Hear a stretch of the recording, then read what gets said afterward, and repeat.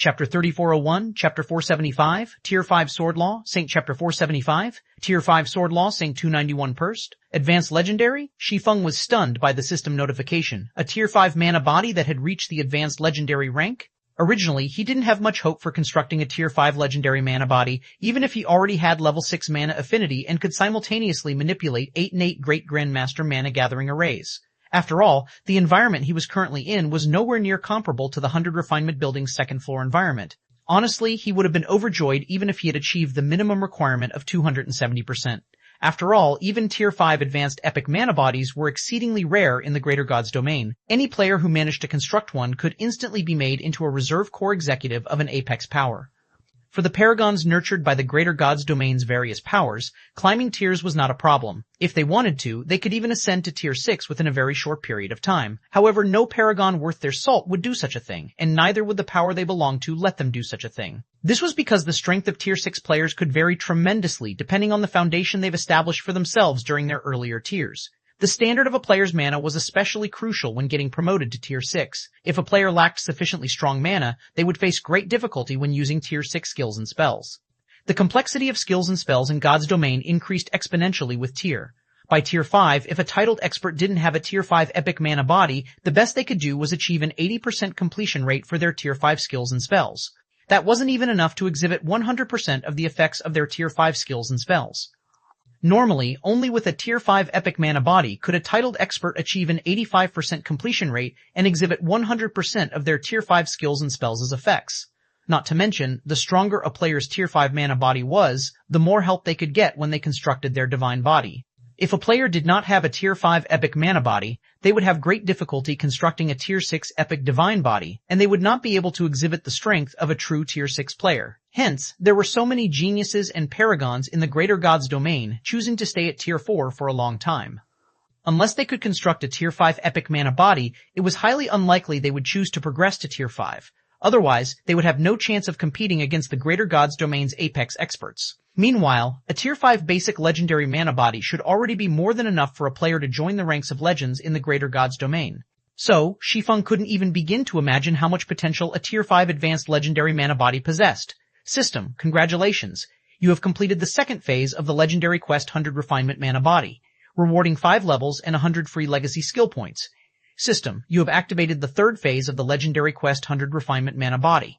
Quest content, create a legendary divine body within 1 year. Rewards unknown. Penalties unknown, there's still a third phase? Shi Feng couldn't help but frown when he saw the third phase of the 100 refinement mana body quest. Moreover, similar to before, he had no say in activating the quest. It was true that the 100 refinement mana body quest offered incredibly generous rewards.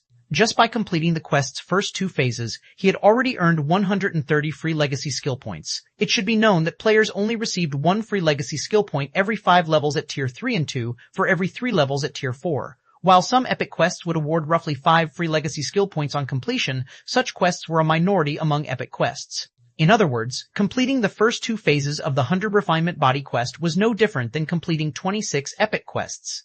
Meanwhile, it went without saying that the third phase would definitely offer even better rewards. However, the problem was that constructing a divine body was far more challenging than a Tier 5 mana body. Many paragons with Tier 5 advanced epic mana bodies could only construct a Tier 6 epic divine body with the help of apex powers. Yet now, Shi Feng needed to construct a legendary divine body.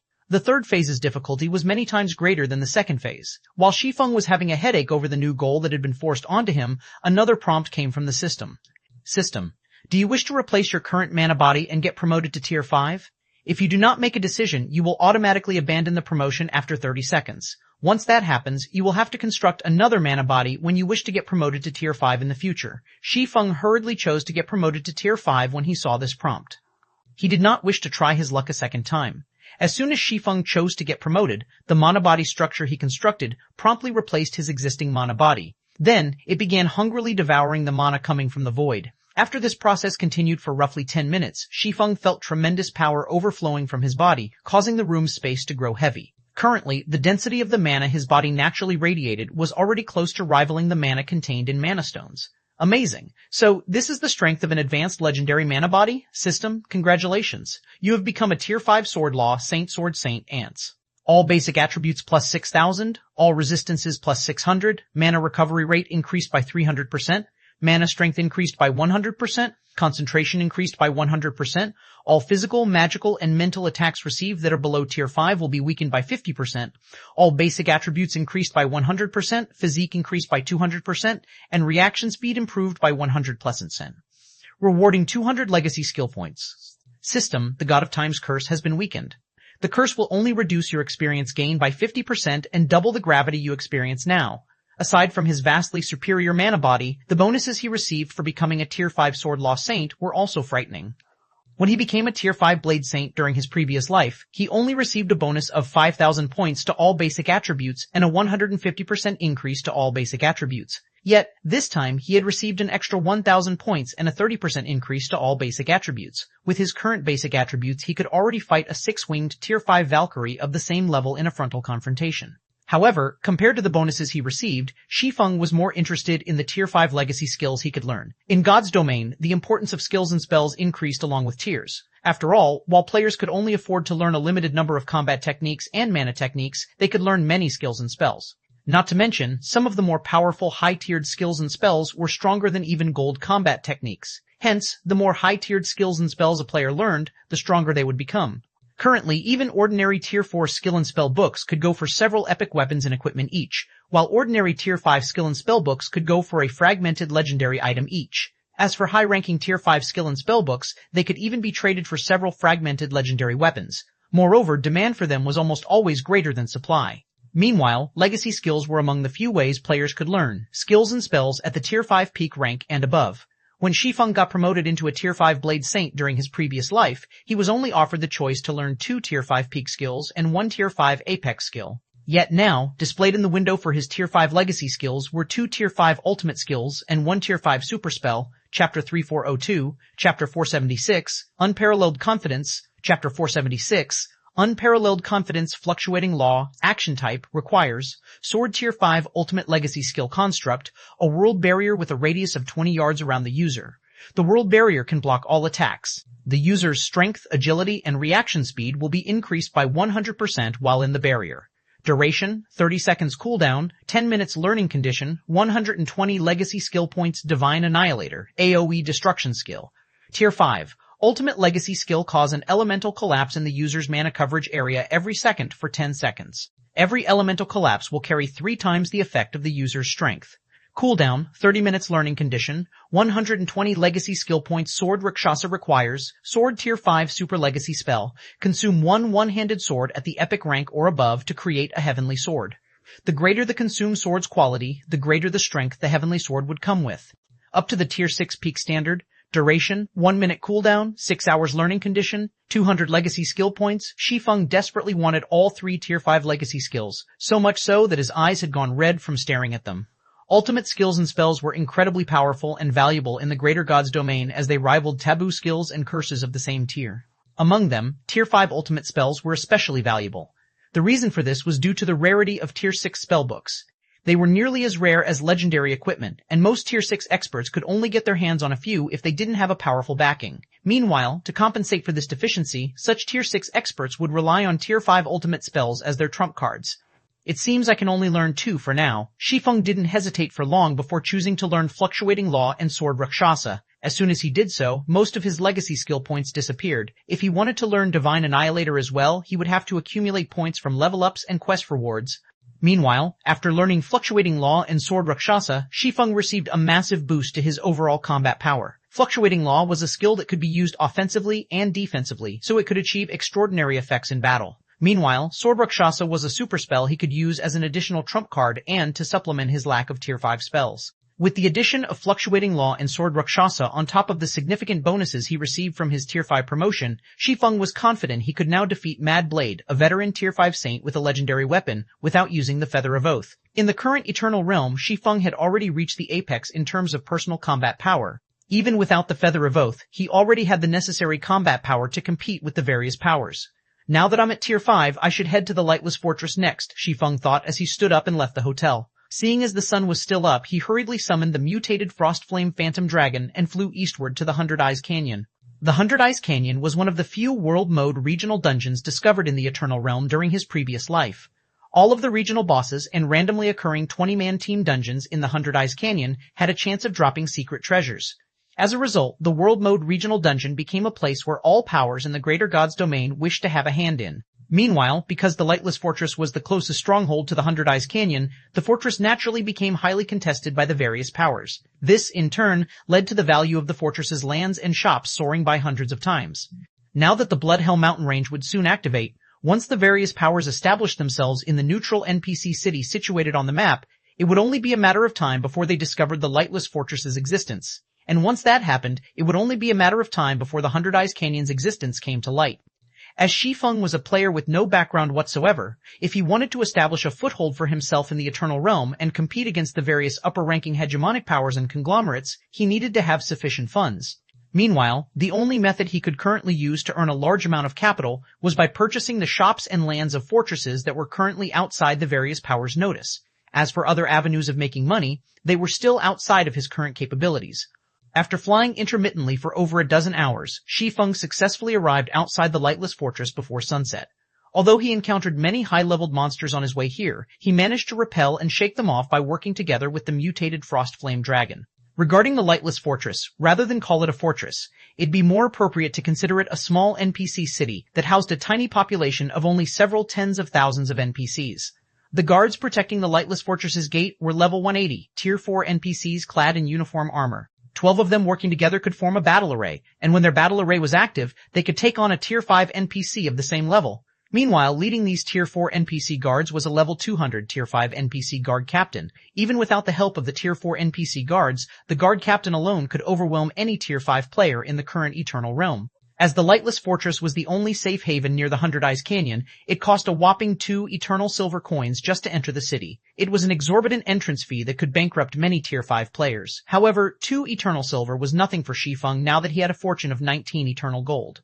After paying the entrance fee, Shi Feng promptly made his way to the Lightless Fortress's administration hall. Because of the 100 regional city reputation points he received from the Courtyard of Space's first clear rewards, he could directly purchase the lands and shops near the Lightless Fortress's airport.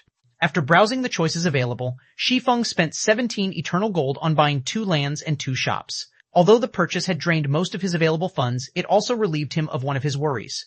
Once Shi Feng was done with his business at the administration hall, he rented a room at a nearby hotel and chose to go offline. The next time he logged back into the game would be when the new city map activated. Previously, the emergence of the Eternal Realm had happened so suddenly that he didn't even have time to return to the Gods Domain Association. As a result, he had no choice but to use one of the gaming cabins at the Star Lake Training Center. Moreover, to secure an advantage for himself in the Eternal Realm, he had spent 2 consecutive days in the game, putting himself at great risk of getting attacked by the Paimon conglomerate. Chapter 3403, Chapter 477, Dark Star, Chapter 477, Dark Star, Star Lake City, Star Lake Training Center. 20 virtual gaming cabins were neatly lined in a row in a spacious lounge the size of 2 basketball courts. Following a hissing sound, the door of one of the cabins slowly opened. Why are there so many people here? When Shi Feng emerged from the gaming cabin, he was surprised to see all the occupied gaming cabins around him. The Star Lake Training Center's gaming cabins were reserved for the City Legion's participants. Although some participants would use these cabins for duels from time to time, they would never use them to access God's domain long-term. The reason for this was safety concerns. While the training center had guards stationed in it because it wasn't private property, anyone who wasn't explicitly banned by the city could visit the establishment. As a result, it wasn't out of the question for assassinations to happen. Shi Feng had heard of many such instances during his previous life. For the sake of winning in city battles, some cities would send spies to infiltrate their opponents' public training centers and incapacitate key participants in one way or another. Hence, few participants would access God's domain via a public training center's gaming cabins long-term. Some cities even forbade their City Legion's participants from doing so. After looking around, Shi Feng was surprised to find Hidden Soul among these cabins. He had thought she would have long returned to the God's Domain Association by now, but that didn't seem to be the case. However, before Shi Feng could ponder why Hidden Soul was still logged into God's domain, a man and a security robot approached him. These security robots were strong enough to single-handedly subdue 2-star mental strength grandmasters and below. 2 of them working together could even keep a 3-star grandmaster pinned for a short time. They were effectively the strongest defensive force in the various cities. Many corporations and powers coveted these security robots and hoped to have several of them guarding their main headquarters. Unfortunately, these technological products were the various cities' core assets, and no city would sell its security robots. Only a few powerful conglomerates would put a few up for auction from time to time. Moreover, The currency used to bid for these machines was not star coins, but God's domain's legendary items or items of equal value. Vice Commander Shi Feng, by order of the City Lord and Legion Commander, everyone who comes out of the lounge's gaming cabins must leave the lounge right away, the man patiently explained to Shi Feng. So, please leave the lounge now. Was this order issued because many people were forced to enter the game? Shi Feng asked out of curiosity. He was forced to enter God's domain because of the Eternal Realm, but he found it hard to believe that this many people in Star Lake City had entered the Eternal Realm as well. Yes, there are quite a lot. It's not just the people in this training center. Many people across the city have been forced to log into God's domain as well, the man said, nodding. However, from the information we've gathered thus far, we only know that this situation is related to the newly emerged Eternal Realm. We still don't know about the specifics. It's related to the Eternal Realm? Hearing the man's words, Shi Feng suddenly recalled Death Omen and Thousand Scars, two people who logically shouldn't have appeared in the current Eternal Realm. Could Soul and Snow be in the Eternal Realm as well? Earlier, Shi Feng had checked his friends list and saw that he could contact neither Hidden Soul nor Gentle Snow. Evidently, both were in a state where they couldn't be contacted in God's domain. Combined with what he had just learned, there was a 90% chance that the two had somehow found themselves in the Eternal Realm as well. The current Eternal Realm was in a state where players couldn't contact those outside the Eternal Realm. Even in the Eternal Realm, if two players were not within a certain range, they would not be able to contact each other. Please leave this place quickly, Vice Commander Shi Feng, the man repeated when he saw Shi Feng suddenly falling silent. After taking another look at Hidden Soul, Shi Feng promptly made his way out of the lounge. He had no way of contacting Hidden Soul in her current state. The only thing he could do was wait until Hidden Soul exited the gaming cabin. Fortunately, he wouldn't have to worry about her safety seeing as the city had already dispatched security robots to guard the lounge's entrance. After all, not just any power would be willing to send their 3-star grandmasters to conduct an assassination. Meanwhile, after stepping out of the lounge, Shi Feng began inspecting the messages on his quantum watch. There was nothing he could do about Hidden Soul and Gentle Snow entering the Eternal Realm. However, it wasn't exactly a bad thing for the two to be in the current Eternal Realm. While the Eternal Realm was indeed filled with dangers, these dangers also came with the best opportunities available in the Greater God's domain. Both Hidden Soul and Gentle Snow possessed incredible talent. Shi Feng had seen it firsthand during his previous life. If the two could safely grow in the Eternal Realm, they could be of massive help to him in the future. After all, God's domain wasn't a single-player game. Why are there so many messages? Shi Feng couldn't help but be astonished when he saw that he had over 100 unread messages. Most of these messages were from people applying to join Zero Wing's battle group. There were also some messages sent by the representatives of Star Lake City's corporations and powerful families, and these people requested to purchase city contribution points from him using star coins. Apparently, in just 2 short days, the exchange rate of Star Lake City's contribution points had increased from 1,025 to 1,000. This was an unprecedented high in Star Lake City. However, setting aside whether he even had any contribution points right now, even if he did have some, he had no intentions of humoring these requests.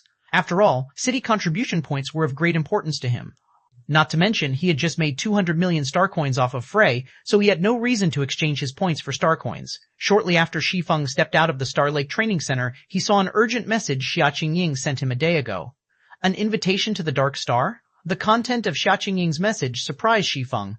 There were only a very small number of apex powers in the Greater God's domain. Meanwhile, out of these apex powers, the Eternal Chamber of Commerce was an incredibly special entity. It could even be considered somewhat of a transcendental existence. This was because the Eternal Chamber of Commerce only did business in God's domain. Moreover, its business empire was beyond massive. For the sake of expanding its business empire, it had even gone out of its way to construct a satellite in the Darkness Plane to let God's domain's players conduct various transactions there. Meanwhile, the satellite's name was Dark Star. The way players could access the Dark Star was by invitation.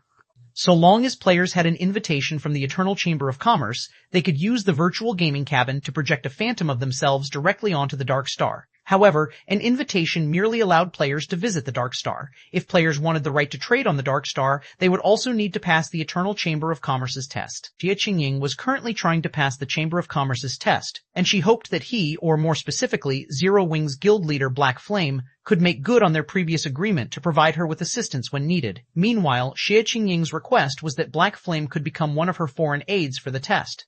God's domain, Dark Star. The Dark Star was a moon-sized satellite floating in the void. Meanwhile, erected on this satellite was a majestic city. Currently, over 1,000 players were lined up outside the city waiting to enter it. Outside of the Dark Star, these players were of varying levels and tiers.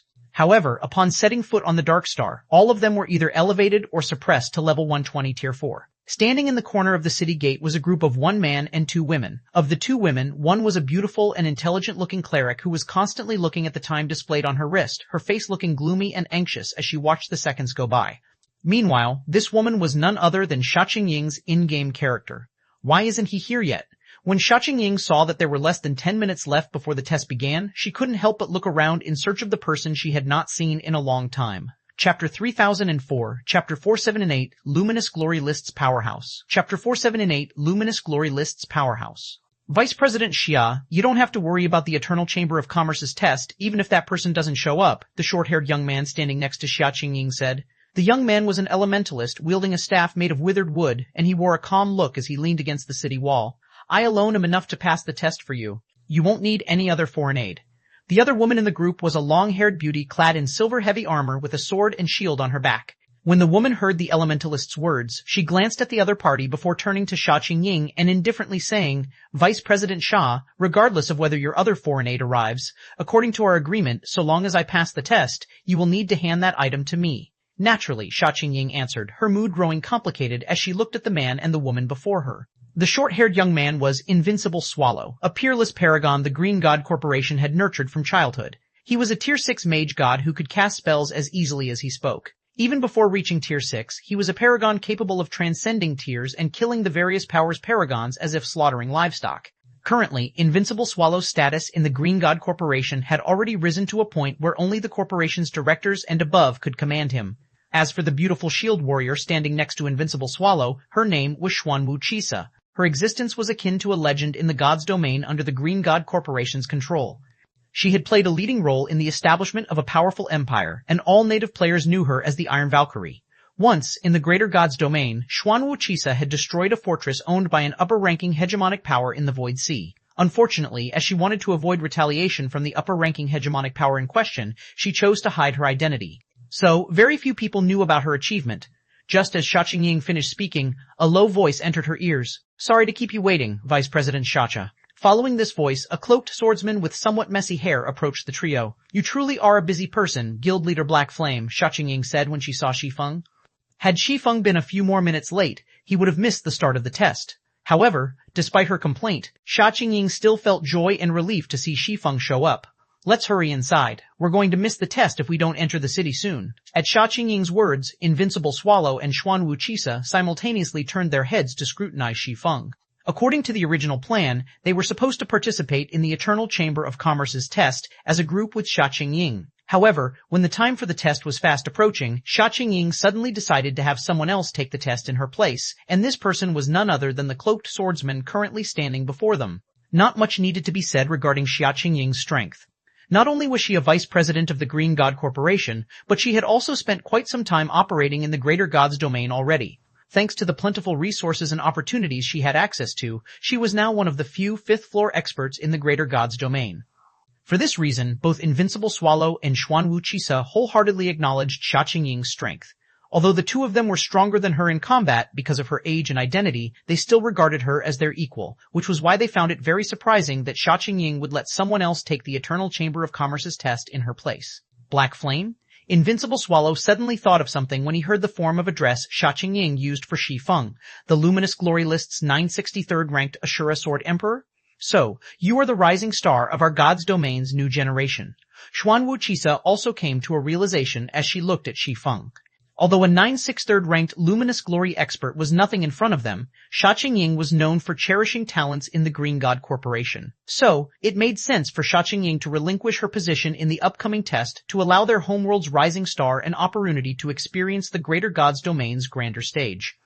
After all, the Eternal Chamber of Commerce's test could be regarded as a once-in-a-lifetime opportunity. If luck was on this rising star's side, he might be able to achieve significant growth from this experience. Yes, that's me. Shi Feng smiled and nodded. Both Invincible Swallow and Xuanwu Chisa could be considered old acquaintances to him, though neither of them knew him in this life.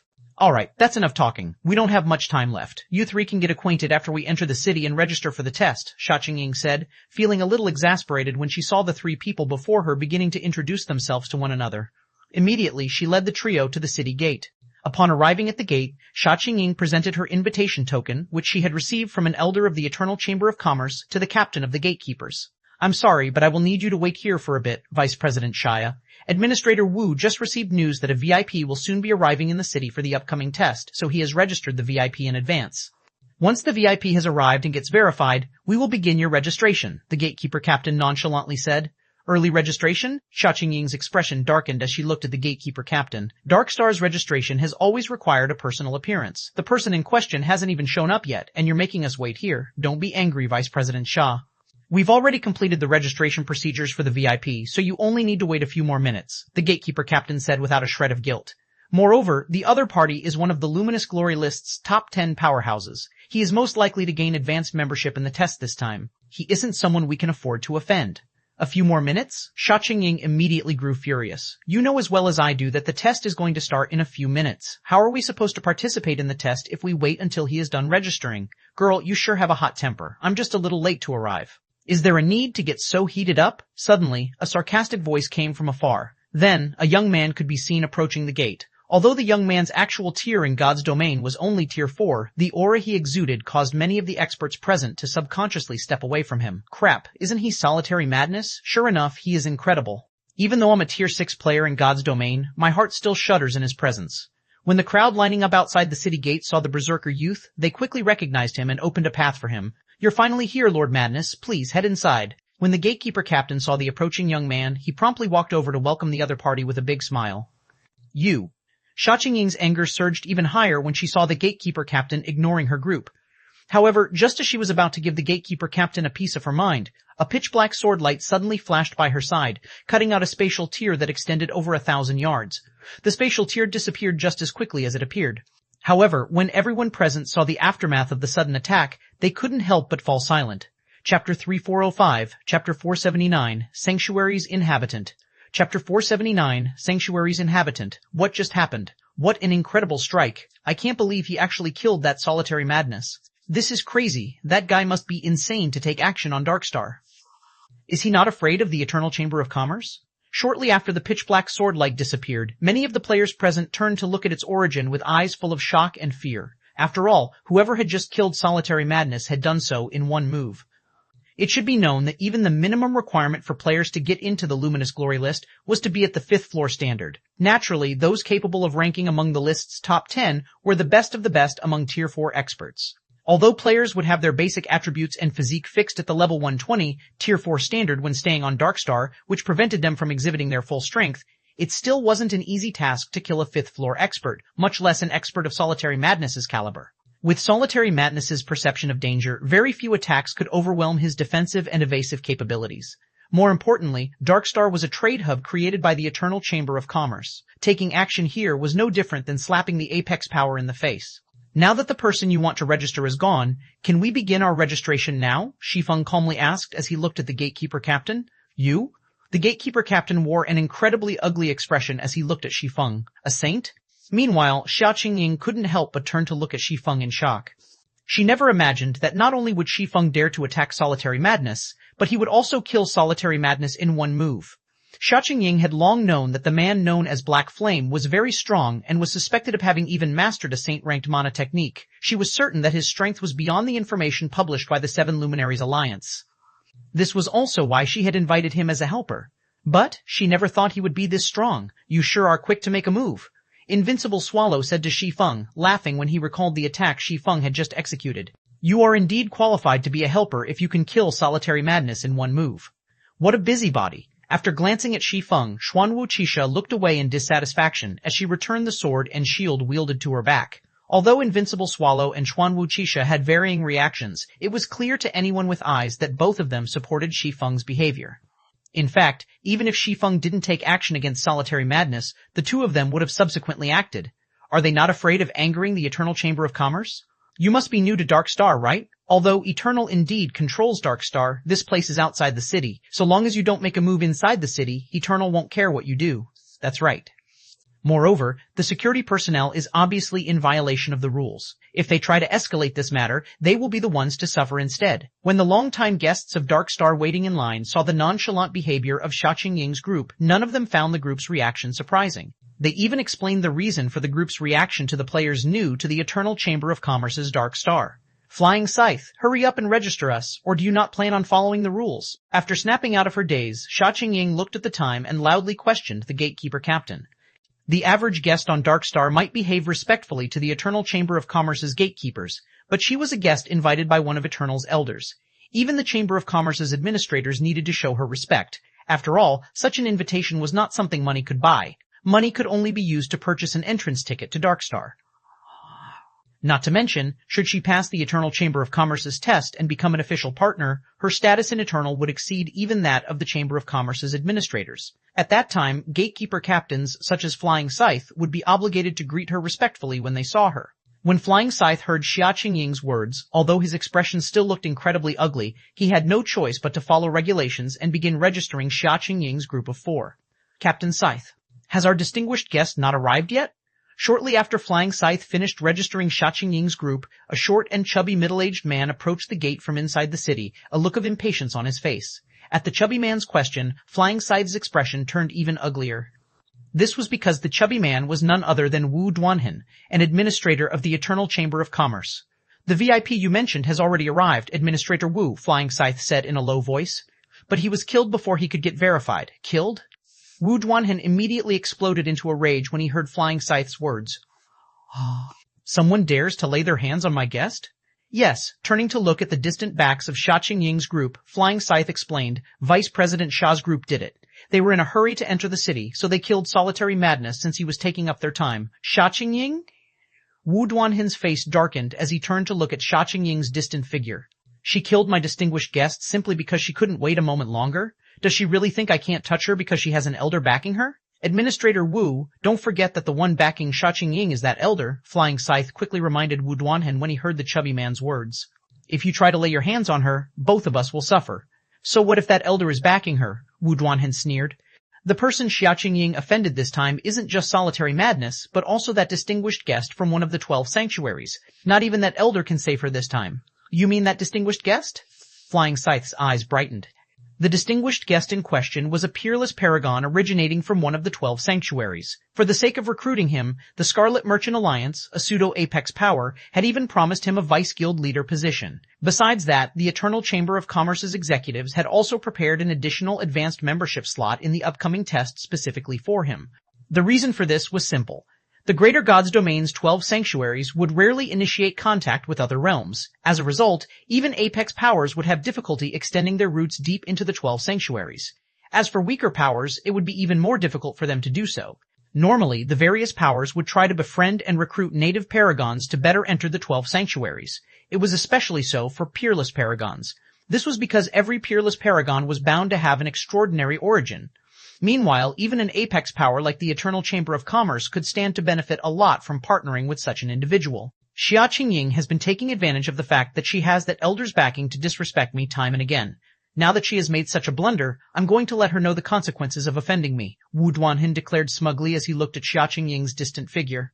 The distinguished guest in question had specifically invited Solitary Madness to participate in the test this time because Solitary Madness was one of the Luminous Glory List's few top 10 powerhouses willing to become his follower.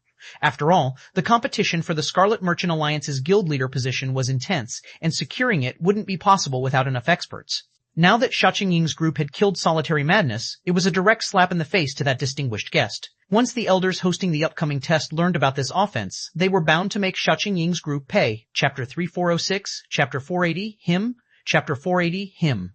Dark Star, Dark Moon City. Upon entering the city, Xia Qingying led the group to a teleportation channel that facilitated rapid travel around the city.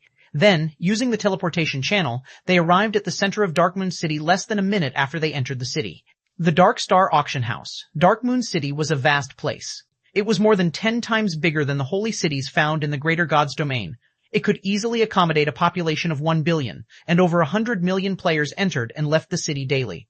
Of course, only a tiny percentage of visitors were actual partners or guests invited by the Eternal Chamber of Commerce's executives. It wasn't an exaggeration to say that 99.99% of the players entering the city were people who had bought an entrance ticket through real-world channels. The Darkstar Auction House could be regarded as Darkstar's heart. It was a place that any player who entered Dark Moon City would visit at least once. Otherwise, they would have wasted a trip to Darkstar. In the Dark Moon Auction House, one could find items commissioned by players originating from the Greater Gods Domain's various realms being sold. In addition, one could also see various competitive events in which the participants were all experts among experts. Some of these participants might even be experts who had caused a huge uproar in the greater god's domain with their achievements. Meanwhile, so long as one could obtain a sufficiently high ranking in these events, one could enjoy greater privileges in Dark Moon City. The only problem was that one must become an official partner of the Eternal Chamber of Commerce before one would be eligible to participate in these events. Otherwise, one could only spectate from the side. As it so happened, the test to become an official partner of the Eternal Chamber of Commerce was also held in the Dark Star Auction House. Inside the arena on the Dark Star Auction House's 100th floor, although the partnership test had yet to begin, the arena that could accommodate over 100,000 spectators was already packed with players. I'm looking forward to the test this time. Even though it's only a basic partnership test, 3 of Eternal's elders are going to preside over it. I know, right? You'll usually only see Eternal sending 3 elders for the advanced partnership test. If not for that peerless paragon from one of the 12 sanctuaries, the test this time would have probably had only 1 elder presiding over it like usual. Ha ha ha, the ticket I bought this time is money well spent. If there are going to be 3 elders presiding over the test, I wonder how many people can pass the first round. Excitement filled the eyes of the spectators present as they looked at the 3 individuals standing in the middle of the stage. The first round of the Eternal Chamber of Commerce's basic partnership was a screening process in which participants would be put up against the Eternal Chamber of Commerce's representative. After all, God's domain was a place where might was right. Without sufficient strength, one could accomplish nothing. So, those seeking to become official partners of the Eternal Chamber of Commerce needed to have sufficient strength. Of course, the bar of this initial screening wouldn't be set very high. In past tests, participants only needed to last 10 seconds against the Eternal Chamber of Commerce's representative. If they could survive 10 seconds, they would proceed to the second and final round, where they would compete with each other for the limited partnership slots supplied by the Eternal Chamber of Commerce. However, unlike past tests, where only 1 elder would preside over the screening, the test this time would be presided over by 3 elders. It went without saying that the initial screening's difficulty had increased significantly. Quick, look, it's the Divine Glory List's world-breaking axe, Untold Paths. Crap, it really is him. If the world-breaking axe is here, there's no need to wonder who's going to come in first place this time. That's right. I heard that he single-handedly obliterated a 100-man Tier 6 team from the Origin conglomerate some time ago. Even if his stats are suppressed to the Tier 4 standard right now, who here can possibly go up against him? There was a middle-aged man with unkempt hair standing in the middle of the stage, and he carried 2 large axes that radiated a blue glow. When the spectators spotted this middle-aged berserker among the participants, their breaths became labored, and their faces became fanatical. It was as if they had just seen the god they revered. As the cries of surprise among the spectator stands grew louder, many of the participants present also took notice of the middle-aged man in question. The world-breaking axe? Shi Feng couldn't help but scrutinize the middle-aged man with messy hair. There were 3 ranking lists that the 7 Luminaries Alliance periodically published across the entire Greater God's domain, and they were the Luminous Glory List, the Sacred Glory List, and the Divine Glory List. Of these 3 lists, the first 2 recorded talents of the younger generation. Only the Divine Glory List was different. The Divine Glory List didn't document budding talents. It only documented established powerhouses. If one didn't have the strength to contend against Tier 6 gods, one couldn't even qualify for the Divine Glory List. Meanwhile, during Shi Feng's previous life, Untold Paths climbed to the 50th rank at his peak. Moreover, this was only after taking into account the old monsters that were no longer active on the public stage. If these secluded monsters were excluded, Untold Paths could easily rank among the top 10 of the Greater God's domain's active Tier 6 experts. Even as an individual, he was an existence that the various apex powers had to take seriously. While everyone's attention was on Untold Paths, a large group of players arrived at the arena's entrance. These players consisted of experts on the Luminous Glory List, experts on the Sacred Glory List, and participants with prestigious backgrounds. At this time, though, every one of these individuals was walking alongside a young man clad in dark gray leather armor, all of their attention focused on the young man. Meanwhile, the instant this young man appeared, he instantly became the focus of everyone in the arena. Even the 3 elders responsible for presiding over the test couldn't help but take a look at him. So he's Abysswater? The rumored peerless paragon from one of the 12 sanctuaries? No wonder the Scarlet Merchant Alliance is willing to let him become one of its vice guild leaders. His presence alone is stronger than even Untold Paths. After seeing Abysswater in person, I'm no longer sure who will be coming in first place in the test. As the young man clad in dark gray surveyed the arena like an emperor surveying his domain, both participants and spectators felt their souls shuddering. At the same time, many players present finally understood why the various Apex powers and pseudo-Apex powers coveted the 12 Sanctuaries' peerless paragons so much, even if these individuals didn't have any amazing achievements. The feeling Abysswater gave off was akin to a machine created for slaughter. Moreover, his gaze did not look like one that belonged to a youth but an old monster who had lived for centuries already. It was incredibly sharp and penetrated deep into one's soul. Meanwhile, Xia Yingying couldn't help but frown when she saw Abyss Water stepping onto the stage. This was because standing next to Abyss Water wasn't just the participants of the upcoming test. There was also Wu Duanhen, whom Xia Qingying had ignored at the city's entrance. Currently, Wu Duanhen could be seen saying something to Abyss Water. In response, Abyss Water's expression fell by several degrees as he turned to look at Xia Qingying's group. These people have the nerve to mess with me? They must not know what death is, Abyss Water said, his chilly tone causing the surrounding players to shiver. The hostility shown by Abyss Water was apparent to everyone present. He also did not hold back his voice when he spoke. It was obvious he was indirectly hinting at the Eternal Chamber of Commerce to do something about this matter. Those people sure are pitiful, Boss Pats. With this, they probably won't even get past the first round, a hardy young man carrying a shield on his back said to Untold Paths, shaking his head as he looked at Xia Qingying's group. Many powers wished to befriend and recruit Abyss Water because of his status as a peerless paragon from one of the 12 sanctuaries. Even the Eternal Chamber of Commerce wouldn't be an exception. Pitiful? When Untold Paths heard the young shield warrior's words, he looked toward Xia Qingying's group of 4 out of curiosity, only to spot a familiar swordsman among the group. Immediately, he used a master-ranked identification skill on the swordsman, and the result greatly surprised him as he exclaimed, "It's him?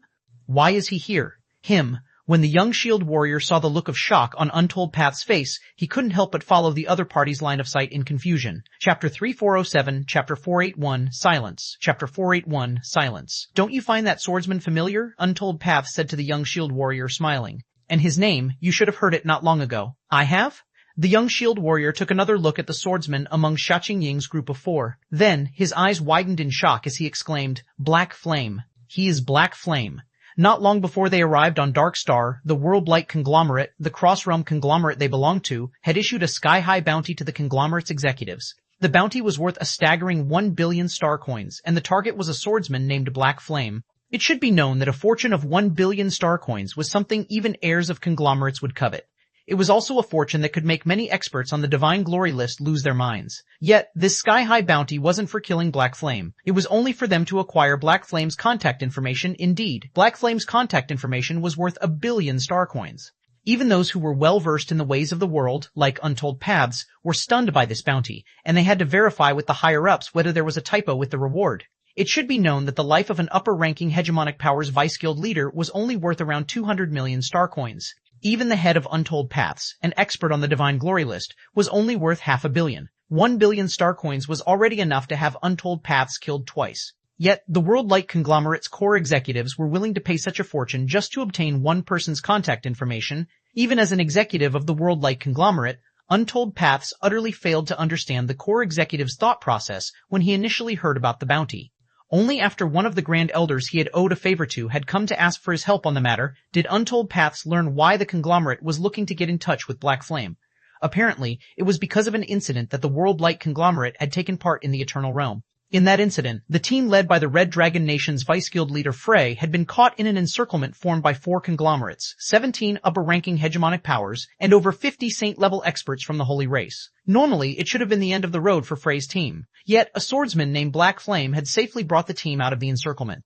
It wasn't an exaggeration to call this achievement a legend. When Untold Paths heard of it, he had thought the Grand Elder was joking with him. However, irrefutable video evidence showed that Black Flame had accomplished it. On top of that, Black Flame was also suspected of helping Frey's team secure the first clear of the first-ever World Mode Team Dungeon discovered. With such terrifying strength and the ability to conquer World Mode Team Dungeons, one could say that Black Flame was the best partner for the World Light Conglomerate in the Eternal Realm. There was no way the conglomerate's higher-ups would miss out on such an opportunity. Boss? Looking at Shi Feng's distant figure, the young shield warrior stuttered in excitement.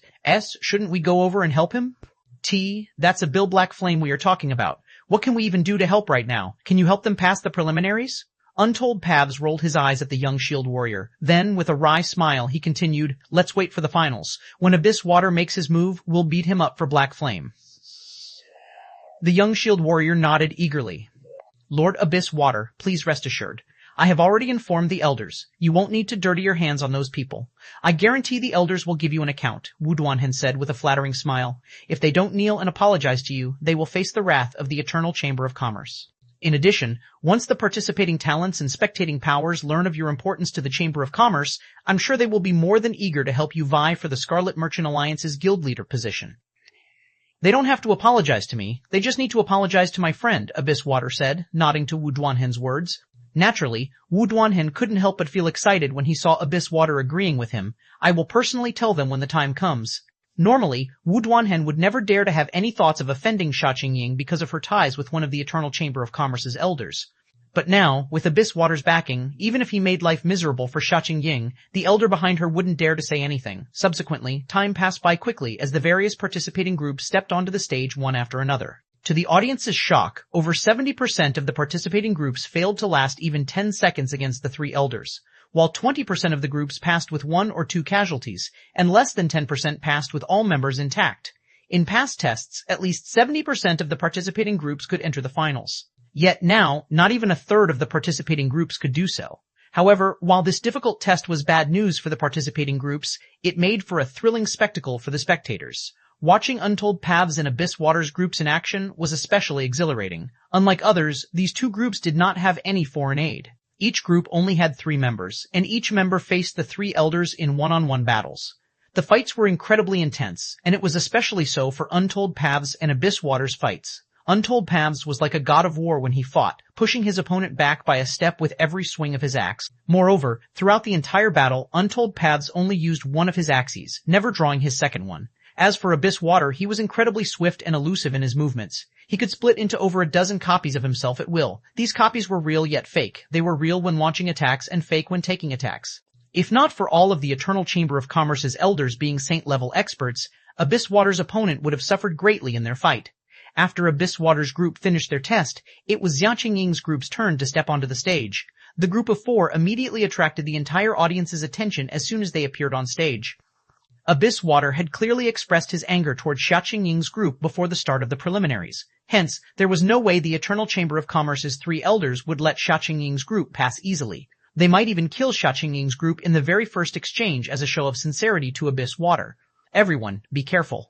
I doubt these 3 elders will make things easy for us, Xia Qingying reminded Shi Feng and the others in a low voice. Xuanwu Qixia and Invincible Swallow remained surprisingly silent in response to Xia Qingying's reminder. They understood the severity of the situation, and they were watching the 3 elders' every move with utmost seriousness. Their group of 4 was a temporary one formed by 4 people who had never fought together before. Hence, the coordination between them was bound to be stiff. On the other hand, the Eternal Chamber of Commerce's 3 elders were more than likely comrades in arms who had fought together on more than one occasion. At the very least, the 3's coordination was bound to be superior to their group of 4. Not to mention, all 3 elders were saint-level experts, and saints could exhibit much greater combat power when working together with other saints. Although the 3 elders had always chosen to fight separately when fighting the previous groups, it would be wishful thinking for them to assume that the 3 elders would do the same for their group of 4. Because of Abyss Water's issue, it was likely the elders would fight as a group. If they were not careful and were caught out of position, one of them might have to face the joint attack of 3 saints. Shortly after Xia Qingying finished speaking, a whistle sounded on the stage, announcing the start of the battle. But 1 second, 2 seconds, 3 seconds, to everyone's surprise, even until 10 seconds had passed and the whistle signaling the end of the match sounded, nothing happened. What's going on? Xia Qingying's eyes went wide with confusion as she looked at the 3 elders standing quietly across the stage, her mind failing to comprehend the situation.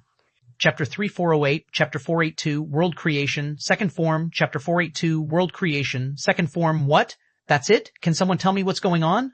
Wasn't the Eternal Chamber of Commerce supposed to deal with Xia Qingying's group?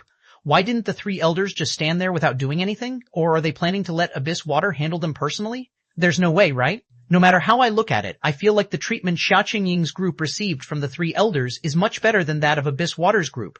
They didn't even make a single move. Everyone was stunned when they saw how Xia Qingying's group got through the first round. Previously, everyone thought Xia Qingying's group was doomed and the group's 4 members would have to be revived. But now, not to mention being revived, they didn't even have to lift a finger. The 3 elders simply stood still and did nothing until the end of the match. At this point, even Wu Duanhen, who had been brimming with confidence less than a minute ago, was dumbfounded. Could the 3 elders really be planning to let Abyss Water take care of matters personally? Confusion and disbelief filled Wu Duanhen as he looked at the 3 elders on the stage. It was obvious to all that the Eternal Chamber of Commerce valued Abyss Water very highly. After all, the Chamber of Commerce had gone as far as to increase the number of advanced partnership slots in the test this time. It should be known that the annual basic partnership test would usually only offer one advanced partnership slot. It had been the case for many years now, yet this time around 2 advanced partnership slots were offered. This just goes to show how much the Eternal Chamber of Commerce's higher-ups valued Abyss Water. Given how highly the higher-ups regarded Abyss Water, the 3 elders could not possibly be unaware of this. Now that Abyss Water was looking to establish his authority by taking down Sha Qingying's group, this was a great opportunity for the 3 elders to do Abyss Water a big favor. Meanwhile, this favor would be especially valuable if Abyss Water could recruit sufficient experts and win sufficient support to become the next guild leader of the Scarlet Merchant Alliance. Logically, the 3 elders should be more aware of this than Wu Duanhen. Yet now, not only did they let Sha Qingying's group pass the preliminaries, but they had even done so by literally doing nothing. What exactly were they trying to achieve here? At this point, Abyss Water, who is standing nearby, also looks a bit solemn as he stares at Wu Duanhen and says in a slightly cold tone, "Administrator Wu, did you really inform the 3 elders properly? Are you playing me?" "Lord Abyss Water, I really did tell the 3 elders everything," Wu Duanhen said. Although he was filled with doubts, he still hurriedly tried to devise an excuse.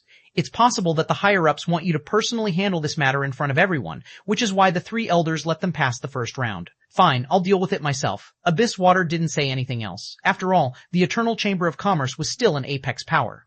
It had a lot of influence, even in the 12 sanctuaries. Moreover, he wasn't the only peerless paragon to have come out of the 12 sanctuaries. Many others had done so as well. It just so happens that I'm looking to let the geniuses and paragons here know what kind of gap exists between them and me. Wu Duanhen breathed a sigh of relief at this. He was truly afraid Abyss Water would dig deeper. After all, he was only expressing his own thoughts, and he honestly had no idea what the 3 elders were thinking. On the other side, Sha Qingying and the others walked down from the battle stage, full of doubts, as they quietly waited for the 3 elders to announce the start of the second and final round. Of the group of 4, only Shi Feng faintly felt the 3 elders' attention focusing on him for a moment. After a while, "Everyone, the preliminaries are over. Up next will be the finals," said the oldest elder, a level 219, tier 6 berserker, as he swept his gaze across the groups below the stage. "For the finals, all groups that have passed the preliminaries will be teleported to random locations on a battlefield. Your job is to fight and survive, and groups will be ranked based on the order they are eliminated. There are 2 advanced partnership slots and 8 basic partnership slots available in this test, and they will be given out to the top 10 groups in order of ranking. That means the last 2 groups standing will receive the advanced partnership slot. The round will last for half an hour, and the battlefield will continuously shrink throughout the round, so you won't have to worry about finding opponents.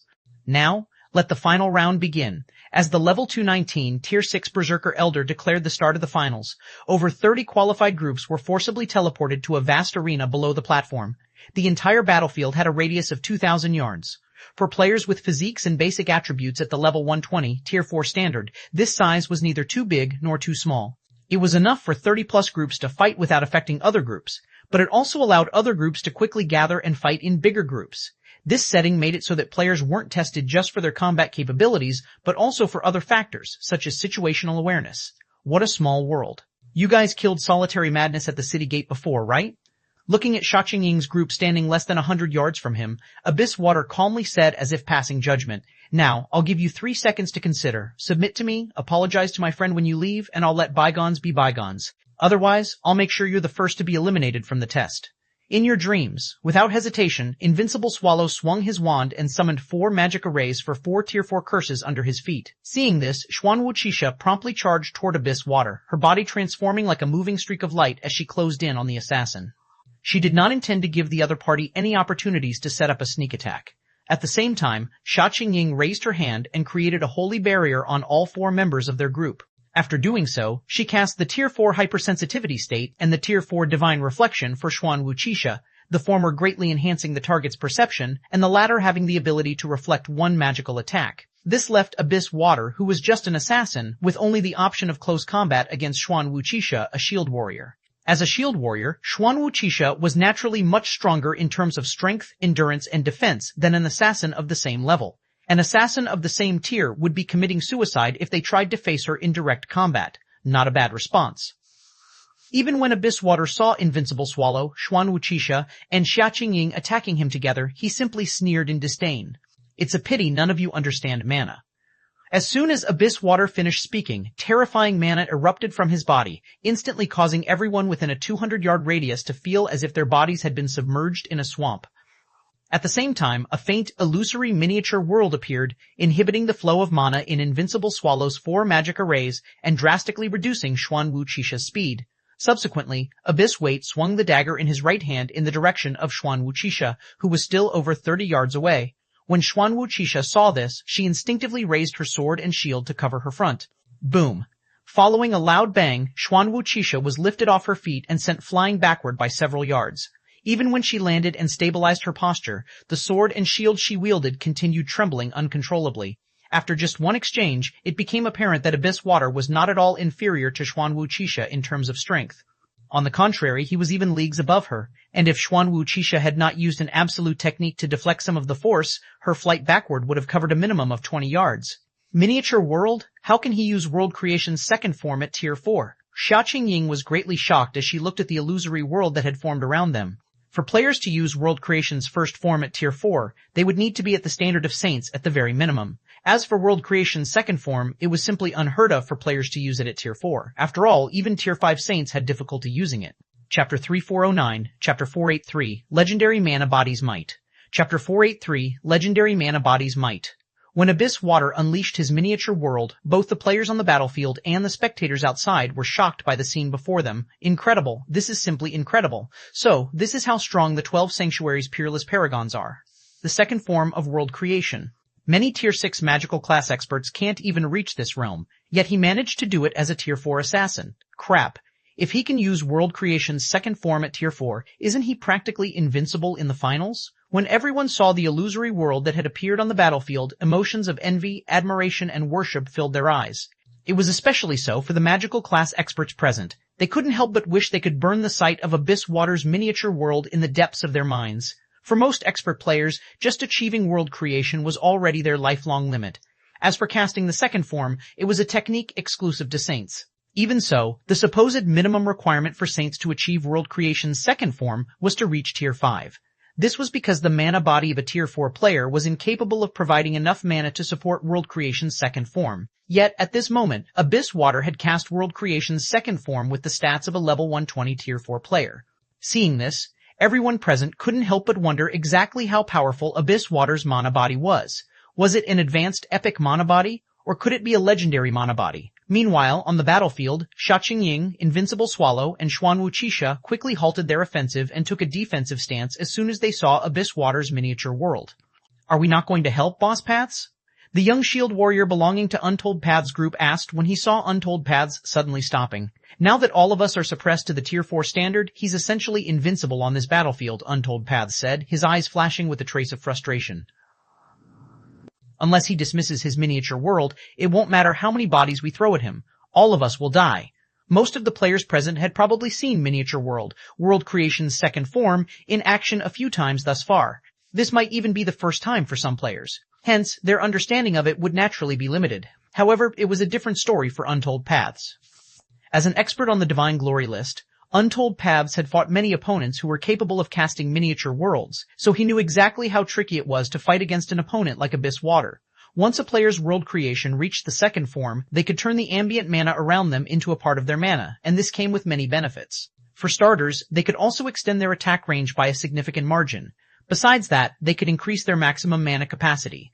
They could also improve their destructive power and physique. Most importantly, world creation's second form would have a drastically stronger mana suppression effect toward enemies. Unless the opponent could similarly use world creation's second form, they shouldn't consider using any ambient mana around them once caught in a miniature world. When fighting someone capable of using world creation's second form, if one could not similarly cast a miniature world, their only option was to fight through super long-range attacks and turn the fight into a battle of attrition. After all, even world creation's first form already took a lot of mana to maintain. Needless to say, the cost of maintaining world creation's second form would only be even more frightening. The problem was that everyone on Darkstar was suppressed to the level 120 tier 4 standard. Meanwhile, tier 4 players had very limited ways to attack from a great distance.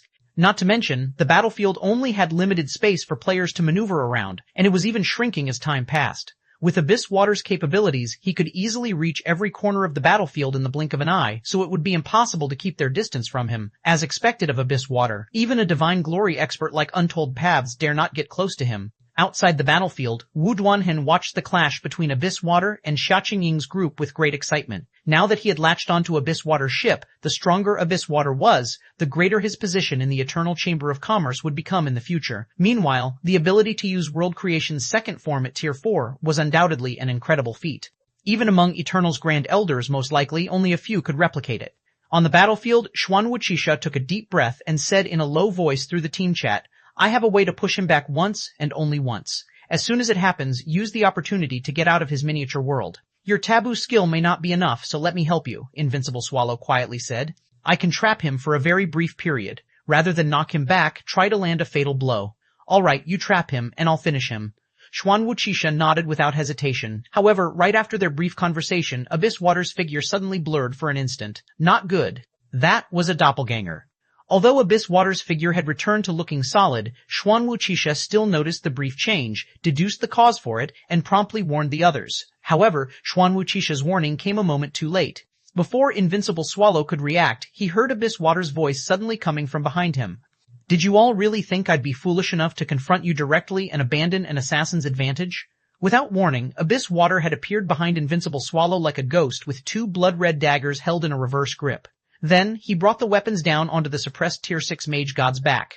Even though Invincible Swallow's brain was already alerted to Abyss Water's attack, his body couldn't keep up with the assassin, who was empowered by his miniature world. Clang! A crisp, metallic collision reverberated and echoed in the hearts of Invincible Swallow and Xia Qingying, who stood beside Invincible Swallow. Contrary to everyone's expectations, Abyss Water's two blood-red daggers did not sink into Invincible Swallow's back. Instead, they stopped 3 inches short of reaching the mage god's back, their descent hindered by a blue longsword.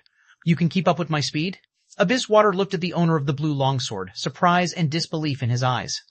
Aside from Abyss Water, Invincible Swallow and Xia Qingying also could not believe what they were seeing. Setting aside whether a Tier 4 swordsman could keep up with a Tier 4 assassin's speed, simply the fact that Shi Feng could match Abyss Water's power was already mind-blowing. After all, the power Abyss Water could exert with the help of his miniature world was not something most Tier 4 players could withstand. Take Xuan Wuqisha, for example. Had her class not belonged to the tank category, Abyss Water would have incapacitated or killed her when she previously blocked his attack. The combination of a tank class and a shield granted Xuan Wuqisha incredible durability. If she blocked an attack with her shield, she could mitigate 80% of the attack's impact and reduce the damage she received to a great extent. Not to mention, Xuan Wuqisha wasn't just an ordinary shield warrior. She was also the owner of the Divine Warrior class, a unique class. When it came to tanking damage, she was significantly stronger than ordinary shield warriors and guardian knights. Yet, even under such circumstances, Xuan Wuqisha was still sent airborne and knocked several yards away.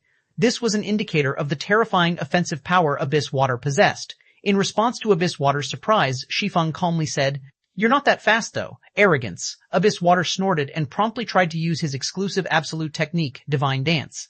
He developed the technique by combining an offensive absolute technique and an absolute body technique. It was his signature move, and its offensive capabilities were no different than that of a true gold combat technique. However, just as Abyss Water was about to swing his daggers, he suddenly felt a dense mana emanating from Shi Feng. Then, what happened next shocked him. "Why can't I manipulate mana?" Chapter 3410, Chapter 484, Invincible, Chapter 484, Invincible. What's going on? Why can't I sense any mana? As soon as Shi Feng spread his mana, all players within a 300-yard radius involuntarily shuddered. Some even felt fear. It was no exaggeration to say that mana was the most familiar existence to players in God's domain. Starting from Tier 0, players had to constantly perceive and manipulate mana until they mastered their own mana. Then, once they became more proficient at these two things, they would start learning how to handle the mana around them. Meanwhile, of the experts on the battlefield, every one of them had long since ingrained the ways of perceiving and using their own mana and ambient mana into their bones. Of course, it wasn't as if the players present had never experienced staying in an environment without mana. However, the battlefield they currently stood on clearly wasn't one such environment. On the contrary, mana was present in such abundance that it had already taken a solid state. Yet, they could not perceive it. It was as if the thing their eyes were seeing wasn't mana but something else entirely. No. Why can his mana domain cover such a large range? We are on Darkstar right now. Even an expert like Abyss Water can't extend his miniature world beyond 200 yards, yet this guy is covering 300 yards. That's not all. I can feel my own mana getting eroded as we speak, and I'm having trouble even manipulating it. The players present within the area covered by Shi Feng's mana quickly noticed its peculiarities. Meanwhile, Abyss Water, who stood closest to the source of this mana, noticed these peculiarities even more clearly. What did he do? Abyss Water was greatly confused as he looked at Shi Feng. Heavy. His body had become incredibly heavy. However, this heaviness was unlike standing in a high-gravity space. While standing in Shi Feng's mana domain, Abyss Water felt as if countless hands had latched onto him and were pulling him down. So long as he tried to move, a powerful opposing force would act on his body. But what really puzzled him was his inability to manipulate any of the mana around him. As a result, he could no longer keep his miniature world extended, and he could only keep it covering the surface of his body. This situation was simply unbelievable. This was undoubtedly the first time he had experienced his miniature world getting suppressed to such an extent. Not even the Tier 6 gods he had encountered in the past could accomplish such a feat. However, Abyss Water wasn't the only person feeling surprised right now. Shi Feng, the cause of Abyss Water's predicament, was similarly surprised, though he was surprised for an entirely different reason. World Creation's second form truly is powerful. Shi Feng was secretly amazed when he saw Abyss Water still being able to maintain his miniature world. Even with a legendary mana body and level 6 mana affinity, the best I can do is suppress his miniature world. None of my mana can invade his body and erode his mana. Before reaching level 6 mana affinity, Shi Feng was still unaware of how powerful a legendary mana body's mana was. He simply thought of it as quantitative upgrade to a advanced epic mana body, and that it would only be better at suppressing other players' mana. Of course, even if it was only a quantitative upgrade, it was already plenty impressive as it allowed him to match the mana of Tier 5 players even when he was only at Tier 4. However, after upgrading his mana affinity to level 6, he finally realized the true power of a legendary mana body. With his amazing mana pool, not only could he easily suppress his opponents, making it impossible for them to manipulate their mana, but he could also use mana to enhance his strength to a terrifying extent. This was also why, even with both their stats suppressed to the level 120 Tier 4 standard, Shi Feng was able to kill Solitary Madness, one of the top 10 experts on the Luminous Glory list, in one move. However, Shi Feng stayed surprised for only a moment. Immediately afterward, he swung the Winter of Eternal Night and sent a tsunami of fire at Abyss Water. Second sword, Holy Devour. With the enhancement of Shi Feng's powerful mana, the raging flames of Holy Devour were able to cause cracks in Darkstar's rigid space. If I'm going to die, I'm taking you with me. After glancing at the tsunami of flames, Abyss Water instantly transformed his 2 daggers into hundreds of blood-red threads. Then, he cast these threads toward Shi Feng as if he was casting a fishing net, every one of these threads easily cutting apart the space in their path. Is the Scarlet Merchant Alliance insane? It took out one of its most prized possessions just to recruit a peerless paragon from the 12 sanctuaries. Standing nearby, Sha Qingying's face turned pale when she saw the sight of Abyss Water's daggers transforming into hundreds of scarlet threads. The Scarlet Threads. They were a set of legendary weapons, and they ranked among the top legendary weapons. At one time, the set of daggers even used to be among the 7 Luminaries Alliance's legendary weapon list, a record of the top 100 legendary weapons that existed in the Greater Gods domain. Throughout history, the Scarlet Threads were used by 2 of the Scarlet Merchant Alliance's Divine Glory experts. With the dagger set in hand, those 2 experts could single-handedly slay Tier 6 gods. Meanwhile, a big factor contributing to the Scarlet Threads was the attached skill, 1000 Bloodblades. Not only did this skill grant players the ability to transcend tiers, but it was also unstoppable. At this time, it wasn't just Sha Qingying who noticed Abyss Water was wielding the Scarlet Threads. Invincible Swallow and Xuanwu Qixia also recognized the legendary dagger set as well as the infamous 1000 Bloodblades. It looks like they'll perish together, Invincible Swallow silently lamented. An attack composed of hundreds of projectiles was something even veteran saints could not dodge completely. When the past 2 owners of Scarlet Threads wielded the daggers, even Tier 6 saints had fallen to this move. His death won't be in vain, Xuanwu Qixia thought, a hint of admiration appearing in her eyes as she looked at Shi Feng. Abyss Water was an expert capable of using World Creation's second form at Tier 4. It wouldn't be an exaggeration to say that he was invincible among Tier 4 players of the same level. So, the fact that Abyss Water was forced into using a trump card like 1000 Bloodblades just showed how formidable of an opponent Shi Feng was. When everyone thought Shi Feng and Abyss Water would perish together, Shi Feng suddenly took the initiative to meet the oncoming Scarlet Threads. Logically, it should be impossible for any Tier 4 player to evade hundreds of attacks at a time. Yet, Shi Feng appeared to be the master of this space as his figure constantly flickered back and forth in midair, traveling at speeds even faster than players using instantaneous movement. This, in turn, made it impossible for the Scarlet Threads to catch him. First step, stepping space. In the blink of an eye, Shi Feng had passed through the hundreds of threads and stood directly in front of Abyss Water. Moreover, before Abyss Water even realized it, the blue longsword in Shi Feng's hand had already inserted itself into his forehead, causing his HP to plummet. Gold combat technique? Abyss Water stared at Shi Feng in disbelief. He wanted to say something, but no words could come out of his mouth as HP had already reached 0. Then, his vision turned gray and his body collapsed outside his control. Subsequently, the entire arena fell into an unprecedented silence as everyone, even those still fighting on the battlefield, froze in place. Nobody could utter a word as they stared at Abyss Water's corpse. Just a moment ago, everyone believed that Abyss Water, a monster capable of using world creation's second form at Tier 4, would be invincible on the battlefield. Yet now, this invincible existence had fallen to a single strike from a Tier 4 swordsman. Chapter 3411, Chapter 485, Eternal Chamber of Commerce as decision. Chapter 485, Eternal Chamber of Commerce's decision. Boss, what exactly did Black Flame just do? The young shield warrior standing next to Untold Paths couldn't help but ask as his eyes focused on Abyss Water's corpse. Shouldn't 1,000 blood blades be an unstoppable attack? Also, how can Black Flame move so flexibly in the air? Shouldn't it be impossible for players to fly on Darkstar? While saying so, the young shield warrior turned to look at Shi Feng, confusion filling his eyes as he watched the swordsman sheath his weapon. None of what just happened made sense to him. 1,000 blood blades was a well-known skill in the Greater God's domain. When the two previous owners of the Scarlet Threads wielded the dagger set, they had slain countless experts using the 1,000 blood blade skill. Although Abyss Water was currently limited to the level 120 Tier 4 standard, any one of his several hundred Scarlet Threads could easily kill a Tier 4 player of the same level. Not to mention, with an expert like Abyss Water manipulating the Scarlet Threads, it should be utterly impossible for any Tier 4 player to evade the threads completely. Even more astonishing was Shi Feng's ability to move in the air. After all, it should be impossible for players to fly in Darkstar as it was a forced setting. At most, players could jump and stay suspended in the air for a brief moment. Yet, Shi Feng had stayed in the air throughout the entire time he was dodging the Scarlet Threads and closing the distance on Abyss Water. Most likely, he has mastered a gold combat technique. A gold body technique at that, Untold Paths said after a deep breath. But I've never seen such a gold body technique in the guild's archives before. He's a golden master? The young shield warrior's breathing became a little labored. Anyone who mastered a gold combat technique was known as a golden master and considered an apex existence in the Greater God's domain. Even apex powers would try their best to recruit golden masters as they were a source of great power. Golden Masters had also become a measure of strength for the various realms to gauge the strength of an apex power, and the more Golden Masters an apex power possessed, the stronger it would be considered. Meanwhile, among experts who had mastered gold combat techniques, those who had mastered gold body techniques were somewhat special.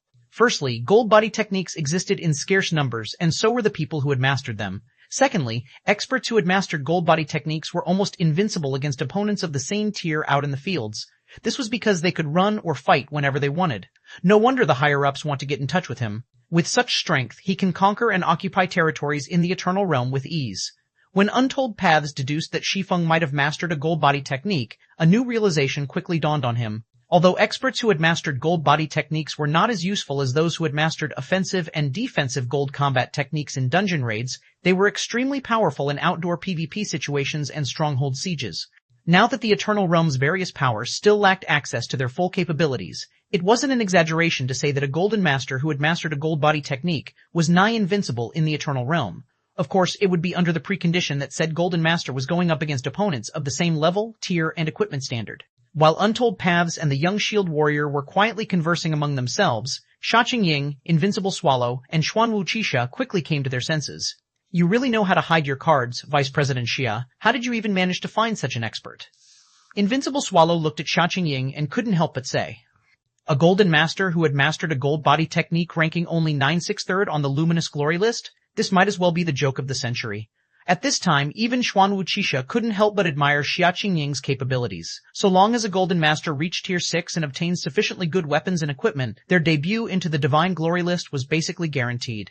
Moreover, they would have a very high ranking. Meanwhile, not even pseudo-apex powers would dare think of inviting such an expert to work for them. Yet, not only did Sha Qingying dare to do so, but she had even succeeded. Don't spread this news, Sha Qingying awkwardly reminded Invincible Swallow and Xuanwu Qixia. Sha Qingying didn't intend to correct Invincible Swallow's and Xuanwu Qixia's misunderstanding. This was because even she herself was surprised by this revelation. It should be known that Shi Feng was formerly an expert who could barely stay in the miniature ancient world's god-ranked expert list. Never could she have imagined such a person could have such terrifying strength. Naturally, Invincible Swallow and Xuanwu Qixia nodded to express their understanding.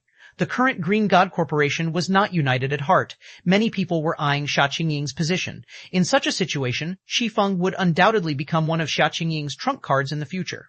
Meanwhile, after Shi Feng killed Abyss Water, none of the other groups on the battlefield dared to pick a fight with Xia Qingying's group of 4, choosing only to fight among themselves. Ultimately, Xia Qingying's group won first place without suspense, while Untold Path's group won second.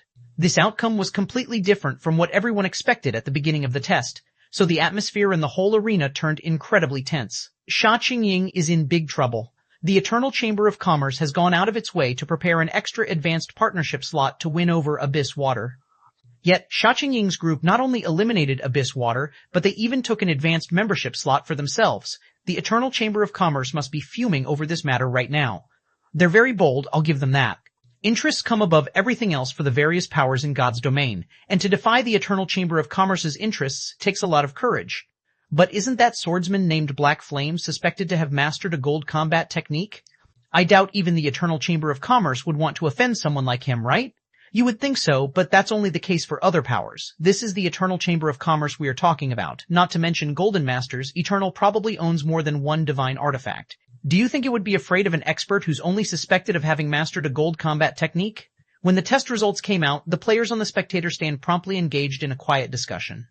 While it was true that the Eternal Chamber of Commerce was an apex power that took a somewhat aloof stance in the greater God's domain, the organization was still subject to various interests. Even if the Eternal Chamber of Commerce didn't take any drastic measures immediately out of consideration for its reputation, the apex power probably wouldn't let Xia Qingying's group have a good time on Darkstar later. This was also something Xia Qingying was very concerned about. The 12 sanctuaries predated the current greater God's domain, and many myths and secrets are circulated within them.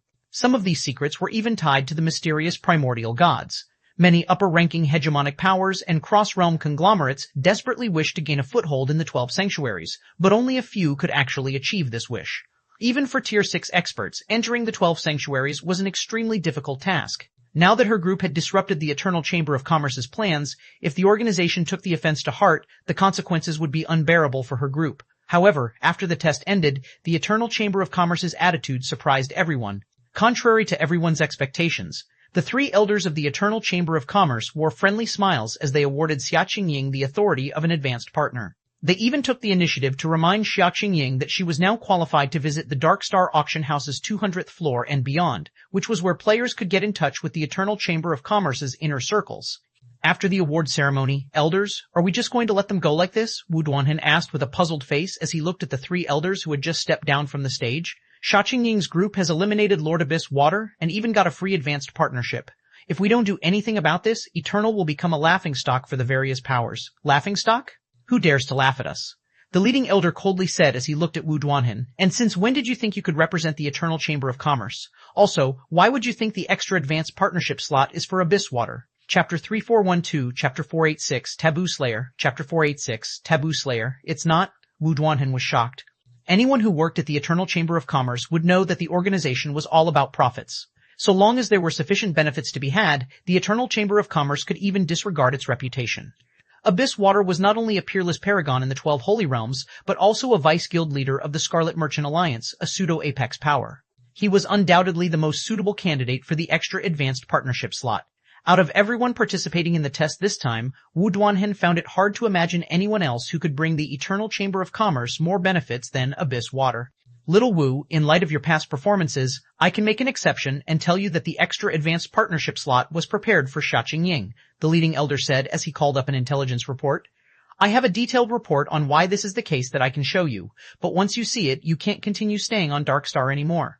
Do you want to see it? Prepared for Xia Qingying? How is that possible? Wu Duanhen was dumbfounded when he heard the elder's words. He felt that the elder was playing a joke with him, but then again, he knew that the elder in front of him would never play jokes, so he gritted his teeth and said, I want to see it. Even if I've failed, I want to know why. Suit yourself.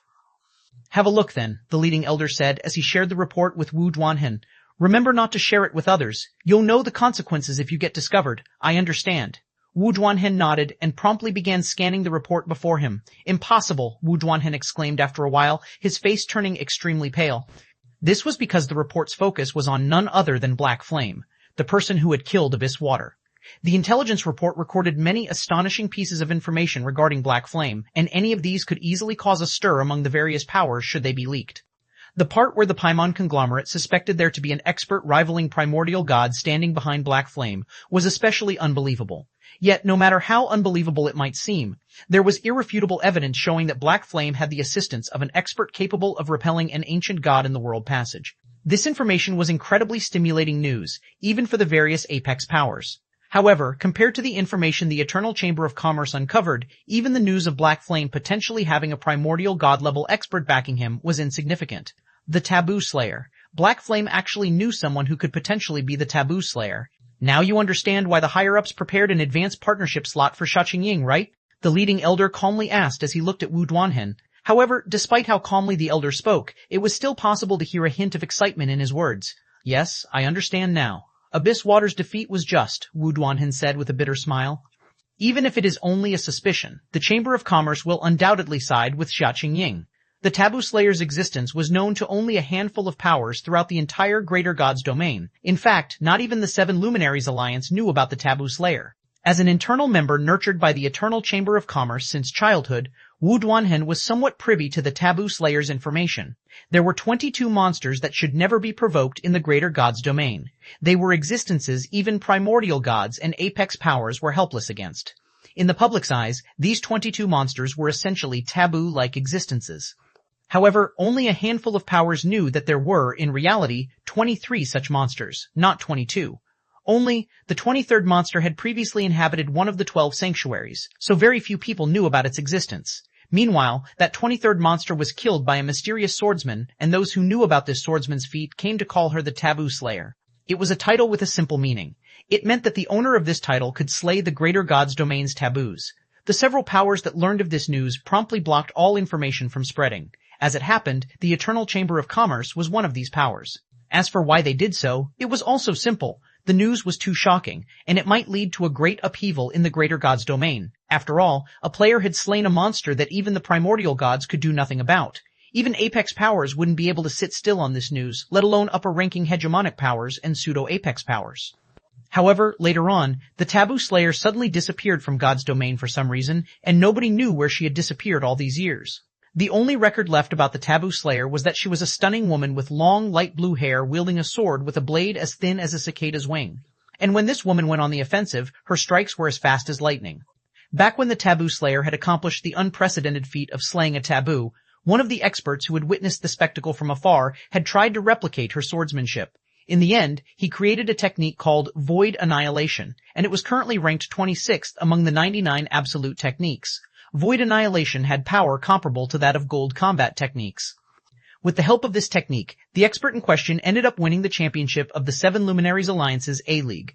Aside from that expert, one of the Eternal Chamber of Commerce's experts also tried to replicate the Taboo Slayer's swordsmanship and ended up developing a gold combat technique. And because of this achievement, said expert was instantly promoted into a Grand Elder. Even to this day, the location of the battle between the Taboo Slayer and the 23rd Taboo was kept under lockdown by the several powers. From time to time, these powers would also send some of their talented swordsmen to get a feel of the battlefield and hopefully gain some enlightenment.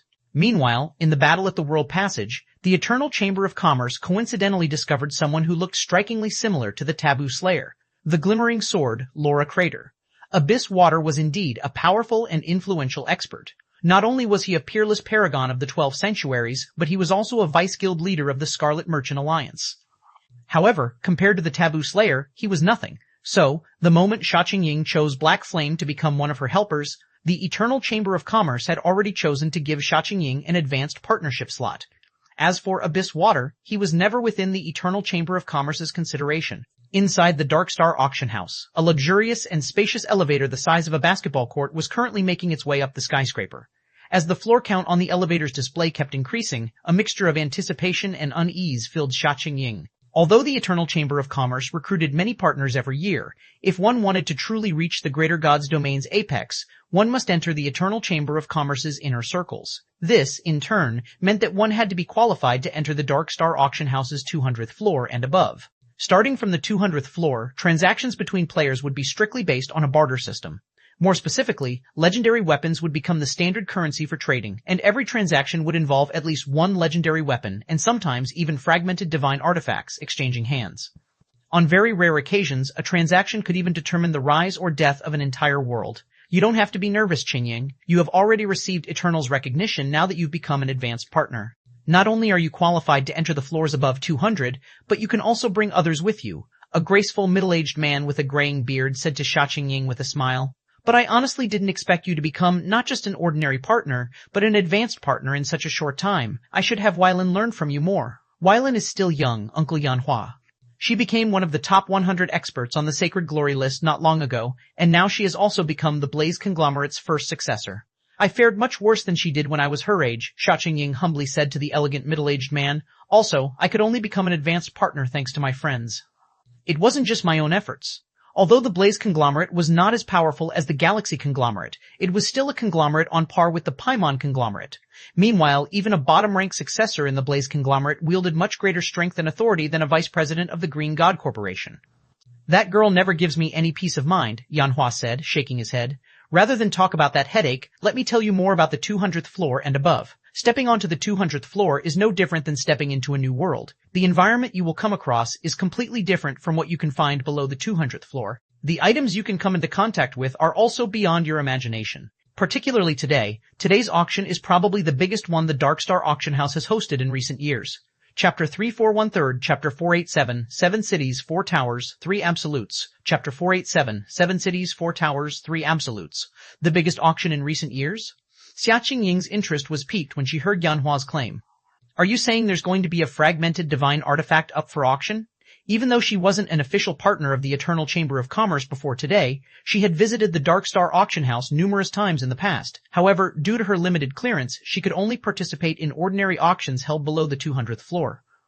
Meanwhile, according to Yanhua, the auctions on the 200th floor and above involve transactions of legendary weapons or top-tier legendary equipment at the very minimum. This was not something she had ever seen taking place below the 200th floor. If today's auction could be regarded as the biggest auction in recent years, it meant that a fragmented divine artifact, which was known to occasionally appear in auctions held on the 200th floor and above, was likely to appear. When Xia Qingying mentioned the words fragmented divine artifact, Invincible Swallow and Xuanwu Qixia also showed signs of excitement.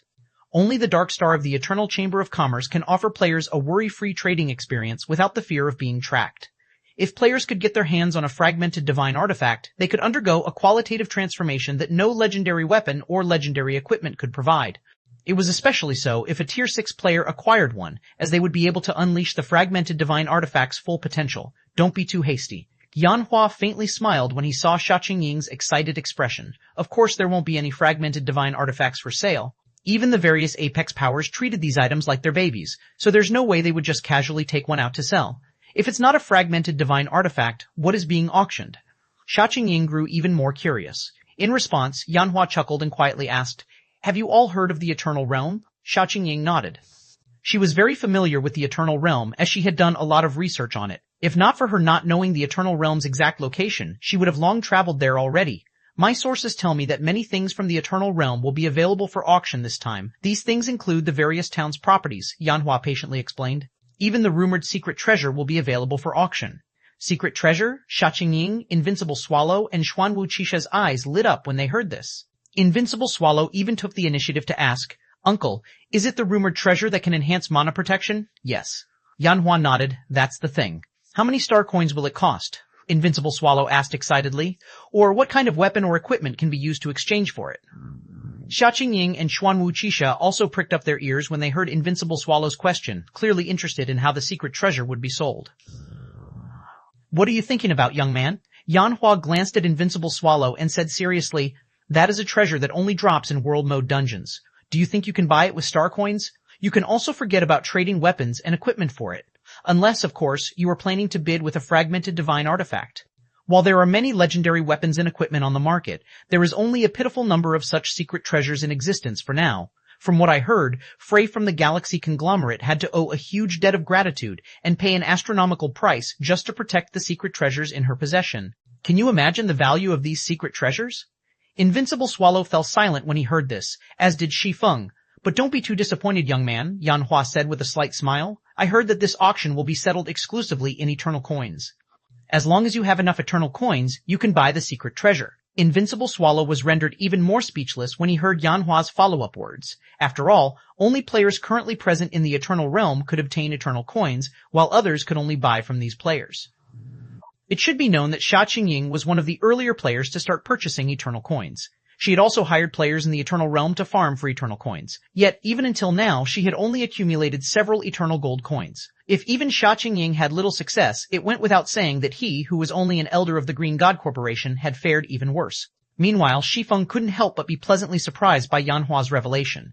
If the transaction could be settled using Eternal Coins, he might be able to get in on some of the action. As Yanhua continued to explain the auction rules, the elevator eventually stopped on the 210th floor. The auction venue on the 210th floor could accommodate up to 10,000 people.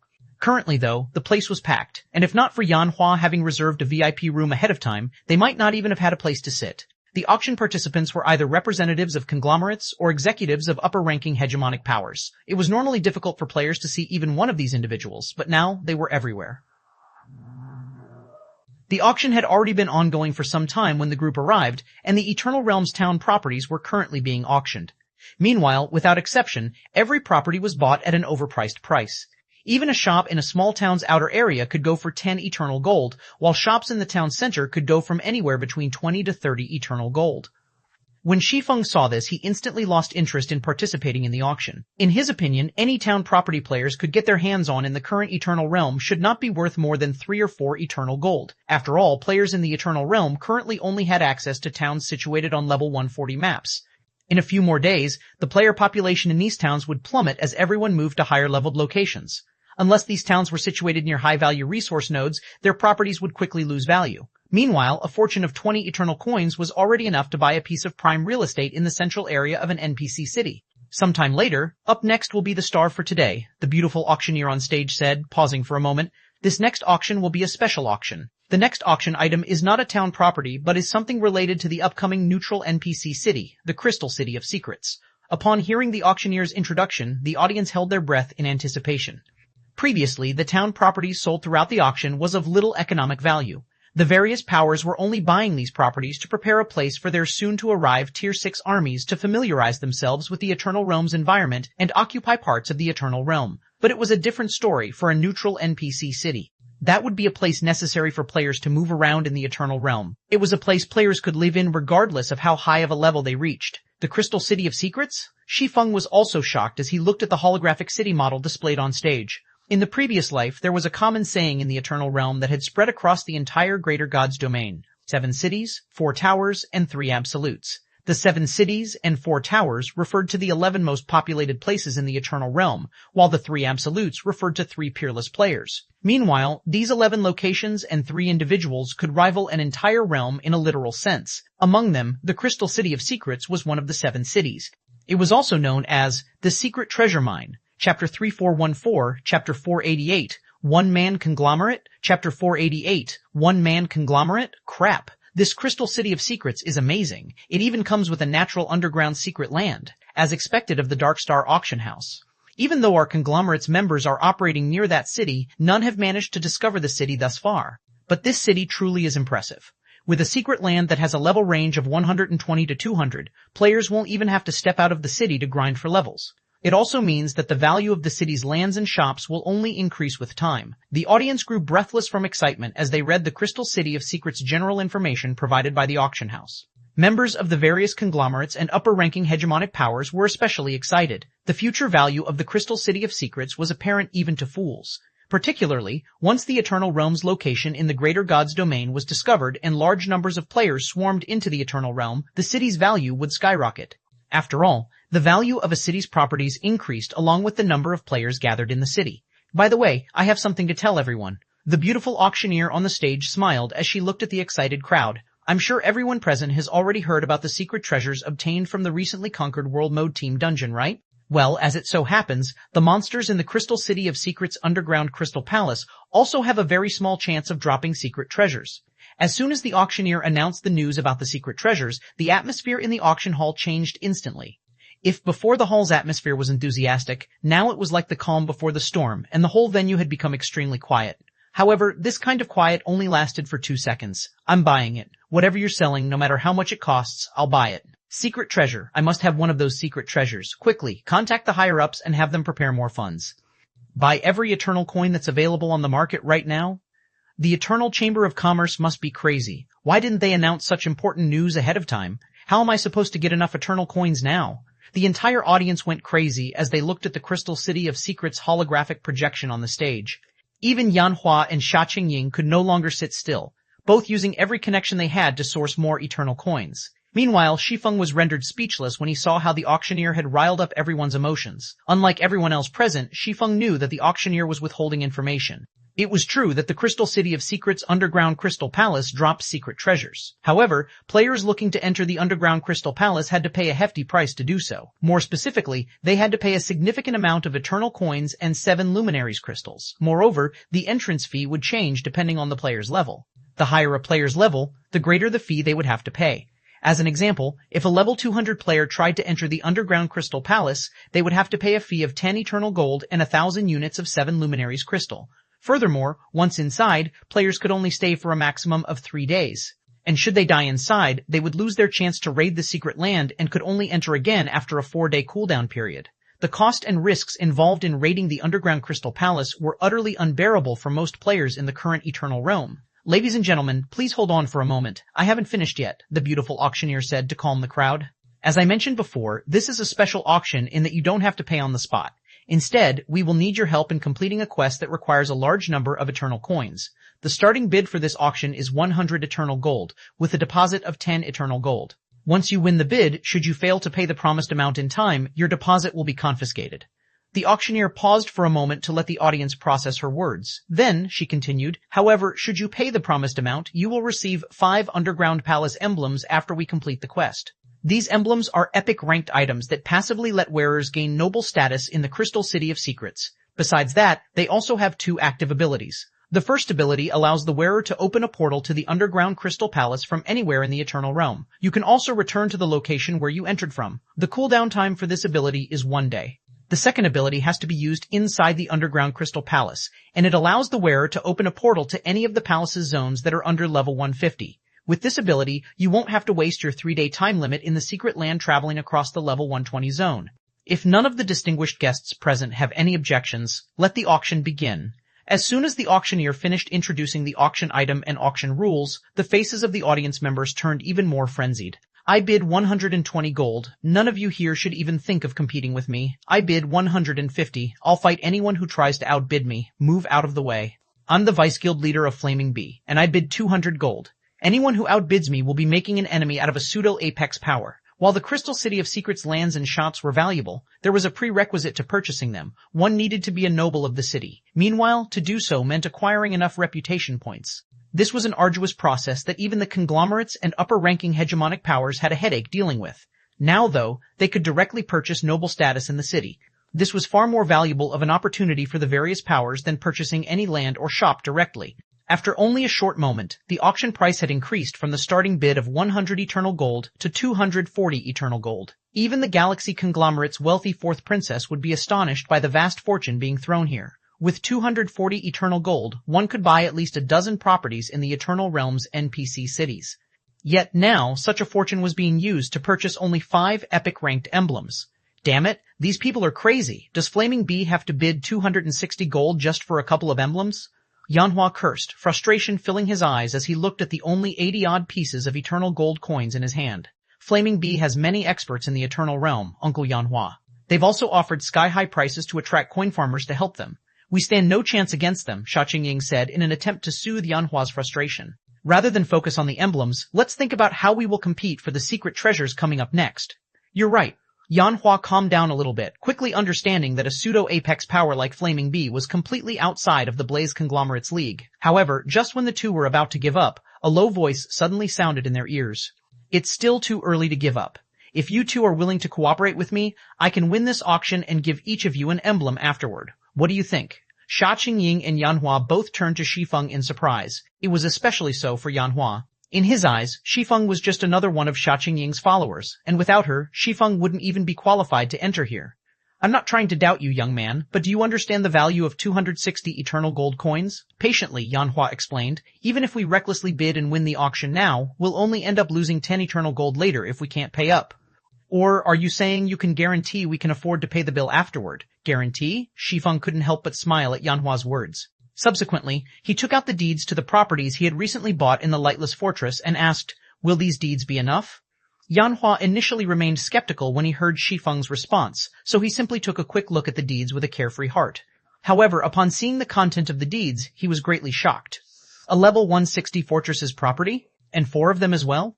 Chapter 3415, Chapter 489, Initial Partnership, Chapter 489, Initial Partnership Properties of a Level 160 Fortress? Upon reading the deeds Shi Feng shared, Yanhua wasn't the only one to react in surprise. Xia Qingying, who was familiar with Shi Feng's situation, was similarly stunned. Currently, all of the Greater Gods Domain's major powers were seeking a way to establish themselves in the Eternal Realm. However, thus far, even upper-ranking hegemonic powers have only managed to secure a small number of properties in the Eternal Realm. Moreover, every one of these properties belonged to level 140 towns. In terms of value, these town properties were vastly inferior to a fortress's properties. This was because while towns could act as rest and transfer points for merchant caravans, they did not come equipped with an airport.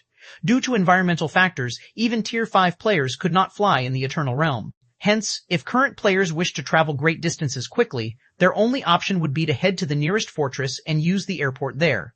This, in turn, made fortress properties incredibly valuable. The fact that fortresses existed in small numbers and earning reputation points in these fortresses was incredibly challenging and only made their properties even more valuable. Currently, even the most inconspicuous property in a level 140 fortress could sell for roughly 4 or 5 prime real estates of a level 140 town.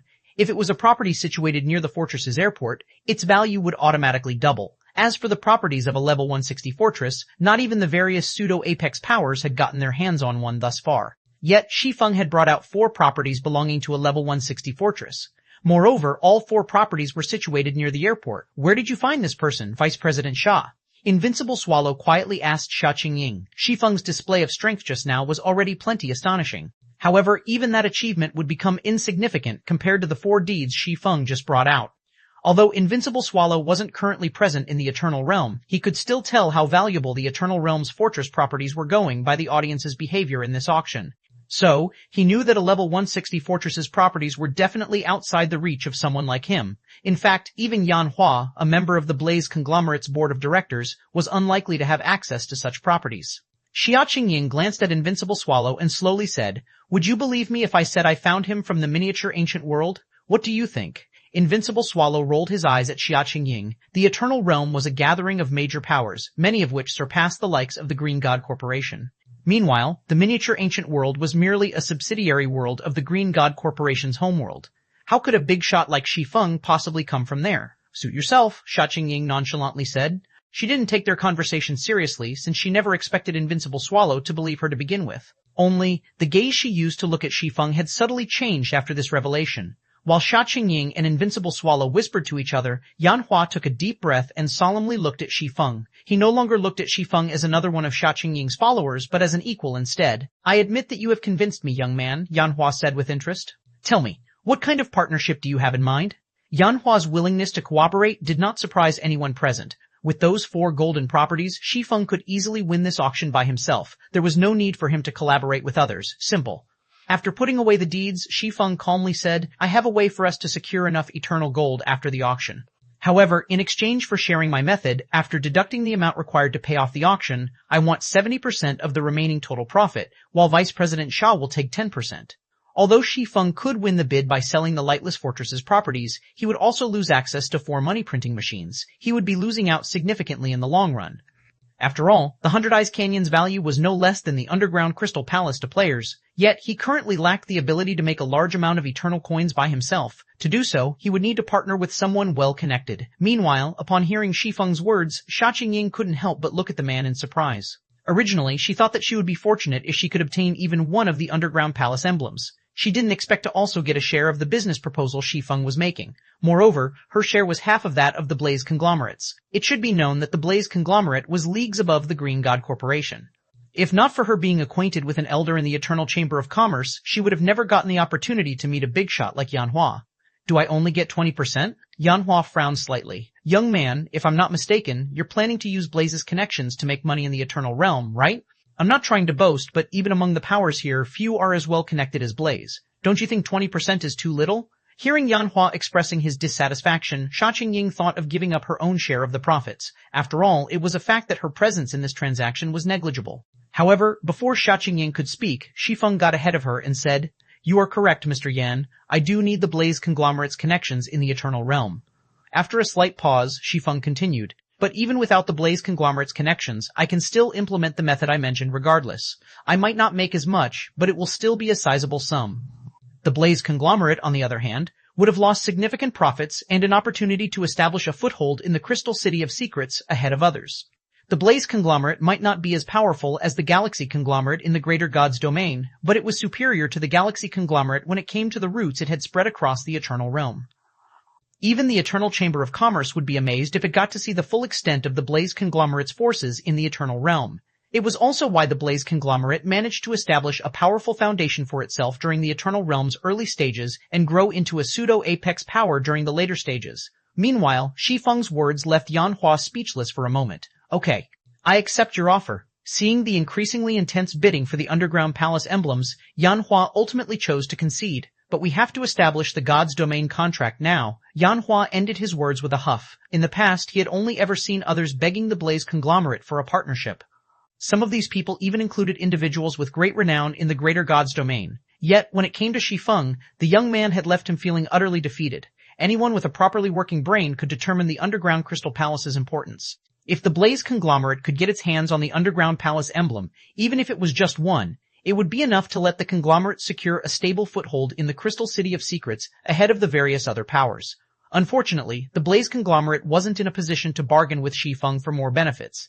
After all, while Shi Feng had the option of partnering with other powers to win the Underground Palace emblems, the Blaze Conglomerates only had Shi Feng as an option for a partner in this endeavor. Naturally, Shi Feng faintly smiled. In reality, had Yanhua insisted on asking for more shares, Shi Feng was already prepared to give the Blaze Conglomerate an additional 10%. After all, the Blaze Conglomerate's connections in the Eternal Realm were vastly superior to the average conglomerate. If he wanted to get in touch with a power of similar caliber, it would take him a lot of time to do so. In no time, Shi Feng, Yanhua, and Sha Qingying signed a three-way God's Domain contract. According to the contract stipulations, any party that violated the contract's terms would not only lose all their personal possessions in God's Domain to the other contract parties, but they would also permanently lose access to God's Domain. It was an extremely harsh penalty. "Just you wait, you little brat." After signing the contract, Yanhua secretly smiled. "Let's see how you'll beg me for help once you get to the Crystal City of Secrets. At that time, I'll teach you how to respect your elders." As the Crystal City of Secrets was one of the few NPC cities currently discovered in the Eternal Realm, many powers sought to establish a foothold in it. After learning of the city's whereabouts, Yanhua already knew there would be at least 3 pseudo-apex powers moving into the city. With these 3 titans based in the city, even upper-ranking hegemonic powers would have difficulty surviving there, let alone individual players. While Shi Feng was finalizing his partnership details with Yanhua and Sha Qingying, the bidding in the auction venue continued, and the price kept on climbing to new highs. "I bid 290 gold. I bid 300 gold. When the Vice Guild leader of Flaming Bee shouted his bid of 300 eternal gold with bloodshot eyes, the whole auction venue fell silent as this price had already exceeded the budget of most of the powers present. Only a few powers were still busily contacting other powers, hoping to join forces for one last bid. After waiting a moment and seeing no new bids being made, the beautiful auctioneer raised the gavel in her hand, intending to start the first of the last 3 calls. However, before her gavel could hit the bell in front of her, a low and plain voice suddenly came from one of the VIP rooms in the venue. 500 gold. Chapter 3416, Chapter 490, City Maps Unlocked, Chapter 490, City Maps Unlocked. The plain voice coming from the VIP room elicited a gasp from everyone in the auction hall. 500! Is this person crazy? That's already enough money to buy 1 or 2 legendary weapons. Could it be an Apex Power successor? Everyone in the audience looked up at the VIP room on the 2nd floor, each guessing who could be inside and possess such terrifying wealth. The Darkstar Auction House's VIP rooms had a privacy function preventing others from seeing the situation inside. So long as a VIP room's guest did not choose to let others see the state of their room, they would be shielded from the prying eyes of others. This was one of the safety measures taken by the Eternal Chamber of Commerce to protect its guests. Damn it, which Apex power is standing in my way? The Vice Guild leader of Flaming Bee's face turned red with anger and frustration as he looked at the room where the latest bid came from. Flaming Bee might be a pseudo-Apex power, but the price of 500 Eternal Gold coins was already way beyond its budget.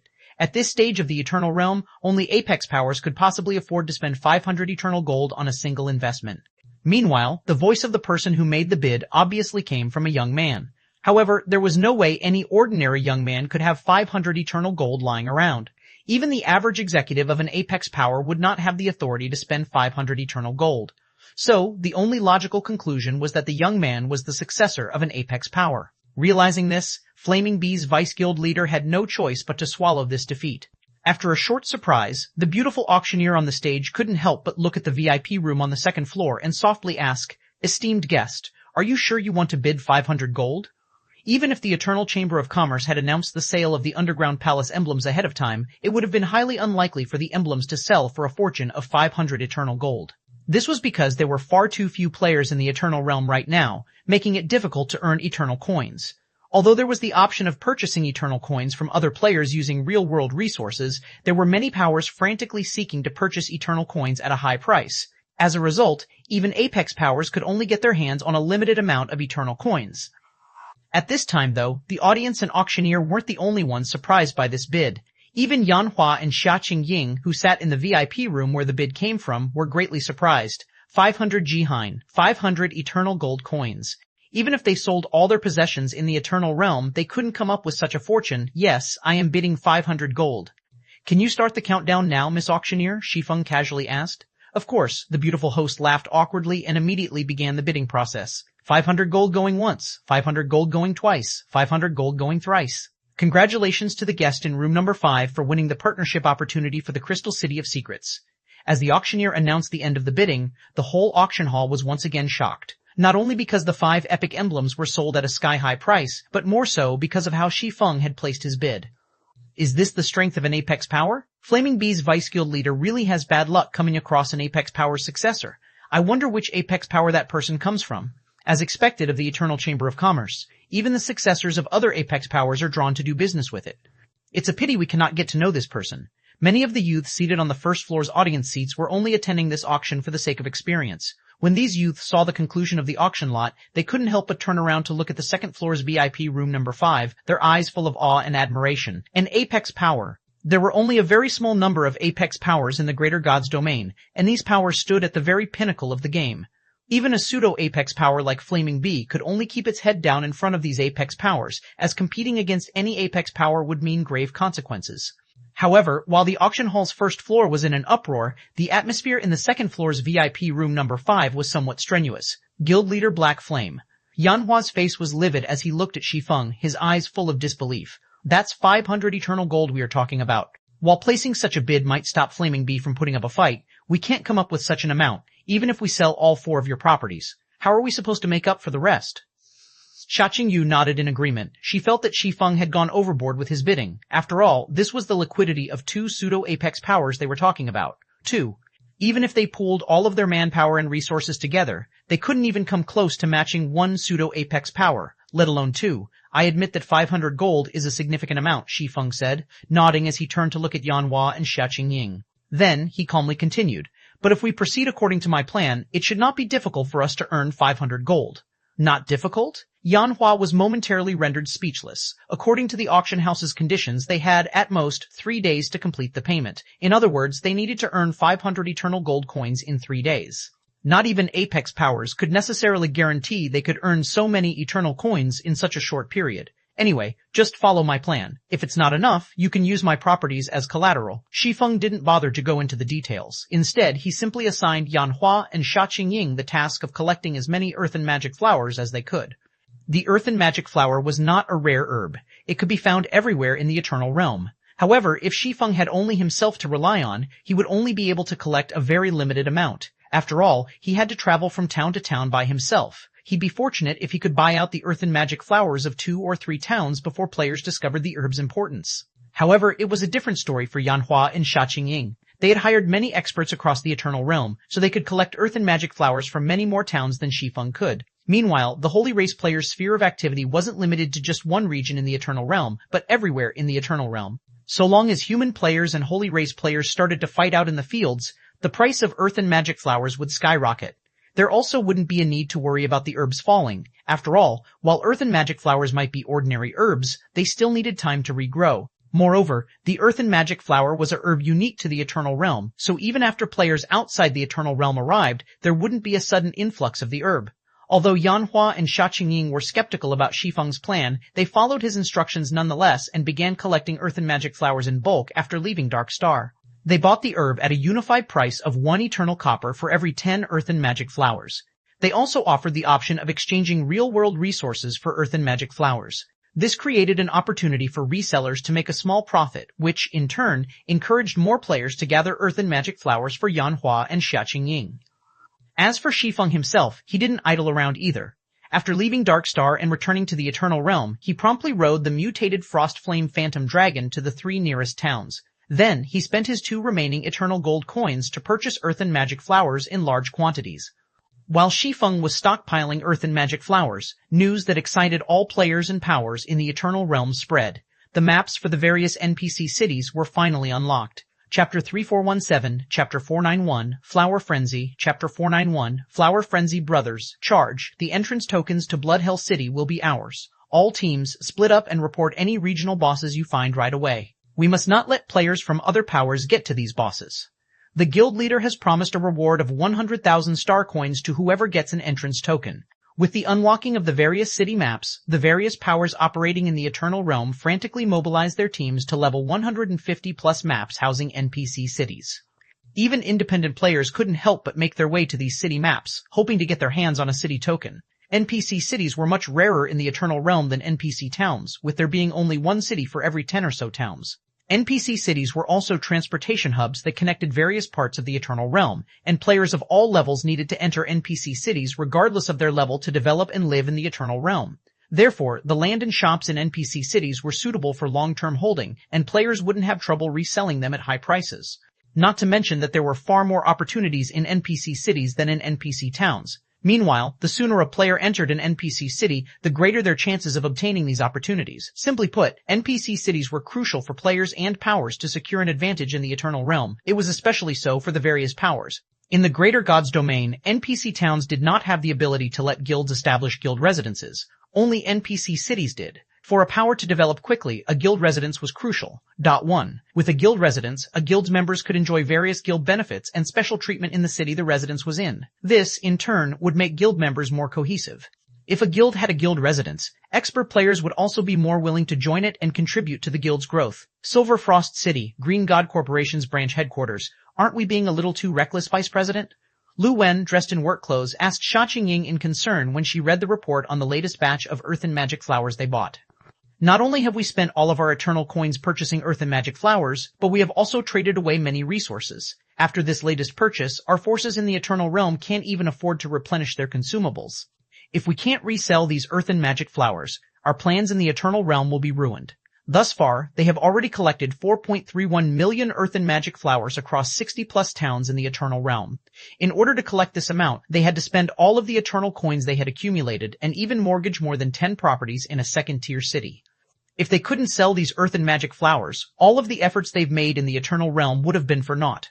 After all, Earthen Magic Flowers were common in the Eternal Realm, and it was normally difficult to even sell them in small quantities, let alone a whopping 4.31 million. We don't have a choice. 500 eternal gold is no small amount. If we don't have enough Earthen Magic Flowers, it could become a big problem later, Sha Qingying said. However, even she couldn't help but be dubious of Shi Feng's plan. After all, even though the various city maps were now unlocked and the various powers and independent players were madly scrambling for entrance tokens, it remained to be seen that demand for Earthen Magic Flowers would increase. At the same time, Yanhua was also under great pressure. Yanhua had similarly amassed a massive stockpile of Earthen Magic Flowers. More specifically, he had collected a total of 31.6 million Earthen Magic Flowers. He had basically utilized all of his connections and authority in the Blaze conglomerate to collect this common herb from all over the Eternal Realm. Currently, because of his massive acquisition, the prices of Earthen Magic Flowers have indeed increased. Initially, it was 1 eternal copper for 20 Earthen Magic Flowers. Now, it was 1 eternal copper for 12 Earthen Magic Flowers. However, even then, he would still make a humongous loss if he sold his Earthen Magic Flowers at such a price. Eternal Realm, Bloodhell Mountain Range, amidst the vast mountains covered in a faint blood-red mist, a team of several dozen players was resting beside the corpse of a level 152 legendary boss. These players were all Tier 5 players, and their levels were all above 144. Many of these players were also 5th floor experts, and they were led by Moro, the 7th Vice Guild leader of the Red Dragon Nation. In addition to the legendary boss's corpse, there were also hundreds of player corpses in the area. Among these player corpses, some belonged to human players, while the rest belonged to Holy Race players. Lord Moro, our scouts have found another batch of Holy Race teams rushing towards us. We must leave here quickly, the Wind Saint Desert Web said as he approached Moro, who was in the middle of looting the boss. Damn those lunatics, how many of them are there?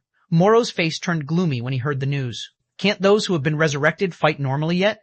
Competition in the city maps was far more intense than Moro expected. Not only did he have to compete against other powers, but he also had to face the troublesome Holy Race players. To make matters worse, anyone killed by a Holy Race player would be put in an unstable mana state after getting resurrected, making them unsuitable for combat. In less than half a day, nearly half of the several thousand players he mobilized into the Bloodhell mountain range had been put out of commission. This situation would greatly impact his ability to compete for Bloodhell City's entrance tokens. Not yet. Whether it is those resurrected using resurrection spells or those resurrected at the nearest town, nobody can get rid of the unstable mana status, Desert Web said, shaking his head.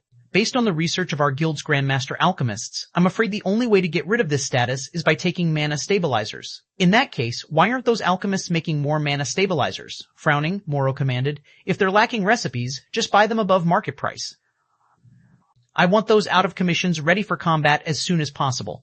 In response to Moro's command, Desert Web revealed an awkward expression as he said, the Alchemy Association sells the recipe for mana stabilizers, so we have no trouble getting it. But the main ingredient, earth and magic flowers, is now out of stock in the market. Out of stock? Moro was surprised. Isn't the earth and magic flower a basic herb? How can it be out of stock? When those alchemists realized that mana stabilizers were our only solution, they promptly tried to buy more earth and magic flowers. You can say that we bought out every earth and magic flower that was within our reach, but for some reason, the flowers are in short supply right now, and we only managed to purchase a couple hundred. We can only make a little over 100 bottles with that amount, Desert Web explained. It might not sound like a lot, but we can already be considered lucky. I heard other powers are willing to pay 1 eternal copper coin for 1 earth and magic flower, yet they didn't manage to buy even 10 earth and magic flowers. Damn it, someone is definitely hoarding the flowers. Moro frowned. But I won't let these people rip us off so easily. Since we can't get any from Scotttown, we'll buy them in other towns. I refuse to believe we won't be able to find any. Then, I'll have some people go to other towns immediately. Desert Web nodded. At the same time as Moro acted, the various powers operating in the Bloodhell mountain range similarly started trying to buy earth and magic flowers from other towns. However, the result they all got was surprisingly consistent. Out of stock. Chapter 3418, Chapter 492, Terrifying Wealth. Chapter 492, Terrifying Wealth, Silverfrost City, Green God Corporation's branch headquarters, Vice Guild Leader, the guild leader of Three-Tailed Eagle suddenly contacted us, saying he wants to buy some earth and magic flowers from us. He's willing to buy them at 1 eternal copper per flower. He is even willing to negotiate if you aren't satisfied with the price, Lu Wen excitedly reported to Xia Qingying as she entered the office. The Three-Tailed Eagle was an upper-ranking hegemonic power in the Starlight Realm. It was also one of the several dominant powers in the Silverfrost City. Normally, it would be impossible for them to even see the Vice Guild leaders of the Three-Tailed Eagle. Yet now, Three-Tailed Eagle's guild leader was personally contacting them. It seems he has quite the sensitive ears. I guess we can sell him some as a favor, Xia Qingying said, smiling, but we can't sell him too many. Tell him that we can only sell him 10,000 flowers and that we use for the rest. Understood, Lu Wen nodded. After Lu Wen left the office, Xia Qingying carefully reviewed the communication records from Darkstar. Among them were Vice Guild leaders and guild leaders of upper-ranking hegemonic powers and executives of conglomerates. All these people contacted her, hoping to purchase earth and magic flowers. Meanwhile, every one of them offered to purchase the flowers for more than 1 eternal copper per flower. No wonder he didn't look worried. He can easily make over 1,000 eternal gold from this endeavor, let alone 500. Xia Qingying couldn't help but be amazed and impressed by Shi Feng's capabilities as she looked at the list of communication records before her. Personally, Xia Qingying considered having several dozen eternal gold coins as already being wealthy beyond measure. After all, this was roughly how much an upper-ranking hegemonic power operating in the Eternal Realm currently possessed. Yet now, Shi Feng had so easily earned over 1,000 eternal gold. Even she, who would only receive a 10% cut of the profits, could still earn over 100 eternal gold. This fortune was already enough to rival the wealth of pseudo-apex powers. Meanwhile, in a certain VIP lounge in the Darkstar auction house, Old Yan, you are too much. We've been friends for so many years. Yet, now that you've struck a gold mine, you don't even want to sell me 1,000,000 earth and magic flowers? It's not like I'm refusing to pay you. An imposing man who looked to be in his 40s and wearing the Eternal Chamber of Commerce's Vice Guild Leader emblem said indignantly as he looked at Yanhua. Shoo, 1,000,000 earth and magic flowers? You might as well rob me. Not even my precious daughter has asked me for so many, Yanhua said as he gave the imposing man a look of disdain. 5,000,000. That's the most I can sell you. Also, it's going to cost you 600 gold. No negotiations. Deal. 5,000,000 it is, you sneaky old bastard. What kind of luck do you have to have collected so many earth and magic flowers? I bet you're going to make a fortune this time, the imposing man said. Then he begrudgingly transferred 200 eternal gold to Yanhua and continued, this is a deposit. I'll pay the remaining 400 gold within 3 days. A fortune? Yanhua didn't know whether to laugh or cry when he heard the imposing man's comment. Indeed, Yanhua had made a profit, but it was only a paltry amount compared to Shi Feng's share. At this time, Yanhua deeply regretted not asking for 10 or 20% more previously. It should be known that he had collected over 30 million earth and magic flowers. Going by current market conditions, he could easily earn 3,500 eternal gold from reselling them. After factoring in the flowers Xiaqingying collected and deducting the cost of the flowers and the 500 eternal gold they needed to pay for the auction, 10% of the profits could easily amount to 300 eternal gold or more. That was already comparable to the liquidity of an entire pseudo-apex power. Why, as time passed, and the intensity of battles between human players and holy race players in the various city maps continued to increase, the price of earth and magic flowers reached 3 eternal copper per 2 flowers on the second day of the city map's activation. Even Shi Feng was surprised by the soaring demand for earth and magic flowers. He only had his stall open in Pharaoh's Town for less than half an hour, yet he had already sold more than 200,000 earth and magic flowers, receiving 36 shiny eternal gold coins. But even more astonishing were the profits made by Yanhua and Xiaqingying. In just one day, they had already raised 500 eternal gold, completed the auction transaction, and received the 5 underground palace emblems. Personally, Shi Feng had earned more than 800 eternal gold through a Dark Star transaction, and with the eternal gold coins earned from selling earth and magic flowers, he now had a mind-blowing wealth of 903 eternal gold. No wonder those alchemists in the past managed to secure so many properties. With some even having as many properties as hegemonic powers, Shi Feng fell into a daze as he looked at the eternal coins in his bag. A fortune of 903 eternal gold was something even Apex powers could not take out in the current stage of the Eternal Realm. He could buy an entire street in an NPC city with such wealth. Even if it was a large NPC city like the Crystal City of Secrets, he could afford to purchase 20 to 30 properties with this amount of money. If handled correctly, the income these properties generated could make even upper-ranking hegemonic powers feel envy. But Shi Feng soon shook his head and gave up these temptations. I initially thought I wouldn't have a chance, but now I can probably give it a try, Shi Feng thought, excitement coloring his eyes. Certainly, the various NPC cities' shops and lands were of great value. It was especially so for the shops and lands of the Crystal City of Secrets, one of the Eternal Realm's future 7 great cities. But owning a mere 20 or 30 shops in the Crystal City of Secrets was far from enough if one wanted to develop a power in the Eternal Realm. While the various upper-ranking hegemonic powers and conglomerates might not be as wealthy as he was right now in the Eternal Realm, it should be known that their forces were scattered across the Eternal Realm's various regions and developing in unison. Their progress in the beginning might be slow, but as time passed, their development rate would only become faster and faster. At one point, simply the influence and trade channels they had in the various towns and cities would be enough to bring them tremendous wealth to surpass the income those 20 or 30 shops in the Crystal City of Secrets could generate. Not to mention, Shi Feng could only make a fortune because he had taken advantage of the Holy Race's invasion. After this, there would no longer be any more opportunities to make such a fortune. If he wanted to continue to make a lot of money, he would have to follow in the footsteps of those powers in the previous life and pay a fortune to buy an NPC city's transportation firm. Chapter 3419, Chapter 493, Golden Party? Chapter 493, Golden Party? If I buy the Crystal City's transportation firm, I wonder if the brilliant sky temple of my past life will go crazy. Shi Feng was filled with complicated feelings as he looked at the underground palace emblem in his hand. The Eternal Realm was a unique existence in the Greater God's domain. Unlike other realms that were already well developed, the entire Eternal Realm was still in its infancy. There existed no kingdoms or empires in the Eternal Realm, only NPC cities. As a result, the functional buildings of each NPC city, such as auction houses, airports, and transportation firms, could all be bought by players.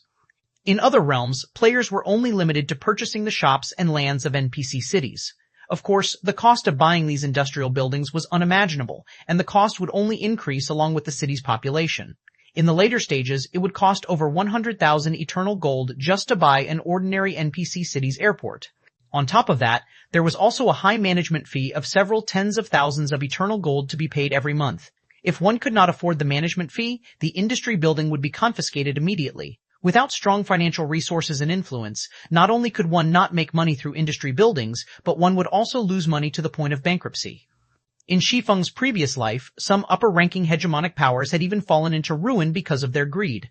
As for the Brilliant Sky Temple, it was originally only a top-ranking hegemonic power that was close to becoming a pseudo-apex power in Shi Feng's previous life.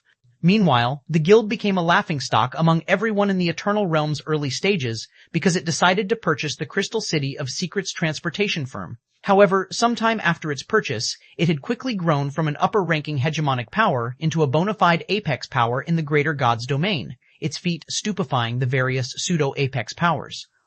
Transportation firms were not profitable in the Eternal Realm's early and mid stages, and this was because of the Holy Race's presence. The constant harassment of the Holy Race players became a strong deterrent for players to become merchants. After all, even if a merchant caravan could successfully fight off the Holy Race players they came across, most of the caravan would be destroyed by the end of the fight. Not only would merchants not earn a single coin, but they might even lose money because of their destroyed goods. Therefore, there were no players willing to take on such tasks. Since owners of transportation firms made their money from intermediary fees, they would have no income if no player was willing to operate as a merchant. On the contrary, they would even have to pay a frightening management fee every month. This was also why the various powers laughed at the Brilliant Sky Temple for purchasing the Crystal City of Secrets transportation firm. Because the Brilliant Sky Temple had purchased the Eternal Realms mid-stage, the guild had ended up paying an upfront cost of over 5,000 eternal gold. Yet, just when everyone thought the Brilliant Sky Temple would come to regret its decision, the Brilliant Sky Temple suddenly used an item called the Heroic Mark to upgrade Crystal City's basic transportation firm to an advanced transportation firm. Then, as a result, many NPC nobles and even great nobles began to issue commissions via the firm. In no time at all, this Crystal City of Secrets transportation firm became a hot commodity for all players and powers. Most basic transportation firms only offered commissions made by ordinary NPCs, and only rarely would NPC nobles make a commission. Meanwhile, only when a commission came from an NPC noble could players obtain city reputation by completing it. Reputation was the basis for taking over NPC cities. However, daily quests that rewarded city reputation were relatively rare, and noble commissions were even rarer. However, so long as players managed to complete a noble commission, they could earn a large amount of city reputation and a chance of obtaining a secret treasure as a reward.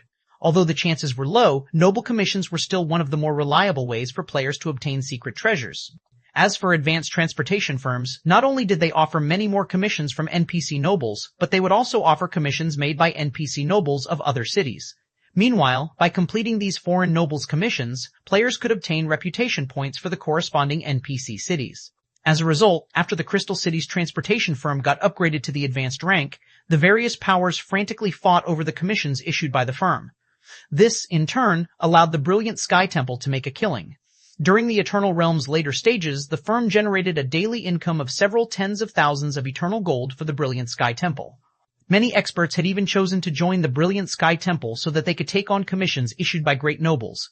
As for the Heroic Mark, it was one of the drops from the Underground Secret Palace's Level 155 Floormaster. It was a guaranteed drop on the Floormaster's first kill, and the Brilliant Sky Temple just so happened to have secured it. Because of it, the guild decisively raised funds to purchase the Crystal City's transportation firm. Currently, access to the various city maps had only become available recently, so not many players have entered the Crystal City of Secrets yet. Because of this, the city's transportation firm should be very cheap. At most, it would cost 1 or 2,000 eternal gold. With his current wealth, he shouldn't have any trouble purchasing it.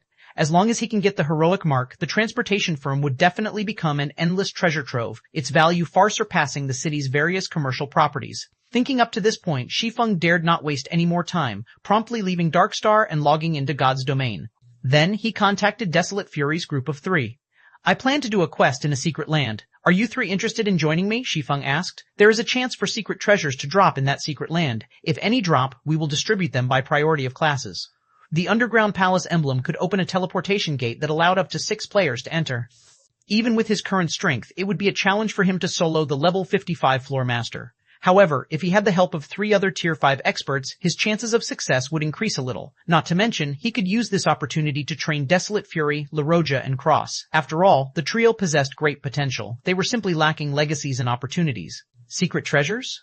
Desolate Fury's eyes lit up when he heard this. That's great. The three of us have finally learned flowing space recently, and we've been itching to try it out. Wait for us, Brother Black Flame. We'll head over there now. All three of you have learned flowing space? Desolate Fury's words stunned Shi Feng. Flowing space was a gold combat technique developed by the goddess of space. Even if one managed to grasp only the technique's first step, stepping space, one would still be considered a bona fide golden master and an apex existence among players of the same tier. All three of us have learned it. Desolate Fury nodded. Then, in a slightly embarrassed tone, he continued. LaRosia and Cross managed to grasp the technique's essence less than half a day after using the legacy crystal. If it weren't for them practicing beside me continuously, I'm afraid I wouldn't have been able to grasp it. That's still very impressive. After all, that's a gold combat technique we are talking about. It's not something you can just learn on a whim, Shi Feng said, feeling delighted. Although he had long known that the trio had great potential, he did not expect their talent and potential to be so high. With this, their party would have 4 golden masters. Not even Apex powers could afford to casually assemble such a party. Had such a party appeared during the encirclement in the Corrosion Mountain Range, the various powers present at the time would have been scared to death. Yet, just when everyone thought the Brilliant Sky Temple would come to regret its decision, the Brilliant Sky Temple suddenly used an item called the Heroic Mark to upgrade Crystal City's basic transportation firm to an advanced transportation firm. Then, as a result, many NPC nobles and even great nobles began to issue commissions via the firm. In no time at all, this Crystal City of Secrets transportation firm became a hot commodity for all players and powers. It can be hard to make great work when it's stolen from tinurl.com's 37K7U89T. Most basic transportation firms only offered commissions made by ordinary NPCs, and only rarely would NPC nobles make a commission. Meanwhile, only when a commission came from an NPC noble could players obtain city reputation by completing it. Reputation was the basis for taking over NPC cities. However, daily quests that rewarded city reputation were relatively rare, and noble commissions were even rarer. However, so long as players managed to complete a noble commission, they could earn a large amount of city reputation and a chance of obtaining a secret treasure as a reward. Although the chances were low, noble commissions were still one of the more reliable ways for players to obtain secret treasures.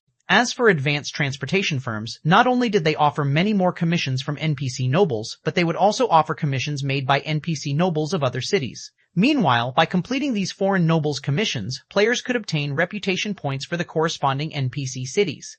As a result, after the Crystal City's transportation firm got upgraded to the advanced rank, the various powers frantically fought over the commissions issued by the firm. This, in turn, allowed the Brilliant Sky Temple to make a killing. During the Eternal Realm's later stages, the firm generated a daily income of several tens of thousands of eternal gold for the Brilliant Sky Temple. Many experts had even chosen to join the Brilliant Sky Temple so that they could take on commissions issued by great nobles.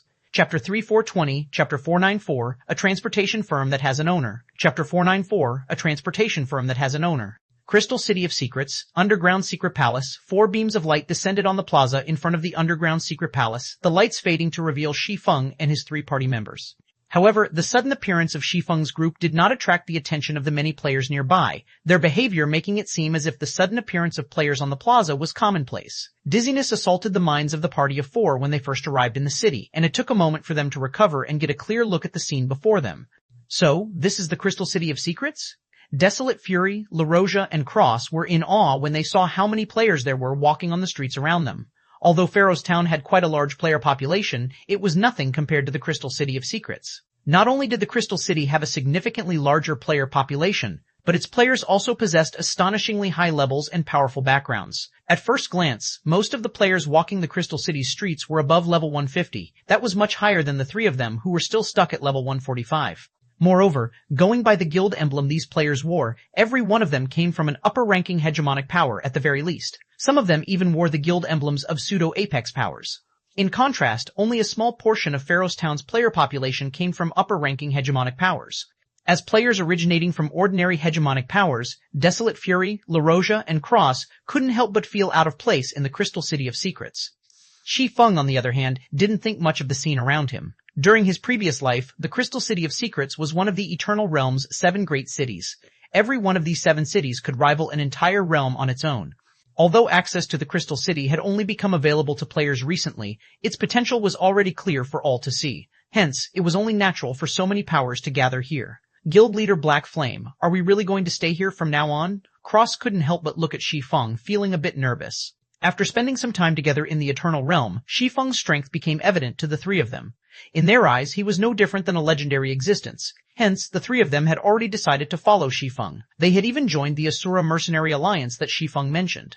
However, even though the three of them had successfully learned a gold combat technique, as individuals originating from hegemonic powers, they knew that upper-ranking hegemonic powers were not opponents to be trifled with. After all, a player's strength wasn't determined solely by their combat standards and combat techniques. There were also other factors, such as weapons, equipment, skills, spells, etc.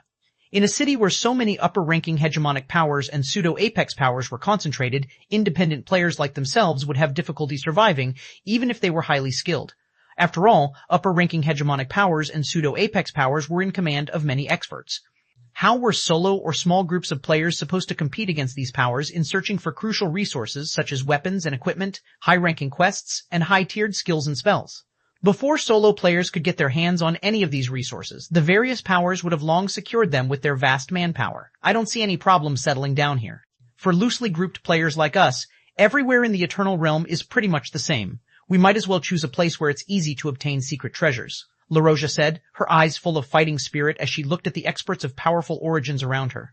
Back in the Starlight Realm, although they were considered peerless paragons of kingdoms and empires, they never had any opportunities to compete with the experts of the various upper-ranking hegemonic powers and pseudo-apex powers. Now, though, not only would they get such an opportunity, but they could also compete with these experts on the same starting line. This had been LaRoja's wish for many years. You're right, Cross nodded, his heart similarly brimming with fighting spirit. Now that we've learned a gold combat technique, I refuse to believe we can't make a name for ourselves here. Don't worry too much. Shi Feng looked at the trio and smiled. Since I plan to develop in this city, I naturally have some confidence. After saying so, Shi Feng led the trio to the Crystal City's City Hall. Crystal City of Secrets, City Hall. Logically, as the Eternal Realm's various city maps had just been unlocked, there shouldn't be many powers capable of affording the various NPC city shops and lands. However, the Crystal City of Secrets City Hall was unexpectedly crowded with players, and these players were frantically fighting over the city's lands and shops. I'm buying plot number 96. I'll take this small shop worth 42 gold. Damn it, who bought the plot I had my eye on? There were more than 10 counters on the City Hall's first floor, and there was a long line in front of every counter. The sight was so grand that even Shi Feng couldn't help but be a little surprised. Guild leader Black Flame, are you planning to buy a shop or a plot of land? Desolate Fury asked as he turned to look at Shi Feng in surprise. Just by listening to the conversations in the first floor hall, Desolate Fury could already tell that the Crystal City's properties were incredibly expensive to purchase. Even a random property located in the city's outskirts was being sold for several dozen eternal gold, while properties located in the city center were sold for over 100 eternal gold. Even ordinary hegemonic powers wouldn't have the money to afford the Crystal City's properties, so Desolate Fury found it hard to imagine that Shi Feng, by himself, could have so much money. No. Shaking his head, Shi Feng said, I'm here to buy the transportation firm. The transportation firm? Desolate Fury was stunned for a moment. Even LaRoja and Cross couldn't help but think they had misheard Shi Feng. Could transportation firms be bought? However, Shi Feng did not bother clarifying the trio's confusion. Instead, he made his way to the third floor. The city hall had 3 floors. The first floor was prepared for ordinary customers interested in purchasing the city's shops and lands. The second floor was prepared for VIP customers, and one could purchase valuable shops and lands not available to ordinary customers. As for the third floor, it was a place where few players would set foot on. This was because the third floor specialized in selling the city's various industrial buildings. Greetings, dear customer. How may I be of service to you today? When Shi Feng arrived on the third floor, he was led into a private room where a level 200 tier 5 elf greeted him with a beautiful smile. Then, the female elf continued. We specialize in selling large properties to wealthy customers such as yourself, and we will ensure your satisfaction. After saying so, the elven beauty took out a thin brochure. The lands and shops recorded in the brochure could not be found even on the second floor. It was a list specifically designed for players carrying a large amount of eternal gold. However, Shi Feng didn't even look at the brochure, opting to ask directly, how much for the secret crystal transportation firm? Are you sure you want to buy the secret crystal transportation firm?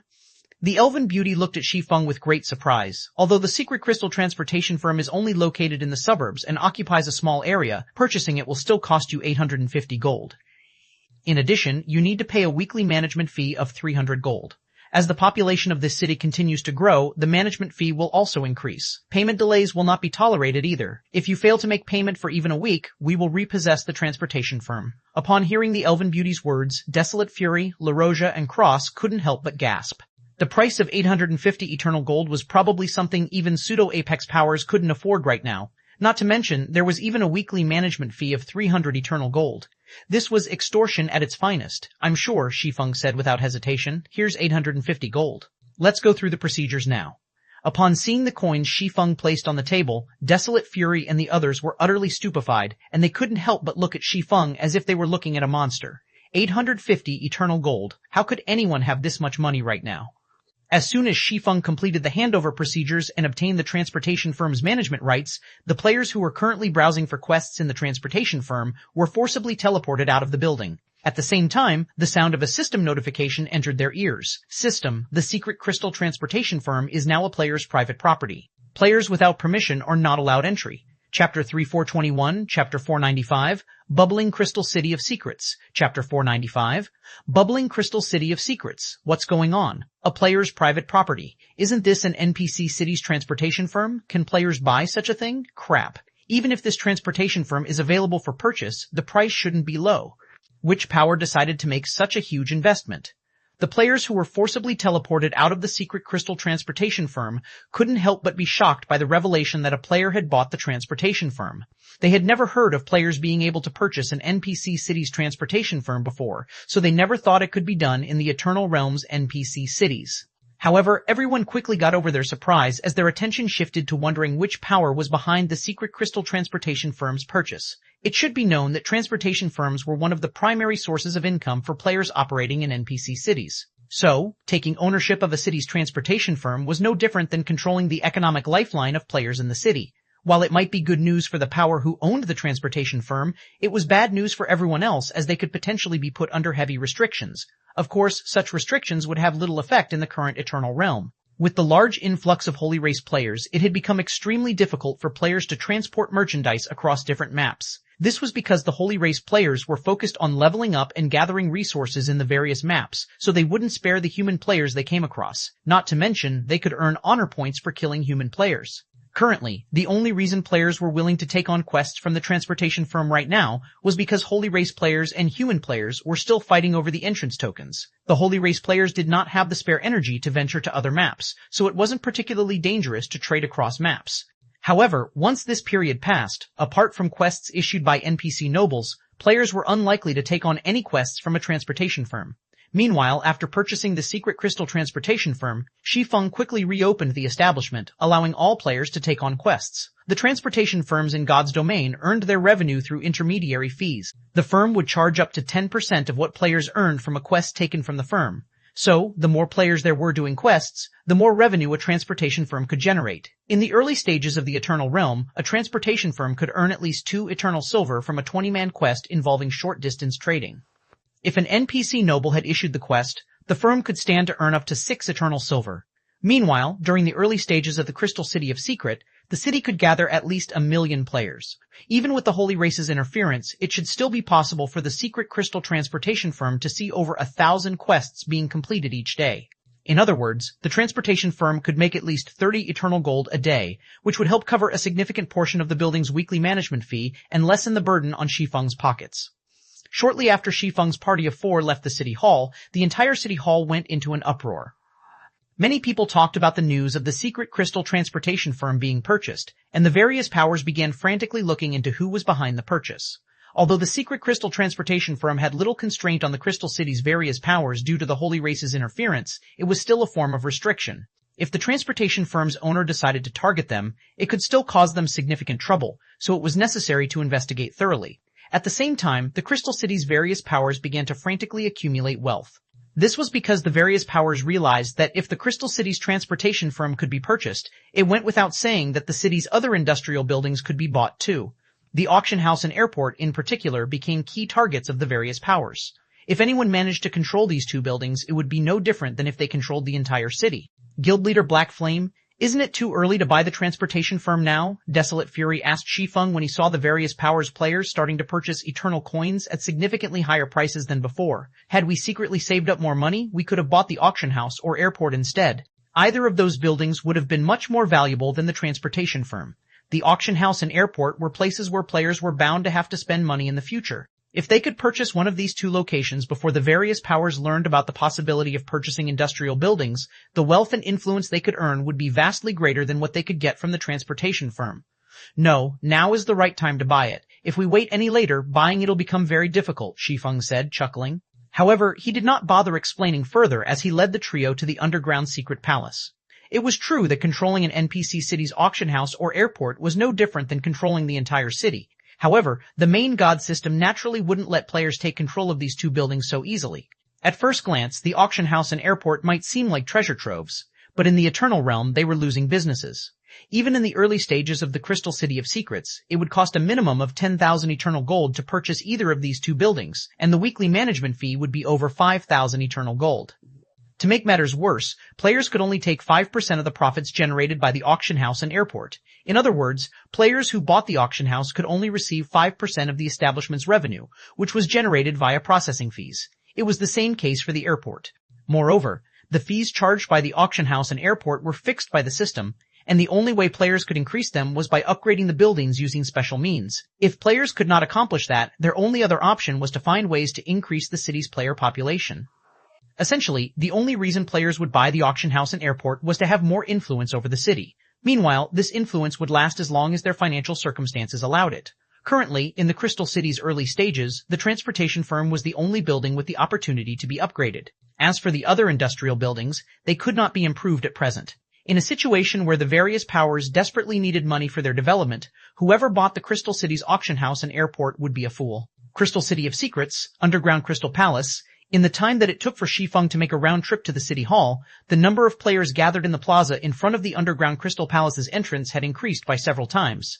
Meanwhile, teams of 20 or more players formed by the various powers could be seen waiting in line to enter the secret land. Party of 6 looking for one more member. We need a level 150, tier 5 cleric or higher with at least 3 fragmented legendary items.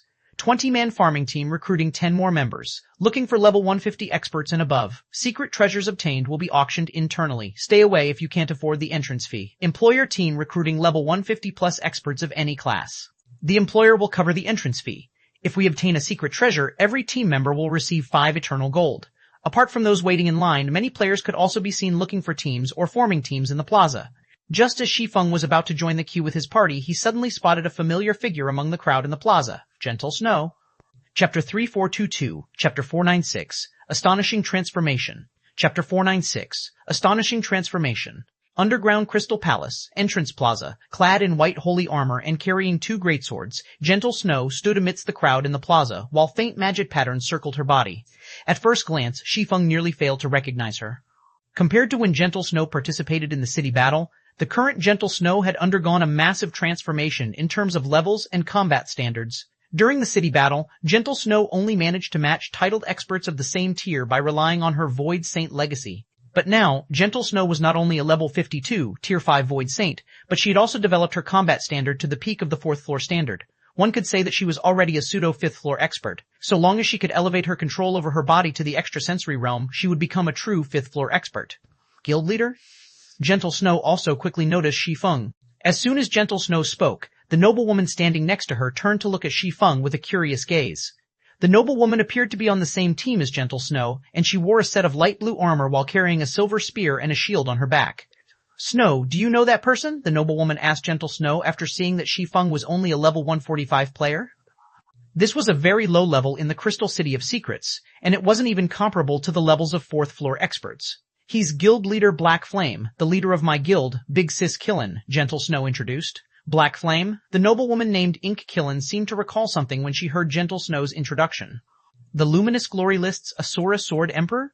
Yes. Gentle Snow nodded. Then, she suggested, Big Sis Keelan, our team is currently short of members. Why don't we form a team together and explore the underground Crystal Palace? Hearing this, Ink Keelan took a glance at Shi Feng and his party and pondered for a moment before saying, they are sufficiently strong, but their levels are a little low. You can invite them, but make sure you let them know that the Scarecrow Fox Adventurer team always allocates loot based on the system's evaluation of individual contributions to the team. If they have no problem with that, we can explore the underground Crystal Palace together. After Ink Keelan finished speaking, a middle-aged male elven cleric on the same team shook his head and said, Snow, do you really want to invite your guild leader? Scarecrow Fox isn't your average adventure team. We are a prominent force throughout the Greater God's domain. Your strength has also improved significantly during the time you have been with us, and your weapons and equipment are leagues better than what you had before. While I don't know how your guild leader got here, as a bottom-ranked Luminous Glory expert with such a low level, he's going to have a hard time keeping up with our pace. Gentle Snow grew a little hesitant when she heard this. Throughout this period, Gentle Snow came across extraordinary opportunities and made significant leaps in strength. She had also replaced all of her weapons and equipment with significantly better ones. Ink Keelan, a vice commander of the Scarecrow Fox Adventurer team, had even given her the Frost Thunder Dual Blades, which were a set of legendary greatswords. Even then, she was just barely able to keep up with Scarecrow Fox's members and achieve somewhat noticeable contributions. If Shi Feng's party couldn't contribute sufficiently to the team, not only would they be wasting their time, but they would also be wasting the expensive entrance fee. Even for level 145 players, it cost 20 Eternal Silver and 50 units of 7 Luminaries Crystal per person to enter the Underground Crystal Palace. As for players between levels 150 and 59, the entrance fee was even higher, costing 50 Eternal Silver and 100 units of 7 Luminaries Crystal per person. Currently, the average titled expert operating in the Crystal City of Secrets would be fortunate to even have 10 Eternal Silver in their possession, while the average 5th floor expert would only have around 20 Eternal Silver. Hence, the Underground Crystal Palace's entrance fee was a considerable expense for most players. As for Gentle Snow, she was only able to have a little over 90 Eternal Silver in her possession, thanks to Scarecrow Fox's team. If not for the team, she would have never been able to afford to enter the Underground Crystal Palace. However, after some hesitation, Gentle Snow still decided to invite Shi Feng's party to the team. Although Scarecrow Fox was only an adventure team with few members operating in the Eternal Realm, it was a force to be reckoned with in the Greater God's domain. In fact, it was strong enough to compete with the various conglomerates. The Paimon conglomerate was closely eyeing Zero Wing, even to this day. Although Zero Wing currently had Star Lake City's protection, it wasn't a long-term solution. However, if Zero Wing could earn Scarecrow Fox's favor, it was possible the Paimon conglomerate would back off a little out of wariness. Meanwhile, after hearing about Gentle Snow's suggestion, Shi Feng readily agreed to it. He had heard about the Scarecrow Fox Adventurer team in his previous life. The Adventurer team's members were incredibly strong, and its 7 commanders were even existences capable of rivaling Tier 6 gods. At its peak, it nearly reached the standard of pseudo-apex powers. If not for the fall of Spear Paradise, Scarecrow Fox's great commander, the Adventurer team might have had a real chance to become a pseudo-apex power. Meanwhile, his goal was to obtain the heroic mark dropped by the level 155 Floormaster. If the loot was distributed based on individual team contributions, it couldn't get any better for him. Subsequently, Shi Feng's party of 4 merged with Scarecrow Fox's team of 12 and joined the line to enter the Underground Crystal Palace. While waiting in line, Shi Feng listened to Gentle Snow talk about her encounters in God's domain after the city battle, and he couldn't help but be amazed. Apparently, after being abruptly required to log into God's domain, Gentle Snow had also found herself appearing in a special location. It was also at that place where she came across the Scarecrow Fox Adventurer team. Meanwhile, when she was in that place, she could not log out of the game, and even the flow of time there was completely different. Even though only several days had passed since the city battle, Gentle Snow stated that she had spent over 2 months in that special location. During this time, she was promoted to Tier 5, and her combat standards also saw massive improvements. Meanwhile, it was only a day ago when she and Scarecrow Fox's team had discovered a teleportation passage that led to the Crystal City of Secrets map. It's only been several days since the city battle. Gentle Snow couldn't help but be in disbelief after hearing Shi Feng's account of recent events. In her experience, she had spent a long time in the God's domain, which was an extremely dangerous thing to do since she had logged into the game from a public location. If not for the system preventing her from logging out for another day, she would have gone offline as soon as she arrived in the Crystal City of Secrets. You don't have to worry about safety for now. Star Lake City has arranged for security and protection. There is also an AI robot replenishing your gaming cabin's nutrient solution, so just wait until the system lets you log out safely, Shi Feng said with a smile. Shi Feng was already used to seeing certain spaces having different time flows.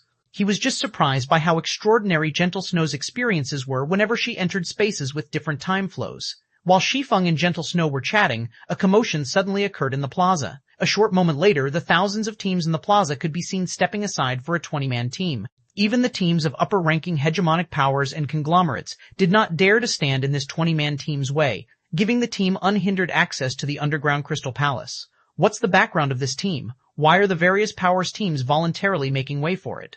Can't you see the emblem on their chests? It's the Scarlet Merchant Alliance, a pseudo-apex power. The young man leading the team seems to be Abyss Water, a vice-guild leader of the Scarlet Merchant Alliance. Rumors say he could already use World Creation's second form at Tier 4. Now that he's at Tier 5, with how young he is, he can probably rival the apex power Demon's Gate's Starfall Witch. The crowd standing outside the plaza engaged in a heated discussion among themselves when they saw how the teams waiting in line behaved toward the Scarlet Merchant Alliance's team. Meanwhile, amidst everyone's discussion, the Scarlet Merchant Alliance's team had already cut the line and arrived in front of Ink Keelan, who was first in line. The Scarlet Merchant Alliance is in a hurry, so get lost if you know what's good for you. A level 51 elder of the Scarlet Merchant Alliance yelled at Keelan. Chapter 3423. In front of the underground Crystal Palace, Scarecrow Fox's members revealed ugly looks on their faces when they heard the words of the Scarlet Merchant Alliance's elder. The Crystal City of Secrets was now a gathering place for many powers, and as far as they were aware, there were at least 4 pseudo-apex powers currently operating in the city. Among them, the Scarlet Merchant Alliance vaguely ranked among the top 2, so it wasn't an existence an adventurer team like Scarecrow Fox could afford to offend. However, the problem was that their team had already paid the entrance fee to enter the underground Crystal Palace. Right now, they were merely waiting for the NPC guards to complete the registration procedures and let them inside. If they left now, they wouldn't get a refund on their entrance fee, and they would have to pay again later. But they didn't have that much money at the moment, and by the time they collected enough to enter the underground Crystal Palace, many of the opportunities available in the secret land would have been taken by others. At this time, Riverlight, the middle-aged elven cleric standing behind Keelan, stepped forward and smiled, saying, "Dear friends of the Scarlet Merchant Alliance, I am Riverlight of the Scarecrow Fox Adventurer team. We have already paid the entrance fee and are only waiting to enter the underground Crystal Palace. Do you mind waiting for the NPC to complete the registration procedures?" As soon as Riverlight spoke, many of the players present revealed shocked expressions. Scarecrow Fox's Riverlight. Is he the Riverlight who entered the Sacred Glory List's top 100 over a decade ago? I have heard of Riverlight. Back when he was still on the Sacred Glory List, I heard that he was on good terms with an honorary elder of the pseudo-apex power Azure Wave Temple. He even participated in several large-scale crusade quests with the Azure Wave Temple. It's a pity he rose to fame a little too late. Had he been given another 1 or 2 years, he could have most likely fought for a spot among the Sacred Glory List's top 30. Some of the various powers players started a discussion among themselves when they heard Riverlight introducing himself. They didn't expect the team currently first in line would have someone of such significant origins in it. As for Riverlight, the target of the surrounding players' discussion, although he remained calm on the surface, he inwardly breathed a sigh of relief. It was true that he was quite well known in the Greater God's domain. If he were only dealing with an upper-ranking hegemonic power, the other party would most likely back off out of respect. However, it wasn't necessarily true for the Scarlet Merchant Alliance. Only an existence of a similar caliber, such as the Azure Wave Temple, could get the Scarlet Merchant Alliance to back off. The problem was that he couldn't directly mention the Azure Wave Temple in this situation. Otherwise, the pseudo-apex power would definitely find trouble with him later on.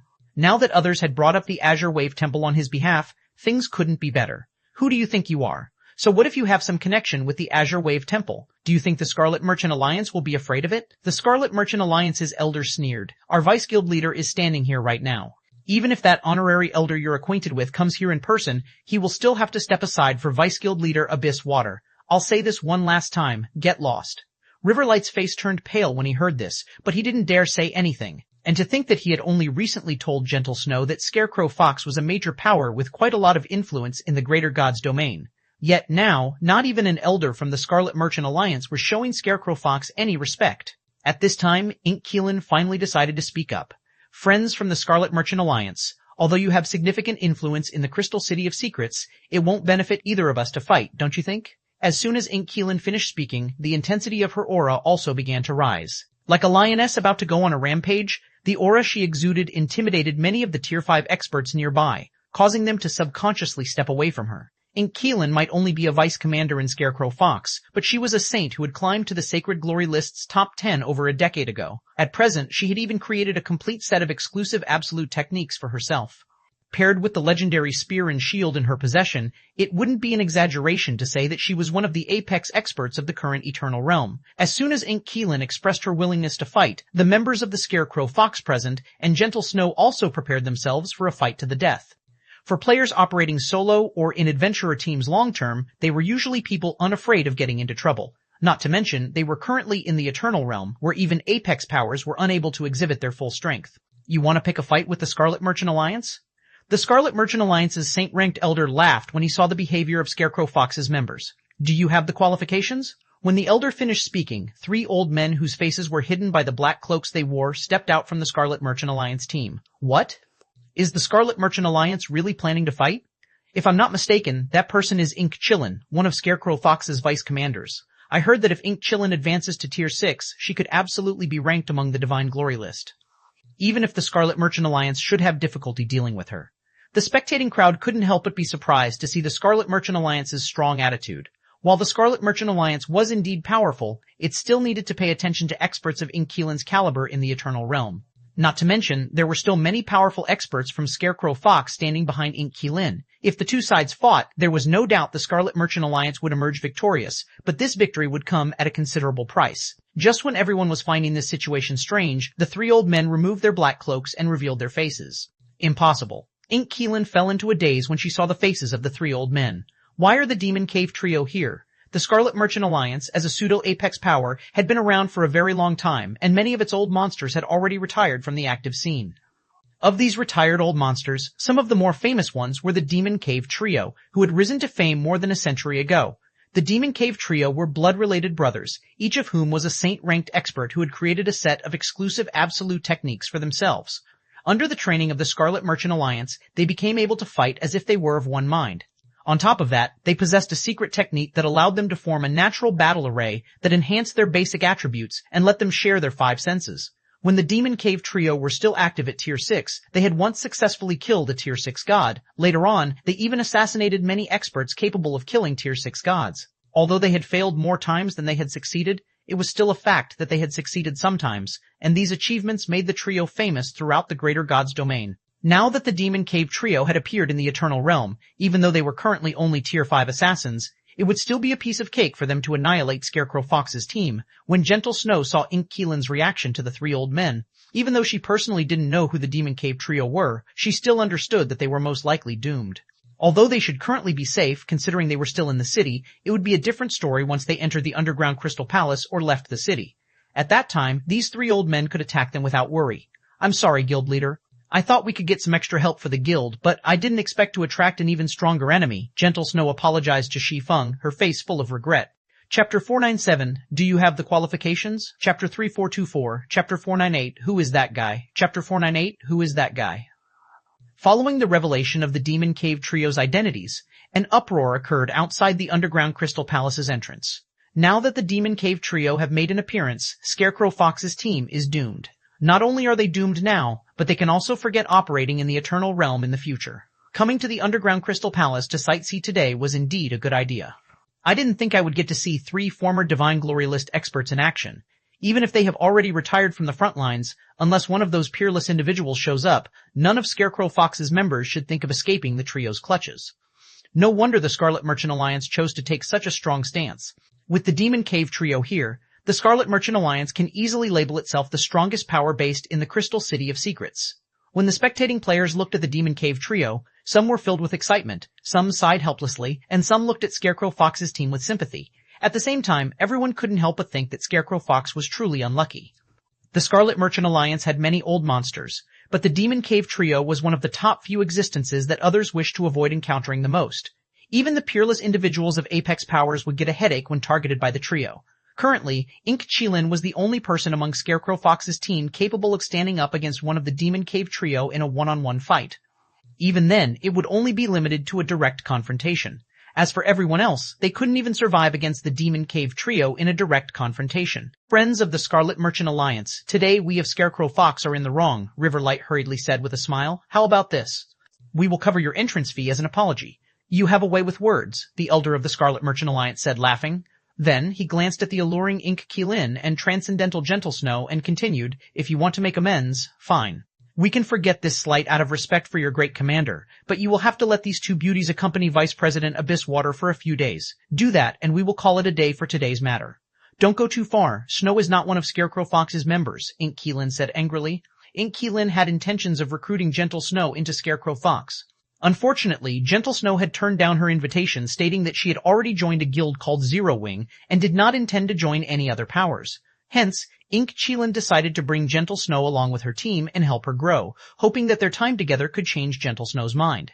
After all, Gentle Snow possessed far greater talent than any paragon Ink-Keelan had met thus far. If Gentle Snow ended up getting humiliated because of Scarecrow Fox's problem, Ink-Keelan didn't know how she could bring herself to face Gentle Snow in the future, let alone invite Gentle Snow to join Scarecrow Fox. Going too far? Undying Shadow, the eldest of the Demon Cave Trio, sneered. "We are only allowing you to keep Vice Guild Leader Abyss Water Company out of respect for your great commander. If you still refuse to accept our offer, we'll have no choice but to eliminate you all from the Eternal Realm. It seems you're really set on using us to set an example. Ink-Qulin narrowed her eyes on Undying Shadow, vaguely understanding what was going on. Scarecrow Fox was an adventurer teen capable of rivaling conglomerates in the Greater Gods domain. Under normal circumstances, even though the Scarlet Merchant Alliance had already reached the pseudo-apex power standard, it still wouldn't try to butt heads with Scarecrow Fox for no valid reason.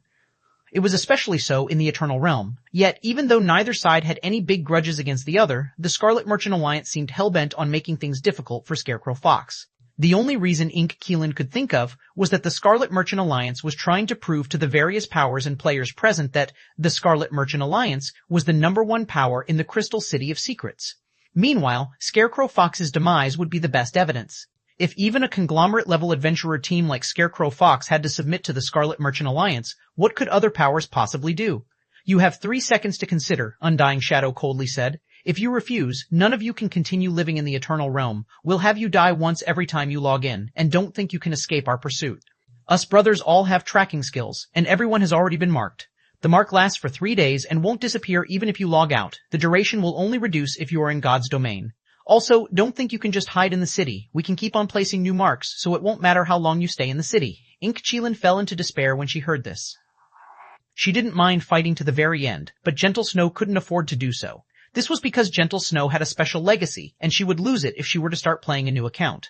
Gentle Snow also understood there was no way to resolve the situation today, and Zero Wing might even get implicated because of her. And if it were just following the Scarlet Merchant Alliance into the Underground Crystal Palace for a few days, it wouldn't be a big deal. Just as Gentle Snow was about to agree to the conditions proposed by the Undying Shadow, Shi Feng suddenly stepped forward and quietly looked at the Demon Cave trio for a moment. Then, with a calm smile, he said, "The Scarlet Merchant Alliance is indeed as domineering as I've heard. However, Gentle Snow is a member of Zero Wing. If I, Zero Wing's guild leader, don't show you any respect, what will you do about it? Is he crazy?" Ink-Qulin gaped in shock when she heard what came from Shi Feng's mouth.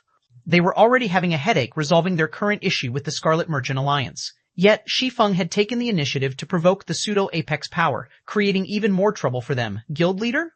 Gentle Snow's beautiful eyes widened. Originally, this matter would have only needed her and Ink-Qulin to resolve.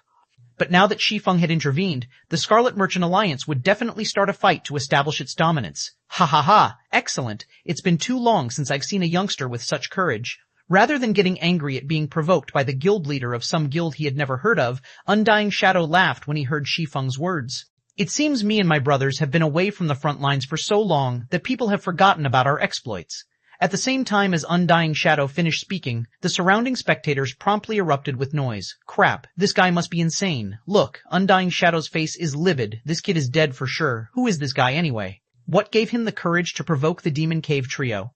After a round of exclamations, the surrounding players couldn't help but wonder about Shi Feng's identity. After all, provoking the Scarlet Merchant Alliance's Demon Cave trio was no different than inviting death for a drink. Meanwhile, standing among the Scarlet Merchant Alliance's team, Abyss Water had remained indifferent to the entire situation thus far.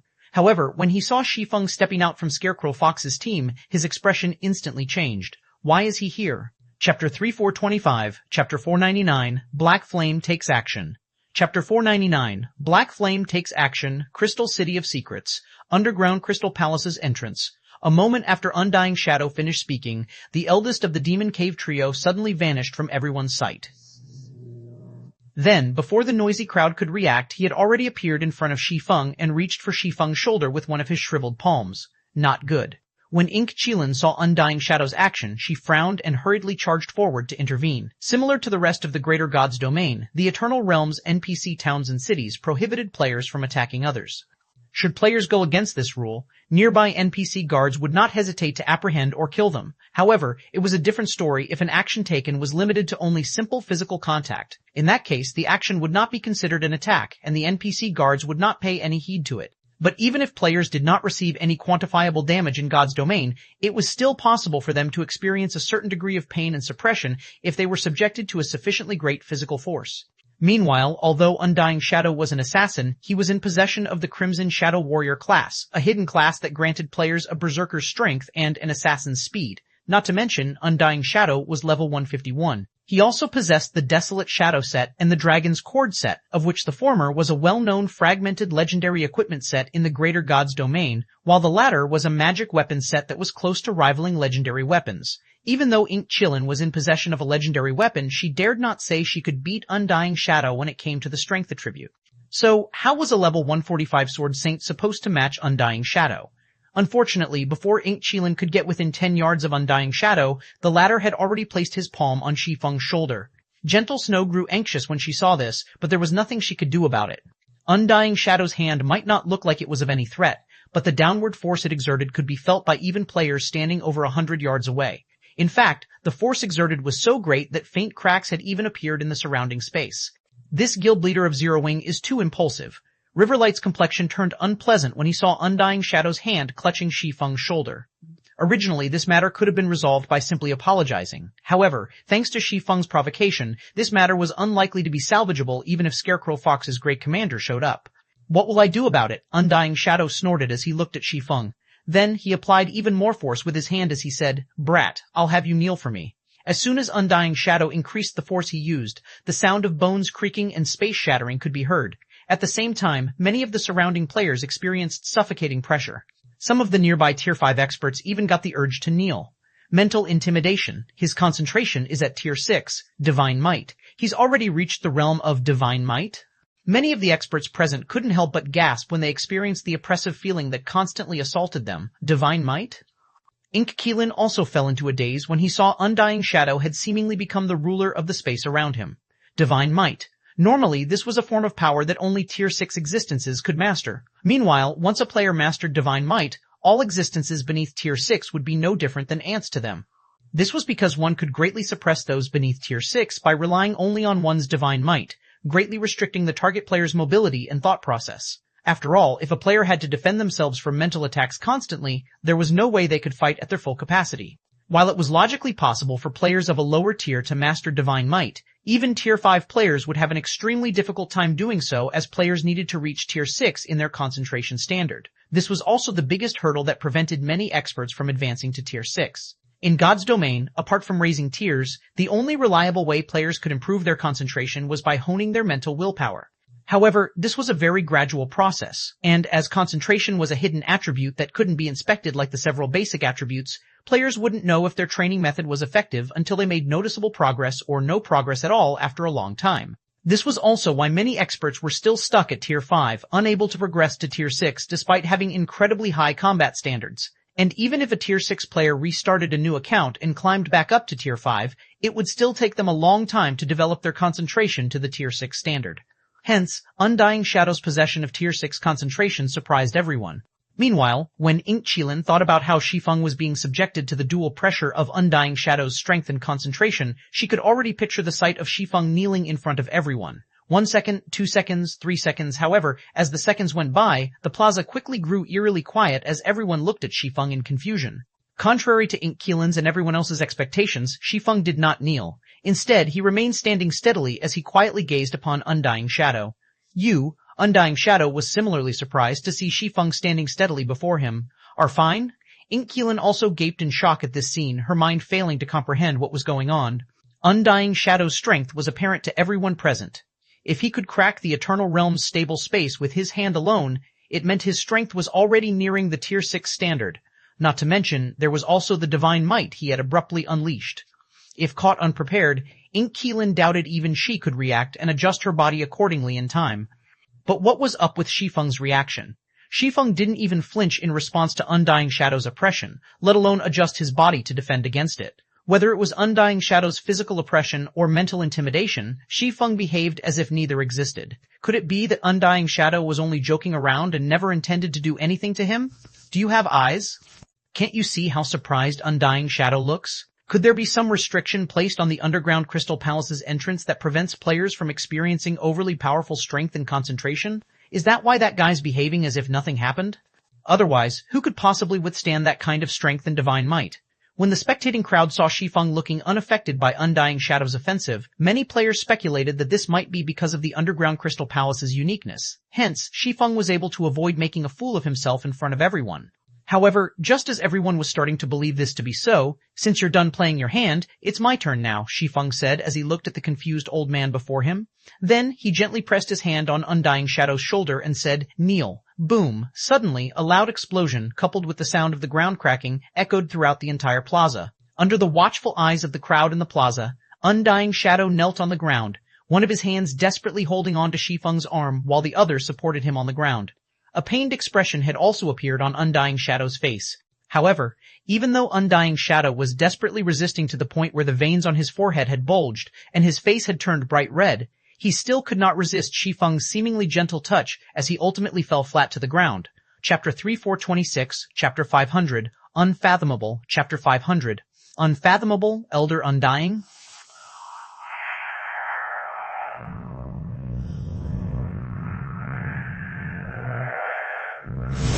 Undying Shadow was a legendary figure in the Scarlet Merchant Alliance. At the same time, he was the leader of the Demon Cave Trio.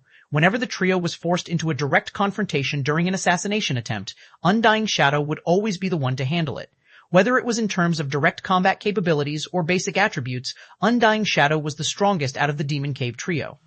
In fact, out of their current 20-man team, Undying Shadow's strength was second to only Abyss Water, who wielded a legendary weapon.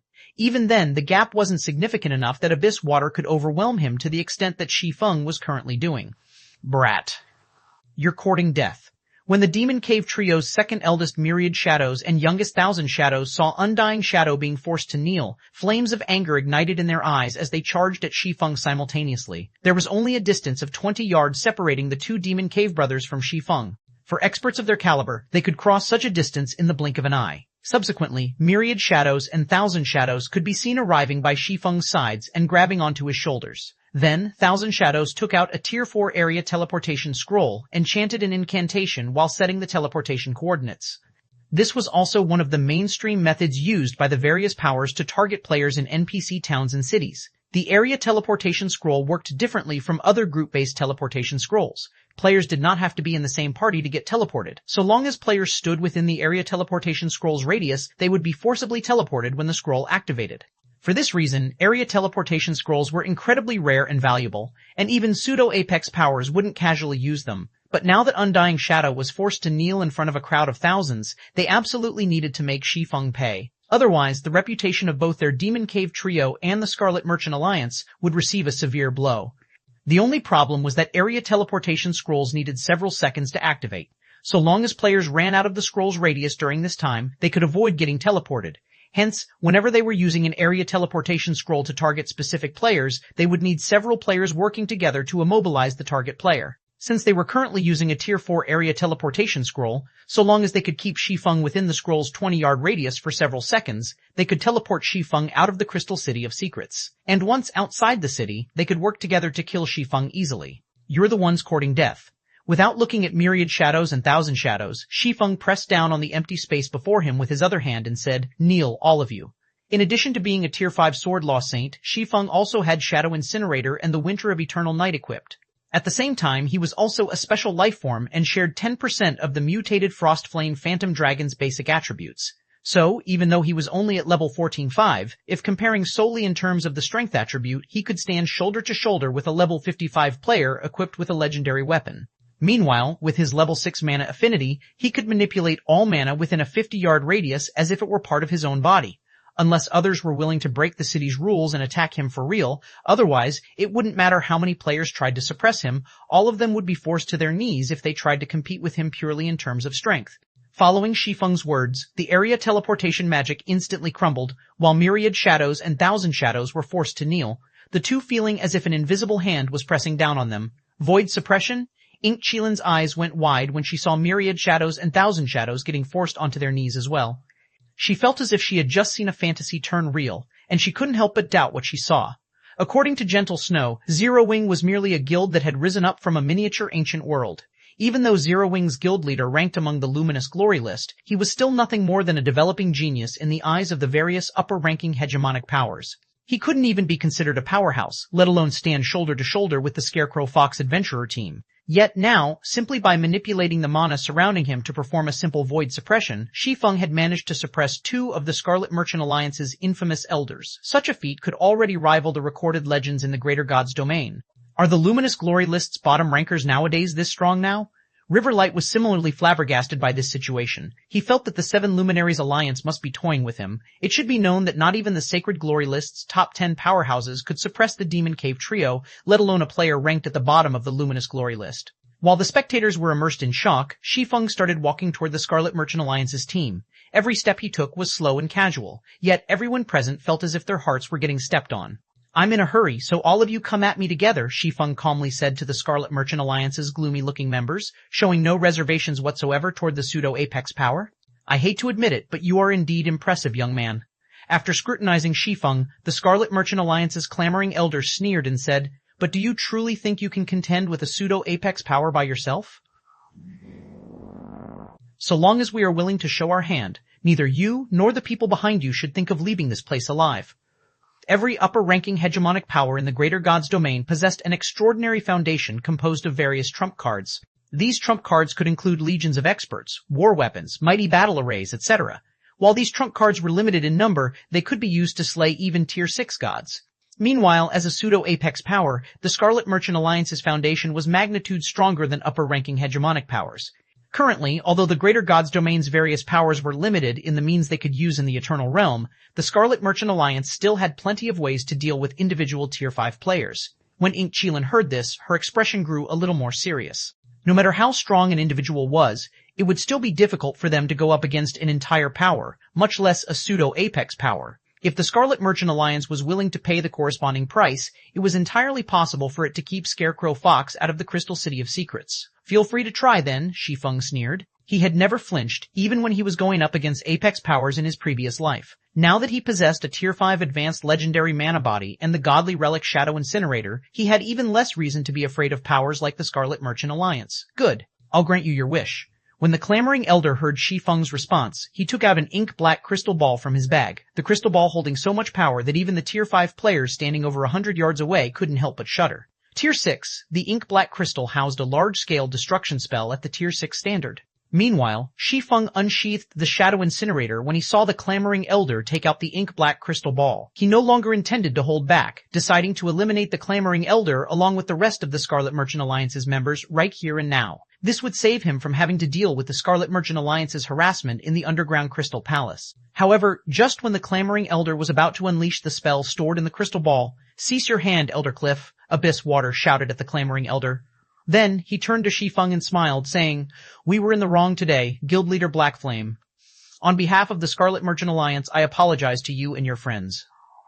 As a token of apology, please accept this map of the underground Crystal Palace that we found." Vice Guild Leader, the clamoring elder named Burning Cliff couldn't help but be puzzled as he turned toward Abyss Water. Apart from Burning Cliff, Ink Qilin and Riverlight also couldn't help but gape in shock. What was going on here? The Scarlet Merchant Alliance's elder Burning Cliff was clearly determined to fight to the death. Yet, before the fight could break out, the Scarlet Merchant Alliance's Vice Guild Leader had taken the initiative to apologize. He even offered a precious map of the underground Crystal Palace as compensation. Chapter 3427, Chapter 501, Lord of War Goddesses. Chapter 501, Lord of War Goddesses, Crystal City of Secrets, Underground Crystal Palace's entrance. What's going on? Why did the Scarlet Merchant Alliance's Vice Guild Leader apologize? I heard that Abyss Water is a vicious person. Now that he has become a Vice Guild Leader in the Scarlet Merchant Alliance, it's unlikely he'll back off even if Scarecrow Fox's Great Commander shows up in person. What kind of origin does that Black Flame guy have?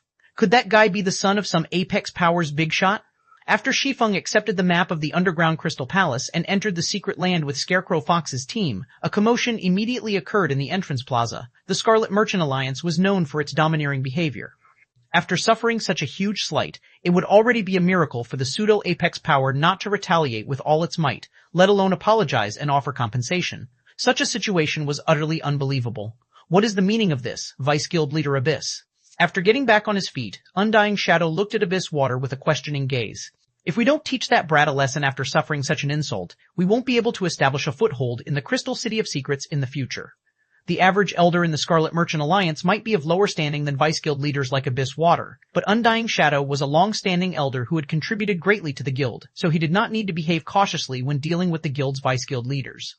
On the contrary, many Vice Guild leaders would treat him with respect so as to rope him to their side. Honestly, if it weren't for the guild leader's command, Undying Shadow would have never chosen to follow Abyss Water. At this time, Undying Shadow wasn't the only person with questions. Burning Cliff and the other guild elders present also looked at Abyss Water for answers. If not for their status in the guild being lower than Abyss Water, a paragon personally appointed to the position of vice guild leader by the guild leader, they would have long taken action against Shi Feng instead of letting him go. Shi Feng might be powerful for being able to overwhelm the Demon Cave trio, but he was still only one tier 5 player. He still didn't have the qualifications to behave arrogantly in front of the Scarlet Merchant Alliance. Can't establish a foothold? In response to Undying Shadow's question, Abyss Water indifferently asked, "Who says so?" Undying Shadow immediately went quiet. The Scarlet Merchant Alliance was one of the top 2 powers operating in the current Crystal City of Secrets. If the Scarlet Merchant Alliance wished to establish a foothold in the city, who would dare say anything about it? But after this scene, Undying Shadow quickly calmed his anger when he understood Abyss Water's point. It's going to be difficult for us to recruit new members in the city. After all, which expert would be willing to join a guild that backs away from a lone swordsman? That's right, Vice Guild Leader. Burning Cliff nodded in agreement. It might be fine if Black Flame is a famous figure in the Greater God's domain, but he's just a bottom-ranked Luminous Glory expert. We'll get a bad name if this news spreads. A bottom-ranked Luminous Glory expert? Turning to Burning Cliff, Abyss Water questioned, "Do you think a bottom-ranked Luminous Glory expert can single-handedly suppress the Demon Cave trio? Since when has the 7 Luminaries Alliance's Luminous Glory list become so prestigious?" Burning Cliff fell silent at this response. As for Undying Shadow, his expression turned somewhat ugly. If a genius ranked at the bottom of the Luminous Glory list could single-handedly suppress the Demon Cave trio, the Luminous Glory list in question wouldn't be the same Luminous Glory list they knew. After all, not even the top-ranking geniuses of the current Sacred Glory list could accomplish such a list, much less a bottom-ranked genius on the Luminous Glory list. "Could you be familiar with Black Flame, Vice Guild Leader?" Burning Cliff asked out of curiosity. Of course, even if Abyss Water answered no, Burning Cliff wouldn't believe him. It should be known that even after witnessing Shi Feng overpowering the Demon Cave trio, Burning Cliff was confident he and the other elders present could kill Shi Feng nonetheless. Yet Abyss Water had intervened without hesitation and even offered the precious map, which they had gone to great lengths to obtain as compensation. If Abyss Water had done all this without knowing anything about the swordsman known as Black Flame, there was no way he would make such an unintelligible move. Meanwhile, Undying Shadow, Myriad Shadows, and Thousand Shadows quickly understood Burning Cliff's point and turned toward Abyss Water, curious to learn who Black Flame was. "I do know him. Moreover, I can clearly tell you that it's inadvisable for us to provoke him now," Abyss Water said. Then he shared a document through the team chat and continued, "This is the information I collected on Black Flame. You can take a look, but never leak it to others." After his defeat on Dark Star, Abyss Water promptly utilized his connections to investigate Shi Feng. After all, there was no way a genius ranked at the bottom of the Luminous Glory list could defeat him, a paragon originating from one of the 12 sanctuaries. He absolutely refused to believe such a thing could be possible. Not to mention, even after his defeat and subsequent departure from Darkstar, the Eternal Chamber of Commerce did not offer him any responses. It was as if the Eternal Chamber of Commerce never really cared whether he became one of its partners, and this situation confused him greatly. However, after paying a great price, he finally dug out a piece of information that many powers had tried their best to hide about Black Flame, the Ashura Sword Emperor. "Inadvisable for us to provoke him? Aren't you putting Black Flame on too high of a pedestal, Vice Guild Leader?" When Burning Cliff and the other elders of the Scarlet Merchant Alliance saw how seriously Abyss Water spoke of Shi Feng, they couldn't help but feel as if the latest addition to the guild's rank of Vice Guild Leaders was inexperienced. While unverifiable through the Greater God's Domain's historical records, there were many stories of legendary and mythical individuals single-handedly destroying entire major powers.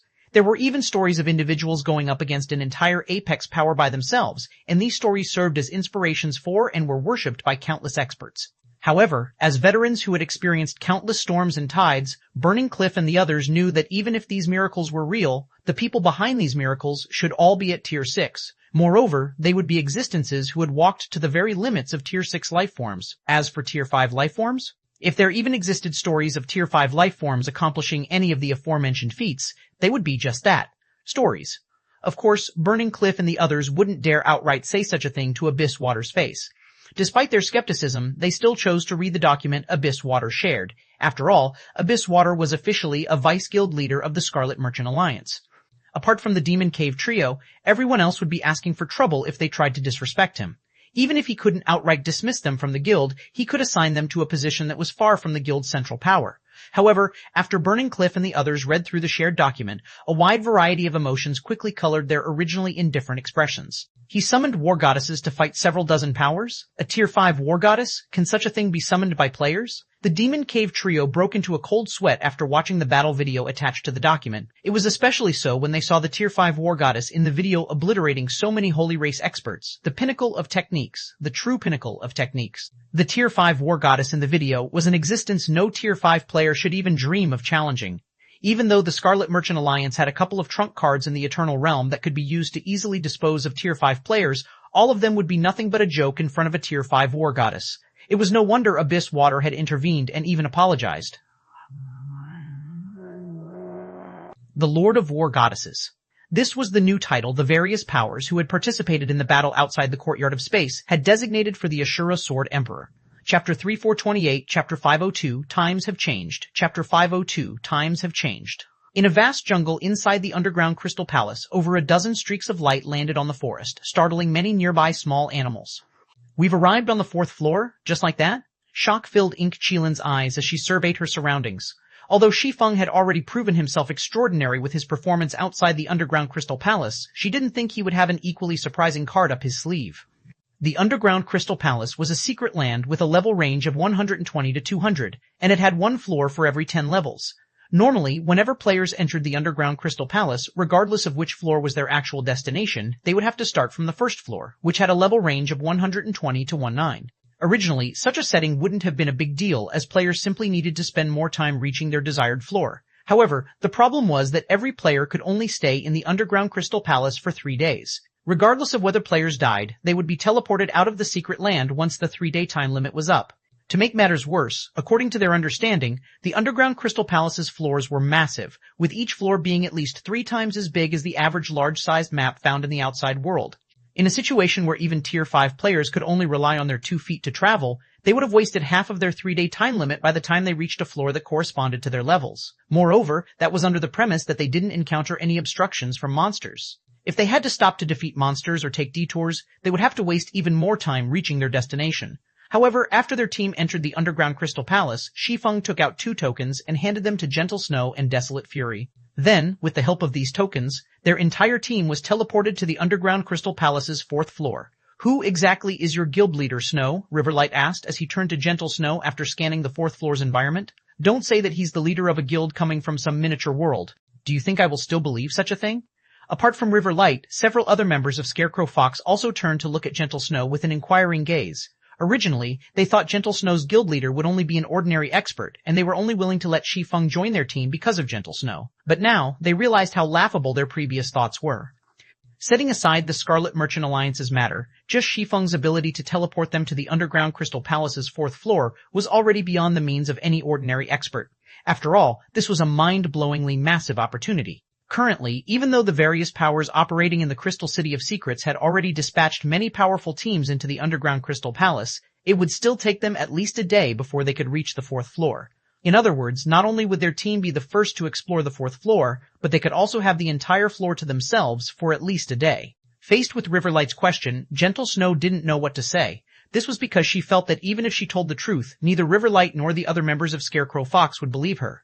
Though, honestly, even she was starting to wonder if she was in a dream. According to Shi Feng, in the 2 months she had spent with Scarecrow Fox's team, only several days had passed in the real world. Originally, she thought she must have bridged the gap between her and Shi Feng with the extra development time she managed to gain. After all, although 2 months wasn't a long time, her worldview and strength had still undergone a qualitative transformation. In fact, she had changed so much that even the Paimon conglomerate, which previously seemed like a very troublesome opponent, no longer seemed as intimidating as before. She felt that so long as she returned to the miniature ancient world, she could help improve Zero Wing significantly. However, by the looks of things, rather than her, Gentle Snow felt that Shi Feng was the one who had gained 2 extra months. Moreover, he must have encountered numerous opportunities to achieve such frightening growth.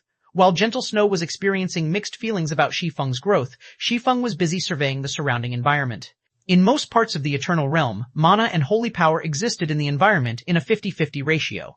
However, on the underground Crystal Palace's 4th floor, holy power took up 95% of the energy present in the environment, whereas mana took up only a measly 5%. Because of this environment, every monster present on the floor was brimming with holy power. If a human player were to stand within 30 yards of the monsters here, they would immediately find their use of mana getting interrupted. Even players with Tier 5 epic mana bodies wouldn't be spared from this influence. If players were to fight a bunch of Tier 4 mythic monsters brimming with holy power in such a situation, even Tier 5 players would face great difficulty. Meanwhile, this was something Inkkeelan and the others also quickly noticed. Battle apes? Inkkeelan frowned as she looked at the group of over 100 level 152 mythic monsters gathered in the distance. Greystone Battle Ape, Ferocious Beast, Mythic, level 152 HP 4,000,000,000. The Greystone Battle Apes were only 3 meters tall, but all of them were clad in armor and wielded weapons. Different from the average monster, these battle apes were clearly creatures that excelled at group combat. Going by past experiences, Inkkeelan knew that battle apes were highly intelligent. These Greystone Battle Apes also looked like they were using standardized equipment inscribed with secret runes, similar to what NPC guards of NPC cities used. So, they should be able to form a battle array that boosted their overall combat power. Even in the outside world, a dozen of these Tier 4 mythic-ranked Greystone Battle Apes fighting together with the support of a battle array could kill a Tier 5 player. In this place where players could not use mana, fighting these Greystone Battle Apes would be a nightmare for players. River, you and your group get ready, Inkkeelan commanded after pondering for a moment.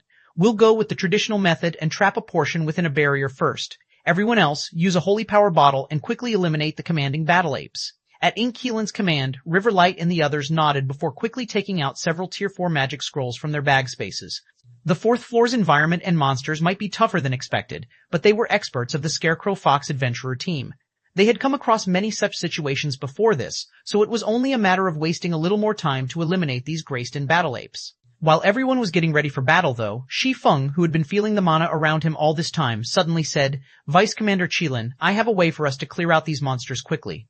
A way to clear out these battle apes quickly? Shi Feng's words immediately piqued Inkkeelan's curiosity. Do you really have a way to do so, Guild Leader Black Flame? Going by our adventurer team's past experiences of fighting battle apes, these Greystone Battle Apes should be able to form battle arrays.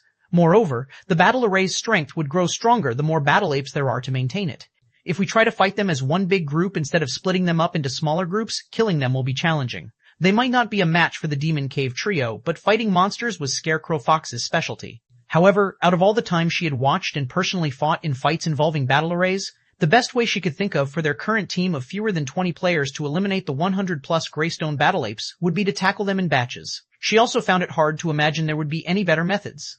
I can prevent them from using battle arrays within 100 yards of me, Shi Feng said, chuckling. If we are talking about battle apes that cannot use battle arrays, I'm sure you all can deal with them easily, right? The suppression by holy power was indeed powerful on the 4th floor, and even players with Tier 5 epic mana bodies would be greatly affected. However, Shi Feng had previously tested and found that his Tier 5 advanced legendary mana body remained unaffected. He could even maintain control over the mana within a 100-yard radius. Within this radius, none of the battle apes should think of activating their battle arrays, which relied on mana to activate. If what you say is true, we can try to take them on all at once, Inkkeelan said, still somewhat skeptical. However, because of Shi Feng's previous performance and the massive opportunity he had provided them by bringing them straight to the 4th floor, she felt she should at least give his suggestion a try out of respect, and even if Shi Feng's plan failed, they could simply execute the original plan.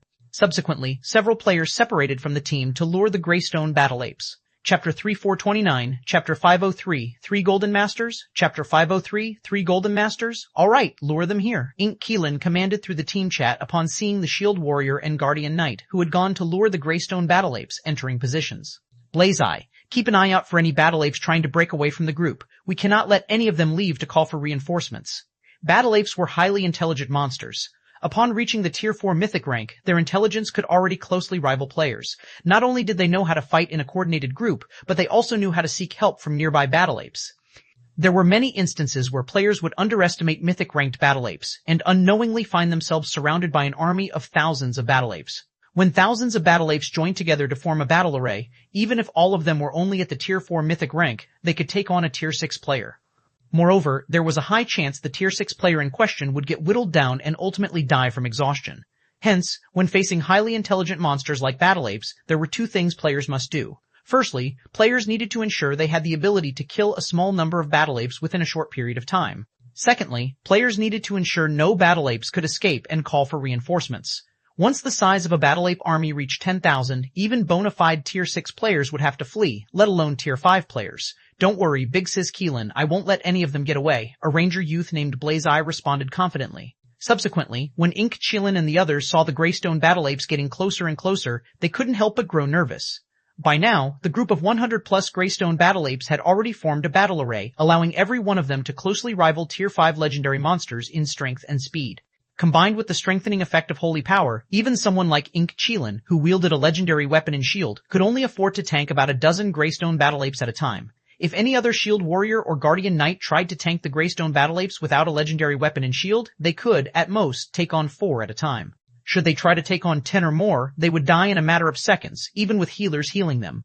With less than 20 players on their team, if they couldn't isolate these Greystone Battle Apes into groups in time using magic barriers, it wouldn't take more than 10 seconds for their whole team to suffer annihilation. In reality, there was also the option of approaching the group of Greystone Battle Apes and launching a sneak attack instead of luring the group over. However, considering that there were other Battle Apes operating in the surroundings, Shi Feng felt that it was safer to lure the monsters over. 200 yards, 150 yards, 80 yards, take action, Shi Feng commanded when he saw that the Greystone Battle Apes had already moved within 100 yards of him. At the same time, he unleashed his world creation.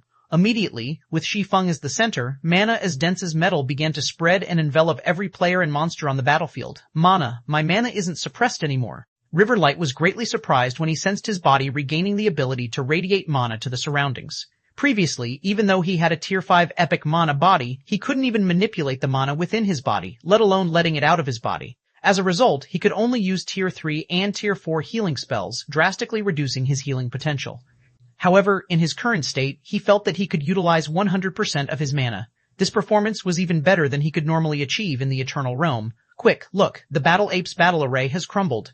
Blazeeye excitedly stated as he fired arrows at the Greystone Battle Apes from the top of a large tree. What a powerful mana domain, Ch43401 exclaimed. Not only did Shi Feng's mana domain weaken the Battle Apes, but it also allowed everyone on the team to recover their original combat power.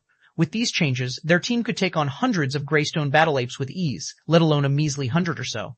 Meanwhile, as soon as Shi Feng crushed the Greystone Battle Apes' battle array with his world creation, the several commanding Battle Apes quickly realized the severity of the situation and let loose several roars. Not good, don't let them get away. Gentle Snow hurriedly charged forward when she heard the roars of the commanding Battle Apes. As mentioned before, Battle Apes were highly intelligent monsters. Should they realize they were at a disadvantage, their first course of action would be to call for reinforcements. However, if the disparity between them and their opponents was too large, they would choose to split up and escape without hesitation. This was also the biggest problem players faced when fighting Battle Apes. The underground Crystal Palace's 4th floor had a forest terrain. It was the perfect terrain for Battle Apes to operate at peak performance. If a group of mythic-ranked Battle Apes decided to flee, trying to stop them from fleeing would be an absolute nightmare. When Ch43401 saw the Greystone Battle Apes scattering like startled birds, she couldn't help but experience a headache. Although everyone on the team could now fight at full strength, the majority of them could only pin down 3 or 4 Battle Apes at a time. After all, not much had changed regarding their speed. Not to mention, Shi Feng's mana domain only had a 100-yard radius. For Tier 4 monsters, crossing such a distance would take no more than a second. But 1 second was far from enough for them to activate their magic barriers. However, unlike everyone else, Shi Feng remained unfazed even after seeing the Battle Apes choosing to flee. Instead, he quickly advanced to the center of the fleeing Battle Apes and calmly said, "Fury, LaRoja, Cross, I'll leave them to you." In response to Shi Feng's words, Desolate Fury calmly looked at the fleeing Battle Apes and said in a slightly excited voice, "Is it finally our turn to make a move? I thought I would only get to spectate from the side throughout this entire operation," Cross said, laughing. "All right, enough talking. Hurry up and get to work," LaRoja said, smiling as she grabbed the great bow she carried. Then she vanished into thin air and reappeared over 100 meters above the forest. At this time, LaRoja was like an empress overlooking a battlefield as she stood in the sky. Whether it was the Battle Apes running through the forest or jumping on treetops, every one of them was clearly presented in her eyes. Subsequently, LaRoja drew the bowstring and released it. Then, over 100 arrows scattered from her bow and accurately struck all of the fleeing Greystone Battle Apes, causing their movements to freeze momentarily and their HP to fall by over 10 million. At the same time, Desolate Fury and Cross swiftly traversed through the forest. While doing so, not only did their feet stay off the ground, but they could also make sharp turns without relying on trees for leverage. Even though the Greystone Battle Apes were already plenty agile as they jumped from tree to tree, Desolate Fury and Cross were even more agile. In the blink of an eye, many of the fleeing Greystone Battle Apes were knocked off course and sent crashing to the ground, giving the Scarecrow Fox members on the ground an easy time to intercept them. Heavens, they're moving in the air. They're Golden Masters. 3 Golden Masters, Chapter 3430, Chapter 504, Secret Treasure Set, Chapter 504, Secret Treasure Set. The sight of Desolate Fury, Cross, and LaRoja fighting in the air stunned Gentle Snow and Scarecrow Fox's members. If it were outside the Eternal Realm, any Tier 4 player could easily achieve flight and combat in the air. However, in the Eternal Realm where holy power was present in significant volume, even Tier 5 saints could not fly. At most, they could leap and propel themselves to a great height by relying on mana. Before reaching Tier 6, the only way players could achieve actual flight was by relying on gold combat techniques. In other words, players would have to be Golden Masters. 3 Golden Masters? Riverlight couldn't help but take a deep breath as he watched the 3 people fighting in the air. This number is probably already on par with what the various Apex powers have dispatched in their exploration teams, right? No! Not even Apex powers can take out such a lineup in the current Eternal Realm. Ink Keelan said definitively. As one of Scarecrow Fox's vice commanders, Ink Keelan had access to a lot more information regarding the various Apex powers than even the average executive of upper-ranking hegemonic powers. Golden Masters were essentially individuals who had reached the extremes of a particular field of techniques, and even the various Apex powers only had a small number of such experts under their command. Every one of these experts was highly valued by the various Apex powers, and not even Vice Guild leaders had the authority to command them, let alone send several of them to the Holy World earlier on. Hence, in the current Eternal Realm, it was impossible for any single Apex power to form a team spearheaded by 3 Golden Masters. Were they always this strong? Similar to Scarecrow Fox's members, Gentle Snow also wore a shocked expression as she looked at Desolate Fury, Cross, and LaRoja. However, part of why she was surprised was for a different reason. Gentle Snow was not a stranger to the trio. She had met them during Star Lake City's city battle, and she had seen them displaying strength superior to the average titled expert.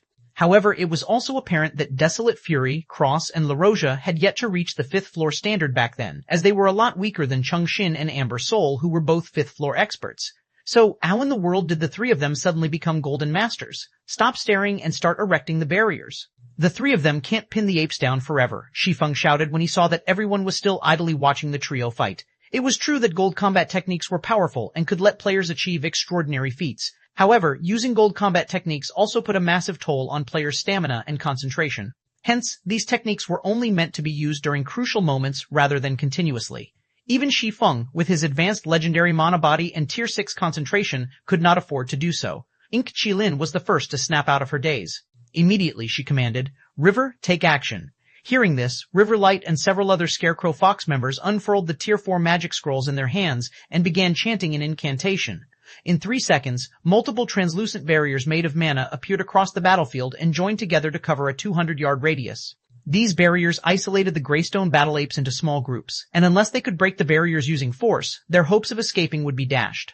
Upon seeing the magic barriers taking shape, Desolate Fury, Cross, and LaRoja stopped using flowing space. Instead, with Desolate Fury at the front and Cross and LaRoja attacking from behind, the trio began clearing out the trapped battle apes. Because the Tier 4 Master Barriers were created via magic scrolls, they were a little weaker than Tier 4 Master Barriers personally created and maintained by players. Even so, these barriers would have no trouble keeping the Greystone battle apes trapped for 2 or 3 hours, which was more than enough cleanup time for the team. Everyone on the team had already reached Tier 5. Although the Greystone battle apes had 4 billion HP each, every member of the team could easily deal over 10 million damage with their skills and spells. If everyone focused their attacks on one particular battle ape, it wouldn't take more than a minute for them to finish it. Subsequently, in less than 15 minutes, every one of the 100-plus Greystone battle apes died at the hands of Desolate Fury, Ink Qilin, and the others. The speed at which they eliminated the group of mythic monsters was so fast that even Ink Qilin, a highly experienced monster hunter, couldn't help but be shocked. Due to the intelligence of battle apes, defeating them was a very troublesome task. Normally, even a 20-man team of Tier 5 experts would need at least 2 hours to eliminate a group of 100-plus mythic-ranked battle apes. Yet now, thanks to Shi Feng's group of 4, their team was able to speed up this process by multiple times. This is so satisfying. I know, right? Our grinding efficiency here is much faster than what we could achieve outside. I'm nearly at level 153 after this wave. After the last Greystone battle ape fell, everyone was surprised to find that their experience bar had filled up by a small chunk. In the current Eternal Realm, players' levels and grinding efficiency were incredibly important. Not only could players equip higher-level weapons and equipment as their levels increased, but they could also afford to explore higher-leveled maps. Meanwhile, in the Underground Crystal Palace, the speed at which players could defeat the monsters here was of utmost importance. As players could only stay in the Underground Crystal Palace for a limited time, the faster they could defeat the monsters they faced, the more monsters they could kill during their 3-day time limit.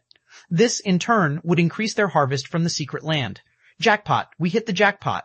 Riverlight, who had gone to loot the Greystone Battle Ape's scattered corpses, suddenly shouted. Did a secret treasure drop? Crap, it really is a secret treasure. How are you so lucky today, Team Leader River? Following Riverlight's exclamation, the other members of the team who had gone to loot the Greystone Battle Apes turned toward him with surprised looks. It was true that the Greystone Battle Apes offered lucrative loot as they were level 152 mythic monsters. Aside from dropping a bunch of materials and level 150 plus dark gold equipment, they also dropped god crystal fragments at a low probability. Even so, before Riverlight's discovery, nobody thought the Greystone Battle Apes could drop secret treasures, the underground Crystal Palace's main attraction. Everyone was previously of the opinion that only boss monsters could drop secret treasures. How lucky of him. Shi Feng was also a little surprised by Riverlight's discovery, though he had low hopes of such discoveries happening frequently. The Greystone Battle Apes indeed had a chance of dropping secret treasures, but the probability of that happening was less than 0.1%. So, rather than grinding the Greystone Battle Apes for secret treasures, Shi Feng personally placed more importance on the EXP they provided. Even after evenly splitting the EXP among everyone on the team, Shi Feng still saw his experience bar increasing by a visible chunk after defeating the group of Battle Apes. Moreover, that was after the God of Time's curse had already reduced his EXP gain by 50%. At this rate, he could catch up to the average level of players operating in the Crystal City of Secrets by the time he concluded his 3-day exploration of the underground Crystal Palace. While Shi Feng was estimating how many levels he could gain in the next 3 days, his attention was caught by a pale gray bead with incomplete secret runes engraved on it. Upon taking a closer look at the glass bead on the ground, he couldn't help but be stunned. A secret treasure set? Quickly, Shi Feng picked up the glass bead and took out a piece of 7 luminaries crystal to infuse into it. Chapter 3431, Chapter 505, Empire Taking Shape. Chapter 505, Empire Taking Shape. Is there something special about that secret treasure, Guild Leader Black Flame? Desolate Fury couldn't help but grow curious when he saw Shi Feng hastily picking up a gray bead from the ground and appraising it. Likewise, Cross and LaRosia also noticed Shi Feng's behavior and paused their looting action, a surprised look appearing on their faces as they looked at Shi Feng. Unlike everyone else on the team, the 3 of them had raided a World Mode team dungeon with Shi Feng. They were also part of the first team of players to have discovered the existence of secret treasures. However, even when the Courtyard of Space's final boss dropped 2 extraordinary secret treasures, Shi Feng barely paid attention to them.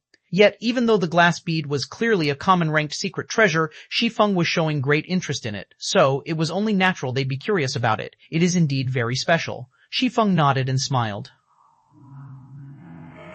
If we can complete a set, we could even challenge level 160 World Mode Regional Dungeons.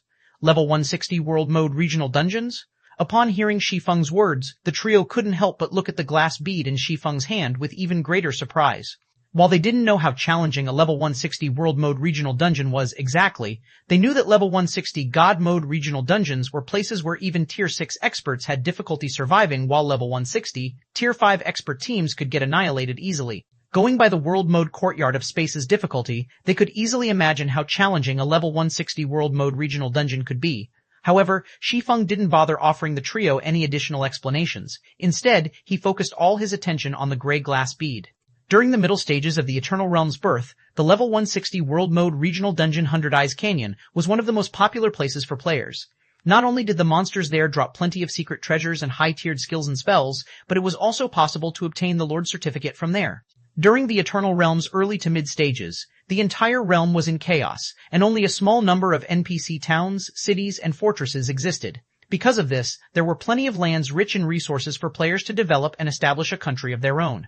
The only problem was that these undeveloped lands were located far from any NPC strongholds, and reaching them required a lot of time, even with the help of legendary flying mounts. It might not be a problem if players only needed to travel to these places once, but the time players wasted on travel would quickly pile up if they had to make multiple trips. This was where guild cities came in. To establish a guild city in the Eternal Realm, players would need to have the Lord Certificate, and to obtain a Lord Certificate, players would need to explore and raid the 100 Eyes Canyon 1-1. Normally, only Tier 6 teams could raid a level 160 World Mode Regional Dungeon, but there were exceptions to everything. In this case, it was a Tier 5 tank equipped with a secret treasure set.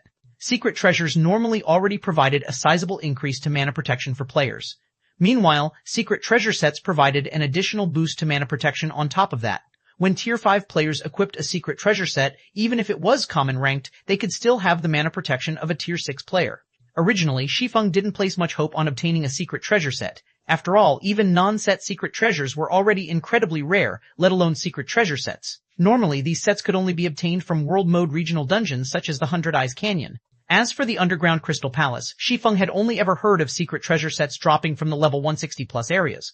Meanwhile, after Shi Feng infused 100 units of 7 Luminaries crystal into the glass bead, the secret treasure's stats were revealed to him. Grey Moon Secret Treasure Tier 1 Secret Treasure Common attaches to leg guards. Once attached, it can increase the wearer's mana protection by 13%. 6-piece set effect increases mana protection by an additional 30%. It's the Grey Moon set? Shi Feng was initially stunned when he saw the Grey Moon Secret Treasure stats. Then, ecstasy filled him. He had heard of the Grey Moon set in his previous life. It was a very special existence among common secret treasure sets. It was also the Underground Crystal Palace's most iconic secret treasure set, and what made the set special was that it did not have any class restrictions nor armor type restrictions. As a comparison, the combat-ranked Orichalcum secret treasure obtained from the Courtyard of Space could only be attached to gauntlets, which were gloves belonging to the plate armor category. Meanwhile, because of the Grey Moon secret treasure's uniqueness, it became standard equipment for the various powers' main forces during the Eternal Realm's later stages. Normally, though, the Grey Moon secret treasure could only be obtained from monsters roaming the Underground Crystal Palace's level 160+ areas, so the fact that one dropped in the level 150 area was a pleasant surprise to Shi Feng. If he could complete a set and let a Tier 5 tank equip it, even if it was only a level 150 tank, he could begin exploring the Hundred Eyes Canyon right away. Here is the other secret treasure that dropped, Guild Leader Black Flame. At this time, Ink Qilin approached Shi Feng and handed him the secret treasure that Riverlight found. At the same time, she couldn't help but grow a little envious as she looked at the Grey Moon secret treasure that Shi Feng had just appraised. Before entering the Underground Crystal Palace, they had agreed that they would distribute the loot based on individual contributions to the team. Although the Greystone Battle Apes had dropped 2 secret treasures, going by contribution rankings, both secret treasures would go to Shi Feng. When the other members of Scarecrow Fox saw this, they too couldn't help but grow envious. However, none of them voiced any objections. If not for Shi Feng breaking apart the Battle Apes' battle array, they would have had great difficulty defeating the monsters. There was even a possibility they would get annihilated. Hence, Shi Feng deserved to have both secret treasures. However, after Shi Feng appraised the second secret treasure, he found that, while it might be a common secret treasure, it wasn't part of the Grey Moon set. So, he handed it back to Ink Qilin and said, "You can have this one. There is a specific kind of secret treasure I want. If any secret treasure of that kind drops, I want priority over it. In exchange, I will give you a secret treasure of equal rank every time I exercise this privilege. I will also cover the appraisal cost. What do you think? Is that really alright?" Ink Qilin asked in surprise. With Shi Feng's 5-man group's contributions, even if more secret treasures dropped afterward, Scarecrow Fox's group was unlikely to receive many. However, if they followed Shi Feng's distribution method, Scarecrow Fox stood to get a lot more secret treasures, of course. Shi Feng chuckled. He did not care for the average common secret treasure. Even if players fully equipped themselves with independent common secret treasures, they wouldn't see a qualitative transformation in their combat performance. However, it was a different story for the Grey Moon set. Hence, he'd rather give up the chance to obtain more secret treasures and focus on completing the Grey Moon set first instead. As for Gentle Snow, Desolate Fury, Cross, and La Roja, none of them had any opinions about Shi Feng's decision. It was especially so for Gentle Snow. She had received a lot of help from Scarecrow Fox during the past 2 months, so even if Shi Feng didn't suggest such a distribution method, she would have given her share of secret treasures to Ink Qilin. Subsequently, with the help of Shi Feng's mana domain, the team rapidly eliminated the surrounding Greystone Battle Apes. After hunting continuously for 2 whole days, the team managed to eliminate several hundred groups of Greystone Battle Apes. Although the harvest they got from subsequent groups of battle apes was not as good as the first group they killed, their luck still wasn't all too terrible, obtaining 1 secret treasure for every 2 or 3 groups they killed. After hunting several hundred groups, they obtained a total of 142 secret treasures. Out of these 142 secret treasures, 106 went to Shi Feng's group of 5. However, of these 106 secret treasures, only 14 were part of the Grey Moon set. To make matters worse, none of these set pieces could form a complete set. Every set was missing 1 or 2 pieces. X-Wise, Shi Feng was able to reach level 15 too. While Shi Feng and the others were resting, Gentle Snow, who had returned after logging off to rest in the real world, approached Shi Feng with a gloomy expression. "Guild Leader, I got in touch with Hidden Soul. Chapter 3432, Chapter 506, Crazed Border, Chapter 506, Crazed Border has Soul logged out? Did something happen on her end?" Shi Feng asked, sensing something was amiss when he saw Gentle Snow's expression. Hidden Soul had entered the Void Saints' legacy land along with Gentle Snow. However, the two did not end up together after the city battle. Instead, Gentle Snow was swept into a special space, while Hidden Soul had been missing ever since. Just yesterday, Shi Feng had deliberately gone offline to meet up with Gentle Snow and check on Hidden Soul's situation at the Star Lake Training Center. Initially, he had thought that Hidden Soul would have a mandatory online period similar to Gentle Snow, but it seemed that Hidden Soul was either busy in God's domain or had a longer mandatory online period, as she did not come offline at the same time as Gentle Snow. There's nothing wrong with Soul herself, Gentle Snow said before pausing. Then she took a deep breath and whispered, "It's just that a concerning problem has taken place in the miniature ancient world. After the city battle, the system required all players in the miniature ancient world to stay online. Moreover, time there had been flowing at an astonishing rate throughout this period. According to Soul, 4 months had already passed in the miniature ancient world, and it has only just returned to normal now. Players are also able to log in and out freely now." 4 months? Shi Feng was shocked to hear this. Throughout the many years he played God's Domain, he had only ever heard of players experiencing different time flows after getting trapped in certain special locations. However, he had never heard of an entire world getting sealed and having its time flow accelerated, even if it was only a miniature world. Not to mention, the miniature ancient world's time flow was accelerated to quite a significant extent, experiencing in-game 4 months in only several real-world days. This was truly an astonishing situation. The accelerated time flow wasn't a problem originally. Although the miniature ancient world's various powers remained fiercely competitive even after the world passage was closed, they reached a state of balance, Gentle Snow said. But as soon as the system lifted the seal on the miniature ancient world and the flow of time returned to normal, another world passage opened. The new world passage is very stable and can easily allow Tier 5 players to come and go. Moreover, after our miniature ancient world was unsealed, the location where the world passage opened up changed. It is no longer located in the Starlight Realm's Sea of Giants, but a part of the Void Sea that is very close to several realms.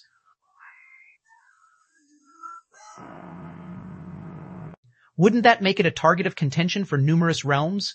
The Greater God's Domain's various realms were located far apart from one another. Even Tier 6 players would have difficulty traveling between 2 neighboring realms. Not to mention, there were many undeveloped areas and primordial ruins in the Void Sea. Many of the Greater God's Domain's discovered divine artifacts were obtained from these undeveloped areas and primordial ruins. Hence, experts at Tier 5 and above would typically head to the Void Sea to further their development. Because of this, the various powers operating in the Void Sea would typically build guild fortresses for their members to teleport to.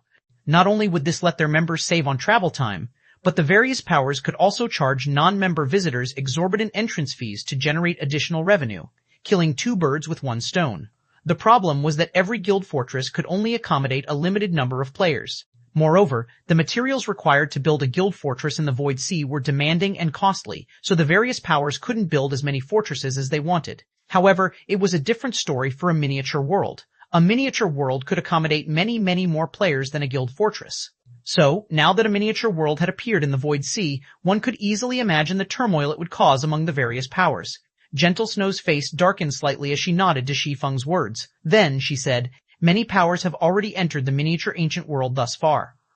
Not only are these powers frantically seizing the guild towns built by our native powers, but they have also destroyed many of our native powers. Currently, whether it is the Asura Mercenary Alliance or Zero Wing, neither is doing well. During the 2 months Gentle Snow had spent with Scarecrow Fox, she learned how intense and terrifying the competition among the Greater God's Domain's various powers was. It was especially so for struggles involving multiple realms. When going up against the powers of multiple realms, even the Greater God's Domain's upper-ranking hegemonic powers were likely to face destruction, let alone the miniature ancient world's native superpowers. "It seems we will have to return to the miniature ancient world as soon as possible," Shi Feng said, deciding to push forward some of his plans. If a guild wished to become an immortal kingdom and stand at the Greater God's Domain's apex, the first thing it needed to do was to ensure it had a stable supply of fresh blood. Typically, when the Greater God's Domain's various powers chose to recruit young talents, they would prioritize the geniuses of their homeworld first and foremost. This was because native geniuses were less likely to betray them. It would also be more convenient to nurture them in the real world. Everyone might be tied together in God's domain, but players of different civilizations were situated far apart from one another in the greater world. If a power recruited players originating from the same homeworld, they could be certain that these players operated in the same region as they did in the greater world. However, if a power recruited players from a different homeworld, they wouldn't necessarily be operating in the same sphere of mobile cities. They might not even be operating on the same interstellar continent. This would make managing and nurturing these players a very troublesome affair. The miniature ancient world was their civilization's miniature world. It served as a foundation for Zero Wing to establish a foothold in the greater God's domain. If Zero Wing got eliminated from the miniature ancient world, he'd have to start planning for early retirement. Return to the miniature ancient world? Gentle Snow looked at Shi Feng with confusion. Can we even do that? I have a way for us to go back, Shi Feng said in a whisper. But before that, we need to deal with things here. Returning to the miniature ancient world was not a problem for him. The Abyss Workshop certification allowed teleportation between realms. He also had the miniature ancient world's location saved, so he could use the workshop certification to create a world-breaking gate that linked the Eternal Realm and the miniature ancient world. The only problem was that he could only teleport up to 20 players at a time. But before returning, he still needed to obtain the heroic mark first. Otherwise, he'd risk other powers securing the level 155 Floor Master's first kill before he did, and that was not a risk he could afford to take. While Shi Feng and Gentle Snow were having their discussion, everyone in the team suddenly heard the voice of Blaze-Eye, one of the team's rangers who had gone to scout ahead. "Everyone, I found a mutated Floor Master." Upon hearing Blaze-Eye's words, the eyes of the team's resting members instantly lit up with excitement. "Blaze, are you sure you didn't make a mistake?" "Is it really a mutated Floor Master?" Ink Keelan asked in eagerness and doubt. The underground Crystal Palace's Floor Masters could be regarded as the biggest treasure of the secret land's every floor, and although mutated monsters were considerably stronger than their non-mutated counterparts, the loot they dropped would also be significantly better. "I'm sure, Big Sis Keelan," Blaze-Eye affirmed. "Okay, send us the coordinates. We'll head over there right away. In the meantime, hurry up and set up a fog barrier. We mustn't let other teams discover the mutated Floor Master," Ink Keelan instructed. Quite a few teams had already arrived on the 4th floor by now. If other teams were to discover the mutated Floor Master, a battle of epic proportions was bound to ensue. Chapter 3433, Chapter 507, Mutated Floor Master. Chapter 507, Mutated Floor Master Underground Crystal Palace's 4th floor. In less than 10 minutes, Shi Feng, Ink Keelan, and the others arrived in the middle of a valley surrounded by a lush forest. "Big C Keelan over here," Blaze-Eye called out when he saw Ink Keelan arriving in the valley with the rest of the team. "Then," he reported, "I have already set up multiple fog barriers in the area. I have also scouted the surroundings, but I haven't spotted any other players aside from those on our team." Ink Keelan scanned the surrounding fog for a moment before nodding. Then she asked, "Where is the mutated Floor Master?" The fog barrier covered a very large area. Not only did it work to obscure vision, but it also weakened the effects of perception-type skills and spells. Even if assassins and rangers got close to the fog generated by the fog barrier, they would have difficulty identifying the presence of monsters within the fog. It was also unlikely someone would suspect the fog covering the valley was the product of fog barriers, since it was common for large maps to have fog. It was why it was common for players to set up fog barriers in advance when fighting boss monsters out in the wilderness. "It's just ahead in the nearby corpse site.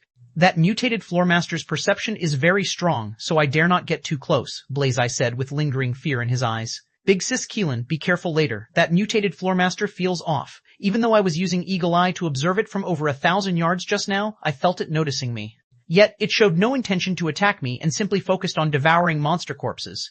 Its perception is that powerful?" Ink Keelan was a little surprised.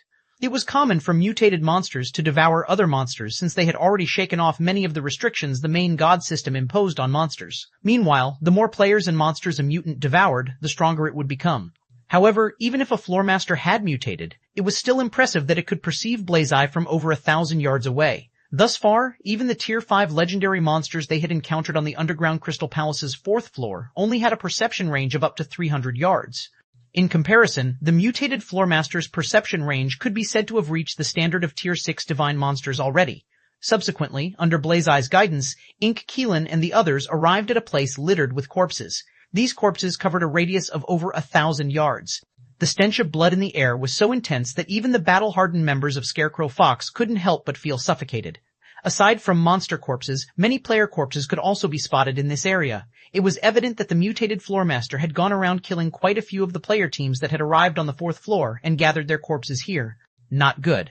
When Ink Keelan saw the humanoid figure standing in the center of this corpse site, she instinctively shouted, "Retreat, quickly, fear, trembling fear." At this moment, the emotion of fear was vividly displayed on Ink Keelan's face. Unfortunately, before Riverlight and the others could react, a low and cold voice suddenly echoed in everyone's minds. "Not bad, so you did bring more food for me. I should be able to evolve with these additions."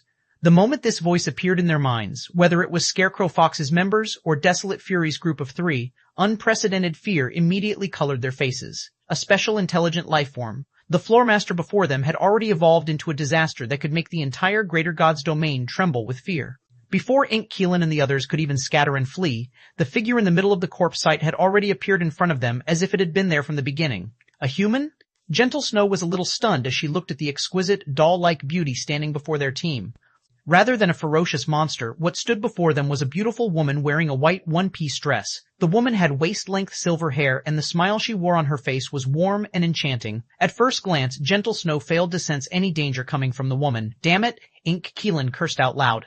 Unlike Gentle Snow, Ink Keelan looked at the woman floating before them with a pale and terrified expression, as if she was not looking at a peerless beauty but a ferocious beast instead. Special intelligent life forms. Such existences were exceedingly rare even throughout the entire Greater Gods domain. Meanwhile, a representation of what special intelligent life forms could accomplish was the 22 taboos. Mutated Floormaster Tia. Special intelligent life form, legendary, level 63 HP 2000 Milzen. Tia, the mutated floormaster before them, might not have reached the tier 6 divine rank, and even her level was only at 63, but she was already an undefeatable existence for tier 5 players like them. The reason for this was not simply because Tia possessed insurmountable basic attributes. Besides that, she also possessed saint-level control over mana due to her being a special intelligent life form and the ability to steal the skills and spells of the players she devoured. Combined with her computing speed that vastly surpassed that of players, her existence alone could rival an army of magical-class saints. "The system really isn't making things easy for me," Shi Feng wryly smiled as he looked at the special intelligent life form before him. Special intelligent life forms were existences that players should do their best to steer clear of in the Greater Gods domain. Even though Tia was only a newly born special intelligent life form, she could already rival dragons of the same tier and level in terms of overall strength. "All of you, become my food," Tia said as she waved a finger around in the air. Suddenly, everyone present experienced a feeling of suffocation, and even Shi Feng was no exception. This was because the mana within a 1,000-yard radius had been drawn to form multiple magic arrays of massive size. Tier 5 spell, Dimensional Wind. Over a dozen instances of Dimensional Wind appeared around the team simultaneously, one for every member of the team. In Tia's hands, the triple and quadruple casting methods regarded by players as incredibly challenging were nothing but a joke. Subsequently, over a dozen dimensional blades could be seen flying at every member of the team, each blade being several hundred meters in size. Faced with these devastating dimensional blades, even the highly experienced members of Scarecrow Fox felt despair. After all, Dimensional Wind was originally already a large-scale destruction spell. A Tier 5 Saint-ranked Elementalist could, at most, silent cast one instance. Yet, Tia had cast over a dozen instances simultaneously. How were they even supposed to fight such an existence? It seems a big investment is unavoidable. When Shi Feng saw the humongous dimensional blades targeting everyone in the team, he stopped withholding his cards and injected 6,000 units of 7 Luminaries Crystal into the Feather of Oath, summoning 6 level 1622 Tier 5 War Goddesses. Tier 5 War Goddesses. When the 6 War Goddesses appeared, even Desolate Fury, Cross, and Laroja, who had previously seen Shi Feng summoning War Goddesses, couldn't help but be stunned. The degree of shock they experienced from seeing the 6 Tier 5 War Goddesses was no less than what they experienced when they first saw the mutated Floormaster. Is this why Abyss Water apologized? When Ink Chillin saw the 6 War Goddesses, she suddenly realized why Abyss Water had so decisively apologized to Shi Feng despite being a Vice Guild leader of the Scarlet Merchant Alliance. Before Ink Chillin could snap out of her daze, the 6 War Goddesses had already started attacking the approaching dimensional blades using the various weapons they wielded. Boom. In the blink of an eye, every dimensional blade was snuffed out of existence, the collision between the dimensional blades and the War Goddess's weapons drawing a dark curtain over the valley. At first glance, it looked as if someone had punctured a hole in the sky, the hole measuring over 1,000 meters in radius. Chapter 3434, Chapter 508, Magic and Combat Techniques. Chapter 508, Magic and Combat Techniques. Is this the might of the War Goddesses? We're saved. Everyone was shocked and excited by the 6 War Goddesses' performance. Originally, their team stood no chance whatsoever against the mutated Floormaster. This was because a special intelligent life form had an overwhelming advantage over players, and this could be seen by how effortlessly Tia had cast over a dozen Tier 5 spells simultaneously. It was simply unthinkable for players to defeat a special intelligent life form of the same tier. But now, with the 6 Tier 5 War Goddesses on their side, killing the mutated Floormaster would no longer be a dream. There was a real chance they could accomplish the unthinkable. Don't relax just yet. These War Goddesses can only stay summoned for a limited time. If we can't finish the battle quickly, we will still be doomed, Shi Feng said, reminding his excited teammates that they had yet to win the battle. The summoned War Goddesses only had a duration of 3 hours. While the Feather of Oath's War Goddess summoning skill didn't have a cooldown, each War Goddess had a hidden summoning cooldown of 1 natural day. So, even if he had 7 Luminaries crystals to spare, he couldn't summon them limitlessly. Upon hearing Shi Feng's words, everyone promptly calmed down. The ability to summon 6 War Goddesses was indeed amazing. But there was no way such an amazing ability would have no restrictions. Otherwise, it'd be too heaven-defying. And although Shi Feng did not mention how long the war goddesses could stay summoned specifically, they probably couldn't stay summoned for very long. Meanwhile, it definitely wouldn't be an easy task to deplete Tia's 2 trillion HP within a limited time. They would need to deal a minimum of 40 billion damage every 5 seconds just to overcome the mutated Floormaster's battle recovery. Even if Tia simply stood still and let them bombard her with attacks, killing her would still be a challenge. What do you suggest we do, Guild Leader Black Flame? Ink Qilin asked via the team chat while keeping her eyes focused on Tia, who didn't look to be in a hurry to take further action. We'll have to heavily injure her. Otherwise, we will just die from exhaustion, Shi Feng said as he looked at the mutated Floormaster. The war goddesses will work together to give her a heavy blow, but we must buy time for them. They cannot be disturbed throughout the preparation process.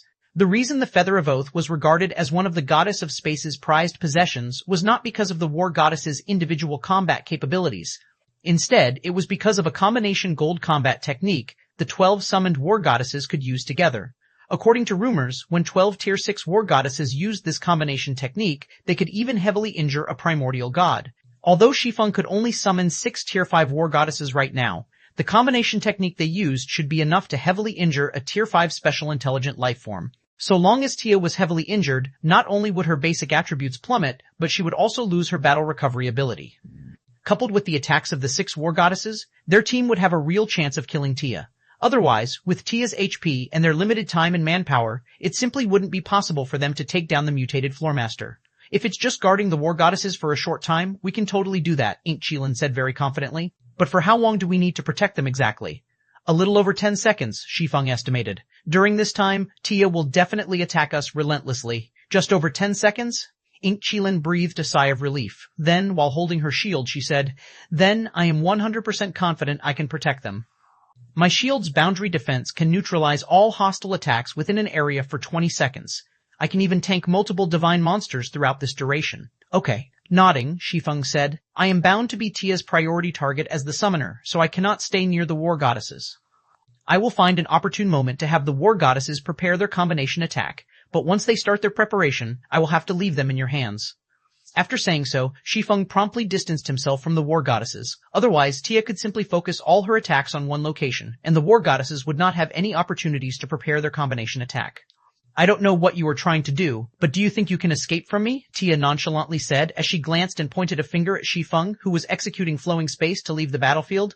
Suddenly, space and time seemed to have become frozen, and several dozen magic arrays appeared around Shi Feng. When Shi Feng saw the magic arrays that had appeared around him, he quickly recognized 2 3-fold magic arrays, and he couldn't help but curse at the players responsible for feeding the Tier 5 curses Spatial Garden and Time Arc to Tia.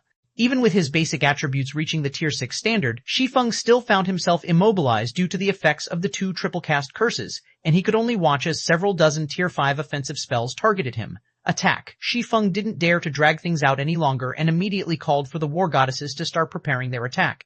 At the same time, he activated Fluctuating Law, constructing a world barrier around himself that protected him from the bombardment of spells. Following Shi Feng's command, the 6 war goddesses gathered together and closed their eyes to meditate, isolating their minds from their surroundings. At first glance, it didn't look like the war goddesses were doing anything. Unfortunately, Tia immediately sensed the danger the war goddesses posed to her and raised one of her hands. Then, everyone on the battlefield lost access to their 5 senses. However, this state lasted for only an instant. Then, once everyone recovered their 5 senses, they saw hundreds of meteorites appearing in the sky. The meteorites were massive, each having a radius of several thousand meters. Moreover, every meteorite was inscribed with divine runes, and their mere presence caused the surrounding space to collapse. Tier 5, Curse, Starry Rhapsody. Tia's Starry Rhapsody was stacked more than 10 times, and just its activation depleted the mana in a 10,000-yard radius. Everyone felt suffocated due to the lack of mana around them, and the sight of the descending meteorites instilled an indescribable sense of terror in them. So, this is a special intelligent life form? At this moment, everyone on the battlefield could feel the approach of death. They also came to understand why special intelligent life forms had the potential to grow into existences regarded as taboo by the entire Greater Gods domain. Meanwhile, when Ink Qilin saw the descending meteorites, she instinctively activated her Tier 5 Legacy Berserk skill Hero's Heart, increasing all her basic attributes by 100% and defensive skill effects by 200%. Suddenly, a barrier that blocked everything appeared with Ink Qilin at its center, covering a radius of 50 yards. Boom, boom, boom. A moment later, the descending meteorites began bombarding Ink-Keelan's boundary defense one after another, the resulting shockwaves turning the entire battlefield into a dark void and sending tremors across the underground Crystal Palace's 4th floor. Chapter 3435, Chapter 509, War Goddesses vs. Tia, Chapter 509, War Goddesses vs. Tia. Following the meteorite bombardment, the lush valley that was shrouded in mist transformed into a desolate wasteland shrouded in dust and smoke. As the dust gradually settled, a small area of distorted space could be seen in the middle of the valley.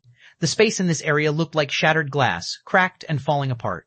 Inside the shattered space, Ink-Keelan and 6 war goddesses stood unharmed. But despite Ink-Keelan successfully stopping the mutated Floormaster's devastating attack, Riverlight and the other Scarecrow Fox members couldn't help but be stunned. The spatial barriers are cracked? How is this possible? This is the Vice Commander's strongest defensive skill. Riverlight and the Scarecrow Fox members could not believe their eyes when they saw the layers of cracked barriers surrounding them. Ink-Keelan's legendary shield was a special item. Along with her legendary spear, the 2 items made up the legendary Frost Guardian set. Because of this, the shield was much stronger than the average legendary shield. Normally, if Ink-Keelan used boundary defense with Hero's Heart active, the legendary shield's skill could easily stop even the attacks of Tier 6 divine monsters for its full 20-second duration. But now, Tia had cracked Ink-Keelan's boundary defense to a significant extent with just 1 attack. At this rate, 2 or 3 more attacks of similar caliber would be enough to shatter the barrier entirely. At this moment, Ink-Keelan's expression had also turned solemn as she looked up at Tia in the sky. The destructive power of just 1 meteorite was not enough to overcome her boundary defense's defensive limit, but the continuous bombardment depleted the barrier's mana reserve faster than she could replenish it. Hence, the barrier ended up cracking. However, before Ink-Keelan and the others could react, Tia lifted her hand and covered the sky with numerous large magic arrays once again. Tier 5 Curse, Gravity Flood. Suddenly, walls of darkness descended from the magic arrays and fell onto Ink-Keelan and the others. In the blink of an eye, a black sphere had formed around Ink-Keelan and the others, the sphere continuously compressing the spatial barriers of Ink-Keelan's boundary defense. Boom, with a loud bang, the space enveloped within the black sphere turned into nothingness. Even though Ink-Keelan's boundary defense had already started to recover some of its mana reserves after losing a significant portion to Tia's Starry Rhapsody, the rate of replenishing wasn't fast enough to refill everything before Tia's follow-up attack struck. As a result, the spatial barriers that surrounded Ink-Keelan and the others shattered thoroughly after defending against Tia's gravity flood, as expected of a special intelligent life form. I didn't think it was even possible to use gravity flood in such a way. Shi Feng, who was busy dodging the magical projectiles Tia was constantly sending his way, couldn't help but be amazed by the display of magical prowess he just saw. If he were on the receiving end of Tia's multifolded gravity flood, he would have never been able to survive it, even with fluctuating law. Only a specialized tank such as Ink-Keelan could do so. Your barrier's gone now, so stop struggling and become my food, Tia indifferently said as she waved her hand once more. Immediately, void chains emerged out of nowhere, threatening to envelop Ink-Keelan and the others. Upon seeing these chains, everyone couldn't help but gasp. Tier 5 Superspell, Law Imprisonment. Over 1,000 void chains extended toward Ink-Keelan and the others, each one carrying enough power to match the meteorites Tia had previously summoned. These chains also possessed incredible speed. Combined with their numbers, it would be impossible for Ink-Keelan and the others to dodge and block them completely. Just as the void chains were about to reach Ink-Keelan and the others, the 6 war goddesses suddenly opened their eyes in unison. At this moment, the 6 war goddesses felt like they were of one body. Attack. When Shi Feng saw the war goddesses completing their preparations, he promptly gave the command to attack. Suddenly, the intensity of the 6 war goddesses' auras increased substantially. At the same time, the phantom of a war goddess appeared behind them, the phantom measuring over 100 meters in height. As soon as the phantom war goddess appeared, the void chains that threatened to envelop Ink-Keelan and the others shattered and faded out of existence. Then, before Tia could react, the phantom war goddess threw a golden spear at her. The golden spear was like a lightning bolt, piercing through space and time in a flash. Even as a Tier 5 special intelligent life form, Tia failed to react to the attack, her heart pierced by the golden spear before she could even blink. Meanwhile, after the golden spear pierced Tia's heart, the intensity of the mutated Floormaster's aura rapidly weakened, and even her maximum HP plummeted. We did it. We really did it. Everyone grew ecstatic when they felt Tia's aura waning.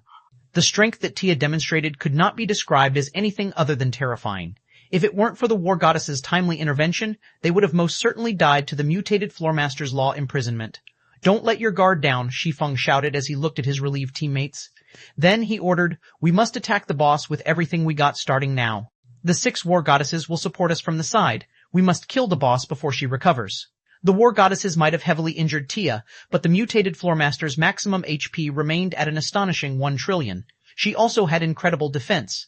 So, even if Tia were without battle recovery, it still wouldn't be easy to kill her. Moreover, the war goddesses could only use their combination technique once, so they couldn't heavily injure Tia again. Hearing Shi Feng's words, everyone quickly settled down and began pulling out all their cards. Starting from Ink Qilin and Desolate Fury, the two tanks charged at the mutated Floormaster while activating their respective taunt skills, the former using Warhorn while the latter using Furious Roar. With the activation of these two skills, Tia had no choice but to focus her attention on them. However, after entering a heavily injured state, not only did Tia lose her ability to fly, but she also lost her terrifying spellcasting capabilities. No longer could she cast multi-folded spells. The best she could do was cast a dozen or so single-folded Tier 5 spells at a time. Now that Tia could only cast ordinary Tier 5 spells, Ink Qilin and Desolate Fury didn't even need to defend against them. This was because Riverlight could negate all of them easily with his cleric spells. Meanwhile, once Ink Qilin and Desolate Fury got close to Tia, the mutated Floormaster had no choice but to start moving her body to defend herself against the two tanks' attacks. However, even while heavily injured, Tia still retained enough strength to repel Ink Qilin and Desolate Fury, her physical punches taking over 20% of Ink Qilin and Desolate Fury's HP, even when striking on the two tanks' shields. Moreover, Tia would send at least 3 or 4 punches every time, so even when Ink Qilin and Desolate Fury shared the burden between them, their HPs kept fluctuating at a precarious threshold. After watching the two tanks fight for a moment, the 6 war goddesses and everyone else began their attack on Tia. The 6 war goddesses shined dazzlingly as they attacked Tia together. They were able to accurately grasp the weaknesses in Tia's defenses and deliver critical blows every time, each blow plundering over 60 million HP from the mutated Floormaster. Meanwhile, Shi Feng dealt over 50 million damage with every attack, while Gentle Snow, with the help of her legendary weapons, caused over 40 million damage with her Tier 5 skills. As for everyone else, they dealt about 30 million damage on average with their Tier 5 skills and spells. 99%, 98%, 97%, even though Tia was a special intelligent life form, her HP still rapidly decreased under everyone's attacks. After more than an hour of non-stop attacking, quickly. We only have 7% to go. 6%. By the time Tia's HP dropped to 5%, she had fully recovered from her heavily injured state, and a furious expression appeared on her previously indifferent face. With just a wave of her hand, she sent Ink Qilin and Desolate Fury, who were using shields to defend themselves, flying over 100 yards, reducing their HP by more than 90%. You insolent ants. It's the end of the line for you. Tia suddenly raised both hands, causing a mana surge to occur in a 10,000-yard radius. It was obvious she intended to use her ultimate move to kill everyone in one fell swoop. How could this be? Riverlight despaired as he looked at the magic arrays that blotted the sky. At a glance, there was a minimum of 100 Tier 5 curses being cast simultaneously. Tier 5 curses were strong enough to rival Tier 6 spells. Even Tier 6 divine monsters would suffer if they were struck by over 100 Tier 5 curses. When Shi Feng saw the magic arrays in the sky, he took out the Feather of Oath once more. This time, rather than inject 7 Luminaries crystals into the Feather of Oath, he injected a God crystal instead. Heroic Pledge. Chapter 3436, Chapter 510, 1-star Heroic, Mark Chapter 510, 1-star Heroic Mark. As soon as Shi Feng activated Heroic Pledge, the shattered rocks scattered across the valley began to float into the air. Immediately afterward, a terrifying aura descended from the sky, causing these floating rocks to fall back onto the ground. Subsequently, a spear-wielding war goddess, the origin of the terrifying aura, rose into the air. Then, the spear she wielded transformed into numerous beams of light that collided with the Tier 5 curses descending from the sky. Boom, boom, boom. When the beams of light and Tier 5 curses collided, blinding light spread from the sky above the valley, and the sound of explosions echoed for tens of thousands of yards. The earth also trembled, and fissures measuring thousands of yards formed. Before the explosions even ceased, the spear-wielding war goddess appeared in front of Tia and swept her spear at the mutated Floormaster. Boom. A dark void encompassing a radius of over 100 yards formed in the sky as Tia blocked the spear with her forearms. However, she failed to neutralize the force behind the war goddess's spear, and she ended up getting sent flying dozens of yards backward and losing a visible chunk of her HP. Not giving Tia any time to reorient herself, the spear-wielding war goddess followed up her attack with an unrelenting assault. Even though Tia had already recovered to her peak state, she could just barely defend herself using Tier 5 defensive curses. Even then, her HP still continued to decline. 5%, 4%, 3%, incredible. Shi Feng couldn't help but be amazed when he saw how Tia was forced into a passive state. Even though Tia was only at the Tier 5 legendary rank, her being a special intelligent life form allowed her to fight Tier 6 divine monsters in a direct confrontation. In fact, the average divine monster would find themselves on the losing end if their level was the same as Tia's. Yet, in front of a Tier 6 war goddess, Tia performed no better than a child trying to fight an adult. Even with the ability to cast dozens of Tier 5 defensive curses simultaneously, Tia failed to adequately defend herself against the Tier 6 War Goddess's assault. Meanwhile, after executing a series of several dozen attacks, the War Goddess's spear suddenly trembled amidst the void. Then, the weapon transformed into a river of stars that obliterated everything in its path. Tier 6 skill, Galaxy Burst. The river of stars crashed into Tia one time after another, each collision plundering 1% of her HP. On the third collision, Tia's HP fell to 0, and her body fell out of the sky and crashed into the valley below. Mosh. Why? Is she dead? Is she dead? Everyone fell into a daze when they saw Tia suddenly falling out of the sky, and the numerous magic arrays in the sky fading out of existence. It should be known that only a few seconds had passed from when the War Goddess rose into the air to block all of Tia's Tier 5 offensive curses to when the War Goddess killed Tia. Tia's strength was evident to all. Even a Tier 5 dragon would not be her match. Yet, the mutated Floormaster was thoroughly outclassed by the Tier 6 War Goddess. Who is this person? Riverlight was at a loss for words as he looked at Shi Feng standing in the distance. A Tier 6 War Goddess. A combatant of such caliber could rank amongst even the greater gods' domain's apex existences, let alone the eternal realm. Not even pseudo-apex powers would want to provoke such an existence. At this time, Ink Keelin also wore a complicated expression as she looked at the Tier 6 War Goddess in the air. Originally, she thought that their two groups were in a mutualistic relationship. She felt that while Shi Feng's group might be powerful, they still needed Scarecrow Fox's help in the underground Crystal Palace. However, by the looks of things, it seemed she was sorely mistaken. With the help of the Tier 6 War Goddess, Shi Feng could easily sweep through the entire underground Crystal Palace's 4th floor. Of course, what Ink Keelin did not know was that the Tier 6 War Goddess had a short duration of 30 minutes. 30 minutes might be enough to finish off a near-death Tia, but it would be a different story if Tia was still at full HP. Regardless, following Tia's death, everyone on the team received enough EXP to level up at least once. Then, a series of system notifications rang in their ears. System, congratulations, you have slain a Floormaster. Rewarding 50 Crystal City of Secrets reputation points and 10 free legacy skill points. System, congratulations, you have secured the first kill of the 4th floor's Floormaster. You have received the Underground Crystal Palace Explorer title. All basic attributes will be increased by 3% when you enter the Underground Crystal Palace in the future.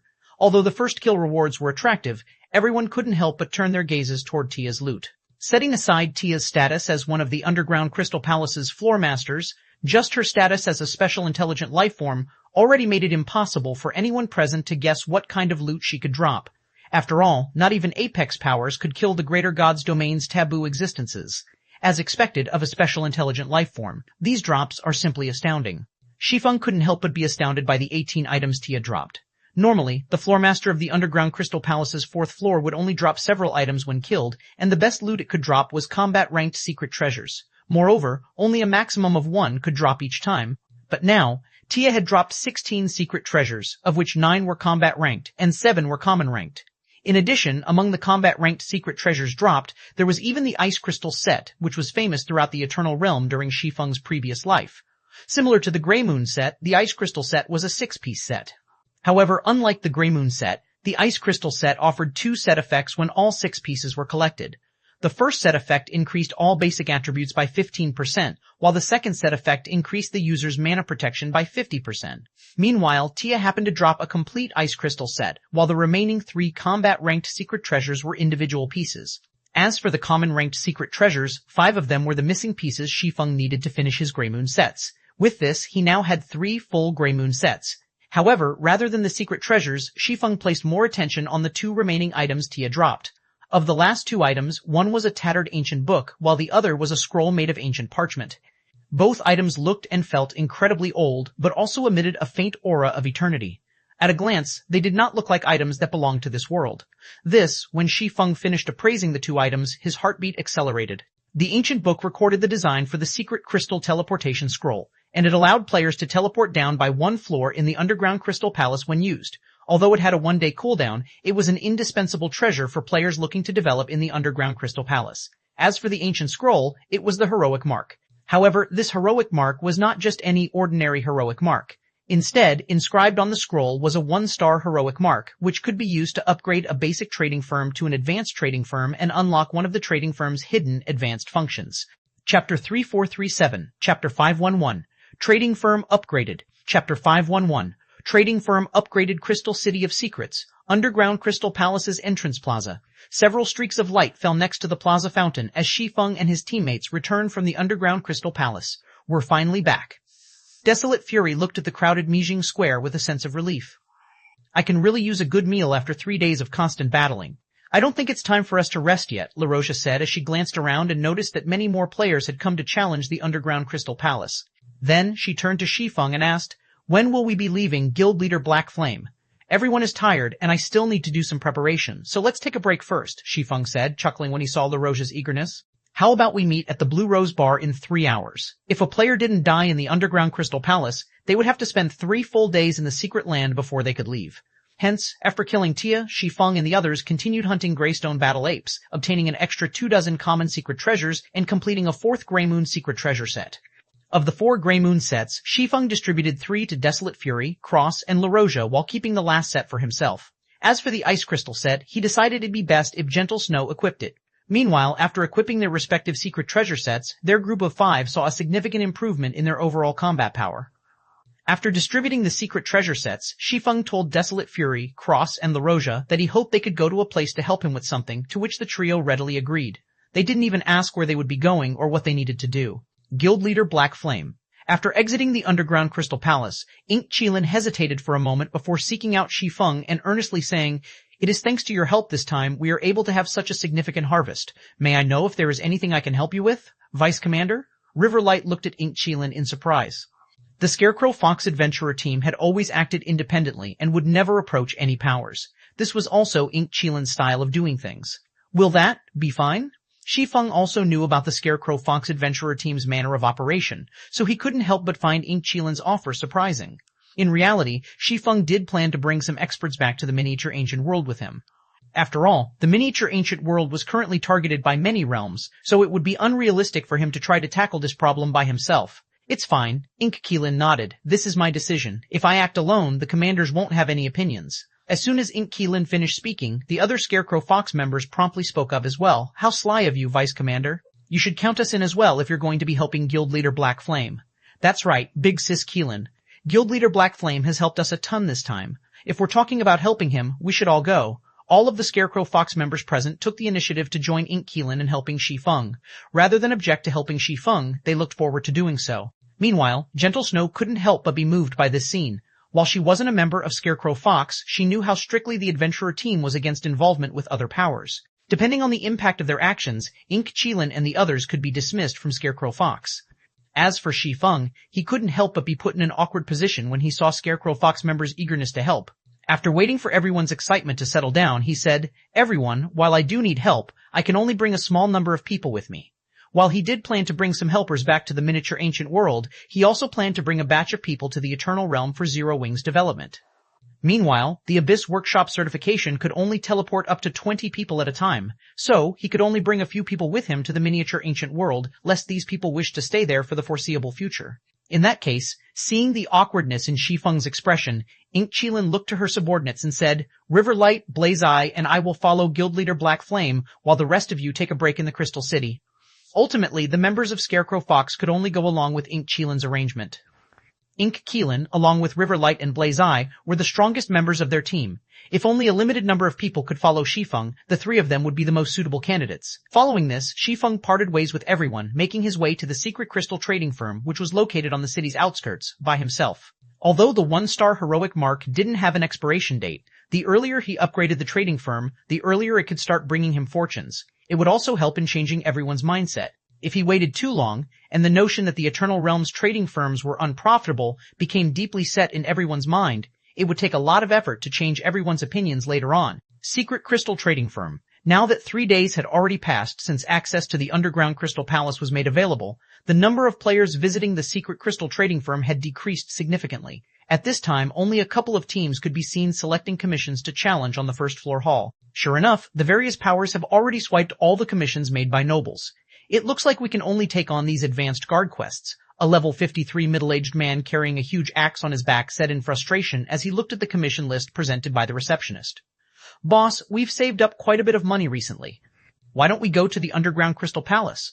A level 152 elementalist youth standing next to the middle-aged berserker suggested. Many teams have suffered at the hands of the holy race recently. Not only did these teams not make any money, but they even lost their deposit. Even if advanced commissions don't require large deposits, the risk and reward are not proportional. We'd be better off trying our luck in the Underground Crystal Palace.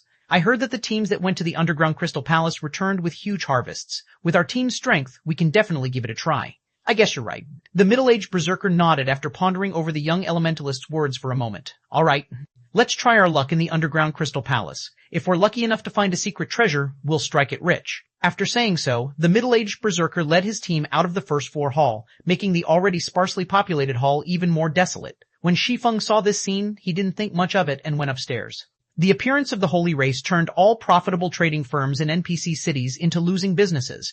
But the channels for players to make money in NPC cities have also increased. In the case of the Crystal City of Secrets, players could earn a huge profit just by obtaining some materials from the Underground Crystal Palace or drawing maps of the secret land.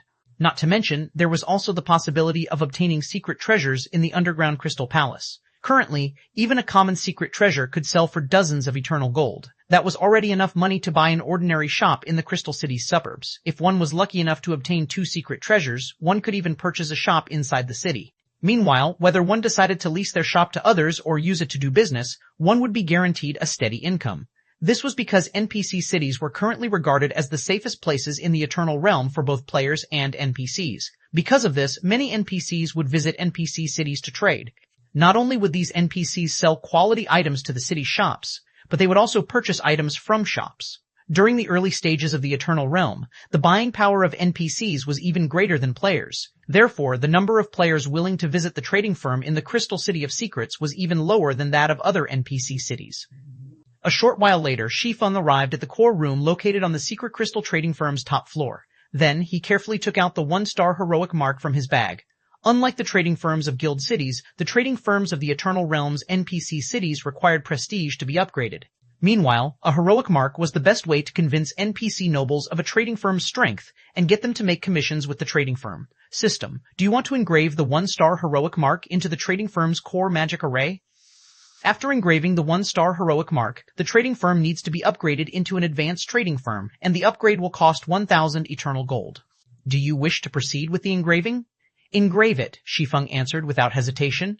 Throughout the past 3 days, he had already received the subsequent profits generated from the Earthen Magic Flower sales and obtained 1,990 eternal gold. Not even pseudo-apex powers had this much liquidity. Chapter 3438, Chapter 512, Hidden Advanced Function. Chapter 512, Hidden Advanced Function. Crystal City of Secrets. Secret Crystal Trading Firm. What's going on? Why did I get teleported outside? Look at the trading firm. The whole building's sealed off. What's the trading firm's owner trying to do? Why did they drive everyone out of the building? How are solo players like us supposed to make money now? After getting forcibly teleported out of the secret crystal trading firm, many solo players were quickly pushed to the brink of insanity when they saw the trading firm that was now enveloped in a black magic barrier. Unlike players operating in teams, solo players had a much more difficult time making money in the Eternal Realm. The increasing number of Holy Race players operating out in the fields only served to make the situation worse. Now, most material collection quests had become so dangerous that most solo players would steer clear of them. For solo players operating in the Crystal City of Secrets, the secret crystal trading firm was one of the few channels which they could earn money through. Yet now, they could no longer enter the trading firm. This was a terrible development as it would no longer affect their income but also delay their entry into the Underground Crystal Palace. If they couldn't quickly find an equally good source of income, the gap between them and players operating in teams would grow even bigger. However, before the players on the street could further their discussions, all players operating within the Crystal City of Secrets region received a system announcement. Regional system announcement: the secret crystal trading firm has been upgraded to an advanced trading firm. It is expected to reopen in 1 hour. The system announcement repeated 3 times, stunning the noisy solo players on the street into silence. All of them couldn't help but look at the system announcement again and again, wondering if they had misread it. Madness, this is madness. It got upgraded into an advanced trading firm, just like that? Damn, who's the one who bought the secret crystal trading firm? None of the powers operating in the city even have an advanced shop. Following the system announcement, even players who had never bothered to visit the trading firm to pick up commissions started to get excited, a flame of passion burning in their eyes. Trading firms could be found all over the greater God's domain, so anyone who had spent some time playing God's domain would know about them. Naturally, they also knew how significant of a difference there existed between a basic and advanced trading firm. For expert players in the various powers, the existence of basic trading firms was basically negligible. Unless they could secure a commission made by an NPC noble with 100% certainty, they would not bother visiting basic trading firms. Even in the Eternal Realm, the various powers teams would only ever bother taking on commissions issued by NPC nobles. As for other commissions, only ordinary teams and solo players would bother with them. Hence, the popularity of basic trading firms remained largely the same. However, it was a different story for an advanced trading firm. There would be many NPC nobles issuing commissions at an advanced trading firm every few hours, which was a stark contrast to basic trading firms, which would only receive several dozen per day. Hence, even solo players would have a chance at securing an NPC noble's commission from an advanced trading firm. In addition, there was also a chance for elite commissions made by great nobles to appear at an advanced trading firm. If players could complete an elite commission, the amount of city reputation points they could receive from it would be several times that of an ordinary noble's commission. Underground Crystal City's entrance plaza. At this time, the crowd gathered at the plaza could be seen voluntarily stepping aside and opening a path for a 20-man team that had just exited the Underground Crystal Palace. The leader of this team was a young, red-haired female elementalist. This elementalist not only carried a legendary staff, but she was also equipped with 2 pieces of legendary equipment, specifically a set of cloth armor and a hat.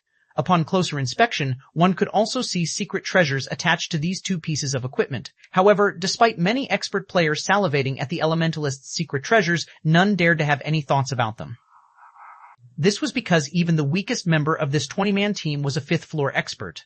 The team's several elderly folk were even well-known saint-ranked experts in the greater god's domain. "Should we go and check out that trading firm, Miss Billow?" a tall young man carrying a shield whispered to the female elementalist after seeing the system announcement. "Not necessary," the elementalist going by the name of Billowing Water One indifferently said as she focused her gaze on a distant guild residence. "A couple of noble commissions won't make us much money. Rather than waste our time running between places, we should prioritize recruiting more experts into our guild and organize the information we collected from the Underground Crystal Palace. If we can have more teams enter the Underground Crystal Palace, we'll be able to gather more secret treasures. Once our main force is fully geared, earning money will no longer be a problem." "Understood." The tall young man nodded in agreement. Aside from Billowing Water's team, the various powers operating in the Crystal City similarly did not bother sending their members to the secret crystal trading firm.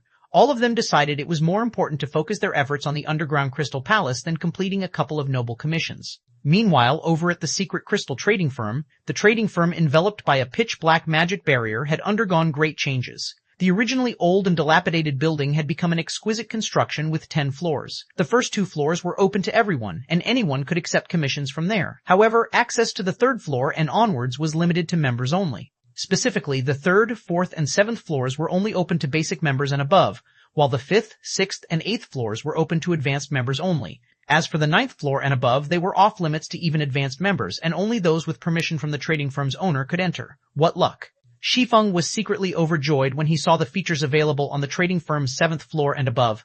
"I didn't think I would get the secret treasure market." Once a trading firm reached the advanced rank, a membership system would be introduced with 3 ranks: non-members, basic members, and advanced members. Whichever rank players received would depend on how much money they were willing to pay. Non-members didn't need to pay any fees, but basic and advanced members needed to pay a weekly membership fee. This was because basic and advanced membership slots were limited. In the case of a 1-star advanced trading firm, it would only have 5,000 basic membership slots and 1,000 advanced membership slots. As for how much players needed to pay for each type of membership, it was entirely up to the trading firm's owner to decide.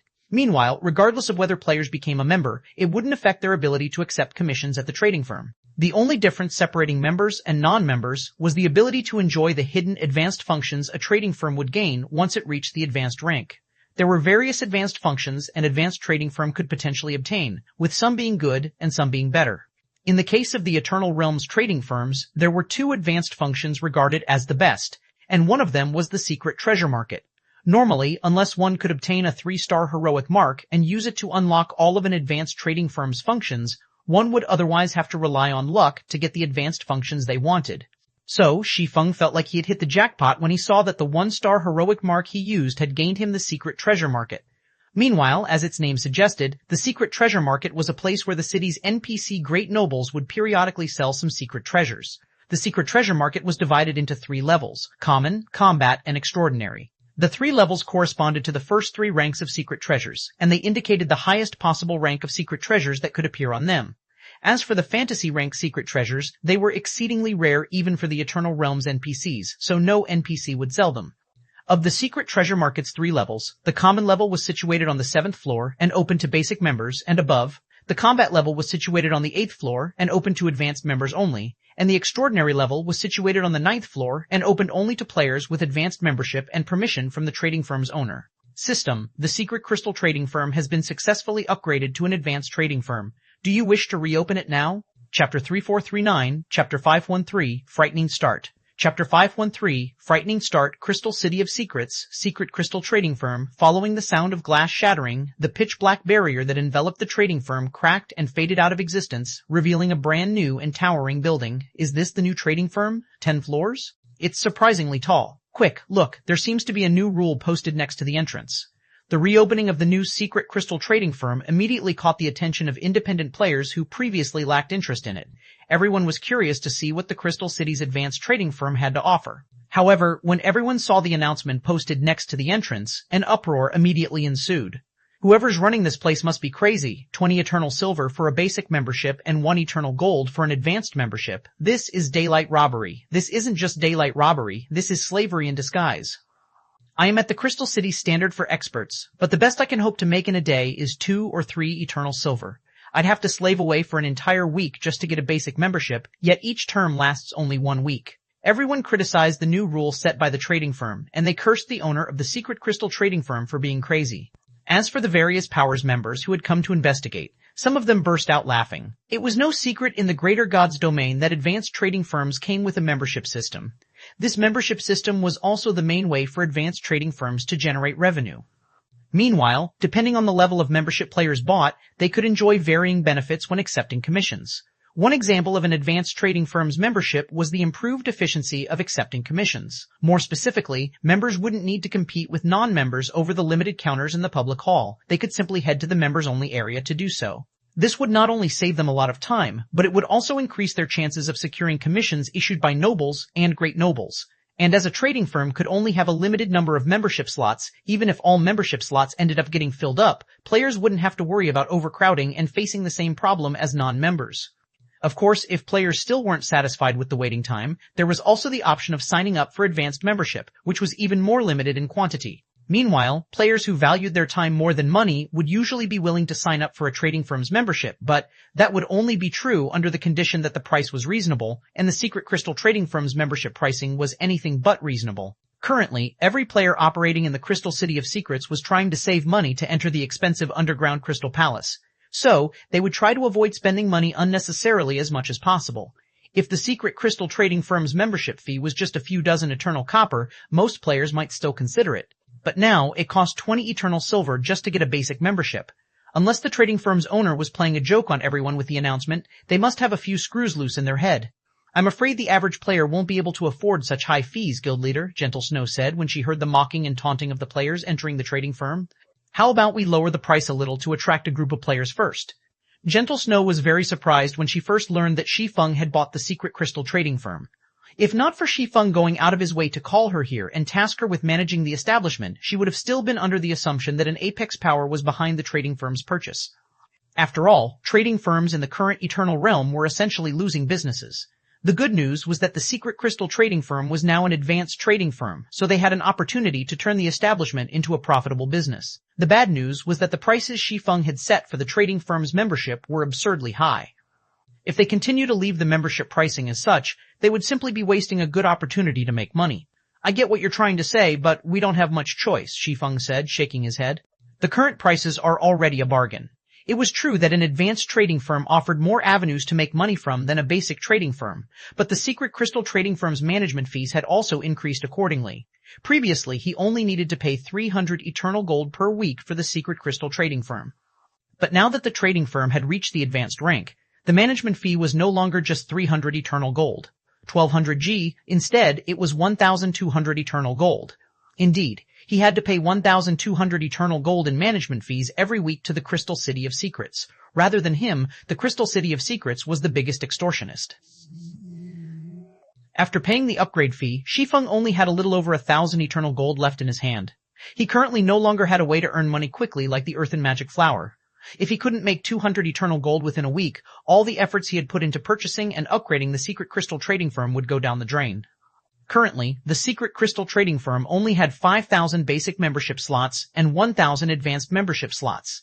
Even assuming he managed to sell all membership slots at the designated price of 20 eternal silver for basic membership and 2 eternal gold for advanced membership, he would only end up with 2,000 eternal gold per week. However, normally, it would be very difficult to fill all membership slots during the Eternal Realm's early stages. Yet, the trading firm's management fee would continue to rise along with the Crystal City's population. At some point, not even 2,000 eternal gold would be enough to cover the weekly management fee. A bargain? Gentle Snow was momentarily at a loss for words. She couldn't help but feel that she and Shi Feng were from different worlds. Don't worry, Shi Feng said and chuckled. It won't be long before they become more than willing to accept this price. Anyway, now that we are finished with business here, let's head to the Blue Rose Bar. After saying so, Shi Feng turned and left the secret crystal trading firm. Meanwhile, Gentle Snow looked at the trading firm's first-floor hall for a moment before gritting her teeth and following Shi Feng out of the building. A few hours after Shi Feng teleported back to the miniature ancient world with Gentle Snow and the others, the secret crystal trading firm, which was previously sparsely populated, became crowded with players looking to take on a commission. Many of these players were solo players, while only some were from adventurer teams, but every one of them frantically competed over the limited noble commissions. More than 100 people are waiting before us, Commander. It won't do for us to continue waiting in line, a level 152 young man from an ordinary adventurer team said as he looked at the players waiting in front of the first floor hall's dozen or so counters. Then he turned to the level 154 elderly knight standing next to him and continued, by the time our turn arrives, all of those noble commissions would probably have long been taken. Hearing the young man's words, the elderly knight surveyed the hall and stroked his white beard, a pondering look on his face. A moment later he said, fine, I'll go sign up for a basic membership. We'll just consider this an opportunity to earn city reputation.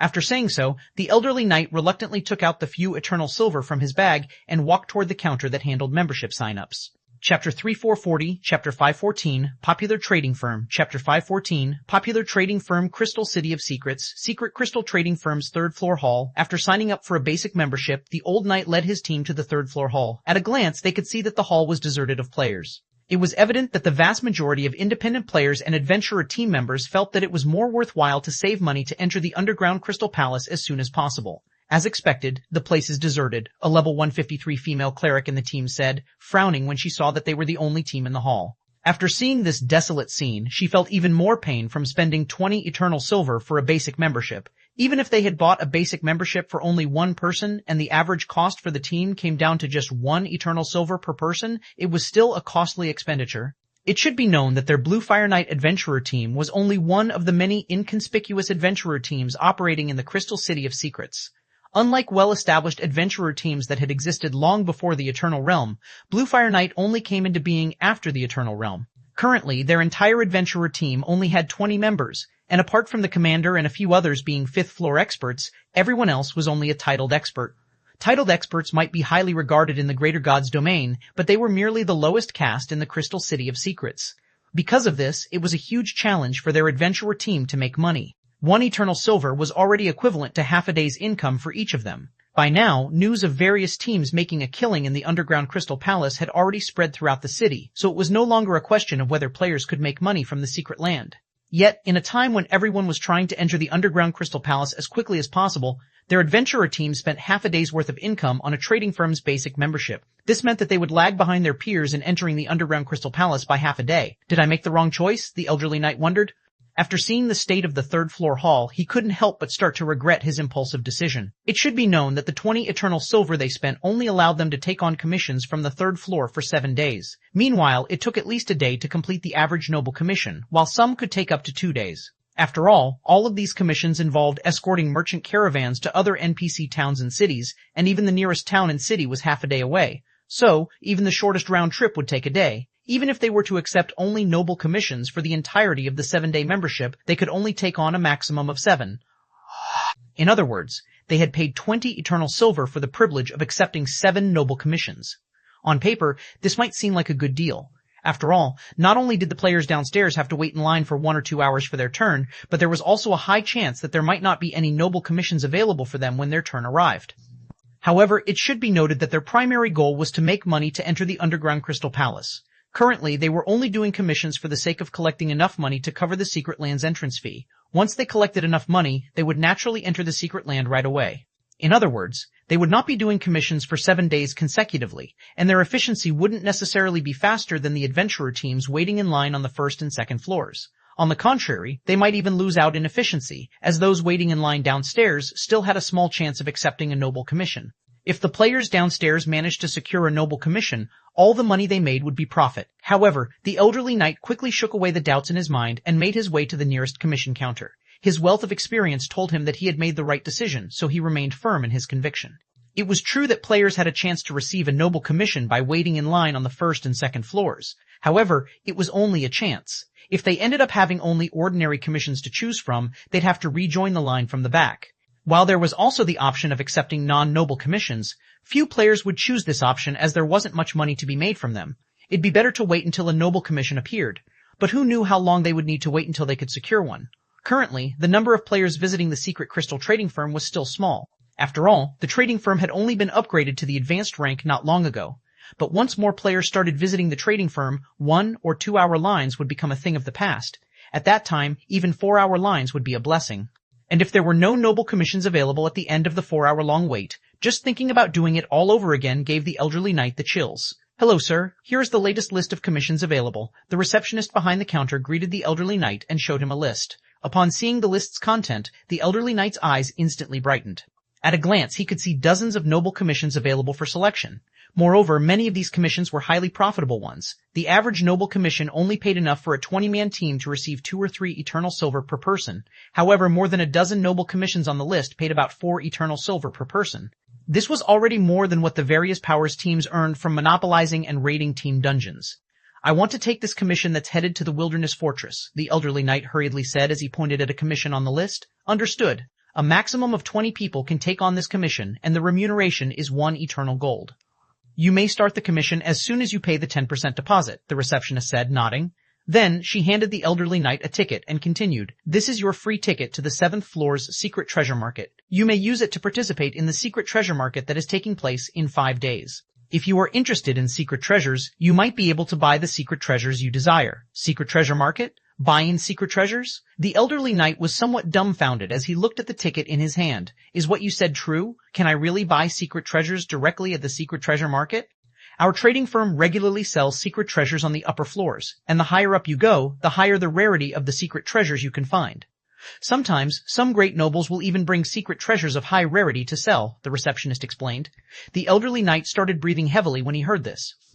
Currently, the main reason the various powers and players were entering the underground Crystal Palace was so that they could acquire secret treasures. However, even though the secret land did drop secret treasures, the drop rate was very low. They were so rare that, apart from the various powers' main forces, not many teams, few teams had actually obtained a secret treasure from the secret land thus far. In such a situation, the ability to purchase secret treasures directly from NPCs was akin to a dream coming true. It should be known that whoever controlled the most and the best secret treasures in the Greater God's domain would have control over the Greater God's domain in the future.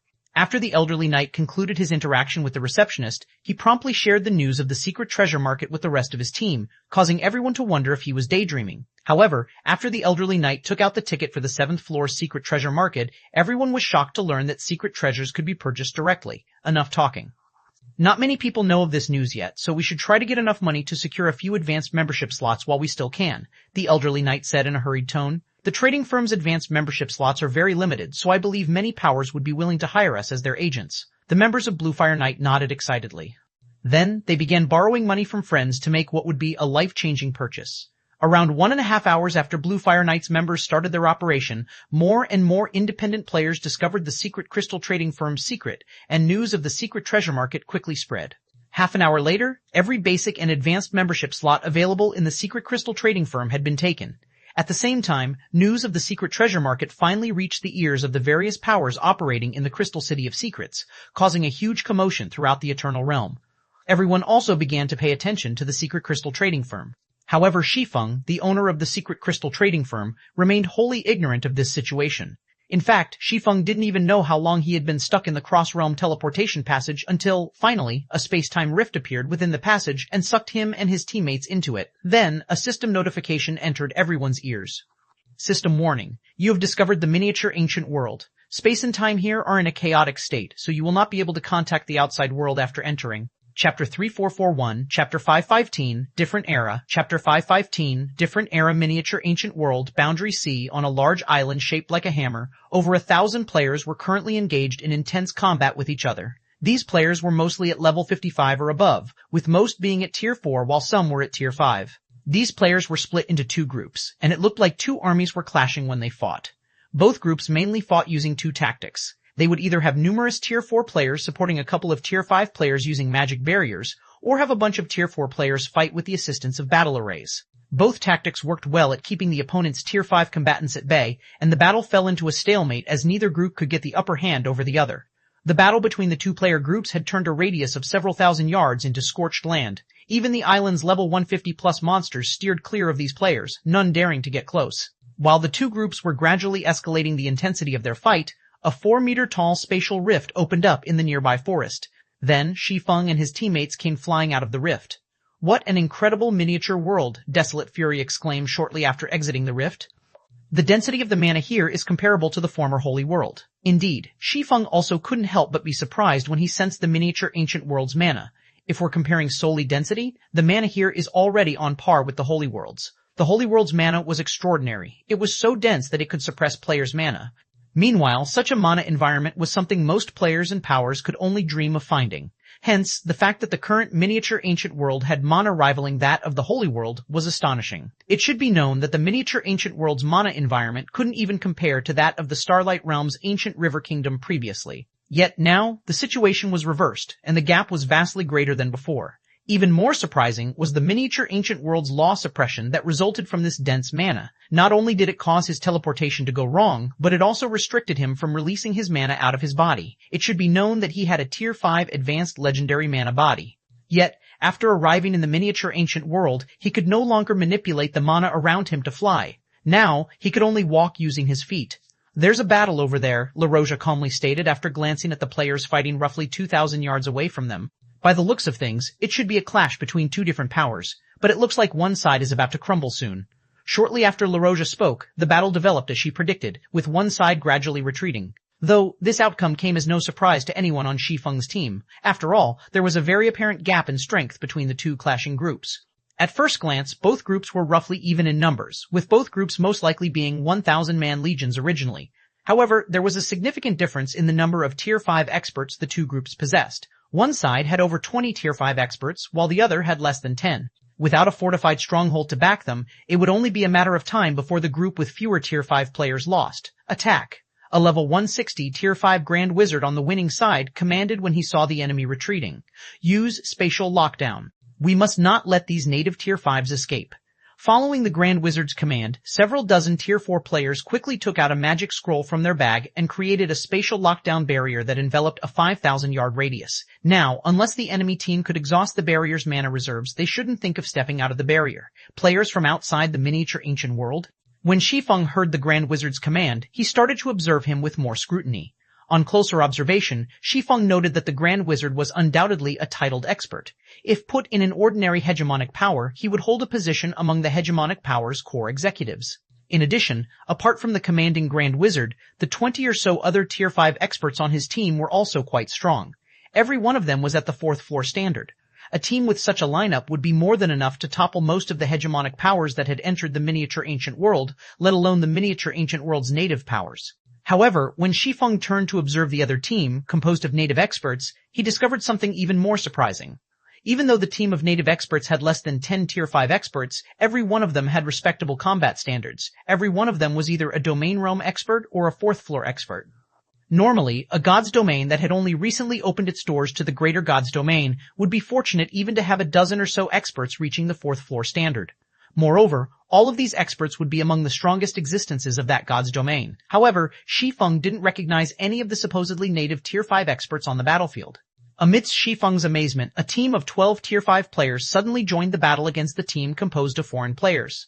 The team of 12 was led by 2 women, a tier 5 elementalist and a tier 5 assassin. Moreover, both were young women. Following the appearance of these 2 young women, the atmosphere surrounding the battlefield instantly changed. Hooray! Our reinforcements have arrived. Wow, it's the Asura Mercenary Alliance's Clear Sky and Nightingale. We're saved. The native players grew ecstatic when they saw the team of 12 joining the battlefield. A look of reverence even appeared on their faces when they saw Lin Yaoyue and Zhuo Yalan leading the team. As for the foreign players, they exploded into an uproar when they saw the 12-man team. Damn it, why is it those two? The Grand Wizard commanding the foreign team cursed when he saw Lin Yaoyue and Zhuo Yalan.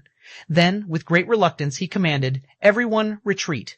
Hearing the Grand Wizard's call for retreat, the foreign players dropped what they were doing and fled in all directions without hesitation. Trying to escape? A cold glint flashed in Zhuo Yalan's eyes when she saw the foreign experts fleeing. Don't even think about it. Immediately, Zhuo Yalan's speed skyrocketed, her body splitting into 15 copies that chased after the fleeing Tier 5 experts. Her speed was like lightning, and every Tier 4 player she passed by would disintegrate into particles of light. Equally formidable, Lin Yaoyue raised her staff and cast 3 Tier 5 spells simultaneously, sending forth an amalgamation of wind, lightning, and icicles that killed over 100 Tier 4 players in the blink of an eye. By the end of the battle, less than 20% of the foreign players managed to escape with their lives, and more than half of the foreign team's Tier 5 players died in battle. If not for the commanding Grand Wizard ordering a retreat as soon as he saw Lin Yaoyue and Zhuo Yalan, the team's losses would have been even more severe. What's going on? Gentle Snow couldn't help but be stunned as she looked at Lin Yaoyue and Zhuo Yalan in the distance. What exactly happened when she was away from the miniature ancient world? When did Lin Yaoyue and Zhuo Yalan become so strong? Chapter 3442, Chapter 516, Rumored Founder? Chapter 516, Rumored Founder? Those two are incredible. Those fourth-floor experts didn't even last more than 3 moves against them. Even among titled experts, they have already reached the standard of paragons. They don't look very old either. With such strength and talent, they would still be considered top-tier paragons even if they joined an upper-ranking hegemonic power. When the battle finally concluded, Desolate Fury, Ink Chillin, and the others started to analyze Lin Yaoyue's and Zhuo Yalan's performances. At the same time, they started to take the miniature ancient world more seriously. Fourth-floor experts and titled experts might be everywhere in the Eternal Realm, but that was because the former Holy World was a gathering place of the various realms' geniuses and paragons. Normally, a fourth-floor expert would be considered a famous individual in any kingdom or empire of any realm. As for paragons, they were nigh invincible existences among players of the same generation in any kingdom or empire. Different from Desolate Fury and the others, Shi Feng couldn't help but be surprised when he saw Lin Yaoyue's and Zhuo Yalan's performances. At this time, whether it was Lin Yaoyue or Zhuo Yalan, both of them were already strong enough to rival Saint 9, the former 10th-ranked player on the miniature ancient world's god-ranked expert list. In other words, they had reached the standard of the ancient river kingdom's 10 great paragons. However, Shi Feng clearly remembered that before he left the miniature ancient world, the two had yet to even reach the domain realm, let alone the standard of titled experts and paragons. On the other side, after Lin Yaoyue and Zhuo Yalan achieved victory over the foreign players, the native players cheered with joy. As expected of Ashura's Clear Sky and Nightingale, I wonder when I can become a core member of Ashura? A core member? Stop daydreaming. Most of the god-ranked experts from the former first-rate guilds and superpowers are still stuck as internal members of the Ashura Mercenary Alliance. At present times, only those who have reached the titled standard are qualified to become core members. I really envy those who joined Asura early on. If I had joined a few months earlier, I might have become an internal member by now. Forget about it. I heard that Asura is currently recruiting many young geniuses to nurture, and those who pass will get to train in the rumored Primordial Tower right away. If the tower is anything like the rumors mention, those rookies will most likely take up a bunch of internal member slots. They get to train in that Primordial Tower? It seems that even the Asura Mercenary Alliance is feeling quite a bit of pressure this time. After seeing Lin Yaoyue and Zhuo Yalan achieve victory, many of the native players present expressed their admiration for the Asura Mercenary Alliance. Yearning also filled their eyes when they spoke about Asura's Primordial Tower. While everyone was engaged in discussion, the 10 other members of the Asura Mercenary Alliance returned to Lin Yaoyue and Zhuo Yalan's side. These 10 players were all young men and women who had reached Tier 5, and they couldn't help but feel prideful when they received the worshipping gazes of the Tier 4 youths around them. Passing the Asura Mercenary Alliance's test was not an easy feat. Meanwhile, the 10 of them were not only fortunate enough to pass the test, but they even became internal members of the Mercenary Alliance. To top it all off, they got to fight alongside Lin Yaoyue and Zhuo Yalan, 2 of the Asura Mercenary Alliance's Grand Elders. This was an opportunity many could only dream of obtaining. "We're done with the cleanup, Miss Nightingale," a level Win 57 berserker reported. "But I came across a group of Tier 5 players roughly 2,000 yards away. I don't recognize them, and they don't seem like native players, but a man and a woman among them claim to know both of you and want to talk to you. As soon as the male berserker finished speaking, the female swordsman beside him sneered and said, "Ghost Axe, who doesn't know Miss Clear Sky and Miss Nightingale in the miniature ancient world? There are tons of people queuing up to meet them." How can you even believe those people's words? The other members of the team also nodded in agreement with the female swordsman's words. They felt that the berserker named Ghost Axe was too naive. A group of unfamiliar Tier 5 players, and they said they know us? Zhuo Yalin grew a little curious. "Oh, the woman said her name was Gentle Snow," Ghost Axe suddenly added. "She said you'll know who she is once you hear this name." "Big Sis Snow?" Zhuo Yalin's voice was full of excitement. "Take us there quickly. Big Sis is back?" A look of surprise also appeared on Lin Yaoyui's face. Hearing the two's urging, Ghost Axe dared not waste any time and hurriedly led them to the forest where he came across Gentle Snow. Meanwhile, Zhuo Yalin and Lin Yaoyue followed him closely without hesitation. Upon seeing this scene, the female swordsman who previously mocked Ghost Axe couldn't help but be stunned. She also couldn't help but wonder who Gentle Snow was. In no time, Lin Yaoyue and Zhuo Yalin arrived at a temporary campsite under Ghost Axe's lead. Then, when they spotted two familiar faces sitting around the campsite, unprecedented joy and excitement colored their faces. Subsequently, Lin Yaoyue and Zhuo Yalin brought the team of 8 Tier 5 players away from the island on their bronze warship, making a bee for the Abyssal Star City, the Asura Mercenary Alliance's main headquarters. As the Asura Mercenary Alliance's main headquarters, Abyssal Star City attracted tons of visitors every day, many of which came to join the Mercenary Alliance. Many powers had also chosen to settle down in Abyssal Star City, causing the city's player population to reach a frightening level. Nowadays, even Asura members with priority access to the city have to queue up for several hours to enter the city. As for non-members, it was anyone's guess as to how long they had to wait in line.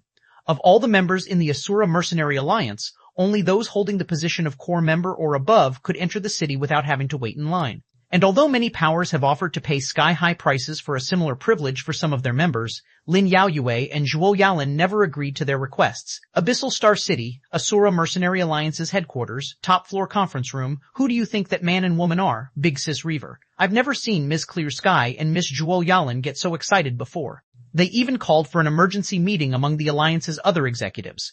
A female guardian knight curiously asked the female swordsman standing next to her as she looked at the door next to her. The female swordsman was named Sound Reaver and held extraordinary status in the Asura Mercenary Alliance.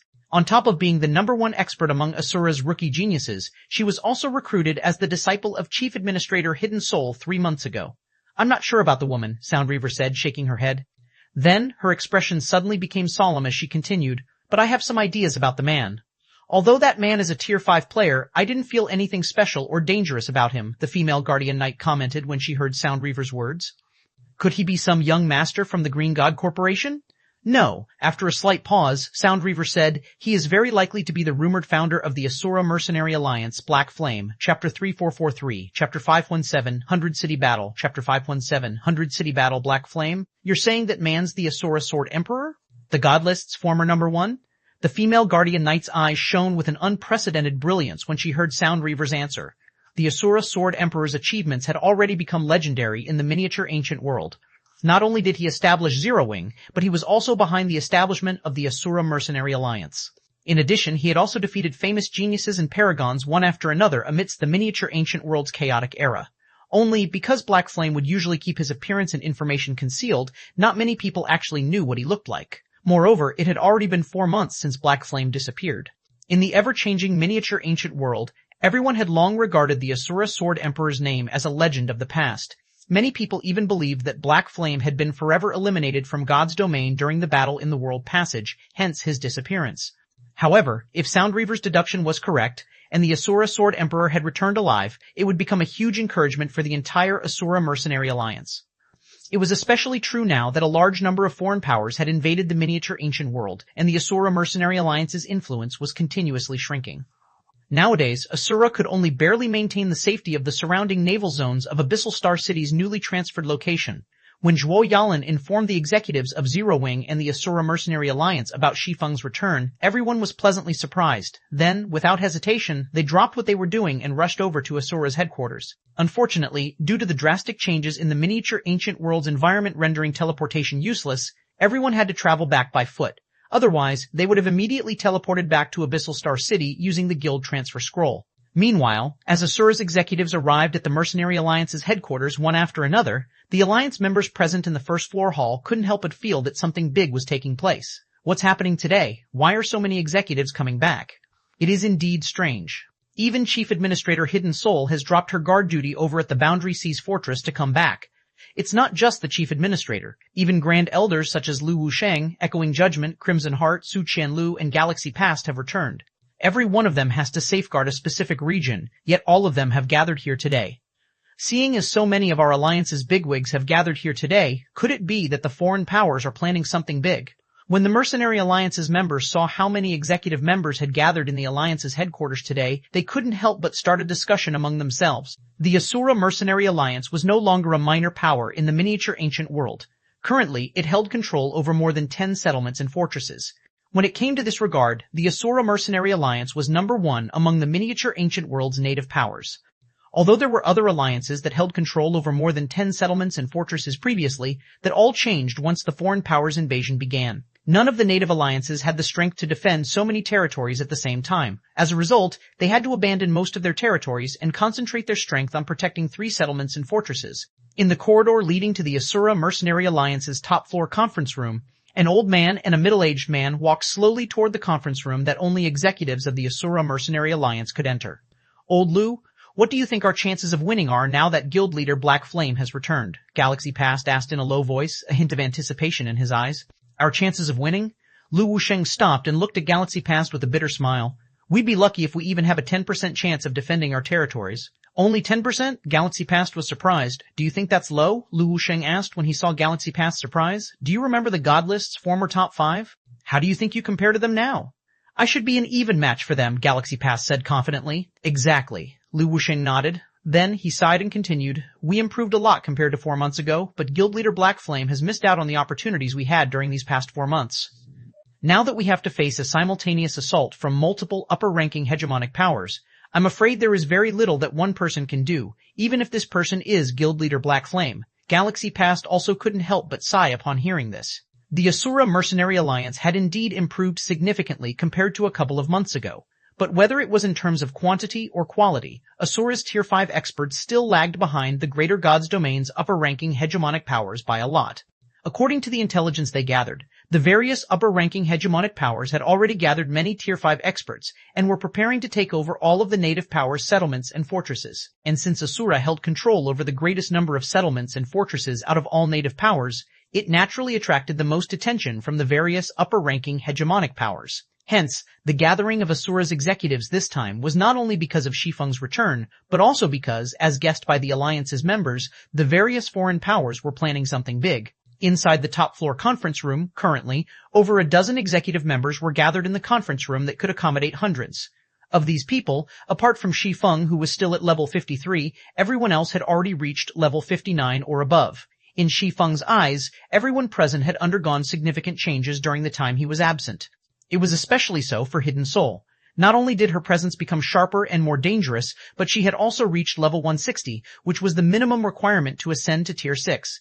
Now, so long as she developed her concentration to the Tier 6 standard and gathered 100,000 units of 7 Luminaries crystal, she could attempt to break through to Tier 6.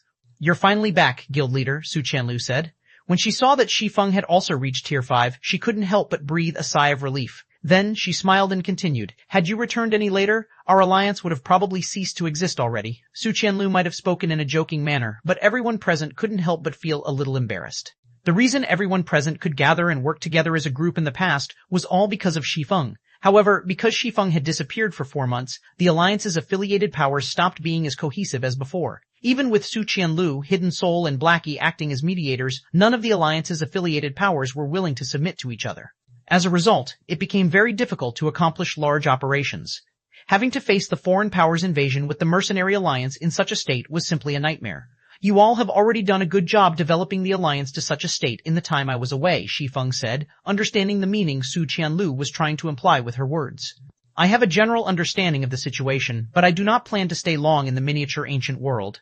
Are you giving up on the miniature ancient world, guild leader Black Flame? Everyone present immediately grew anxious. No, Shi Feng shook his head. Then, in a firm tone, he said, the miniature ancient world is our foundation. I came back this time to strengthen the Asura Mercenary Alliance and Zero Wing, and also to enable everyone to have a better development. Strengthen the Asura Mercenary Alliance and enable us to have better development? Lu Wusheng and the others couldn't help but look at Shi Feng curiously. They wondered how exactly Shi Feng was going to achieve his claims. After all, whether it was the current Asura Mercenary Alliance or Zero Wing, neither had a particularly optimistic future. Seeing the looks of skepticism on everyone's faces, Shi Feng smiled and said, "Instead of staying bound to the miniature ancient world, I plan to bring some people outside to develop." Chapter 3444, Chapter 5018, Show of Force. Chapter 5018, Show of Force. As soon as Shi Feng finished speaking, time seemingly became frozen as the whole conference room fell completely silent. A moment later, Lu Wusheng stood up with an excited look and asked, "Guild Leader Black Flame, you're not joking with us, are you?" Ever since the Myriad Worlds Descent expansion pack went live, all native players came to learn that whether it was the miniature ancient world or the God's domain they previously fought on, both were merely an insignificant part of the greater God's domain. The world outside their God's domain was not only much vaster but also more exciting. It also provided players with better development opportunities. However, now that the various foreign powers had blocked off the miniature ancient world's world passage, native players had no hope of entering the greater God's domain. While everyone in this conference room was aware that Shi Feng had the ability to travel out of the miniature ancient world, the fact that Shi Feng could do so didn't mean they could as well. After all, it wasn't easy to get past the world barrier. At this time, Galaxy Past, Crimson Heart, Lin Yaoyue, and Zhuo Yaolin also looked toward Shi Feng. Although none of them said anything, their eyes exposed their desires. "I'm serious about what I said," Shi Feng explained, unsurprised by Lu Wusheng and the others' skepticism. Glimmers and Purple Light's members can attest to this. Hearing Shi Feng's words, Lu Wusheng and the others turned to look at a middle-aged knight and a 3-meter-tall muscular man sitting in the corner.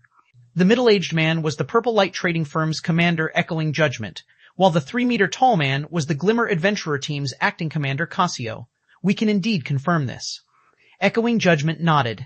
"More specifically, that's how we arrived in the miniature ancient world in the first place." With Echoing Judgment and Cassio's confirmation, Lu Wusheng and the others felt a shiver run through their bodies. At the same time, unprecedented excitement appeared in their eyes. If it was true that Shi Feng could bring others out of the miniature ancient world, Zero Wing and the Asura Mercenary Alliance would achieve prosperity in the miniature ancient world even if they didn't want to. It wouldn't be an exaggeration to say that every native player currently operating in the miniature ancient world wished to enter the greater God's domain. Once the miniature ancient world's native players find out that Zero Wing and the Asura Mercenary Alliance could extend their reach into the greater God's domain, the number of players seeking to join Zero Wing and Asura would reach unprecedented levels. After a short pause, Shi Feng continued, "Currently, the number of people I can bring each time is limited. Aside from allocating 1 slot to every power, I also plan to allocate 2 slots for the talented newcomers trained by the Asura Mercenary Alliance." "We only get 1 slot each?" Lu Wusheng grew a little disappointed. There were so few slots available that there were barely enough to even divine among the executive members of Zero Wing and Asura. This meant they wouldn't have any additional slots to use to tempt players to join Zero Wing and Asura. "We shouldn't be too greedy. Having even 1 slot is already good enough," said Crimson Heart from the 100-Flower Palace said calmly. "None of the other native powers can send even 1 player out of the miniature ancient world." "That's true." Galaxy Pass nodded in agreement with Crimson Heart's statement. While Shi Feng could only provide a limited number of slots to leave the miniature ancient world, it was still better than nothing. Not to mention, the number of players they could have in the greater God's domain would add up over time. At this time, Hidden Soul suddenly spoke up.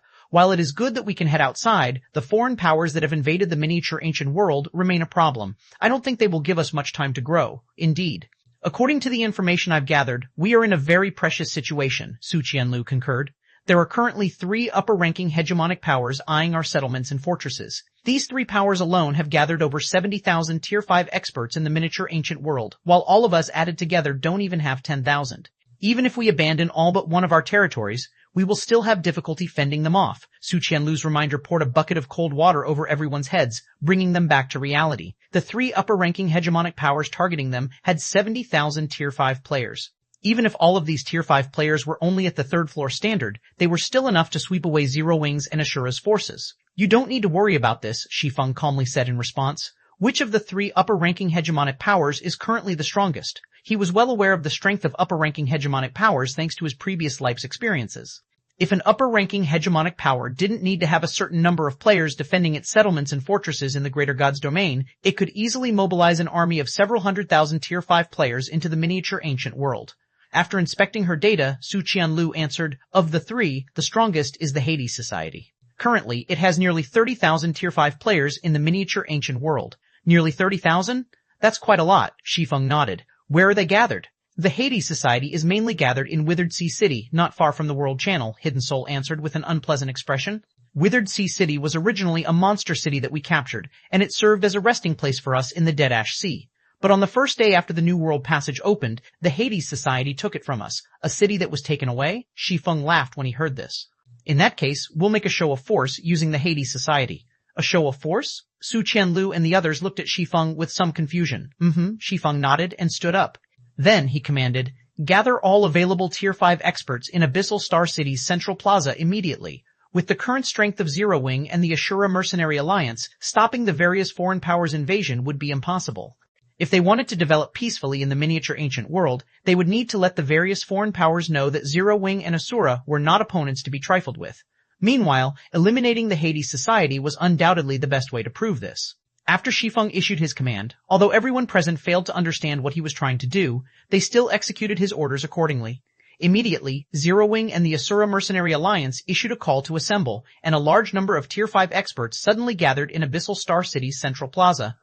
In no time, over 1,000 Tier 5 experts had gathered, and the number continued to increase as time passed. The sight of so many Tier 5 experts gathering sparking the curiosity of Abyssal Star City's players. At the same time, news of Zero Wing and Asura gathering their Tier 5 experts quickly reached the miniature ancient world's various powers. Chapter 3445, Chapter 519, Surpassing Expectations, Chapter 519, Surpassing Expectations, Abyssal Star City, Zero Wing's residence. Ever since Abyssal Star City got promoted into an advanced city, Zero Wing's residence had become one of the city's iconic sites. Not only did it occupy an area of 2 sports stadiums, but it also had a 50-floor guild hall that was over 200 meters tall.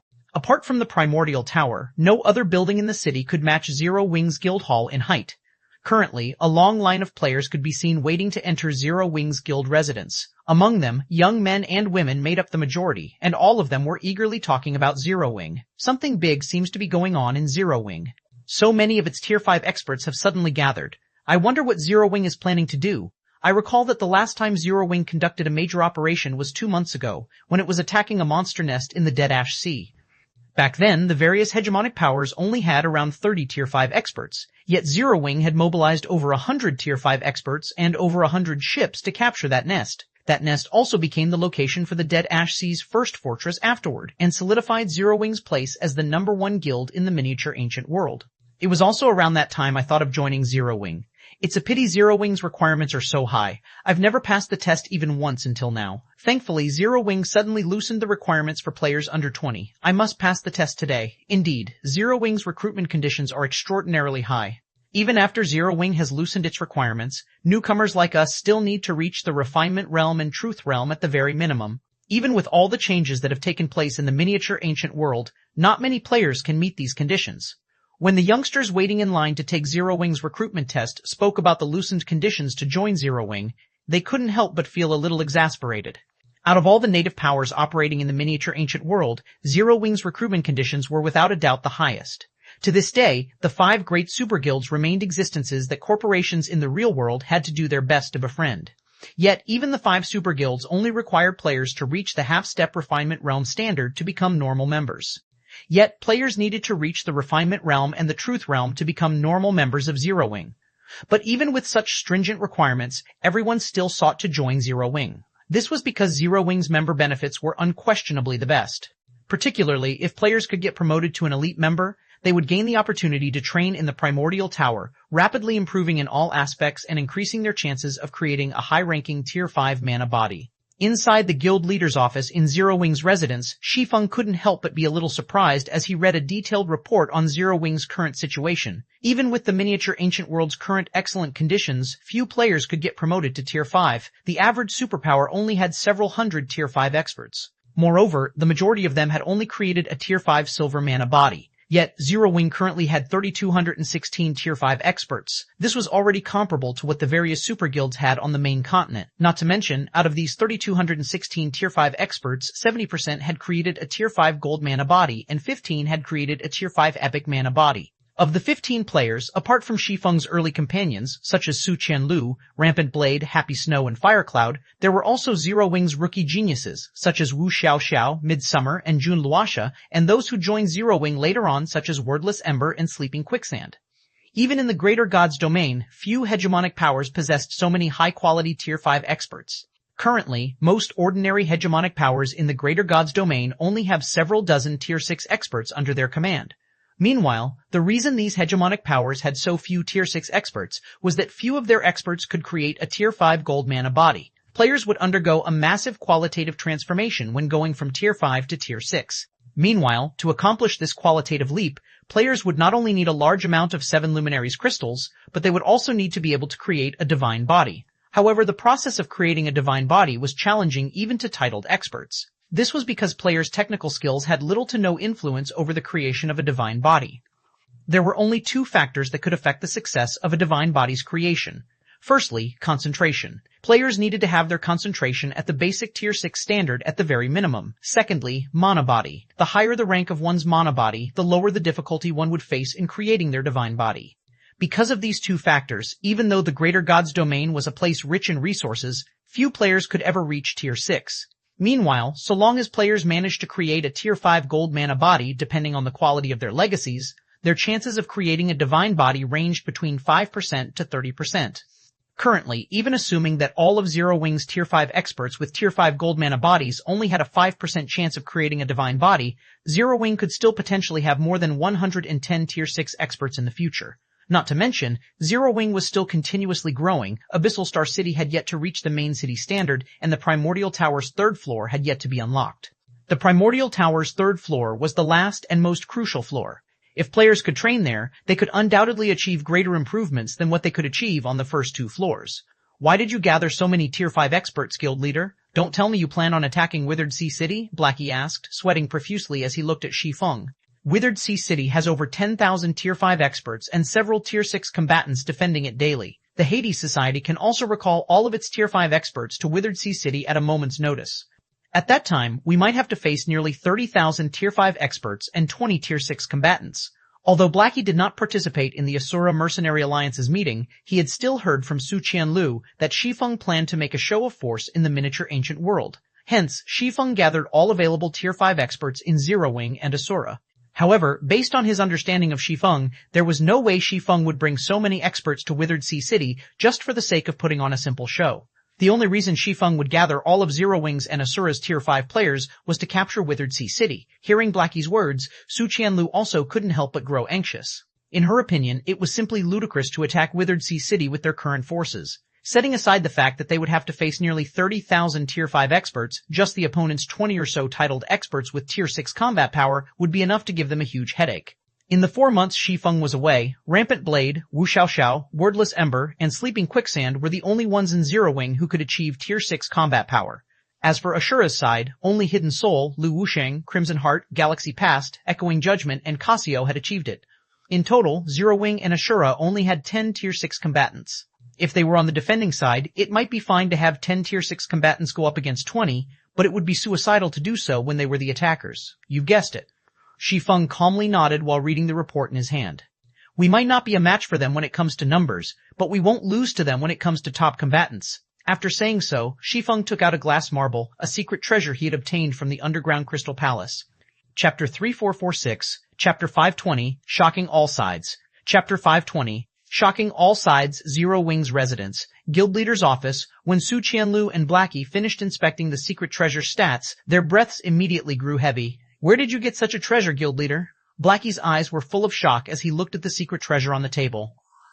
When players raised their tiers, it wasn't only their basic attributes and physiques that would receive a qualitative increase. They would also see a significant improvement in their mana protection. The difference in mana protection was also why players of a lower tier would usually have difficulty damaging players of a higher tier. However, unlike basic attributes and physique, there weren't any weapons, equipment, or tools that increased mana protection.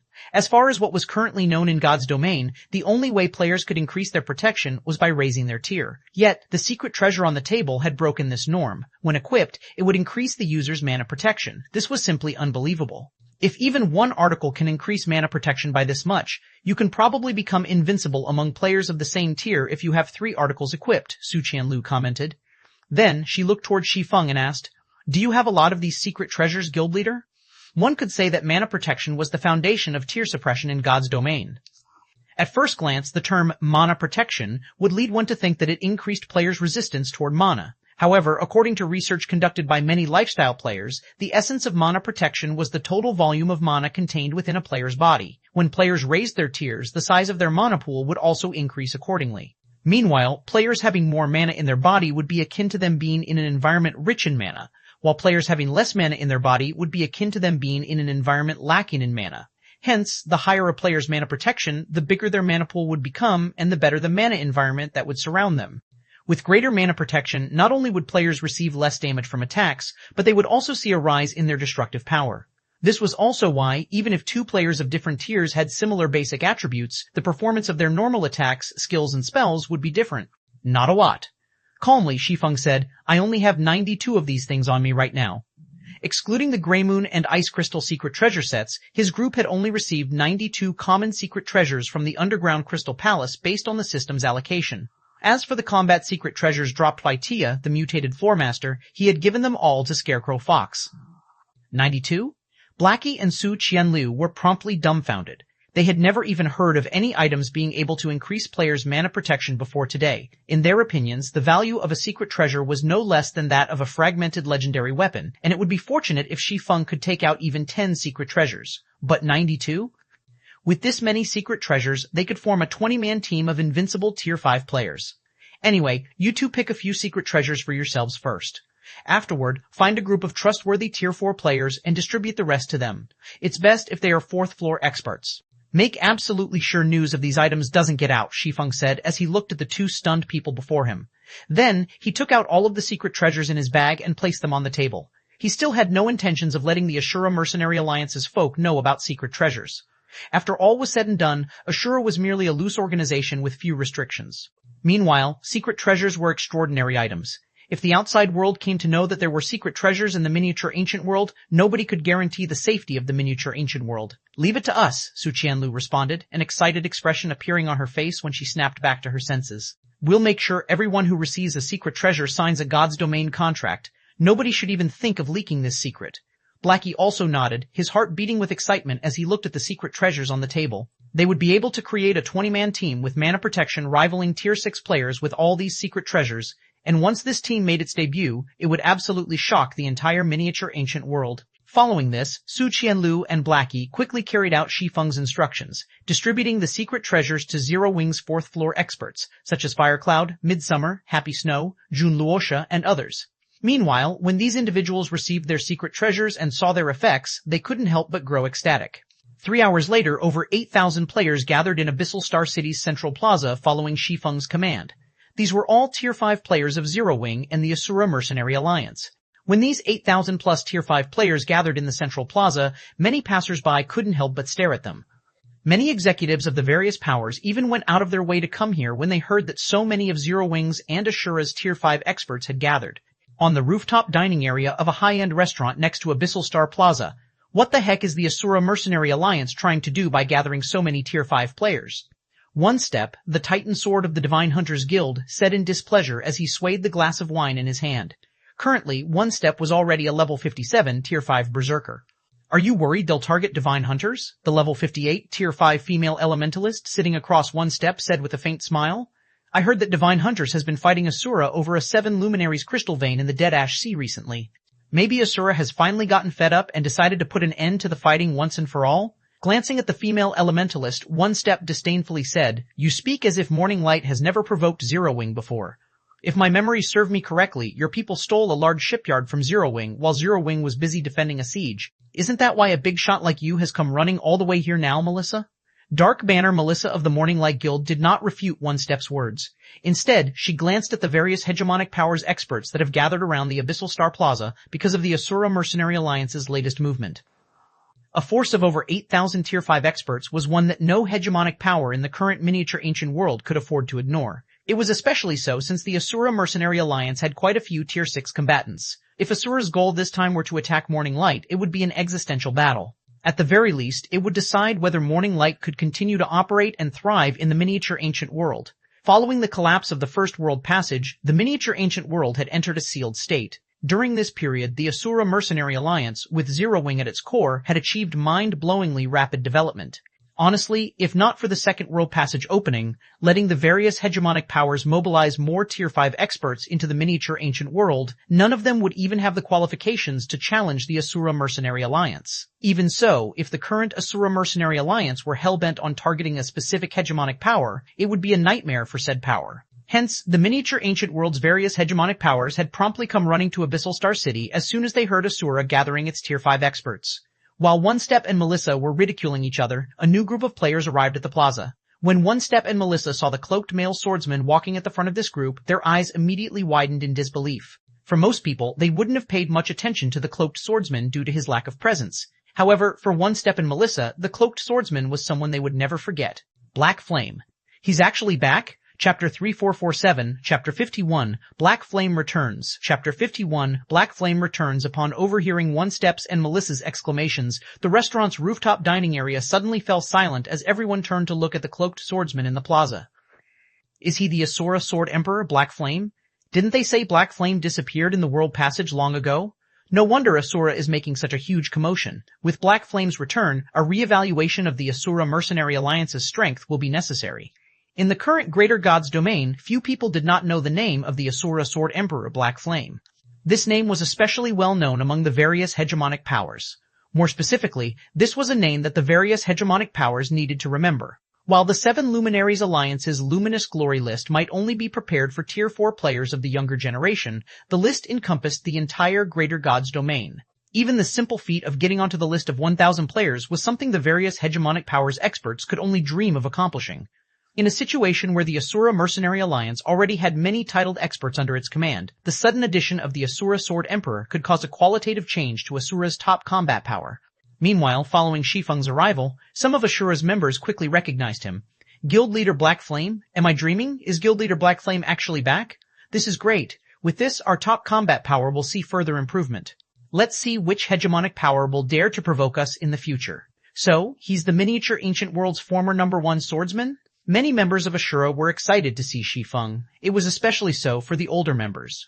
They had personally witnessed Shi Feng's astonishing accomplishments in the miniature ancient world, so they had a much better idea of what could come from Shi Feng's return. You really guessed it, Reaver. A young female knight in her late teens said excitedly to the female swordsman next to her when she saw Asura's older members recognizing Shi Feng. Although Sound Reaver had previously guessed that the cloaked swordsman was the Asura Sword Emperor Black Flame, it was only now that this conjecture had received confirmation. The miniature ancient world's #1 swordsman? While watching Shi Feng walk onto the elevated platform in the middle of the plaza, Sound Reaver's eyes burned with determination. This title will be mine sooner or later. After becoming Hidden Soul's apprentice, Sound Reaver had come to learn of Hidden Soul's unfathomable strength. Yet, even with such unfathomable strength, Hidden Soul continued to hold Black Flame in great esteem. This made Sound Reaver curious about Black Flame. Only, after seeing Black Flame in person, Sound Reaver couldn't help but be disappointed. This was because Shi Feng did not have as powerful and frightening of a presence as she imagined. She couldn't even feel any pressure coming from him as she did with her master Hidden Soul. I wonder what Guild Leader Black Flame has gathered so many of us here for. I heard from an executive that Guild Leader Black Flame seems to be planning to use the Hades Society to set an example. Using the Hades Society to set an example? Doesn't that mean we'll be attacking the Hades Society? Isn't it a little too early for us to be attacking the Hades Society? I heard that they have 5th floor experts. Even if Guild Leader Black Flame is back, we still can't match the Hades Society's 5th floor experts in numbers. We'll be at a disadvantage in top combat power. After learning of Shi Feng's return, Asura's members began speculating why Shi Feng had gathered so many Tier 5 experts, and when they spoke about the possibility of attacking the Hades Society, they couldn't help but think that Shi Feng was acting a little too recklessly. It was indeed good news for Asura that a 5th floor expert such as Shi Feng had returned, but the current miniature ancient world was no longer the same as in the past. Simply being a 5th floor expert could no longer guarantee one a spot among the miniature ancient world's top 10 players. This was because every upper-ranking hegemonic power that had entered the miniature ancient world had multiple 5th floor experts under its command, and there were easily more than 10 upper-ranking hegemonic powers operating in the miniature ancient world. While Asura's members were talking among themselves, both the executives of Asura and the various powers present suddenly started receiving messages and call requests. Did something happen, Soul? Shi Feng asked when he noticed a sudden change in Hidden Soul's expression. Something big happened, Hidden Soul said grimly. Just a moment ago, we received news that the Hades Society, Primal Empire, and Sacred Tribe have secretly gathered most of their Tier 5 experts at the Boundary Sea. Their numbers exceed 50,000, and their Tier 6 combatants exceed 60. They moved very secretively, and they had already appeared within 10 kilometers of Abyssal Star City when we discovered them. Damn it! These three upper-ranking hegemonic powers must have joined forces long ago. All the conflicts they had with each other were nothing but acts to deceive us into letting our guards down. Now that they heard that we've gathered most of our Tier 5 experts in Abyssal Star City, they must be planning to wipe us out once and for all. Lu Wusheng cursed under his breath after reading the latest intelligence report he received. He never thought the three upper-ranking hegemonic powers would band together. Before anybody could say anything else, Abyssal Star City's alarm for battle suddenly rang, and numerous magic mirrors appeared above the city. Meanwhile, displayed in these mirrors was the image of several thousand ships. Among them were hundreds of bronze ships and above, and every player riding these warships was at Tier 5. At a glance, the Tier 5 players aboard these ships numbered in the tens of thousands, and the sight of all these Tier 5 experts was shocking to even the battle-hardened experts in Abyssal Star City. Many experts had even forgotten how to breathe. Apart from the thousands of ships sailing across the sea, there were also 3 30-meter-long wyverns flying in the sky. Each of these wyverns carried 20 or so Tier 5 experts, and just the sight of these experts struck fear into the 4th-floor experts present in Abyssal Star City. Tier 6 combatants. This was the term that the various 4th-floor experts instinctively thought of. However, compared to the several dozen Tier 6 combatants, everyone was more terrified by the sight of the 3 experts helming the wyverns. Of these 3 experts, 2 were men, and 1 was a woman. All 3 looked rather young and did not look like they were even 25 years old. Yet, the sight of these 3 experts had given everyone the illusion 3 deities had just descended onto the mortal world. At this moment, even the various hegemonic powers experts who were in Abyssal Star City to watch the show had fallen silent, all of them wearing looks of disbelief. Sacred Glory Experts. Chapter 3448, Chapter 522, A Sacred Glory Expert. I've long stopped being one. Chapter 522, A Sacred Glory Expert. I've long stopped being one. The Hades Society must be crazy. Is this the true strength of the various upper-ranking hegemonic powers? Asura's members were filled with astonishment and worry when they saw the 3 individuals helming the 3 wyverns. As for executives such as Lu Wusheng, they started to feel as if their previous belief that Asura could defend Abyssal Star City so long as they concentrated their forces was nothing but a joke. Meanwhile, Asura's members weren't the only ones who despaired at the sight of the Hades Society, Primal Empire, and Sacred Tribe's combined army of Tier 5 experts. The various hegemonic powers executives who had come to Abyssal Star City to investigate Asura's activities similarly felt suffocated at this sight. While it was true that the Asura Mercenary Alliance was an enemy of the various hegemonic powers, none of the various hegemonic powers executives could bring themselves to feel delighted over Asura's predicament. On the contrary, they felt a sense of camaraderie with Asura's members. World-breaking axe, Heratus, myriad spears, daylight, unsleeping death, death stride. One step was greatly shaken when he saw the 3 individuals helming the wyverns. Is this a celebrity battle organized by the 7 Luminaries Alliance? Why are there 3 Sacred Glory experts here? It seems the 3 upper-ranking hegemonic powers plan to eliminate Asura once and for all, Melissa said, sighing. The 3 ranking lists published by the 7 Luminaries Alliance across the entire Greater Gods domain were known by all. They were also often the focus of discussion for many people. With the exception of the Luminous Glory List, players capable of entering the Sacred Glory List or Divine Glory List were publicly recognized as powerhouses in the Greater Gods domain. Even the 5th-floor experts regarded as core combatants by the various hegemonic powers were nothing but a joke in front of these powerhouses, let alone titled experts like themselves. Meanwhile, Heratus, Daylight, and Deathstride were not only ranked among the Sacred Glory list, but all 3 of them were also ranked within the top 500. It wouldn't be an exaggeration to say that just one of them was enough to wipe the floor with any hegemonic power operating in the miniature ancient world. Normally, the various upper-ranking hegemonic powers would never send such precious combatants into a miniature world. After all, these experts could accomplish much greater things in the Greater Gods domain. Yet now, 3 of these experts were mobilized just to target the Asura Mercenary Alliance. Such a shocking scene could rarely be seen even in the Greater Gods domain, so it was mind-blowing that it had happened in a miniature world. Before the players in Abyssal Star City could come back to their senses, faint laughter came from above the city.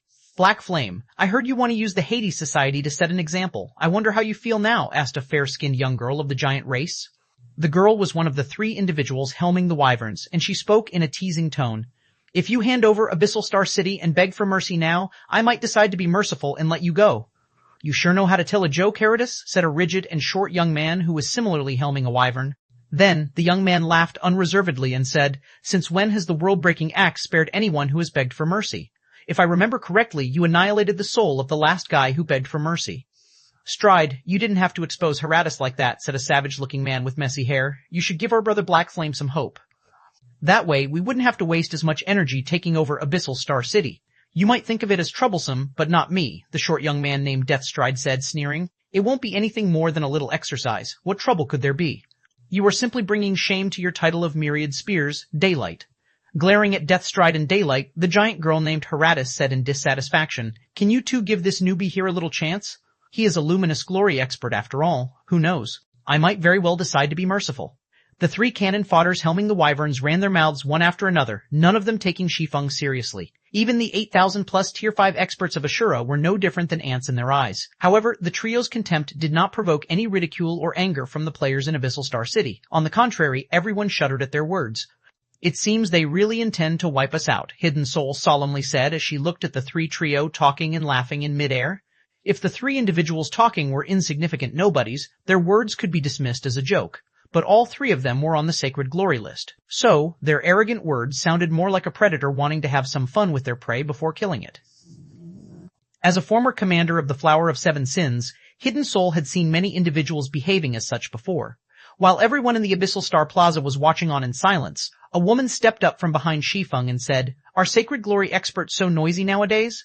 These words were not spoken loudly, but in the silent plaza they sounded like they were amplified countless times. Hence, everyone in and around the plaza heard these words clearly, and this included One Step and Melissa. The woman who spoke had an elegant look, and she carried a silver spear and shield on her back. Although she had reached Tier 5 already, she was only at level 156, which was quite low compared to the various hegemonic powers experts. Apart from those in and around the plaza, the players riding on the three wyverns in the sky also heard the elegant woman's words loudly and clearly. Immediately, the three upper-ranking hegemonic powers Tier 6 combatants couldn't help but shudder, though not because of the woman but because of the aura emanating from Heratus. It seems you are eager to be the first to die, old hag, Heratus said, her gaze growing colder and colder as she looked at Ink Keelan. Since you're in such a hurry, I'll grant you your wish. After saying so, Heratus reached for the 5-meter-long axe she carried on her back and threw it at Ink Keelan. When the axe separated from Heratus's hand, it traveled across the air without making any sound. Yet, the weapon traveled at the speed of lightning, and it easily penetrated Abyssal Star City's defensive magic array and struck Ink Keelan. The sight of this unimpressive attack caused everyone in Abyssal Star City to gasp. It was especially so for Asura's members. Abyssal Star City's defensive magic array had stood strong against numerous attacks from hegemonic powers and sea monsters. The defensive magic array could even block attacks that had reached the Tier 6 standard. Yet, it behaved as if it did not exist against Heratus's attack. Boom. Following a deafening explosion coming from the plaza, everyone in the city gasped once more. This was because, contrary to everyone's expectations, Ink Keelan had stopped Heratus's frightening axe. More specifically, she had caught the giant weapon with one hand, and she neither moved nor lost any HP in the process. Are you also a sacred glory expert? Heratus was greatly shocked when she saw Ink Keelan catch her attack without taking any damage. In her opinion, apart from sacred glory experts, no other expert of the same tier could stop her attack without taking damage. A sacred glory expert? After tossing the giant axe aside, Ink Keelan reached for the spear on her back. Then, she threw the weapon at Heratus and indifferently said, I've long stopped being one. Chapter 3449, Chapter 53, Tier 6 appears Chapter 53. Tier 6 appears like a shooting star. A streak of light shot through the sky above Abyssal Star City and disappeared. Following it, a scream echoed throughout the city. She couldn't resist it. Daylight and Deathstride widened their eyes in disbelief when they saw one of Heratus's arms getting obliterated. They could neither believe nor fathom how this had happened. Heratus, the world-breaking axe, was known for her abnormally high strength attribute. When comparing strength, she could rank among the Sacred Glory list's top 100. Her guild had even assigned her the legendary-ranked Titan Battle Axe because of her dispatch to the miniature ancient world this time. In her current state, it wouldn't be an exaggeration to say that Heratus's strength had reached the average standard of level 160 Tier 6 Berserker gods.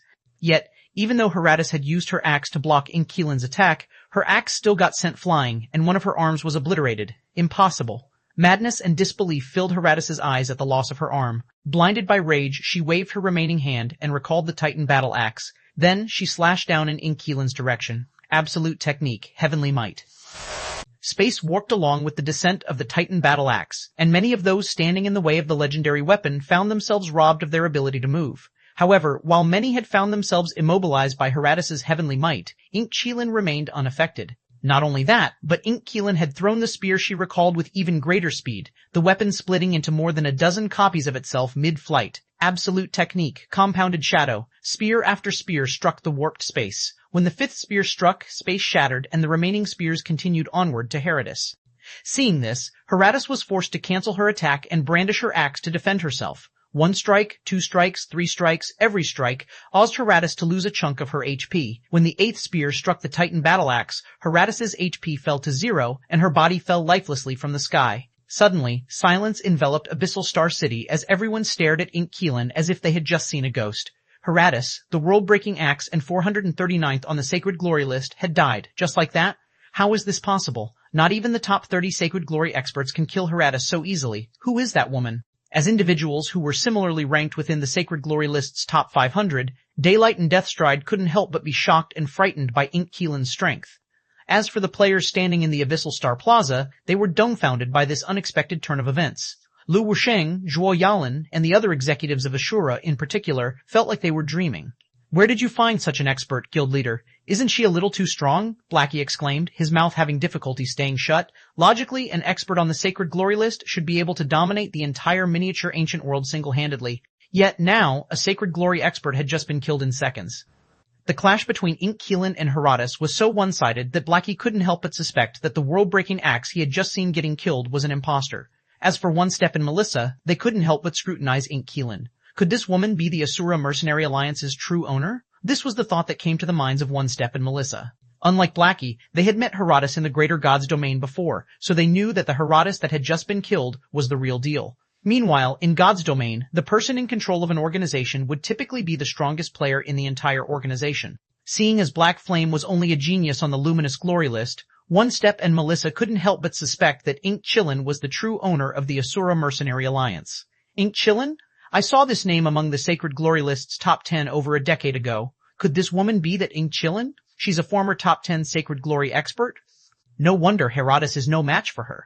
Could she be Zero Wing's mysterious backer? Some of the older players present quickly recognized Keelan, and upon discovering Keelan's identity, they no longer found it surprising that Keelan could kill Herodis so effortlessly. It was true that Herodis was amazing for being able to rank among the Sacred Glory list's top 500. However, there was a qualitative difference between someone ranked in the top 500 and someone ranked in the top 30, so it wasn't all too unbelievable for a former top 10 Sacred Glory expert to kill the current 439th ranked Sacred Glory expert in one exchange. However, of those present, only Shi Feng, Gentle Snow, Desolate Fury, La Roja, Cross, Riverlight, and Blazeeye knew the only reason Keelan could kill Herodis so effortlessly was because she had multiple secret treasures equipped. There were even combat-ranked secret treasures among them. Be it basic attributes or mana protection, Keelan was far above Herodis. Hence, it was only natural for Herodis to lose to Keelan in a clash of absolute techniques. Of course, had Herodis chosen to fight by evading, even Keelan would have needed some time to kill her. The fight wouldn't have ended so quickly and decisively. While everyone was immersed in silence, Shi Feng collected the item Herodis dropped and turned his gaze toward Daylight and Deathstride. It seems your plan to take over Abyssal Star City isn't going as smoothly as you expected.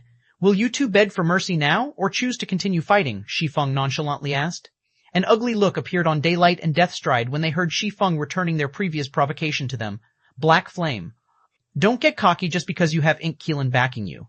Not only did Daylight not panic after realizing Keelan's identity, but he even sneered and said, "Do you really think we have no way to deal with her? With just you two? You're still not qualified for that," Shi Feng said disdainfully. Whether it was the Hades Society, Primal Empire, or Sacred Tribe, he had never regarded any of them as his actual opponents. This was because upper-ranking hegemonic powers lacked the qualifications to be his opponent. However, a second after Shi Feng finished speaking, a powerful voice echoed throughout Abyssal Star City. Is this old man qualified then? Following this question, an indescribable pressure swept through Abyssal Star City, forcing all players below Tier 5 to their knees.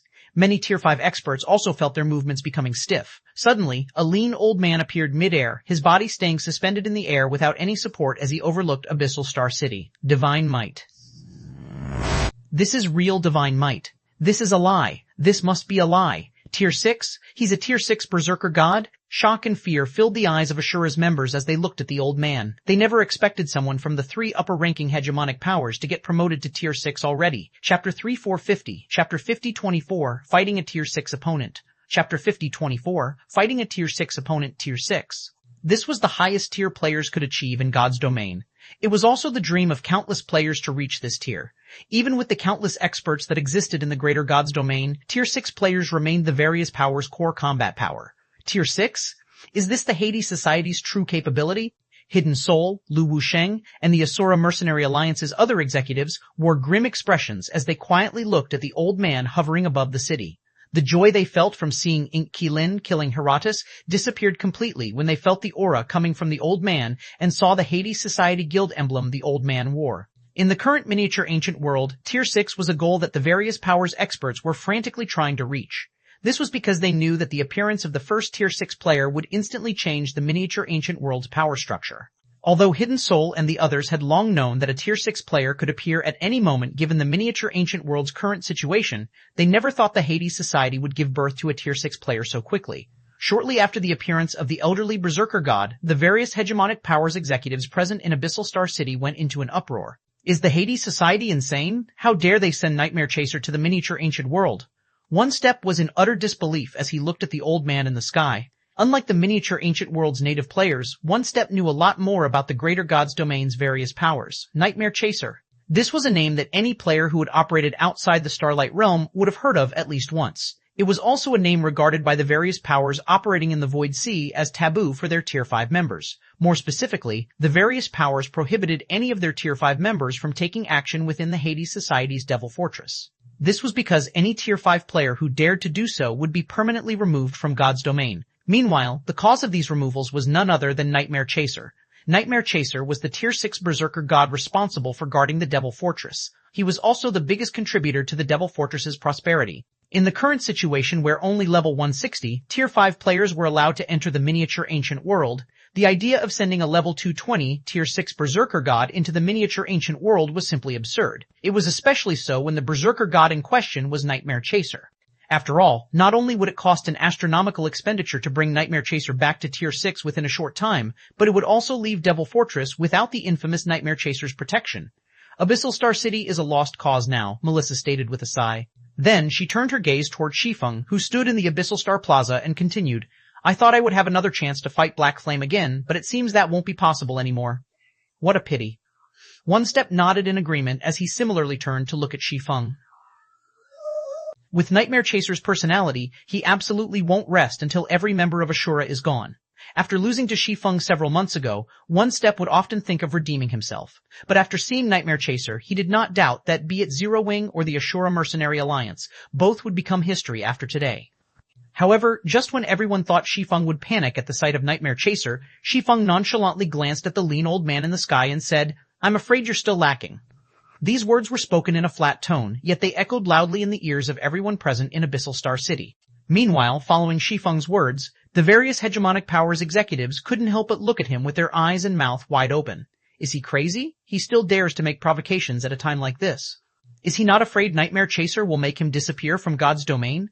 Does he think Ink Qilin can still protect him? When the various hegemonic powers executives saw Shi Feng's behavior, they couldn't help but think of him as a fool. After all, a Tier 6 Berserker God was present before him, yet he still failed to see the situation for what it was. How brave of you.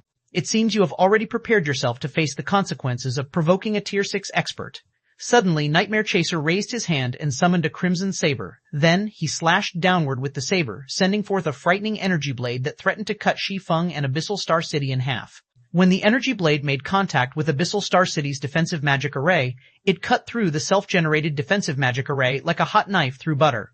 In front of the frightening energy blade, the defensive magic array that could normally withstand bombardment from an army of Tier 5 players behaved as if it did not even exist. Meanwhile, all of the players in Abyssal Star City couldn't help but be dumbfounded by this scene. Is this how powerful Tier 6 players are? Soundreaver thought. This was the first time she had seen a Tier 6 player in action, and she couldn't help but be greatly shocked. As an advanced city, Abyssal Star City came with a defensive magic array that could withstand continuous bombardment from over 1,000 Tier 5 experts. Without skills and spells specifically designed to break barriers, it would be impossible to break the defensive magic array within a short time. This had already been proven multiple times in the miniature ancient world. Yet, the defensive magic array that had withstood numerous attacks from various hegemonic powers failed to last even one move against Nightmare Chaser. The gap between Tier 5 and Tier 6 players was magnitudes greater than what she initially thought. Meanwhile, different from Sound Reaver, Shi Feng remained unfazed in the face of Nightmare Chaser's attack. He didn't even try to evade it, looking like he was simply waiting to receive the Berserker God's judgment. But just when it seemed like the energy blade was about to hit Shi Feng, a figure appeared before him, the shield in the person's hand raised to face the energy blade directly. A moment after the shield and energy blade made contact, a deafening explosion reverberated throughout Abyssal Star City. The resulting shockwaves were so powerful that most of the Tier 5 players standing in the plaza were sent flying over 100 yards away. When the dust settled, a large bottomless fissure could be seen splitting the plaza. Two people could also be seen standing at one end of the fissure, and they were Shi Feng and the shield-wielding Ink Qilin. They didn't die? What did she do? The various Tier 5 experts situated around the plaza couldn't help but doubt their eyes. There was no doubt Nightmare Chaser's attack carried devastating power. It simply wasn't an attack Tier 5 players like themselves could hope to withstand. This was evident just by looking at Abyssal Star City's fading defensive magic array. Even the slightest contact with this attack could probably reduce a Tier 5 tank to dust. Yet, not only did Ink Qilin survive blocking Nightmare Chaser's attack, but the HP she lost from doing so was also inconsequential. How is this possible? Is she really just Tier 5? Riding atop the wyverns loitering above the city, Daybreak and Deathstride were visibly shaken as they looked at Ink Qilin. No one knew the might of Nightmare Chaser better than them. Even if Nightmare Chaser was still at Tier 5, the two of them working together would not last more than 3 moves against him. Yet, even though Nightmare Chaser was currently at Tier 6 and wielding the legendary weapon Revenant Blade, Ink Qilin didn't even lose 3% of her HP from blocking Nightmare Chaser's attack. How was this even possible? Chapter 3451, Chapter 525, Godlike Lineup. Chapter 525, Godlike Lineup Incredible. This is simply incredible. It felt like I would have been obliterated if I had just touched that energy blade, yet she managed to deflect it. No wonder Guild Leader Black Flame is so relaxed. With such capabilities, she can already fight true Tier 6 players. Lu Wusheng and the others were greatly astonished by Ink Qilin's combat capabilities when they saw the fissure that had resulted from Nightmare Chaser's attack getting deflected. At the same time, they couldn't help but put themselves in Ink Qilin's shoes and wonder how they would do against Nightmare Chaser's attack. However, no matter how many simulations they ran in their minds, they could only get one result: instant death. The gap between them and Ink Qilin was simply massive. Whether it was technique or basic attributes, they were vastly inferior to Ink Qilin. Good, we should have a fighting chance now. Hidden Soul thought, hints of expectation and joy coloring her gloomy face when she saw Ink Qilin mostly unscathed. Originally, Hidden Soul was already close to falling into despair. After all, she knew the difference between Tier 5 and Tier 6 players. When she was still active on the main continent, the best she could ever do as a Tier 5 player was threaten Tier 6 players. It was a qualitative difference that could not be overcome with numbers alone. Not to mention, Nightmare Chaser wasn't your average Tier 6 player. If it was with her current combat standard, Hidden Soul was confident she could defeat the Tier 6 players she had previously faced on the main continent. However, she had zero confidence she could triumph against Nightmare Chaser. After all, as a 5th floor expert, Nightmare Chaser could sweep the floor with her even if they were at the same tier, let alone having a 1-tier advantage. In a certain sense, the Tier 6 Nightmare Chaser was even more terrifying of a foe than the Hades Society, Primal Empire, and Sacred Tribe's 50,000 plus Tier 5 experts. But now that Ink Qilin had shown herself capable of fending off Nightmare Chaser's attack, it would take a lot of pressure off of Abyssal Star City if she could keep him pinned. However, contrary to everyone's expectations, Nightmare Chaser didn't seem all too surprised to see Ink Qilin overcome his attack. Not bad. As expected of a vice commander of Scarecrow Fox, Nightmare Chaser praised as he looked at Ink Qilin. With how effortlessly you deflected my attack, I can say with certainty that you'll be put onto the Divine Glory list the day you decide to advance to Tier 6. That great commander of yours will have a wide smile on his face when he learns of how much you have improved. You overpraise me, sir, Ink Qilin calmly responded as she looked at Nightmare Chaser. If not for the miniature world suppressing you, I wouldn't have been able to deflect your attack so easily. As soon as Ink Qilin finished speaking, Hidden Soul and the others couldn't help but gasp. That devastating attack was subjected to the world suppression? Many native players couldn't help but find Ink Qilin's words unbelievable. It was especially so for the native players who had seen Tier 6 players in action on the main continent before. They had a very hard time believing that Nightmare Chaser's devastating attack was subjected to any form of suppression. Of the players present, only those who had spent time in the Greater God's domain knew that Ink Qilin wasn't lying. Every world in God's domain, be it a main world or a miniature world, had a protection mechanism for native players against foreign players. If players entered a foreign world, they would face a suppression that would increase in strength along with tiers, and the suppression for Tier 6 players was absurdly powerful. This was why most worlds in the Greater God's domain remained under the control of native powers. As Nightmare Chaser wasn't a native player of the miniature ancient world, he would face a 40% suppression to his basic attributes and physique as a foreign Tier 6 player. In other worlds, Nightmare Chaser could only perform at 60% of his peak in the miniature ancient world. Of course, even with his basic attributes and physique suppressed to such a significant extent, he was still far above Tier 5 players in these regards. Meanwhile, after praising Ink-Qilin, Nightmare Chaser turned to look at Shi Feng, who stood behind Ink-Qilin. "It seems you weren't behaving arrogantly without reason, young man," Nightmare Chaser said, chuckling as he stroked his long beard. "But I wonder, how will you behave if you have to face 2 Tier 6s? Upon hearing Nightmare Chaser's words, the players in Abyssal Star City couldn't help but shudder and think that he must be joking. It was already plenty unbelievable for 1 Tier 6 player to appear. 2 Tier 6 players? Was that even possible? Nightmare, you old bastard. Couldn't you keep your mouth shut?"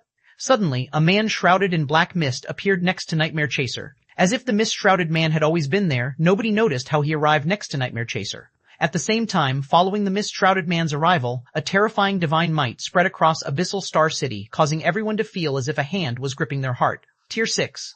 Another Tier 6. Heavens, what in the world is happening here? The Hades Society sending Nightmare Chaser here is already crazy enough. Now, even the Primal Empire has lost its mind and mobilized Wraith Saint? One Step got goosebumps as he looked at the 2 figures in the sky. Melissa was also visibly shocked by this sudden turn of events. Whether it was Nightmare Chaser or Wraith Saint, both were famous individuals in the Void Sea. Any one of them appearing on the battlefield could cause a great uproar. Yet now, both of them had entered the miniature ancient world and were working together to besiege a city. Meanwhile, Myriad Spears Daylight and Unsleeping Deathstride smirked when they saw the reactions of the players in Abyssal Star City. Ink-Qilin was indeed amazing for being able to slay Heratus and deflect an attack from Nightmare Chaser. But when faced with both Nightmare Chaser and Wraith Saint, what could she do? What do we have for them to mobilize 2 Tier 6 experts? Hidden Soul wryly smiled as she looked at the 2 figures in the sky, unsure of what the Asura Mercenary Alliance could possibly do to get out of this predicament. As for Lu Wusheng and the others, they thoroughly fell into despair. Young lady from Scarecrow Fox. At this time, Nightmare Chaser suddenly looked at Ink-Qilin and smiled, saying, "If you turn away and leave now, I can pretend as if you were never here out of respect for your great commander. You have 3 seconds to consider." When Wraith Saint heard Nightmare Chaser's suggestion, he wasn't particularly surprised. Scarecrow Fox was a powerful adventurer team that even the Hades Society would prefer to avoid provoking. Scarecrow Fox's great commander was especially someone to be feared. "Thank you for your goodwill, but please forgive me for refusing it, sir," Ink-Qilin said, shaking her head. Then, in an earnest tone, she continued, "At the same time, I would like to advise you that it is not a wise choice to make an enemy out of guild leader Black Flame." "Not a wise choice?" Nightmare Chaser laughed. He felt like he had just heard the funniest joke of the century. However, he did not try to argue with Ink-Qilin. Instead, he turned to Wraith Saint and said, "I'll keep this girl pinned while you deal with the other kid. We'll show this little girl what wisdom really means." "Fine, but you owe me a favor," Wraith Saint said out of annoyance. "Sure," Nightmare Chaser nodded. When Nightmare Chaser finished speaking, Wraith Saint disappeared and reappeared twice in quick succession, the distance between him and Shi Feng shortening significantly with each reappearance. In the meantime, Nightmare Chaser brandished his saber, sending multiple energy blades in Ink-Qilin's direction to keep her busy. Many of the various hegemonic powers executives sighed at this scene. This was because they could tell that Shi Feng was doomed this time. However, when Wraith Saint disappeared from everyone's eyes for the 3rd time, several arrows targeted him from multiple directions, forcing him to reappear. Then, 2 figures appeared directly in front and behind him, the one in front charging him with a shield while the one in the back swung an axe at him. Boom. The 3 sides separated as soon as they collided. Immediately afterward, Wraith Saint could be seen reappearing nearby, a solemn look on his face as he looked at his 3 new opponents.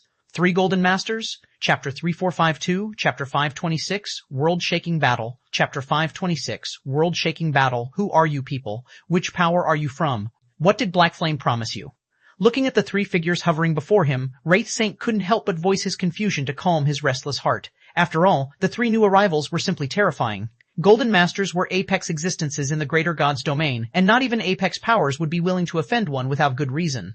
Yet now, 3 Golden Masters had appeared before him. Normally, this was something that would only happen in higher wars. What was a higher war? That was a battle that only pseudo-apex powers and above could participate in. Meanwhile, these battles had long been regarded as legends in the greater god's domain.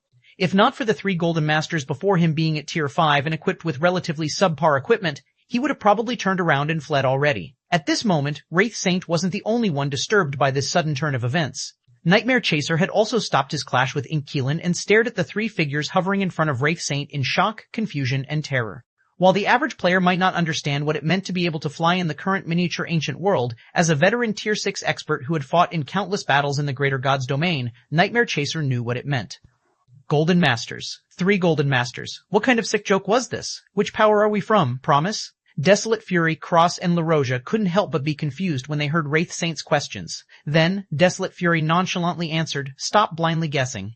All three of us are members of the Asura Mercenary Alliance." Members of the Asura Mercenary Alliance? Wraith Saint couldn't help but look at the three Golden Masters as if they were liars. Before deciding to attack Abyssal Star City, the Hades Society, Primal Empire, and Sacred Tribe had conducted a thorough investigation on Zero Wing and the Asura Mercenary Alliance. However, based on their findings, apart from the Shimmering Sword Laura Crater, everybody else couldn't be considered a noteworthy adversary. Yet now, three Golden Masters had suddenly appeared and declared themselves members of the Asura Mercenary Alliance. Not even a fool would believe their words. When the two sides in midair suddenly stopped fighting, both Asura and the three upper-ranking Hegemonic Powers members couldn't help but be stunned and confused. What's going on? When Midsummer and Wu Xiaoxiao saw Wraith Saint and Nightmare Chaser seemingly backing away out of fear, they couldn't help but grow confused. Why did they seem afraid of Commander Fury and the two others? Midsummer and Wu Xiaoxiao were no stranger to Desolate Fury, Cross, and La Roja. They had met all three in the Ancient River Kingdom's rookie competition. As for the trio's strength, while it was true that they were powerful experts, that was only among experts of the same generation operating in the Ancient River Kingdom and its surrounding countries. But compared to powerhouses such as Wraith Saint and Nightmare Chaser, who were famous throughout the Greater God's domain, there was still much to be desired from the trio. Yet, Wrath Saint and Nightmare Chaser were now behaving warily against the trio. This was simply unbelievable. Meanwhile, the members of the three upper-ranking hegemonic powers reacted differently from Midsummer and Wu Xiaoxiao. It was especially true for Daylight and Death Stride. A force of three Golden Masters was no laughing matter. This was more than just a problem of facing three powerful experts. Before deciding to fight these three individuals, they also needed to determine which powers these individuals represented and whether they could afford to slight these powers. Damn it, everyone, attack. We'll take down Abyssal Star City first. Nightmare Chaser commanded after seeing that the three Golden Masters refused to reveal their origins. So what if they have three Golden Masters? Do they really think they can stop an army of 50,000? Personally, Nightmare Chaser did not wish to make such a reckless command when they had three Golden Masters as opponents. After all, even if these three Golden Masters were only Tier 5 players who did not possess a single legendary item, the mobility they could achieve in the miniature ancient world was still far superior to a foreign Tier 6 player like himself. Not to mention, the destructive power the trio previously displayed had undoubtedly reached the Tier 6 standard already. The problem was that they couldn't afford to continue this stalemate. The miniature ancient world was a crucial location for the Hades Society, Primal Empire, and Sacred Tribe's plans in the Void Sea, and who knew what the powers backing the three Golden Masters were planning.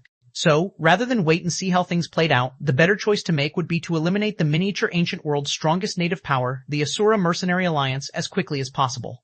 Once Asura was out of the picture, even if the powers backing the three Golden Masters decided to make a move on the miniature ancient world, they would have difficulty doing so. Kill them all. Leave no one alive. Daylight and Death Chaser promptly relayed Nightmare Chaser's command to the army they led. Immediately, dozens of Tier 6 combatants and over 50,000 Tier 5 experts swarmed Abyssal Star City.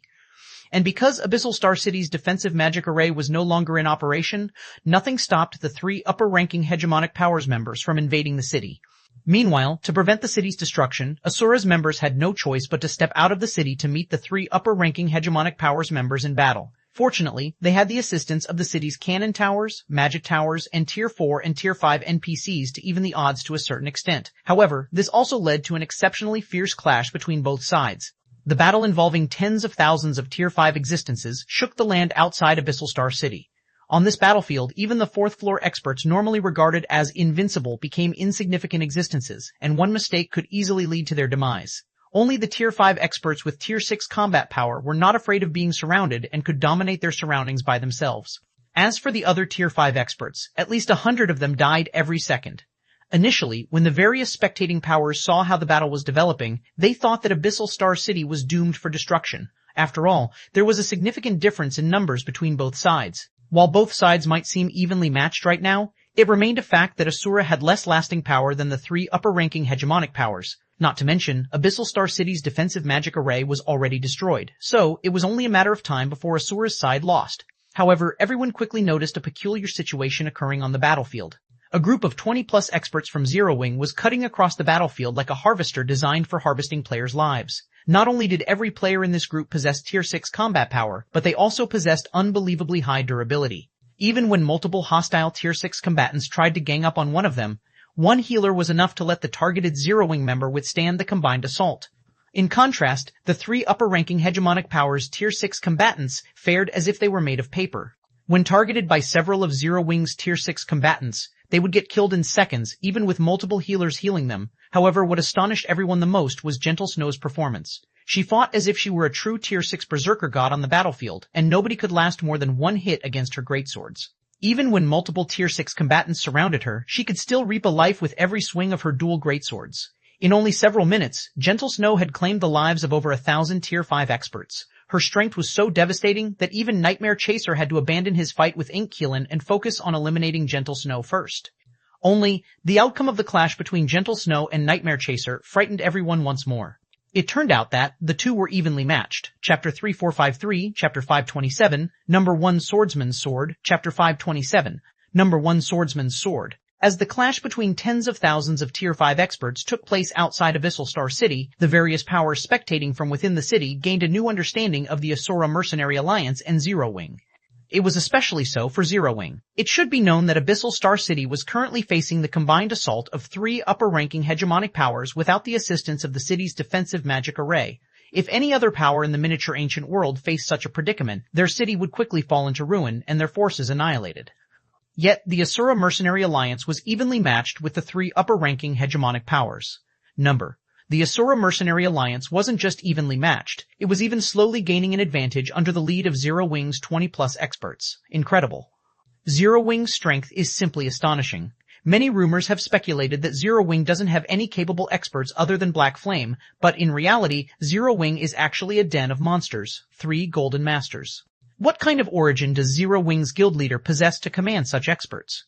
Most of the hegemonic powers operating in the miniature ancient world look down on the miniature world's native powers, so much so that they wouldn't even bother forming partnerships with them.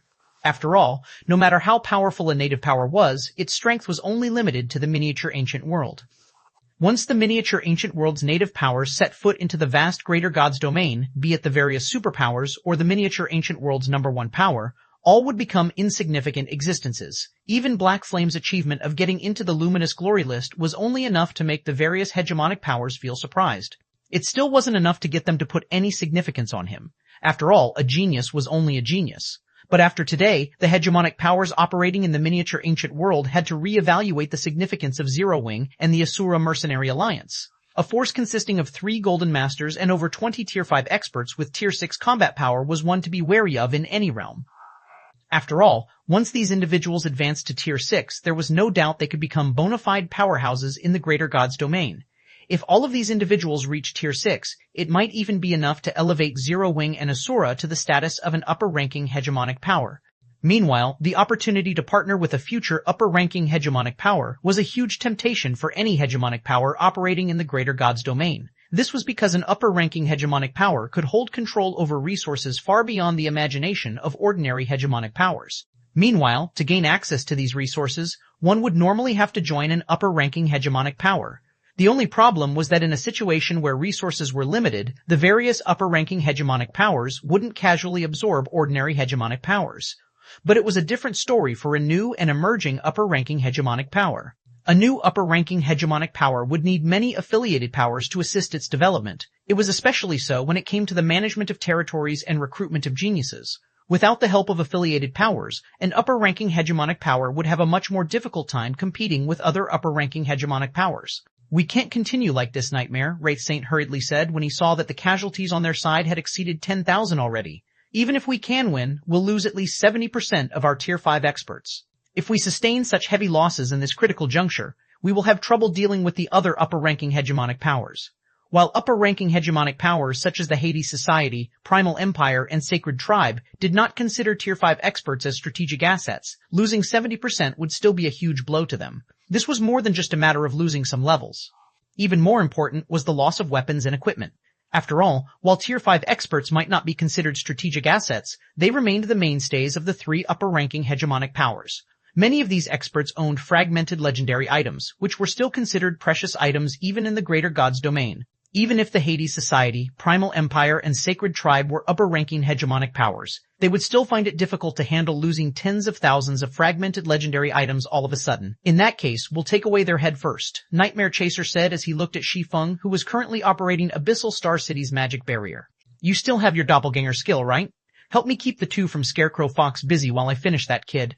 Most cities in God's domain came with 2 magic arrays. The first was a defensive magic array meant to prevent enemies from invading the city, while the second was a magic barrier meant to buff the city's defenders. If a city's magic barrier had someone actively controlling it, it could grant even greater bonuses to allies. Meanwhile, the presence of these 2 magic arrays was why it was so difficult to besiege cities in God's domain. Currently, it might seem like the Asura Mercenary Alliance was disadvantaged in numbers, but every one of them received at least a 15% boost to their basic attributes from Abyssal Star City's magic barrier. This allowed Asura's members to surpass their force's basic attributes by a large margin. If not for this buff, Gentle Snow and the others would have never been able to overturn the situation to such a great extent.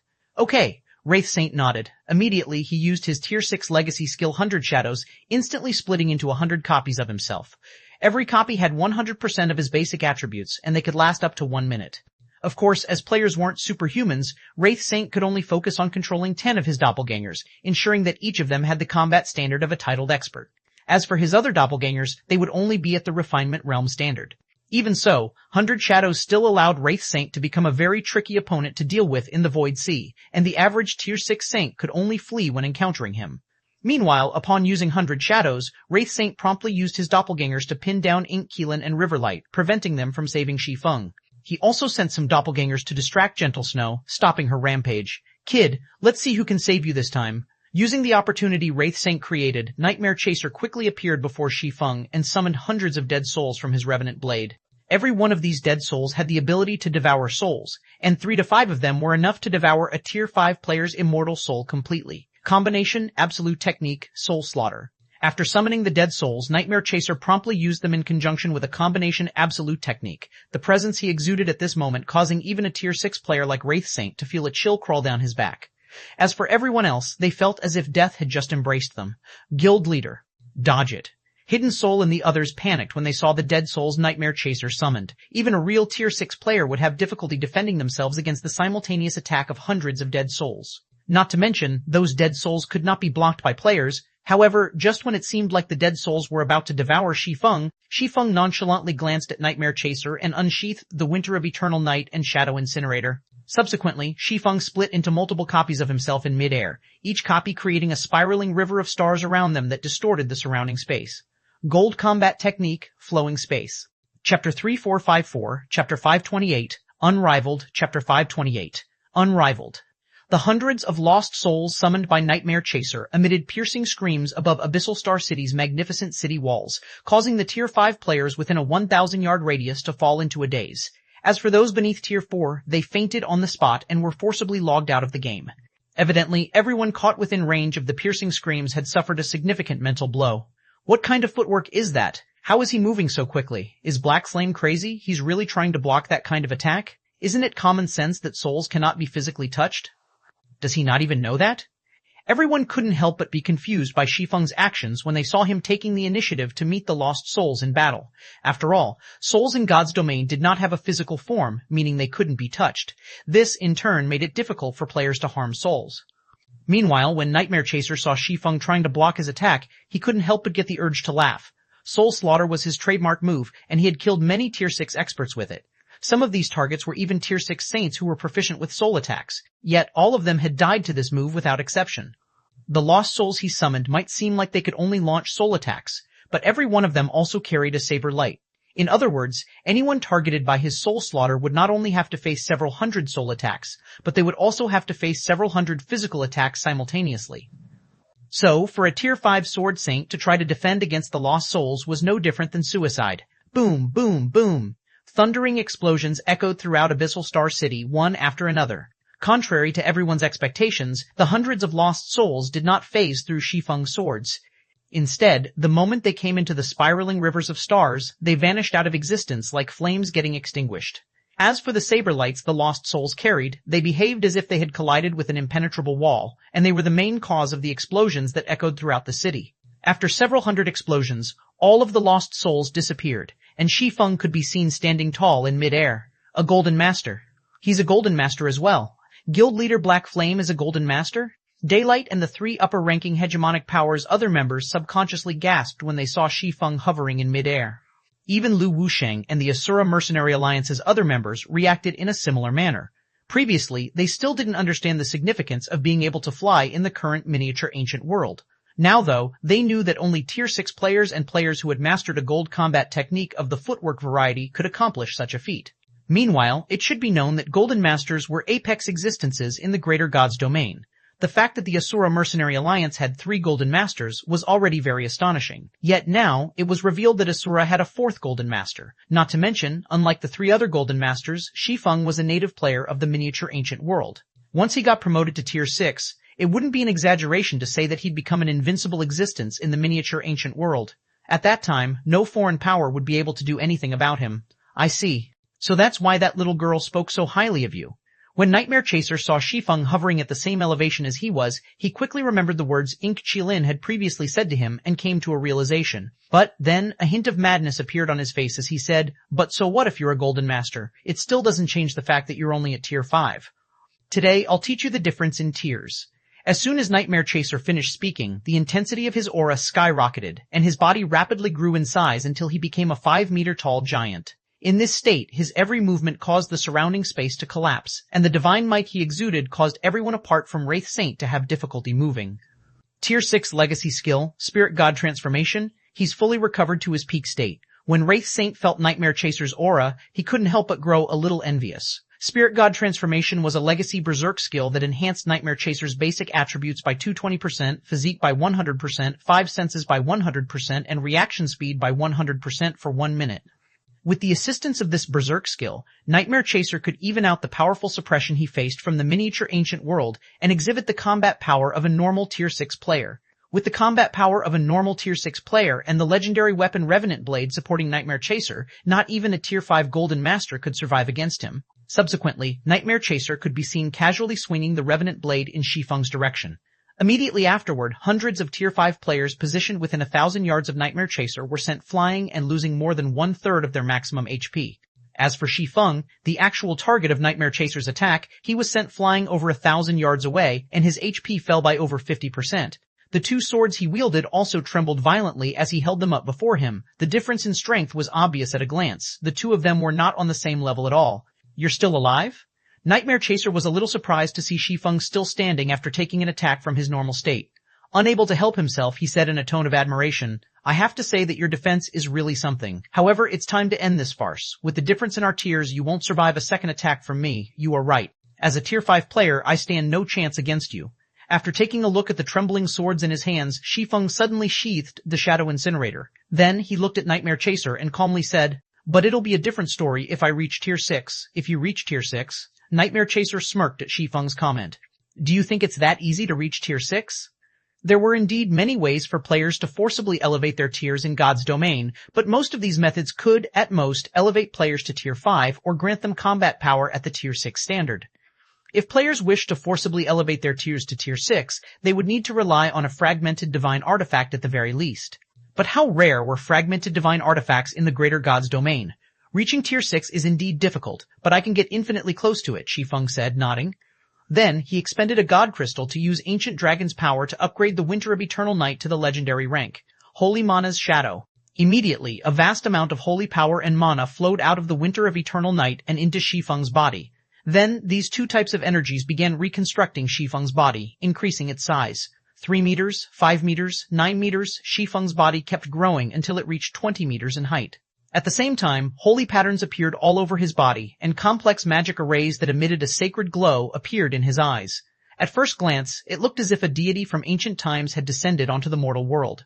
Now, let's start the second round. Chapter 3455, Chapter 5029, Pseudo-Advanced Law Projection. Chapter 5029, Pseudo-Advanced Law Projection, a transformation skill. "You have indeed become much stronger," Nightmare Chaser said as he looked at Shi Feng's enlarged body. "But so what? You still aren't a Tier 6 player." As soon as Nightmare Chaser finished speaking, an illusory world suddenly formed around him, and his divine might started to cause the space within a 10,000-yard radius to tremble. All Tier 5 players caught within Nightmare Chaser's divine might froze as if their bodies were restrained, while most Tier 4 players fell into a daze. Only a very small number of strong-willed Tier 4 players could remain clear-minded. Along with the appearance of the illusory world, Nightmare Chaser's divine might had undoubtedly undergone a qualitative transformation. What a powerful law projection! Ink Qilin mentally exclaimed as she looked at Nightmare Chaser. She too had her mobility largely affected by Nightmare Chaser's divine might. Was he not fighting seriously at all just now? Apart from a difference in life rating and basic attributes, another major factor that set Tier 5 and Tier 6 players apart was the ability of Tier 6 players to use law projection via their divine bodies. A law projection was like the mana domain of a Tier 4 player. Only, a law projection was formed with a divine body as its core, and it could rewrite the operating laws of a specific area with its own unique laws. So, a law projection was vastly stronger than a mana domain. Even a Tier 5 player capable of using world creation could only mitigate some of the effects of a Tier 6 player's law projection. Of course, not all Tier 6 players' law projection was of the same strength. Weaker law projections could be completely neutralized by a Tier 5 player's world creation, while a strong and complete law projection could make it so that Tier 5 players couldn't even use world creation. Meanwhile, Nightmare Chaser's law projection was clearly very strong. This was because Ink Keelan could only mitigate a small portion of its suppressing effects with her world creation, and her combat power was reduced by over 70%. A pseudo-advanced law projection. As expected of Nightmare Chaser, Wraith Saint couldn't help but be in awe when he felt the suppression coming from the formless laws around him. He has probably already mastered 3 basic laws to create such a powerful law projection. If he can perfectly combine all 3, he'll have a true advanced law projection in his hands. As a veteran Tier 6 expert in the Greater Gods domain, Wraith Saint knew much more about law projections than Tier 5 and Tier 6 players of the younger generation. Not only did he know about the strength categories surrounding law projections, but he also had a detailed understanding of how players could develop their law projections. A pseudo-advanced law projection? Shi Feng also couldn't help but look at Nightmare Chaser, feeling a little surprised when he felt the frightening pressure coming from his surroundings. When players advanced to Tier 6, the law projections they could form would differ depending on the laws they had learned. Over 90% of newly promoted Tier 6 players wouldn't have even one basic law mastered, so their law projections would be naturally formed by their divine bodies and considered the weakest variety. Such law projections could be completely neutralized by the world creations of Tier 5 players. As for Saints, they were individuals who had fully mastered the operating principles of at least one basic law. So, even if a Saint was newly promoted to Tier 6, they could create a powerful law projection that could easily suppress Tier 5 players' world creations. As for pseudo-advanced law projections, their formation required complete mastery over 3 basic laws. The Saint-ranked experts who could accomplish such a feat were few and far between. Moreover, so long as these players could combine the 3 basic laws they mastered, they could form an advanced law projection. At that time, they could even suppress the formation of newly promoted Tier 6 players' naturally occurring law projections, let alone Tier 5 players' world creations. Advanced law projections were so powerful that a Tier 6 player with an advanced law projection and a legendary weapon could kill a Tier 6 god by themselves. Although Nightmare Chaser's law projection had yet to reach the advanced standard, his achievement of reaching the pseudo-advanced standard was still one that many Tier 6 Saint-ranked experts could only dream of attaining. It seems you know quite a lot about law projections, Nightmare Chaser commented when he heard Shi Feng accurately identify his law projection's rank. Then, he proudly continued, "That's right. I mastered my 3rd basic law only a few years ago. You are the first person in this miniature world to have forced me to reveal this card, so you can die with pride." After saying so, Nightmare Chaser disappeared from everyone's vision before reappearing behind Shi Feng, the revenant blade in his hand transforming into a streak of light as it targeted the back of Shi Feng's neck. Nightmare Chaser's speed was so fast that most of the Tier 5 players present couldn't even react to his attack. Boom! A loud explosion echoed throughout Abyssal Star City, and the resulting shockwaves reduced the city's sturdy walls into rubble.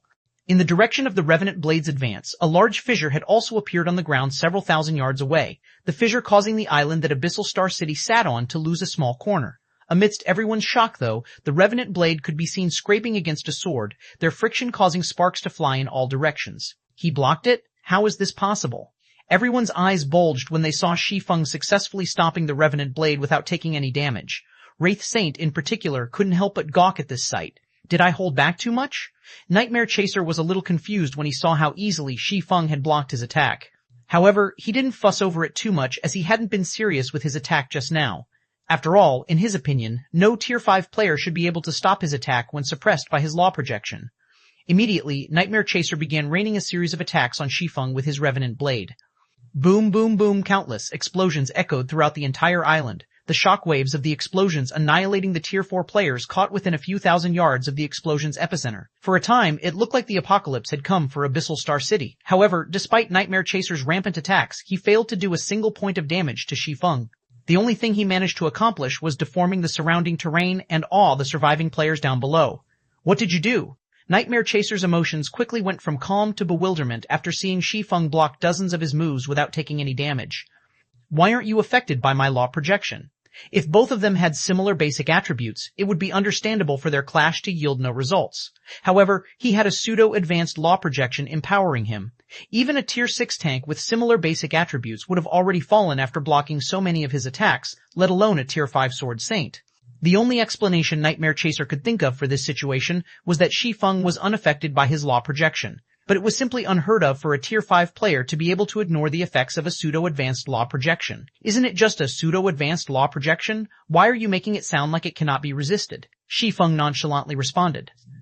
Then an illusory world formed around him, causing the surrounding space to collapse and distort. A pseudo-advanced law projection? How is this possible? Nightmare Chaser became dumbfounded as he looked at the collapsed space around Shi Feng. Chapter 3456, Chapter 530, Legend Reemerges.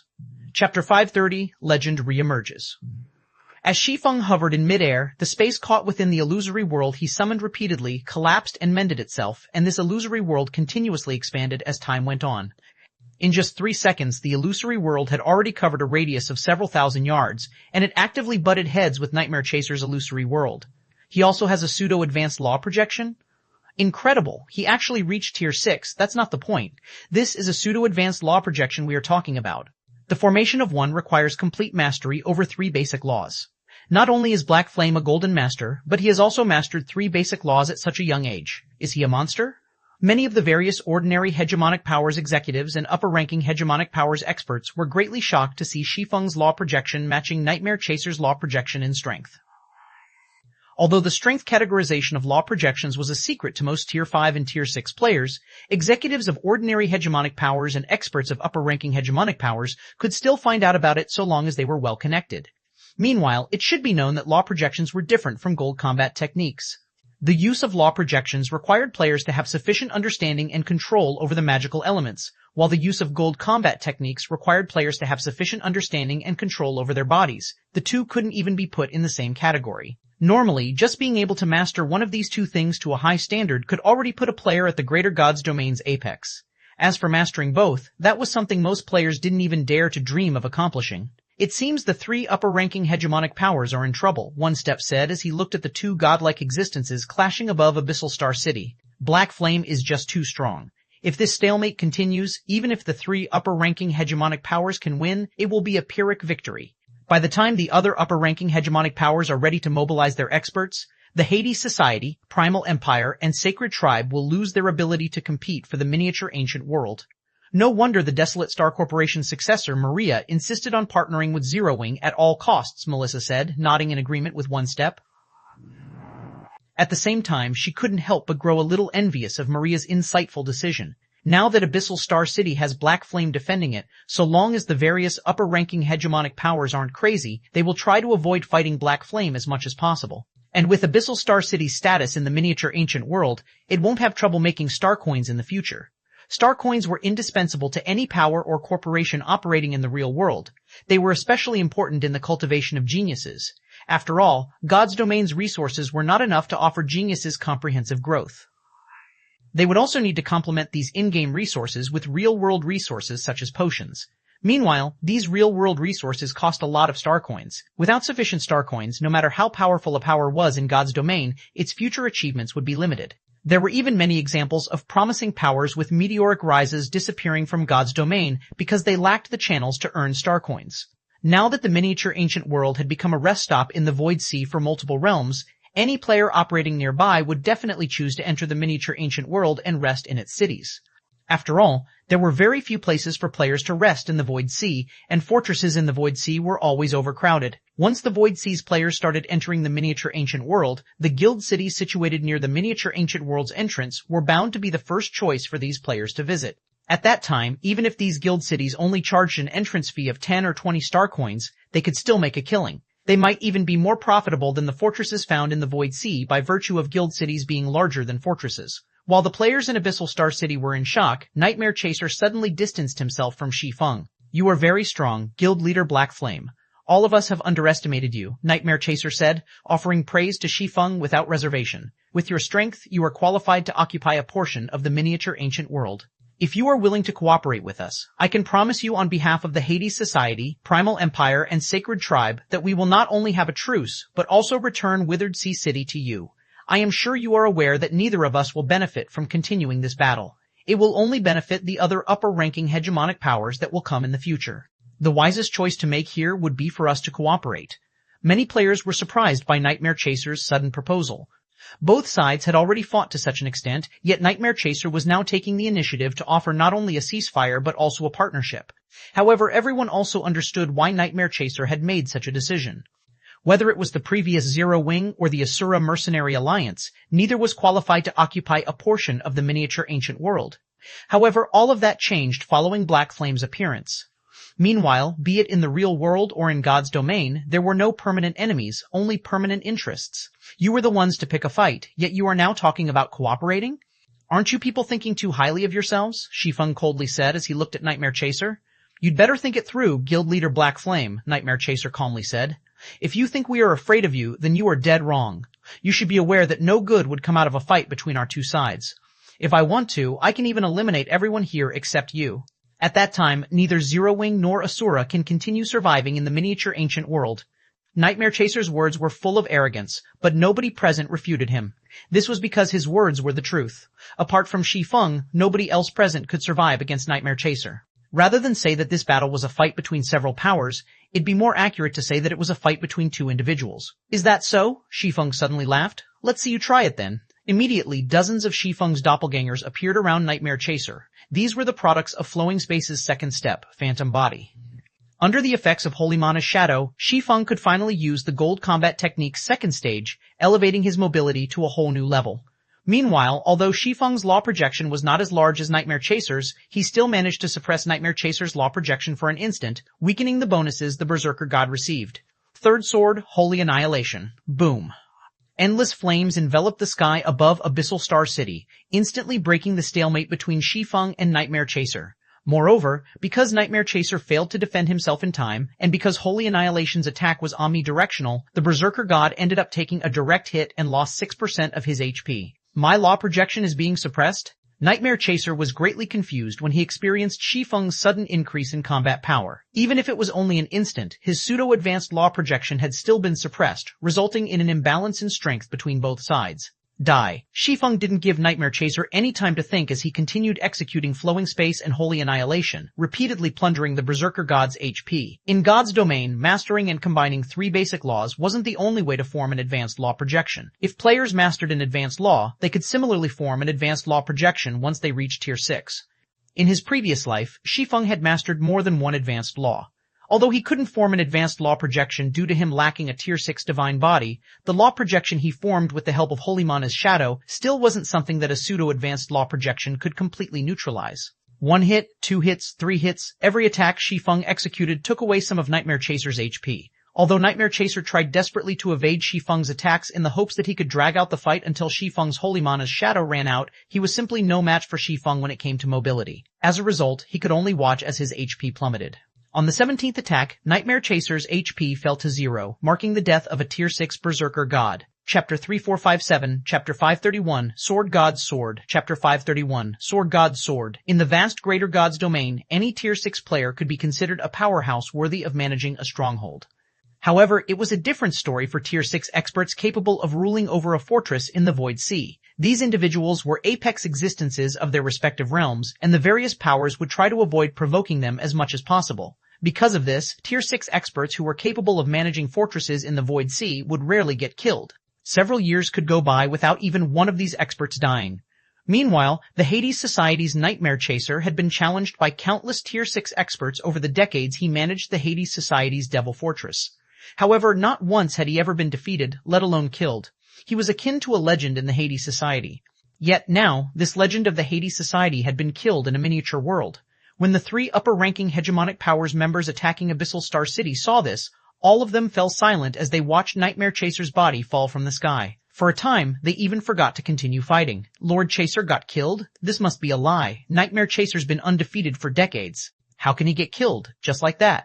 The 3 upper-ranking hegemonic powers members couldn't accept Nightmare Chaser's death. It was especially so for the Hades Society's members. They could accept Nightmare Chaser's defeat, as there were countless experts in the greater god's domain, not to mention, situations where the younger generations surpassed the older generations often occurred. However, what they couldn't accept was Nightmare Chaser getting killed by someone of a lower tier. He transcended tiers to kill Nightmare Chaser? Did I just bear witness to the birth of a legend? River Light of Scarecrow Fox was greatly shocked when he saw Nightmare Chaser's corpse hitting the ground. It could already be considered a legendary feat for a Tier 5 player to kill a Tier 6 player, let alone a Tier 6 player of Nightmare Chaser's caliber. What Shi Feng just accomplished was already beyond legendary. At this time, even Ink Qilin was at a loss for words. Previously, Ink Qilin had only thought of getting closer to Shi Feng because of his ability to summon a Tier 6 war goddess. After all, a Tier 6 war goddess was an opponent that even pseudo-apex powers would not dare to provoke. The assistance of a Tier 6 war goddess could also yield incredible results in the exploration of the underground Crystal Palace. Moreover, apart from having the ability to summon a Tier 6 war goddess, Shi Feng also seemed to be more knowledgeable about the underground Crystal Palace than even pseudo-apex powers. Hence, Ink Qilin resolved herself to form a connection with Shi Feng. At that time, Scarecrow Fox could purchase useful information from Shi Feng and secure some advantages in the competition over the secret land. It can be hard to make great work when it's stolen from tinyurl.com's 37K7U89T, but now, it appeared that Shi Feng's potential far exceeded her expectations. Even without relying on the Tier 6 war goddess, Shi Feng could easily secure himself a place in the underground Crystal Palace just by relying on himself and the 3 golden masters he commanded. The 4 of them alone might even be able to compete with the various pseudo-apex powers. Guild leader Black Flame is so strong, Reaver? Even that Tier 6 Berserker god is no match for him. The young female knight standing next to Sound Reaver exclaimed, "Victory is on our side for sure now. Is this the strength of the former number 1 swordsman?" Sound Reaver wondered as she stared at Shi Feng's figure standing proudly in midair. Previously, Sound Reaver had been confident she could catch up to Shi Feng. But now, she didn't even know how long it would take her just to get to Nightmare Chaser's standard, let alone catch up to Shi Feng. Suddenly, Sound Reaver understood why. Despite Shi Feng having missed the most important 4 months of development in Miniature Ancient World, Asura's executives, such as Zhuo Yalin and Lin Yaoyue, would still hold him in such high regard. At the same time, Zero Wings and Asura's members cheered in celebration. After all, not only did Shi Feng's victory signify their victory in this battle, but it also meant that Zero Wing would become officially recognized as a powerful guild in the Miniature Ancient World. As for the Asura Mercenary Alliance, it would become capable of standing shoulder to shoulder with the various upper-ranking hegemonic powers. After this battle, Asura's members would no longer have to fear the various foreign powers and could develop in peace in the Miniature Ancient World. After all, they had someone capable of slaying Tier 6 experts on their side. Unless the various foreign powers were willing to make big sacrifices, how many Tier 6 experts could they possibly afford to mobilize into the Miniature Ancient World? Damn it. Everyone, retreat to Withered Sea City immediately. Wraith Saint commanded with gritted teeth when he saw Nightmare Chaser's fall. Hearing this, Daylight, Deathstride, and the 6 other surviving Tier 6 combatants of the 3 upper-ranking hegemonic powers briefly exchanged glances before each taking out a silver crystal half the size of a person. Then, they began pouring their mana into their respective crystals. Immediately, a teleportation ring encompassing a 1,000-yard radius appeared around each of the 8 players, forcibly teleporting all of their allies away. A large group teleportation crystal? They even prepared such a strategic item? One Step couldn't help but be flabbergasted when he saw how the 3 upper-ranking hegemonic powers members disappeared from the battlefield. Group teleportation crystals were already worth a ton in the Greater God's domain due to their rarity, each being as valuable as a fragmented legendary weapon. Above them were large group teleportation crystals, and not only were they rarer than legendary items, but each of them was as valuable as a legendary item. Normally, a veteran hegemonic power would only have several large group teleportation crystals in storage, and they would never use them unless their continued existence was threatened. Yet now, the 3 upper-ranking hegemonic powers had used a combined total of 8 large group teleportation crystals. How wealthy of these people! Ink Qilin was also astonished by the 3 upper-ranking hegemonic powers' extravagance. After all, large group teleportation crystals were consumable items. What the 3 upper-ranking hegemonic powers just did was no different than burning 8 legendary items. Even a mighty adventurer team like Scarecrow Fox would wince at such a loss. Of course, Ink Qilin could understand why the 3 upper-ranking hegemonic powers made such a costly decision. If the Hades Society, Primal Empire, and Sacred Tribe were to lose all of their Tier 5 experts in this battle, the losses they would suffer would be far greater than just 8 legendary items. It was one thing to lose tens of thousands of fragmented legendary items. It was a whole other matter to lose their qualifications to compete over the Miniature Ancient World. That was a loss the 3 powers could never accept. Escape? When Shi Feng saw the army of Tier 5 players disappear, he focused his gaze on the 8 fading teleportation arrays in the sky. Do you think you can escape in front of a great Grandmaster Magician? After taking a deep breath, Shi Feng raised the Winter of Eternal Night and swung it at the 8 fading teleportation arrays. Radiant Night. Swords orbit. Immediately, hundreds of sword lights as dark as night traveled surged into the teleportation arrays. Then, they merged with the teleportation arrays and vanished without a trace. Chapter 3458, Chapter 532, Frightened Withered Sea City, Chapter 532, Frightened Withered Sea City, Dead Ash Sea, Withered Sea City. Amidst the glow of the setting sun, flying mounts could be seen flying across the blue sky above Withered Sea City, and hundreds of ships could be seen coming and going from the city's port at every given moment. Many of the players riding on these flying mounts and ships were foreign players visiting the miniature ancient world to rest, and their arrival brought life and laughter to the extremely dangerous Dead Ash Sea. The Hades Society sure lucked out. Not only were they the first to discover this miniature world, but their fortress in the Void Sea is even located near this place. So long as they're willing to invest some mana stones and 7 luminaries crystals, they can quickly mobilize a large number of Tier 5 players here. The Myriad Forest Empire's Silent Saintess, who is now a level 58 Tier 5 player, said enviously as she looked at the crowded port. The fee to enter Withered Sea City is 30 star coins. There are a minimum of 300,000 players coming here to rest from the Void Sea every day. So that's nearly 10 million star coins of pure profit every day. If I can make that much money every day for 10 days, I can already retire and enjoy life. 100 million star coins? Are you living in a dream? Glorious Mantra, who was now a level 57 Tier 5 player, said with a look of disdain. With our standards, unless we advance to Tier 6, the most we can make within our lifetimes is 20 or 30 million. It's a pity we got eliminated from the rookie competition by Black Flame, Silent Saintess said with a sigh. Otherwise, we would have similarly had a chance to enter the Eternal Realm. If we can get a head start there, we can easily make a couple 100 million. We wouldn't have to explore the dangerous Void Sea in search of ruins and treasures. We also wouldn't have to get exploited by the various upper-ranking hegemonic powers. Because of her failure to secure a spot in the Galaxy Corporation's invitational competition, she had no choice but advance to Tier 5 and team up with the Red Star Kingdom's Glorious Mantra and the Iron Lion Kingdom's Martial Quadbeast to explore the Void Sea. Stop bringing it up. We can only consider ourselves unlucky for coming across a luminous glory expert, Martial Quadbeast said, sighing. Rather than reopening old wounds, we should focus on recovering our stamina and concentration as soon as possible. More and more experts are migrating to our part of the Void Sea because of this miniature ancient world, so we should hurry up and explore our region. That way, we can explore even farther areas before those other Tier 5 experts arrive.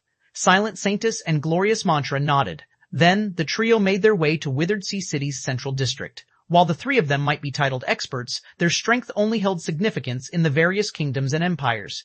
In the Void Sea, where experts from various realms gathered, titled experts were relatively common. Not to mention, the Void Sea was mainly the domain of Tier 6 players. Withered Sea City, Central District, when Silent Saintess, Glorious Mantra, and Martial Quadbeast arrived at the bustling Central District, they were immediately greeted by a shocking spectacle. At this moment, tens of thousands of radiant lights suddenly descended upon the central plaza, the descent of every streak of light bringing with it a frightening aura. Evidently, all of these players who had just teleported into the city were Tier 5 players. Moreover, many of these Tier 5 players were 4th floor experts and titled experts. They also wore the guild emblems of the Hades Society, Primal Empire, or Sacred Tribe. When these tens of thousands of Tier 5 experts appeared together, the terrifying aura they emanated caused Silent Saintess's group of 3 to shudder in fear. What's going on? Why did so many Tier 5 experts suddenly appear together? All of these players are from the Hades Society, Primal Empire, and Sacred Tribe. Could the 3 powers have banded together? What? Did you just find out about it now? I heard that the 3 powers had joined forces to attack Abyssal Star City and are planning to thoroughly exterminate the Asura Mercenary Alliance, the alliance created by the Asura Sword Emperor Black Flame. I also heard that Black Flame has recently returned, so it must have been a battle of epic proportions. Why are they back then? When the players resting in the restaurants surrounding the central plaza saw the sudden arrival of the 3 upper-ranking hegemonic powers experts, they couldn't help but grow curious and start a discussion among themselves. Black Flame? Silent Saintess's group of 3 also had their interests piqued when they overheard the discussions of the players around them. That person actually comes from this miniature world? Black Flame, the Asura Sword Emperor, had already become a legendary figure in the ancient River Kingdom and its surrounding countries. He had appeared very suddenly in the ancient River Kingdom and proceeded to defeat numerous paragons in the kingdom's rookie competition. But after becoming the rookie competition's champion, he disappeared just as suddenly as he appeared. Then, just when everyone thought Black Flame had been eliminated by some power targeting him, his name suddenly appeared on the Seven Luminaries Alliance's Luminous Glory list, exciting countless players in the Ancient River Kingdom and the players who had fought Black Flame in the past. However, Silent Saintus's group of 3 didn't think they would hear Black Flame's name again after entering the Void Sea, much less hear about him clashing against 3 upper-ranking hegemonic powers. Withered Sea City, Central Plaza. Thank goodness Black Flame didn't react in time. Wraith Saint breathed a deep sigh of relief when he saw that all of the Hades Society, Primal Empire, and Sacred Tribe's surviving Tier 5 experts made it back to Withered Sea City alive. For a moment there, he was truly worried that Shi Feng would react fast enough and kill the players activating the large group teleportation crystals. If those teleportation crystals failed to activate, their 3 powers would have had to suffer catastrophic losses in the miniature ancient world. Black Flame is too conceited. He probably thought that we never considered the possibility of failure, Myriad Spears Daylight said, laughing. Now that we managed to conserve over 70% of our Tier 5 players, we just need to wait for more Tier 6 players to appear. Then, we can go back and take care of Zero Wing and Asura. Deathstride, the Unsleeping Death, and the other Tier 6 combatants of the 3 powers also laughed and nodded. The miniature ancient world's world passage had only opened not long ago, so foreign powers such as the Hades Society, Primal Empire, and Sacred Tribe had yet to start exerting their strength. Once more of their Tier 5 paragons got promoted to Tier 6, it wouldn't matter how heaven-defying Shi Feng was. Zero Wing and the Ashura Mercenary Alliance would still be doomed. After all, their 3 powers had far more resources to create Tier 6 players than Zero Wing and Asura did. The 3 upper-ranking hegemonic powers were defeated. Silent Saintus, Glorious Mantra, and Martial Quadbeast were stunned when they overheard Daylight's words. Upper-ranking hegemonic powers were apex existences in the Starlight Realm. They were vastly superior to ordinary hegemonic powers, and each of them controlled over a dozen empires and dozens of kingdoms. If 3 upper-ranking hegemonic powers banded together, even conglomerates would have to tread carefully around them. Yet now, they were defeated by the alliance created by Black Flame. However, just as the members of the 3 upper-ranking hegemonic powers were joyfully deriding Zero Wing and the Asura Mercenary Alliance, the sky above Withered Sea City suddenly changed. The next moment, hundreds of dark sword lights suddenly descended from the teleportation passage situated within the city's defensive magic array, each one carrying irresistible might. Even Tier 5 players standing thousands of yards away felt an instinctive fear when they felt the power coming from these sword lights.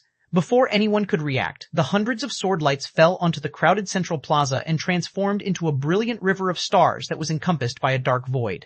Then, the miniature galaxy disappeared, leaving behind a desolate wasteland. What just happened? Where did everyone go? Tens of thousands of Tier 5 experts are gone, just like that? What is up with those sword lights? Those are definitely the attacks of a Tier 6 existence. And how did those attacks come through the teleportation passage? Did a Tier 6 NPC make a move?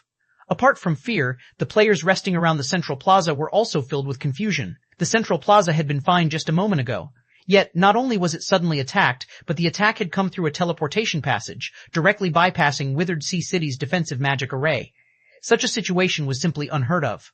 Meanwhile, in a corner of the central plaza, Silent Saintus, Glorious Mantra, and Martial Quadbeast felt shivers crawl down their spines. This was because they were incredibly familiar with the attack that had just annihilated the 3 upper-ranking hegemonic powers' Tier 5 army. Is the system playing a joke on us? Silent Saintus dazedly muttered as she stared at the fading sword lights. She would never mistake those sword lights. Those were the sword lights of the Asura Sword Emperor, and they were the product of the combat technique that previously killed her in the rookie competition. Chapter 3459, Chapter 533, Updated Sacred Glory List. Chapter 533, Updated Sacred Glory List. Boundary Sea, Abyssal Star City. A day had passed since the defensive siege took place in Abyssal Star City. By now, most of the city's infrastructure had been restored, and many shops, hotels, and restaurants had resumed operating normally. Not only did Abyssal Star City not fall into depression, but it had become even more bustling than before. Originally, Abyssal Star City would only see daily traffic of about 10 million players. Moreover, most of it would consist of native players. Now, though, not only did the city's player traffic increase multiple times, but most of it also consisted of foreign players. Many foreign powers had even decided to make Abyssal Star City their base of operations. Meanwhile, all this was due to the shocking event in Withered Sea City yesterday. Is that where the Asura Sword Emperor lives? A level 160, Tier 5 Sword Saint of the Blood Elf race muttered as she looked at the majestic guild residence in the distance. The Elven Sword Saint was 2 meters tall, and she wore the guild emblem of Azure Fang, a pseudo-apex power in the Greater God's domain. When this Elven Sword Saint walked down the street, many foreign experts would take the initiative to make way for her. Even fifth-floor experts famous in the Void Sea dared not get close to her. Why is Azure Fang Sanctus here? Has Azure Fang lost its mind? I heard Azure Fang Sanctus recently constructed an advanced epic divine body and can get promoted into a tier 6 sword god anytime. Azure Fang has even prepared to appoint her as its third vice guild leader. Why would such a big shot appear in this place? It is indeed strange. While the miniature ancient world might be a gold mine, it shouldn't hold much appeal to a pseudo-apex power like Azure Fang. You can't say that. After all, the miniature ancient world is a meeting point for multiple realms. There might not be many visitors now, but once news of the miniature ancient world spreads, tons of profits can be gained. With Abyssal Star City's current location and facilities, its revenue will be considerable even for a pseudo-apex power. Not to mention, quite a few powers currently have their eyes on Abyssal Star City. Even if Black Flame is strong, he will probably have trouble dealing with all of them. If Azure Fang steps up now, so long as Black Flame is smart, he will choose to partner with Azure Fang for protection. In exchange, Azure Fang will get some extra income without having to make too big of an investment. The various powers experts started a hushed discussion among themselves when they saw Azure Fang Sanctus making her way to Zero Wing's residence. Initially, the various foreign powers operating in the miniature ancient world were given a huge fright when they learned of the decimation of the Hades Society, Primal Empire, and Sacred Tribe's Tier 5 army in Withered Sea City. After all, the three upper-ranking hegemonic powers' Tier 5 army was composed of tens of thousands of Tier 5 experts, as well as the Tier 6 Wraith Saint. Yet, all of these experts were killed in the middle of Withered Sea City, and nobody knew who was responsible for this slaughter.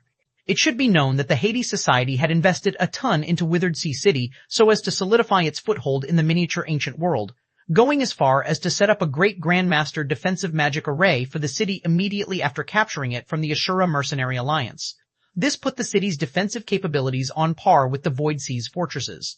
Meanwhile, even 100 Tier 6 experts attacking together would need a long time to break through such a powerful defensive magic array under normal circumstances. Yet, someone had managed to bypass the defensive magic array and annihilate tens of thousands of Tier 5 experts, all within an instant. Never in their dreams would the various powers dare to imagine such a situation happening. However, it was a fact that such an incident had taken place, so how could the various powers not be frightened?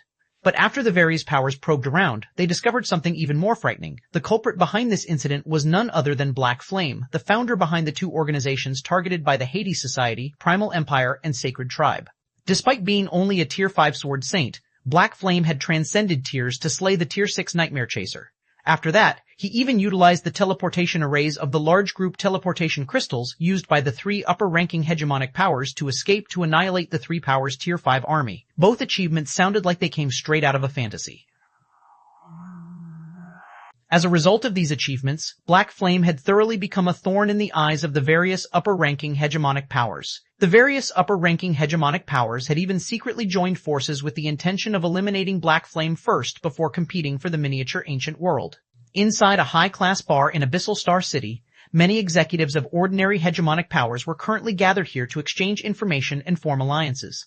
They were doing so to resist the various upper-ranking hegemonic powers and survive in the miniature ancient world. One step, Melissa, aren't your guilds a little too crazy? Why did you decide to join Asura at this critical juncture? Are you not afraid of those upper-ranking hegemonic powers' retaliation? A level 160, Tier 5 Shield Warrior said, expressing his confusion when he saw the two people before him wearing the Asura Mercenary Alliance's emblem. It is indeed risky, but as the saying goes, a friend who helps you when you are in need is better than one that congratulates you when you are successful, One Step said before taking a sip of wine. Though, despite how calmly he spoke, the hint of worry in his eyes betrayed his calmness. Divine Hunter's and Morning Light's decision to join the Asura Mercenary Alliance was honestly a huge gamble. After all, once they lost the bet, they would permanently lose access to the miniature ancient world. However, One Step did not regret his decision to push Divine Hunters into this decision as he had personally witnessed Black Flame's growth. He firmly believed that if Divine Hunters did not join the Asura Mercenary Alliance now, they would come to regret it in the future. Risky? Is that so? Melissa suddenly grinned as if she had just heard a funny joke. One Step, our guilds have hit the jackpot this time. What jackpot? One Step looked at Melissa in confusion. In response, Melissa glanced at One Step with a rare hint of fervor in her eyes and said, "A friend of mine who's in the Seven Luminaries Alliance just messaged me that the Sacred Glory list has just been updated. Who do you think got onto the Sacred Glory list this time? It's probably guild leader Black Flame, right? One Step nonchalantly answered. With his ability to transcend tiers, it's only normal for him to get onto the Sacred Glory list. But even if he does get onto the Sacred Glory list, I doubt the various upper-ranking hegemonic powers will give up on targeting him. You've guessed correctly. Guild leader Black Flame did make it into the Sacred Glory list this time, Melissa said, smiling at One Step's nonchalance. But do you know what new title the Seven Luminaries Alliance has given to him? Chapter 3460, Chapter 534, new title, Chapter 534, new title, a new title? One Step couldn't help but look at Melissa's smiling face in confusion, failing to understand why she would ask such a question. What does that have to do with them hitting a jackpot? Dark Banner Melissa was a talented paragon from roughly the same generation as him. Although they belonged to different guilds, they shared numerous interactions in the Starlight Realm, so they understood each other's personalities well. They were both friends and rivals. It was why they could get together to share a drink. But right now, One Step truly couldn't understand why Melissa would think Black Flame getting a new title would deter the various upper-ranking hegemonic powers from targeting Zero Wing and Asura. It might be true that Black Flame was the undisputed #1 player in the current miniature ancient world, but he was still not a true Tier 6 player. He could only rely on a special skill to temporarily elevate himself to Tier 6 status.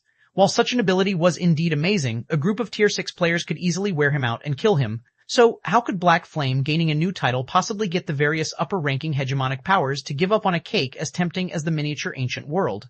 Do you really think the various upper-ranking hegemonic powers will be scared of a title on the Sacred Glory list, Melissa? The level 160 Tier 5 Shield Warrior sitting at the same table as One Step and Melissa said, laughing. If that's the case, those upper-ranking hegemonic powers can simply retire from the Greater God's domain and hand all of their resources over to the powers with Sacred Glory experts. We can also start measuring the various powers' strength by how many Sacred Glory experts they have. Many of the executives of hegemonic powers present also laughed after hearing Melissa's and the Shield Warrior's words.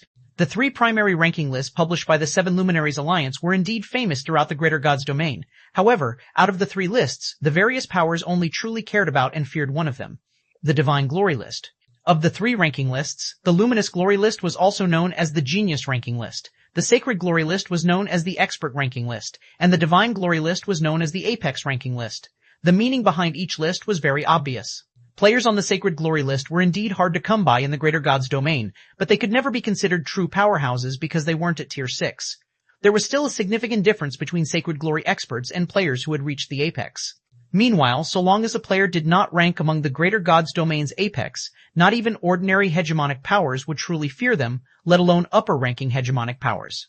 The average title on the Sacred Glory list is indeed insufficient to scare those upper-ranking hegemonic powers. Melissa did not get angry at the people laughing at her. On the contrary, she nodded in agreement with their opinions. But she quickly changed her tone as she continued. However, Guild Leader Black Flame's title is different. If you don't believe me, check it out yourselves. After saying so, Melissa shared the latest information she received regarding Black Flame's entry into the Sacred Glory list with everyone around her. A moment later, the noisy bar suddenly fell silent as everyone looked at the information Melissa shared in disbelief. Lord of War Goddesses? How is this possible? He can summon 6 war goddesses by himself? Does he have a divine artifact? The information Melissa shared on Black Flame wasn't detailed. It only had a brief introduction of Black Flame's capabilities. If they wanted more details, they would need to purchase the latest edition of the Sacred Glory list sold by the Seven Luminaries Alliance. Even so, the limited information was already enough to leave everyone amazed and shocked. War goddesses were one of the apex combatants of the Greater God's domain's human NPCs. They were one of the main factors keeping players in check and deterring the various player powers from causing chaos in the various human kingdoms and empires. Meanwhile, this deterrence was deeply ingrained in the souls of the Greater God's domain's various powers. In the distant past, many guilds behaved wantonly after gaining power. One particular guild had started rapidly expanding its territory across the Greater God's domain after accumulating sufficient apex combatants. It even tried to conquer kingdoms and empires without going through the normal channels. While those kingdoms and empires had Tier 6 NPCs defending them, there was no way they could win against Tier 6 apex combatants. So, the hegemonic powers managing those kingdoms and empires were annihilated, and the fall of those countries was imminent. But just when everyone thought everything was set in stone, the human NPCs of the targeted kingdoms and empires sought help from the War God's temple. Then, what happened next shocked the entire Greater God's domain. Less than a day after those kingdoms and empires asked for help, the powerful guild, which commanded apex combatants and could challenge apex powers, disappeared overnight indeed. All of the guild's members, from the guild leader to the normal members, vanished from God's domain overnight. Not many details were known about what had happened, but there was one thing everyone was certain of. The War God's Temple had mobilized an NPC legion composed of 20 individuals, and every one of them was a human NPC bearing the title of War Goddess. Even though the 20 War Goddesses were severely outnumbered, they had annihilated the Lawless Guild's several thousand Tier 6 experts, including the 6 old monsters wielding apex combat power. All of these Tier 6 players were deprived of their qualifications to enter God's domain. Meanwhile, after that battle, as many as 7 of the mobilized War Goddesses had reported back to the War God's Temple. From that moment on, the Greater God's Domain's players realized that simply having apex combat power didn't necessarily mean they would become invincible. They could still be killed nonetheless. Meanwhile, after that incident, the 7 surviving War Goddesses were labeled by players as the original War Goddesses. In the long years that followed, although many up-and-coming guilds would still occasionally cause trouble, every one of them was wiped out by the War God's Temple's War Goddess Legion without exception. Because of these examples, it became common knowledge in the Greater God's Domain that even apex powers should not provoke the War Goddess Legion. Now that it was revealed that Black Flame could summon 6 War Goddesses by himself, even if he could only summon 6 Tier 5 War Goddesses, he was still an opponent to be feared. After all, in the miniature ancient world where foreign Tier 6 players could not exhibit their full strength, Tier 5 War Goddesses who had developed their techniques to the extremes could easily reign supreme over a region. Dead Ash Sea, Withered Sea City, after more than a day had passed, Withered Sea City's central plaza had been fully restored. The city looked like it had never been attacked, and the Hades Society, Primal Empire, and Sacred Tribes members continued patrolling the city as usual.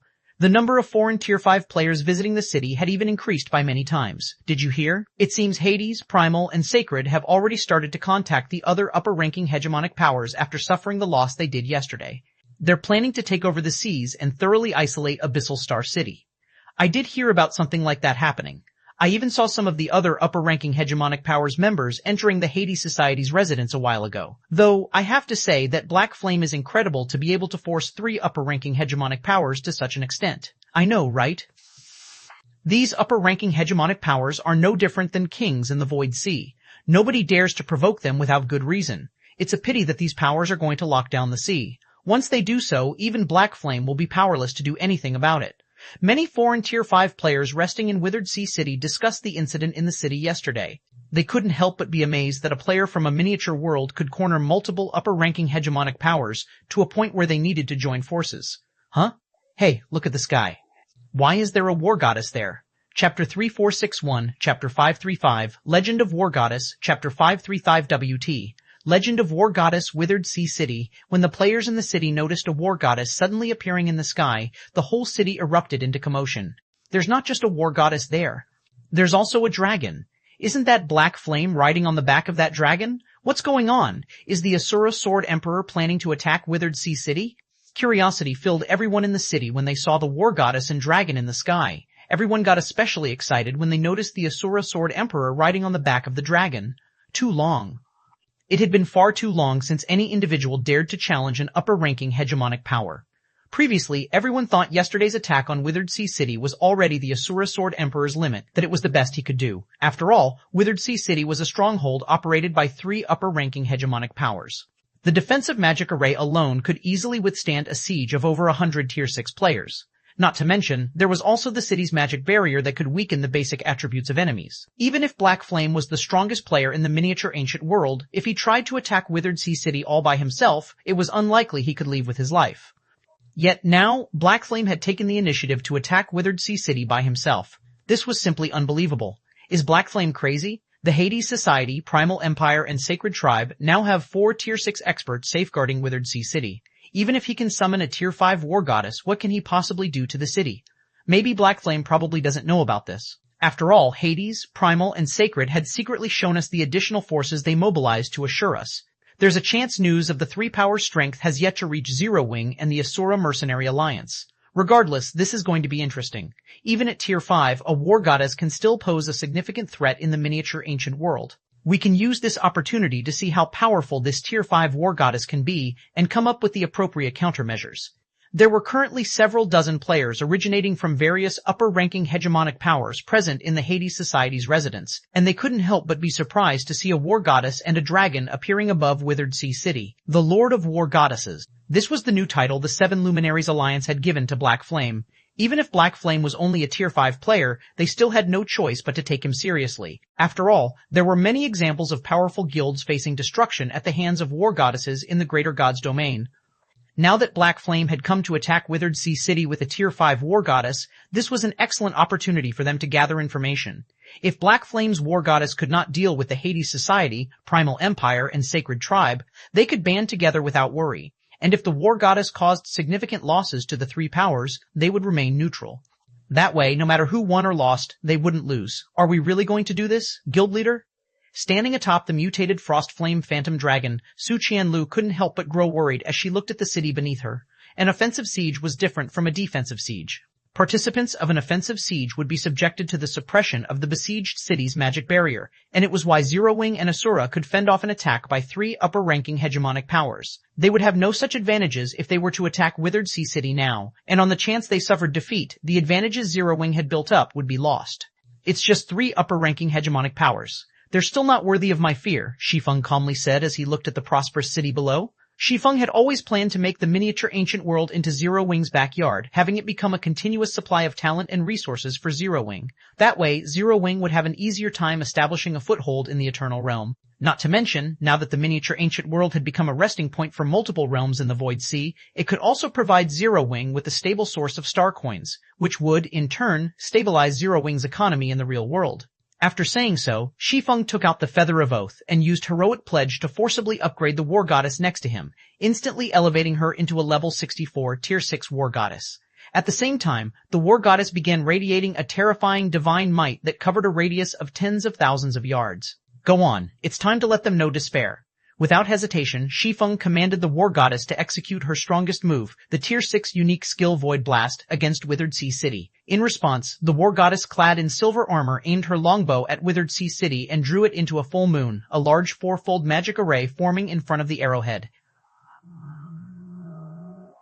Then, divine patterns started to form around the magic array, the appearance of every divine pattern enhancing the magic array's power by a notch. Thousands of divine patterns simultaneously strengthened the magic array, causing it to become so powerful that its mere presence shattered the surrounding space. Tier 6. That's a Tier 6 War Goddess. Meanwhile, following the War Goddess's promotion to Tier 6, all players in Withered Sea City fell into bewilderment. It was not unheard of for players and powers to summon War Goddesses in the Greater God's domain. Aside from special items, they could also be summoned using summoning arrays. However, the best these items and summoning arrays could do was summon a Tier 5 War Goddess. As for players summoning Tier 6 War Goddesses, that was unheard of. After all, Tier 6 War Goddesses were legends and apex combatants in the Greater God's domain. They were existences that would only appear in realm wars or battles of that scale. However, before anyone in Withered Sea City could return to their senses, the War Goddess let loose the silver arrow nocked in her longbow, and the arrow transformed into a dazzling star that descended onto the city. Boom! For a moment, it was as if the sun had appeared in Withered Sea City. Players standing several kilometers away from the city could clearly see and feel the intensity of the light and heat coming from the miniature star. After some time passed, the radiance that enveloped the city disappeared, revealing a sight that dumbfounded Su Qianlu. Gone. The entire Withered City was gone. A main city that was populated by over 30 million players was erased from existence. Just like that, we can go back now. While looking at the tattered remains of Withered Sea City's walls, Shi Feng instructed, have Blackie and the others come to take over and rebuild the city. Then, proceed with the plans we previously discussed. Before this, Shi Feng didn't wish to publicize that he could summon a Tier 6 War Goddess. This was because a Tier 6 War Goddess's influence was so significant that it might lead to many pseudo-apex powers taking extreme measures. However, to let Zero Wing gain more benefits from the miniature ancient world, he decided it was no longer necessary to hide this information. He couldn't stay in the miniature ancient world long term. He would even take many capable individuals to the Eternal Realm with him. If Zero Wing lacked sufficient deterrence, it wouldn't be able to retain its portion of benefits in the miniature ancient world. Okay, Su Qianlu instinctively replied, her mind still having yet to return to its senses. Subsequently, following Shi Feng returned to Abyssal Star City with Su Qianlu and had Blackie bring some members over to Withered Sea City by ship to capture and rebuild it. It was impossible to destroy a city in God's domain fully. So long as the City Lord's token remained, a city could be rebuilt, even if it was thoroughly demolished. The possibility of the City Lord's token not being within Withered Sea City was also zero. If a City Lord's token was taken out of the city, or if the City Lord's mansion was destroyed, it would be teleported back to the City Lord's mansion automatically. This was a setting put in place so that players wouldn't have to worry about being unable to take over a city after capturing it. Meanwhile, shortly after Blackie and the other members of Zero Wing arrived at Withered Sea City, they couldn't help but be surprised by what they found, or, more specifically, what they failed to find. Many foreign players who came to Withered Sea City to rest were similarly shocked by the city's sudden disappearance. But less than half an hour after the city's disappearance, specific information about the city's destruction quickly appeared on the Miniature Ancient World's official forum. For a time, the entire Miniature Ancient World fell into silence. Now that Black Flame had come to attack Withered Sea City with a Tier 5 War Goddess, this was an excellent opportunity for them to gather information. If Black Flame's War Goddess could not deal with the Hades Society, Primal Empire, and Sacred Tribe, they could band together without worry. And if the War Goddess caused significant losses to the three powers, they would remain neutral. That way, no matter who won or lost, they wouldn't lose. Are we really going to do this, Guild Leader? Standing atop the mutated Frost Flame Phantom Dragon, Su Qianlu couldn't help but grow worried as she looked at the city beneath her. An offensive siege was different from a defensive siege. Participants of an offensive siege would be subjected to the suppression of the besieged city's magic barrier, and it was why Zero Wing and Asura could fend off an attack by three upper-ranking hegemonic powers. They would have no such advantages if they were to attack Withered Sea City now, and on the chance they suffered defeat, the advantages Zero Wing had built up would be lost. It's just three upper-ranking hegemonic powers. They're still not worthy of my fear, Shi Feng calmly said as he looked at the prosperous city below. Shi Feng had always planned to make the Miniature Ancient World into Zero Wing's backyard, having it become a continuous supply of talent and resources for Zero Wing. That way, Zero Wing would have an easier time establishing a foothold in the Eternal Realm. Not to mention, now that the Miniature Ancient World had become a resting point for multiple realms in the Void Sea, it could also provide Zero Wing with a stable source of star coins, which would, in turn, stabilize Zero Wing's economy in the real world. Chapter 3462, Chapter 536, 3 Absolutes. Chapter 536, 3 Absolutes. I went to Withered Sea City, but it was gone. Can someone tell me what happened? Are you sleep-talking, or are you trying to pull a trick on us? That's Withered Sea City we are talking about, a city operated by three upper-ranking hegemonic powers. You must have gone to the wrong place. I have a picture of my map and my current location. I even visited Withered Sea City once before. There's no way I could have gone to the wrong place. As more and more players tried to visit Withered Sea City to rest, more evidence of Withered Sea City's disappearance appeared on the official forum, stunning many players who were still doubtful of the situation. Withered Sea City occupied an island that spanned dozens of kilometers. However, in the images shared on the official forum, where Withered Sea City used to occupy was now a huge crater.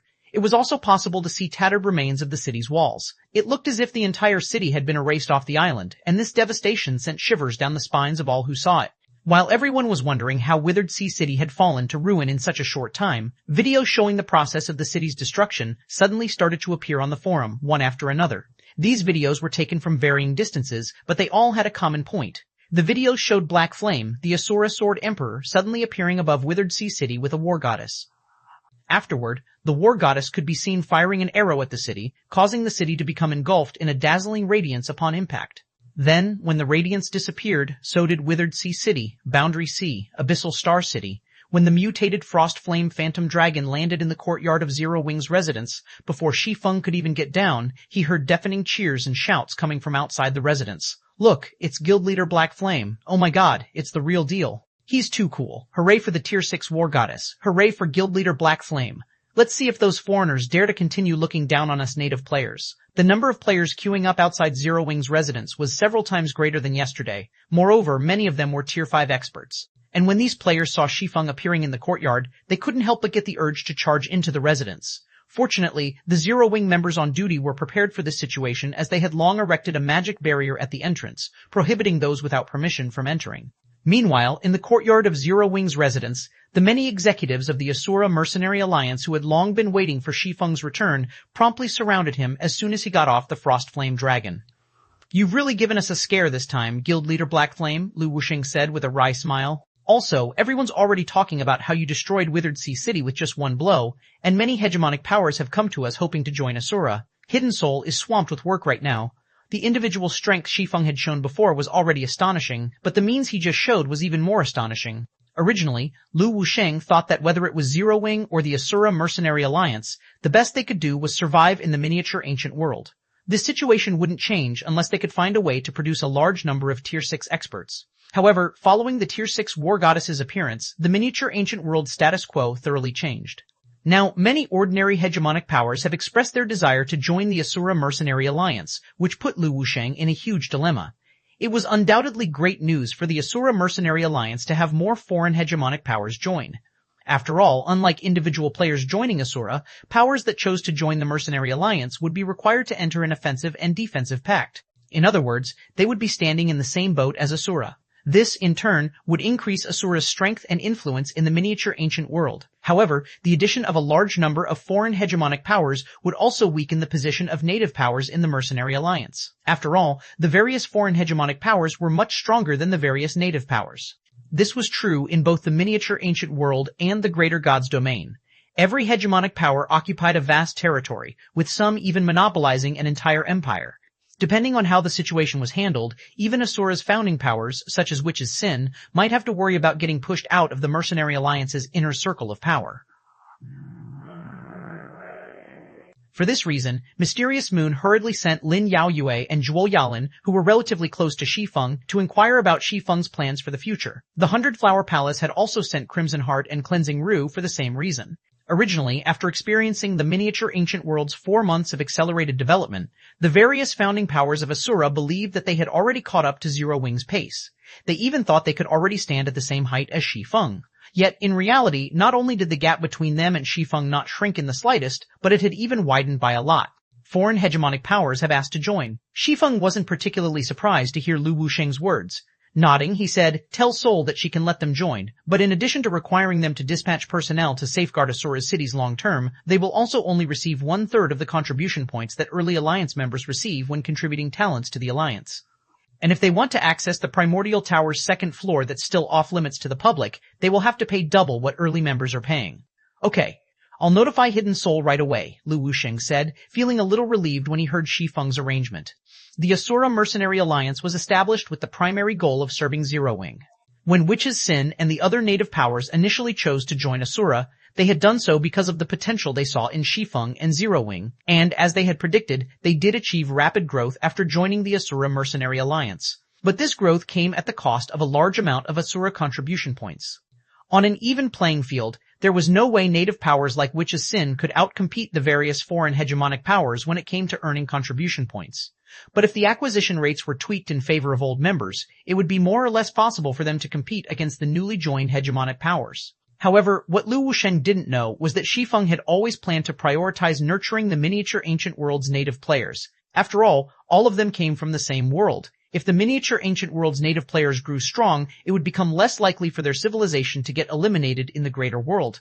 Meanwhile, after Shi Feng finished arranging the Asura Mercenary Alliance's future development and management issues, Gentle Snow suddenly entered his office in a hurry. "Guild leader, an elven sword saint from the pseudo-apex power, Azure Feng says she wants to meet you," Gentle Snow said. Then, she hesitantly continued, "The other party claims that she is Azure Fang's third vice-guild leader Oribeth, but apart from Azure Fang's guild emblem, she has nothing else to prove her identity." Since adventuring with Ink Qilin, Gentle Snow had come to learn a lot about the greater god's domain, so she was very much aware of how terrifying a pseudo-apex power could be. Take the Scarlet Merchant Alliance, for example.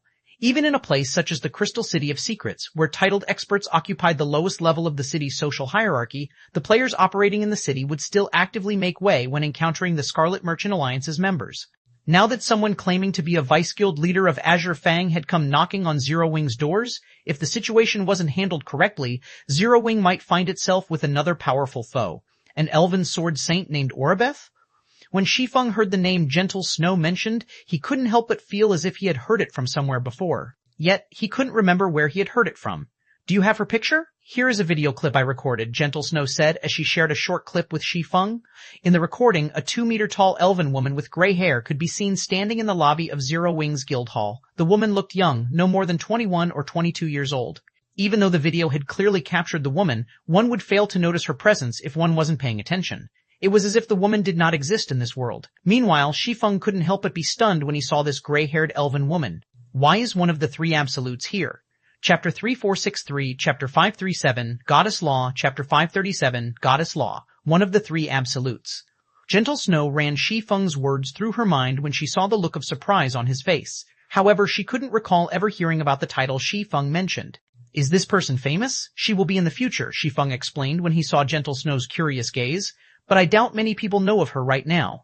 The Eternal Realm's 3 absolutes were known by all in the greater god's domain during his previous life, and they were publicly known to be able to stand against an entire realm by themselves.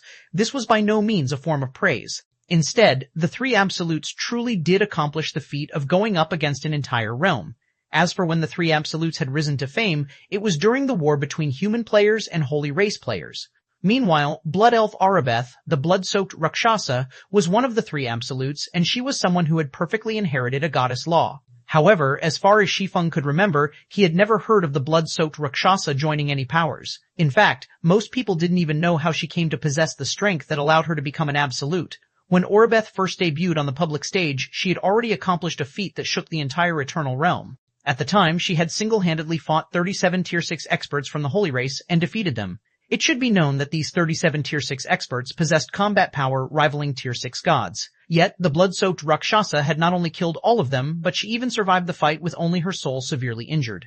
Meanwhile, the next time Arabeth made a move was several months later, when the Holy Race had declared a holy war on the greater god's domain and mobilized an army composed of the members of thousands of major powers. During that war, Arabeth had slain thousands of Tier 6 experts from the Holy Race, and unlike her debut battle, she only sustained light injuries from the war. It was also after that war that she became known as the blood-soaked Rakshasa.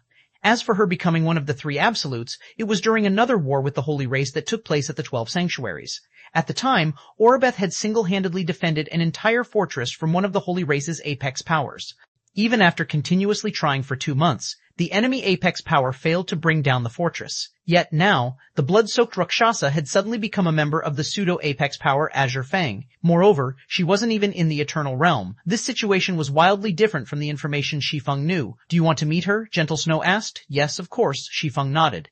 The three absolutes were legendary individuals in the greater god's domain. Even the various apex powers would do everything they could to recruit them, let alone him. Arabeth was someone who had fully mastered a goddess law. Once she progressed to Tier 6, the law projection she could form would be vastly superior to the average advanced law projection. Even though Shi Feng had multiple advanced laws during his previous life, his law projection would still be suppressed if it went up against Arabeth's law projection. Now that there was an opportunity to meet with one of the three absolutes, Shi Feng naturally wouldn't let go of it. Zero Wing's guild leader's office, Gentle Snow, walked into the office with Arabeth. The instant Arabeth stepped through the door, Shi Feng could feel an indescribable pressure weighing down on him. Her mana affinity is at an even higher level than mine? Shi Feng couldn't help but be astonished as he looked at Orbeez. It wasn't an exaggeration to say that his Tier 5 advanced legendary mana body was unprecedented in the greater god's domain. Yet, his mana had lost to Arabeth's despite this. Meanwhile, Arabeth also noticed something when she stepped into the room, but she didn't seem to mind it much as she sat down on the sofa Gentle Snow had led her to. "Hello, Guild Leader Black Flame. Thank you for taking the time to meet me," Arabeth greeted. Despite looking rather young, she had a mature and intellectual voice.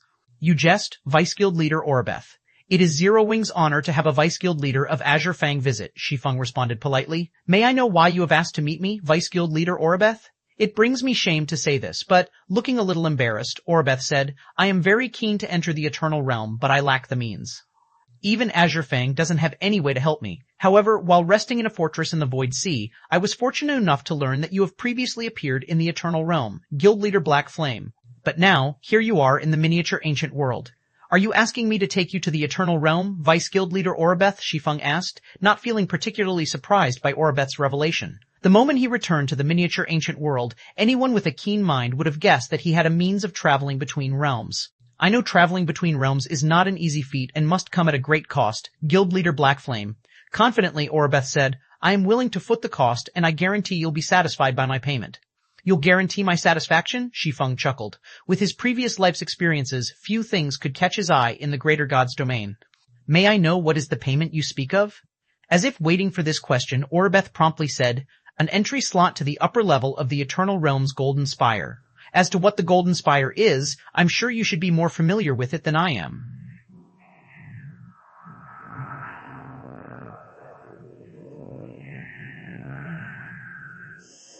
The Eternal Realm had the 7 cities, 4 towers, and 3 absolutes. Among them, the Golden Spire was one of the 4 towers. The Golden Spire contained countless treasures belonging to gods. There were even fragmented divine artifacts available inside.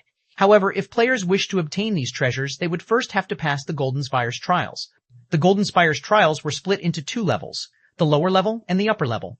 Players required a key to enter and challenge the Golden Spire's trials, and each key only allowed 2 players to enter the spire. The Golden Spire's keys were incredibly hard to come by. They were scattered across the Eternal Realm, and even upper-ranking hegemonic powers might not come across a key for the lower level after a month of searching. The chances of finding a key for the upper level were even lower, with only one upper-level key being found for every 100 or so lower-level keys. They were so rare that even apex powers might not find one after a year of searching. Because of this, whenever an upper-level key was found, the various powers would do everything they could to secure it. Apex powers even offered 3 legendary weapons to purchase an upper-level key. During his previous life, Shi Feng had never obtained an upper-level key. Through zero-wing strength, he only managed to obtain a few lower-level keys.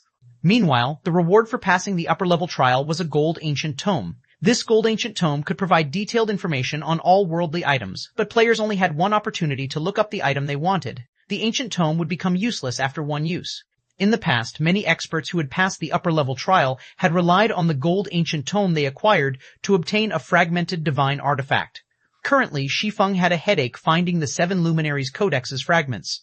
If he could obtain a gold ancient tome, it would undoubtedly alleviate some of his problems. Not even apex powers can necessarily get their hands on one of the Golden Spire's upper-level keys right now, Orabeth explained. If you enter the Golden Spire's upper level, even obtaining a fragmented divine artifact might not be out of the question, Guild Leader Black Flame. It will definitely be worthwhile to trade one entry slot to the Eternal Realm for this opportunity, don't you think? It is indeed a worthwhile deal, Shi Feng said after pondering for a moment. But if you wish to enter the Eternal Realm, I need you to agree to a condition. Vice Guild Leader Orabeth. Chapter 3464, Chapter 538, Meeting Aqua Rose, again. Chapter 538, Meeting Aqua Rose again. What condition? Orabeth asked, frowning a little when she heard Shi Feng's words. She felt that Shi Feng was asking for too much. The entry slot for the Golden Spire's upper level was exceedingly rare and precious. After all, according to her investigations, players could potentially obtain a fragmented divine artifact if they were strong enough. Meanwhile, a fragmented divine artifact was something that could grant Tier 5 players the strength to fight against Tier 6 players. Hence, simply the opportunity to obtain a fragmented divine artifact was easily worth much more than an entry slot for the Eternal Realm. Shi Feng noticed the unhappy expression on Orabeth's face, and he couldn't help but chuckle as he said, "Don't misunderstand me, Vice Guild Leader Orabeth. I'm not asking for more payment. I just need you to keep quiet about the exact method you used to enter the Eternal Realm." An opportunity to enter the Golden Spire's upper level was tempting, but the Abyss Workshop certification wasn't an ordinary item worth exposing for such an opportunity. Its ability to transport multiple people across realms at a relatively affordable cost was especially valuable. Now that he had returned to the miniature ancient world, it would only be a matter of time before others noticed something. And if he helped Orabeth, others would notice it even sooner. However, exactly how he traveled between realms was a crucial point he wished to keep secret. Plenty of people were trying to get into the Eternal Realm right now. If even an expert such as Orabeth was willing to make such a lucrative offer to enter the Eternal Realm, it went without saying other experts would be in a similar situation. In that case, he would have plenty of business opportunities in the future, and having his methods remain unknown would give him a bigger advantage during negotiations. You can rest assured on this point, Guild Leader Black Flame. I can sign a God's Domain contract promising this, Orabeth said, expressing her understanding. If others ask how I entered the Eternal Realm, I will say that I arrived there after accidentally entering a space-time passage. That won't be necessary, Shi Feng said, waving his hand. If they ask about it, you can tell them the truth and say, I helped you. Tell them the truth? Orabeth couldn't help but look at Shi Feng in surprise. The ability to enter the Eternal Realm from the outside world was earth-shattering. The various pseudo-apex and apex powers would try to obtain this ability at all costs if they learned about it. The at all costs here wouldn't necessarily mean they would pay anything to obtain it. Instead, there was a high possibility they would outright demand Shi Feng hand over the method. But since Shi Feng dared to say so, it meant he was confident he could go against the various apex powers. Though, exactly what was giving him that confidence remained unknown. After all, having one Tier 6 war goddess was nowhere near enough to get the various apex powers to acknowledge him as an equal. Following this, Shi Feng signed a God's Domain contract with Orabeth, the contract stating that Shi Feng would help Orabeth enter the Eternal Realm. In return, Orabeth must not tell others the exact method she used to enter the Eternal Realm, and she also must bring Shi Feng into the Golden Spire a week after they entered the Eternal Realm, unless Shi Feng himself asked for a delay. 3 days later, after arranging the defenses of Withered Sea City, setting up a new Great Grandmaster defensive magic array, and ensuring the city reopened successfully, Shi Feng used the Abyss Workshop Certification's world-breaking teleportation to open a world-breaking gate to the Eternal Realm. This time he brought Su Qianlu, Wu Xiaoxiao, Midsummer, Rampant Blade, Jun Luosha, Wordless Ember, Sleeping Quicksand, Hidden Soul, Lu Wusheng, Galaxy Past, Crimson Heart, Sound Reaver, and Orabeth with him. After including Desolate Fury, Cross, La Roja, Inkchilin, Riverlight, and Blaze-Eye, they filled up all 20 slots of the world-breaking teleportation's 20 teleportation slots. Upon returning to the Eternal Realm's Crystal City of Secrets, Inkchilin and the others eagerly entered the underground Crystal Palace. But because Shi Feng had to go to the Golden Spire with Oribeth, he could only have Gentle Snow lead Su Qianlu and the others to explore the underground Crystal Palace with Scarecrow Fox's team. Inkchilin had no objections to teaming up with Zero Wing and Ashura's members. After all, it would be highly beneficial for Scarecrow Fox to do so. Firstly, Su Qianlu and the others were all equipped with secret treasures, which allowed them to have significantly greater damage output than other Tier 5 players. Secondly, Desolate Fury, Cross, and La Roja were Golden Masters, and a team that had the assistance of 3 Golden Masters could perform much better than even the various pseudo-Apex Powers teams. While Gentle Snow and the others left for the underground Crystal Palace, Shi Feng and Oribeth visited a deserted area in the Crystal City and used Aurelia's key to teleport to the Golden Spire. Golden Spire, after the bright teleportation array faded, a magnificent spire that was 10 kilometers in height appeared before Shi Feng's eyes. The spire was ancient, radiating a powerful divine might that prevented players under Tier 5 from approaching. Although Tier 5 players could approach the spire, their movements would become stiff when enveloped by its divine might. Only experts with basic attributes that had reached the Tier 6 standard could remain unaffected by the divine might. There sure are a lot of people. Shi Feng couldn't help but be astonished when he saw the large gathering of players outside the Golden Spire. At a glance, well over 10,000 players were gathered outside the Golden Spire. It should be known that these were only the players who had yet the Spire. Who knew how many more people were inside the Spire? Of the several times he had visited the Golden Spire during his previous life, he had never come across so many players coming to challenge the Golden Spire. Oribeth was also surprised by this situation. She had not expected to see so many players challenging the Golden Spire, and she couldn't help but feel tricked. After all, the keys to the Golden Spire weren't as rare and valuable as the rumors suggested. Before Shi Feng and Oribeth could recover from their surprise, a young man who was a level 58 Tier 5 Berserker approached them. "Would you two like to join our team to enter the Golden Spire?" the Berserker youth asked as he looked at Shi Feng and Oribeth. "Is it necessary to team up to enter the Golden Spire?" Shi Feng couldn't help but be confused as he looked at the Berserker youth whose combat standard was at the 5th floor standard. The Golden Spire wasn't a dungeon. Instead, it was a place that offered all who entered a standardized trial. There was no need for players to team up. "It won't be necessary inside, but it's a different story if you want to enter the Golden Spire," the Berserker youth said with a wry smile. Then he pointed at the Golden Spire's entrance and said in frustration, "Do you see those people? They are all experts from the various pseudo-Apex Powers. You have just arrived, so you might not know, but those pseudo-Apex Powers have blocked the entrance and stated that nobody can enter before their members inside come out. If you want to force your way inside, you will need to have sufficient strength and qualifications.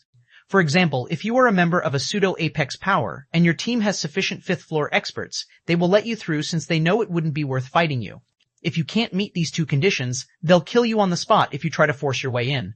Hearing the Berserker youth's explanation, Shi Feng swept his gaze across the 100 or so players standing in the way of the Golden Spire's entrance. All these experts were at the 5th floor standard, and the guild emblems they wore came in 7 varieties. Among them, the ones Shi Feng was familiar with were the Scarlet Merchant Alliance's and Flaming Bee's guild emblems. Shi Feng also spotted the guild emblem of Star Dynasty, one of the Greater Gods Domain's 9 great pseudo-Apex Powers. You can probably tell who the old man standing in the lead is, right? He's the Demon Axe War God, one of Star Dynasty's elders. Not only is he a veteran saint, but he is also a Golden Master. It's best if you don't try to provoke him. He has killed over 1,000 experts thus far, the Berserker youth explained when he saw Shi Feng looking somewhat stunned. However, what the Berserker youth didn't know was that Shi Feng wasn't stunned because of Demon Axe, but by a woman standing some distance away from Demon Axe. The woman in question wore a dark purple robe. She was stunningly beautiful like a fairy, and her every move radiated a seductive charm. Meanwhile, this woman was none other than Aqua Rose, one of Zero Wing's Vice Guild leaders in Shi Feng's previous life. Chapter 3465, Chapter F39, Black Flame. Chapter F39, Black Flame, Why is she here? Shi Feng was genuinely surprised when he saw Aqua Rose standing outside the Golden Spire's entrance. During his previous life, Aqua Rose's life trajectory experienced massive changes due to his intervention. Firstly, she no longer worked for Twilight Echo. Instead, she chose to join Zero Wing and became Zero Wing's Vice Guild leader. Later on, she got promoted to Tier 6 and supervised Zero Wing's rapid development across multiple realms simultaneously. Eventually, she even became one of the key figures who spearheaded Zero Wing's entry into the 12 Sanctuaries and led Zero Wing's fight against the various Apex Powers. Meanwhile, as one of Zero Wing's 5 great experts, Aqua Rose not only mastered 2 gold combat techniques, but she even acquired a fragmented divine artifact 1 and became capable of fighting primordial gods of the same level. In this life though, Aqua Rose should have experienced a similar situation as other Tier 6 experts from their homeworld and entered the greater god's domain through some special means. Only, Shi Feng didn't think he would meet Aqua Rose in the eternal realm of all places. Moreover, the current Aqua Rose differed greatly from the Aqua Rose in Shi Feng's previous life. The Aqua Rose in Shi Feng's previous life was always brimming with vitality and fighting spirit. But the current Aqua Rose was inexplicably calm, like a lone wanderer who had experienced countless crises. And although the current Aqua Rose was not as strong as the Aqua Rose in Shi Feng's previous life, she was still a bona fide 5th floor expert. She could undoubtedly be considered one of the strongest experts in their homeworld. In addition, as if determined by fate, the current Aqua Rose wielded the same fragmented divine staff too she used in Shi Feng's previous life. Breath of the Deep Sea. With the assistance of Breath of the Deep Sea, even if Aqua Rose was currently only a level 15-8 Tier 5 expert, she had a great chance of defeating Tier 5 saints wielding legendary weapons. Is that beauty an acquaintance of yours? Orbeth asked out of curiosity when she saw Shi Feng staring at Aqua Rose. Something like that, Shi Feng said in an uncertain tone. They were indeed very familiar with each other during his previous life. After all, Zero Wing's daily operations largely depended on Aqua Rose, with Gentle Snow and Blackie acting as her assistants. However, in this life he had spent the first 10 years of God's domain working as the guild leader of some no-name guild, whereas Aqua Rose held the position of honorary elder of Twilight Echo, a top-tier first-rate guild. They had 0 interactions with each other. Even now, this remained true, so he couldn't really say that they were acquaintances. Something like that? Orabeth grew confused. She couldn't understand how someone could be something like an acquaintance. Regardless, after taking another look at Aqua Rose in the distance, she softly said, I don't know what your relationship is with her, but I can tell you that she's not some random nobody. Based on my sources, one of the Scarlet Merchant Alliance's taboos has taken a liking to her and signed a blood contract with her.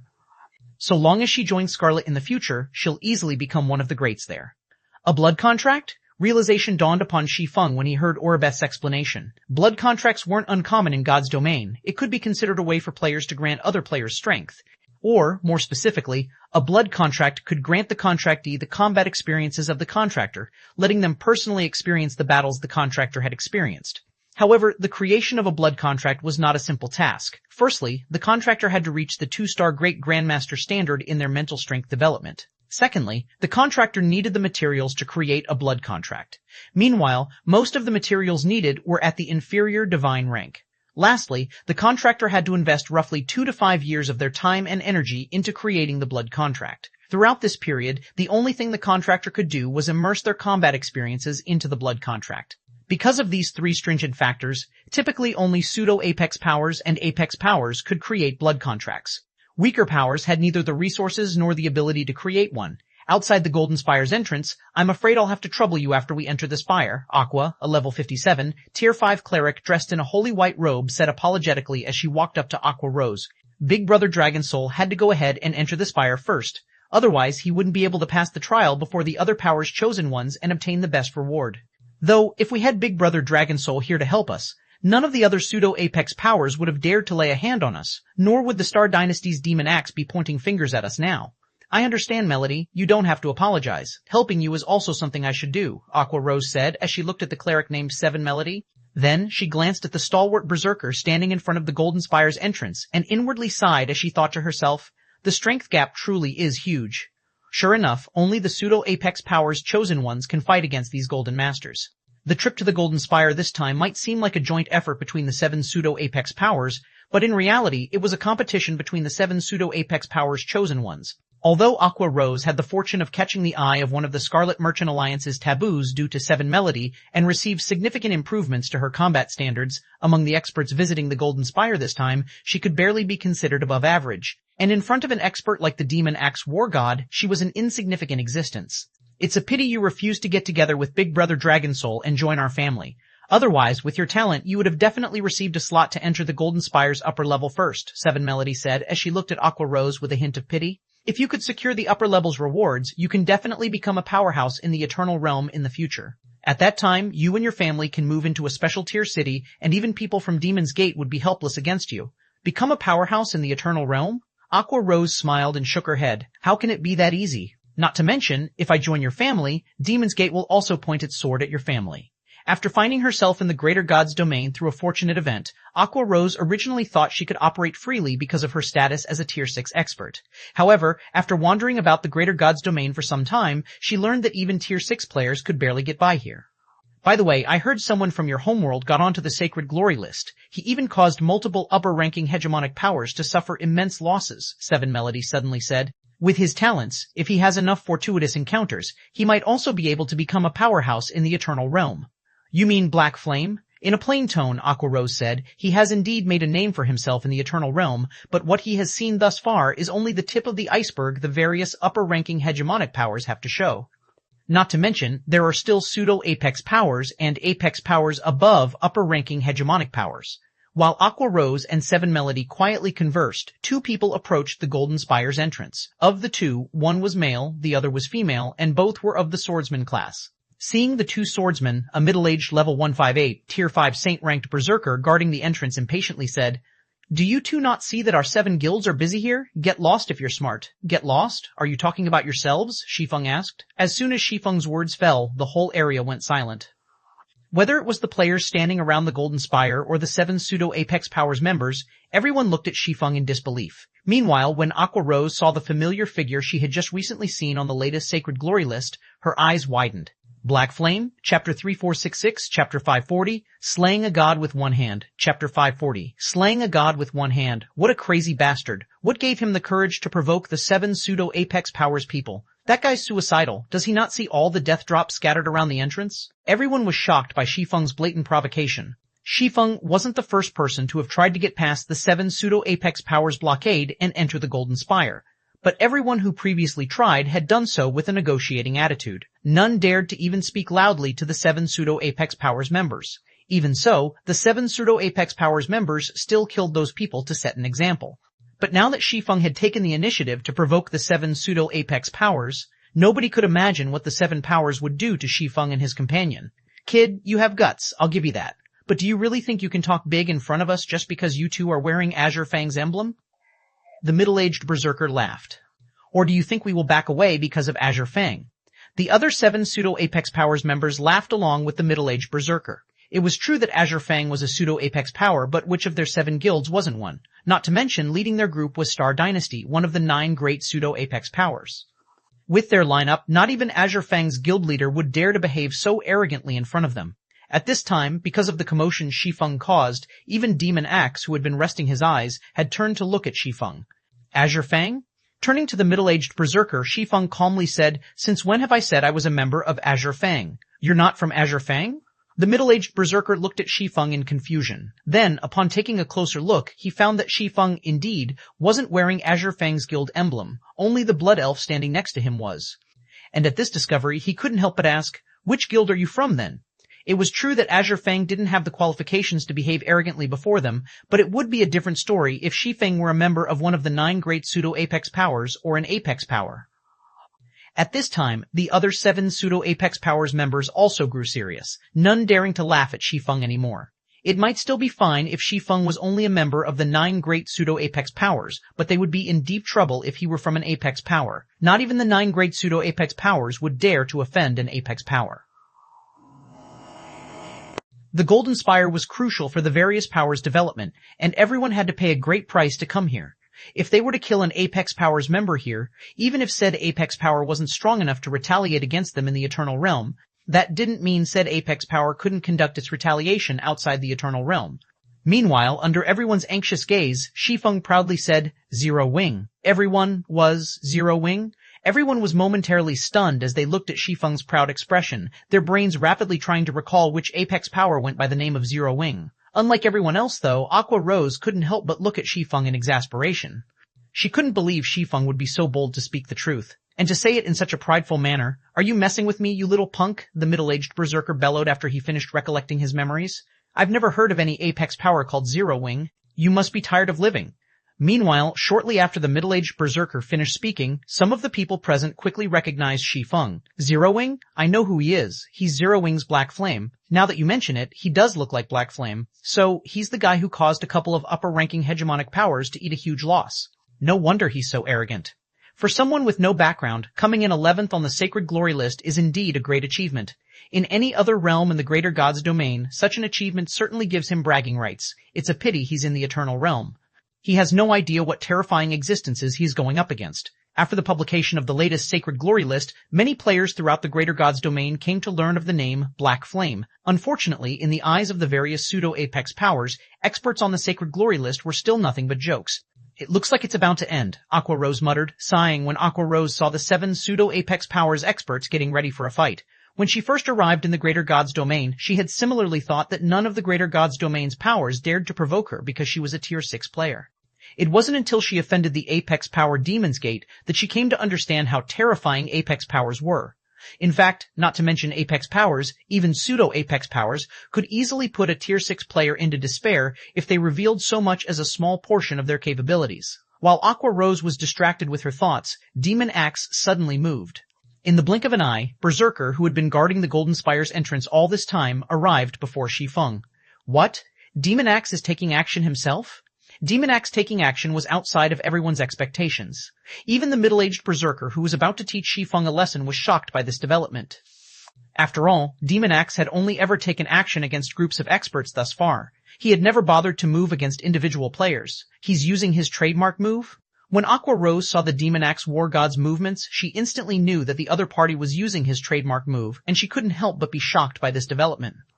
The Demon Axe War God was titled as such because of his mastery over the gold combat technique Demon Axe. It was with this technique that the Demon Axe War God spread his fame across the greater god's domain.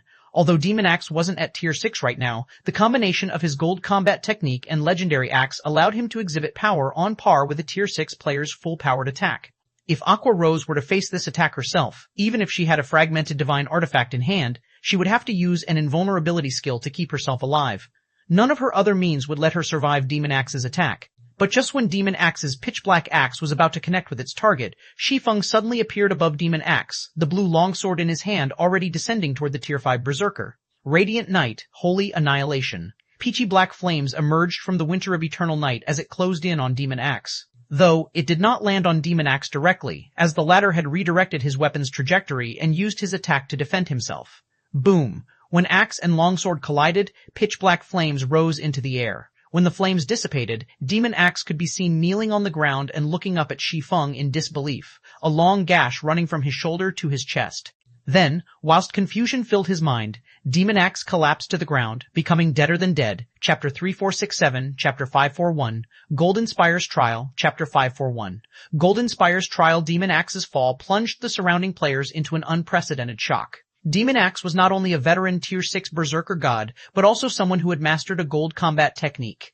Even if he was currently at tier 5, few players of the same tier could block his trademark move and live to tell the tale.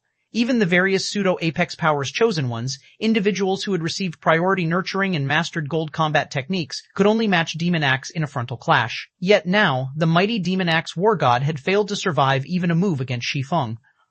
Moreover, this was after he had blocked Shi Feng's attack with his own. This was beyond inconceivable. More importantly, if even the Demon Axe War God had faced such a conclusive demise, who else present could possibly survive more than a move against Shi Feng? When the middle-aged Berserker saw Shi Feng slaying Demon Axe in one move, he couldn't help but wipe the sweat coating his forehead. At the same time, he celebrated the fact that he was slower than Demon Axe to make a move against Shi Feng. Otherwise, he'd be the one in Demon Axe's shoes instead. Meanwhile, Aqua Rose, who had been wearing a grim expression up to this point, couldn't help but widen her eyes and gasp in shock at how the clash unfolded. Of all the members the 7 pseudo-Apex powers had mobilized to the Golden Spire this time, only the chosen ones nurtured by the 7 pseudo-Apex powers with everything they've got could win against Demon Axe. Even then, it would be a narrow victory. So Aqua Rose couldn't even begin to imagine how powerful Shi Feng was to be able to achieve such a decisive victory over Demon Axe. However, what Aqua Rose didn't know was that Shi Feng was currently equipped with the Grey Moon Secret Treasure Set, which boosted his mana protection to the Tier 6 standard. Because of this, when he used Holy Annihilation, the mana technique would perform no differently than if a true Tier 6 player executed it. Unless his opponent had a fragmented divine artifact or Tier 6 mana protection, trying to stop his Holy Annihilation as a Tier 5 player would be no different than charging headfirst into a moving train. Of those present, only Oribeth seemed unsurprised by this outcome. It was as if she had known this would happen long ago, and she simply observed the various pseudo-Apex Powers members surrounding them with a look of interest. "Do you still wish to stand in our way?" Shi Feng asked as he surveyed the 100 or so experts surrounding him and Orbeth. His expression remained calm, behaving as if what he did was trivial. If this fight had happened before he grasped the gold combat technique Flowing Space, he would have indeed had difficulty killing Demon Axe. The best he could do was rely on the Grey Moon set's effects to gradually whittle down the other party. However, after grasping Flowing Space, Shi Feng no longer feared fights with players of the same tier. Even Golden Masters of the same tier would have a headache facing him. Not to mention, Demon Axe was only an expert who had mastered an offensive gold combat technique, making him no different than a glass cannon in front of Shi Feng. So long as he gave Shi Feng an opportunity, Shi Feng could finish him on the spot. Don't get conceited just because you killed Demon Axe, Black Flame. Even if you enter the Golden Spire, our chosen ones won't spare you. That's right. You might not fear us because you've mastered a gold body technique, but our chosen ones have mastered more than just one type of gold combat technique. Several of them have even mastered gold body techniques. You're finished, Black Flame. You might still have a chance if you're up against those upper-ranking hegemonic powers, but going against our 7 pseudo-Apex powers will be your end in the Eternal Realm. Nobody can save you now. The 7 pseudo-Apex powers members sneered as they looked at Shi Feng, their confidence growing as they spoke. They even convinced themselves that Shi Feng would be eliminated from the Eternal Realm in the near future. Is that so? Then come forward and show me what you're made of, Shi Feng sneered as he took a step forward. Immediately, the 100 or so experts surrounding Shi Feng subconsciously took a step back, as if there existed an invisible wall between them and Shi Feng. And following this, every step forward Shi Feng took, these experts would take one step backward, nobody daring to stay within 50 yards of him. This sight stunned the players present around the Golden Spire once more. All of the 7 pseudo-Apex Powers members present were 5th floor experts, and quite a few of them were even Saint-ranked experts. Normally, a team of such a composition would be feared anywhere they went. Yet now, all these experts behaved like cowardly sheep in front of Shi Feng.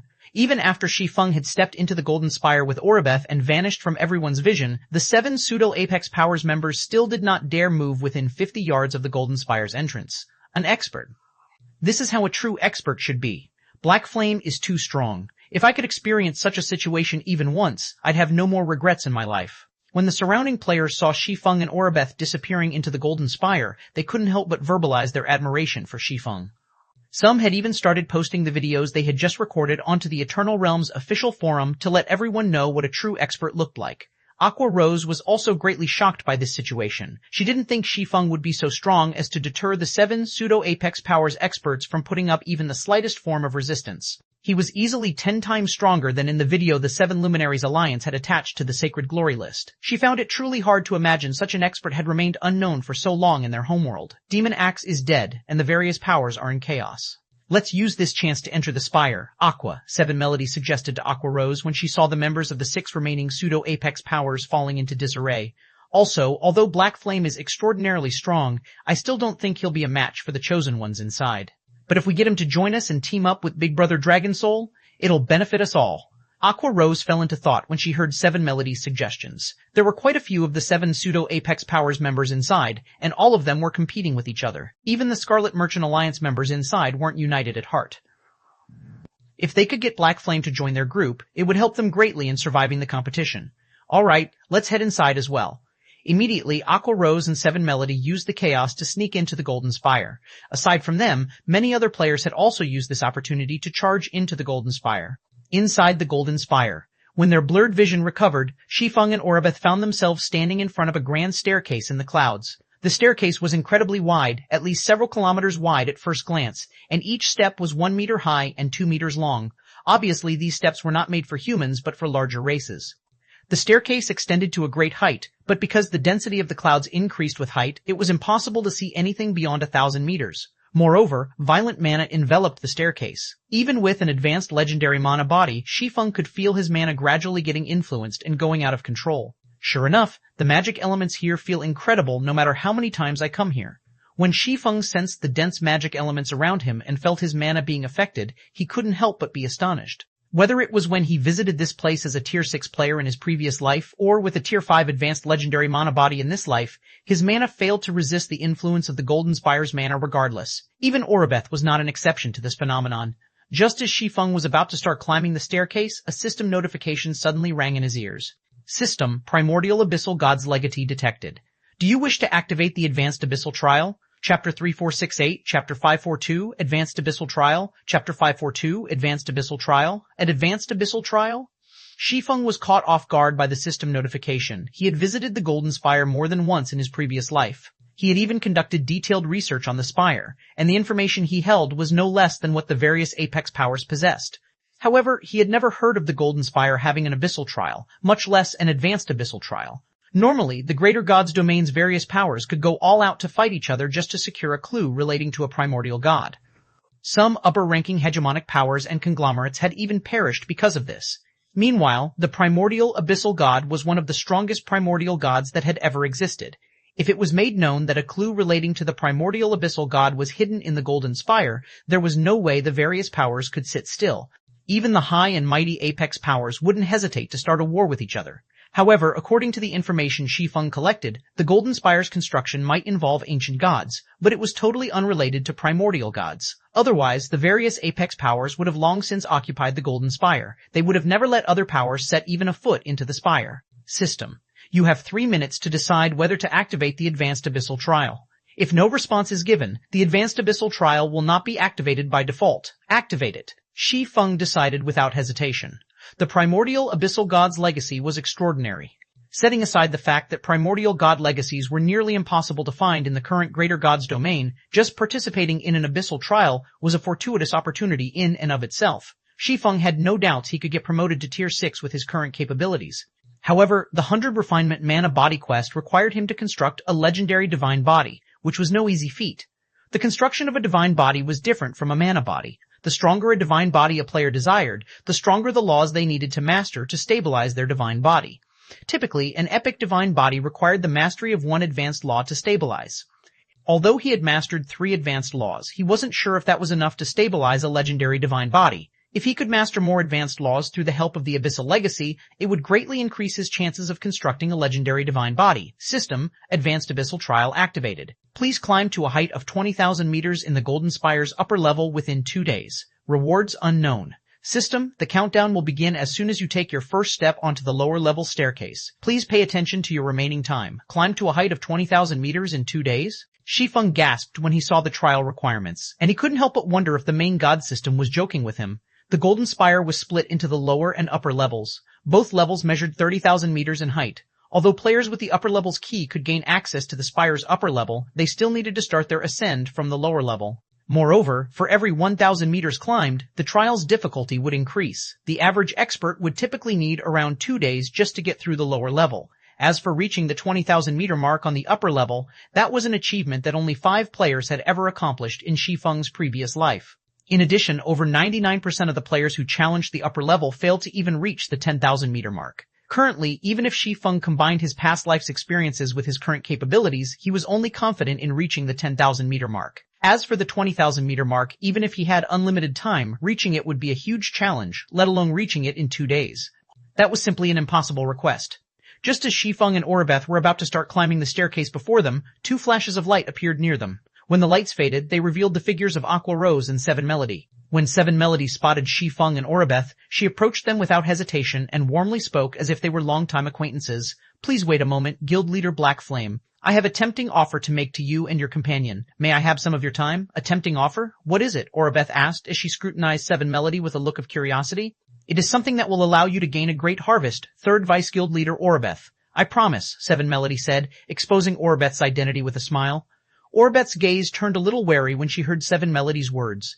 The changes to Azure Fang's 3rd Vice Guild Leader position were made in secret, and only a few people in Azure Fang were aware of it. Most other people in the guild only knew that someone else was sitting in the position of 3rd Vice Guild Leader. They weren't aware of exactly who was sitting in the position. You don't need to look at me like that, Miss Oribeth. I'm not a monster, Seven Melody said, smiling. I am only here to discuss a collaboration between us. It is a collaboration that can bring both of our parties great benefits.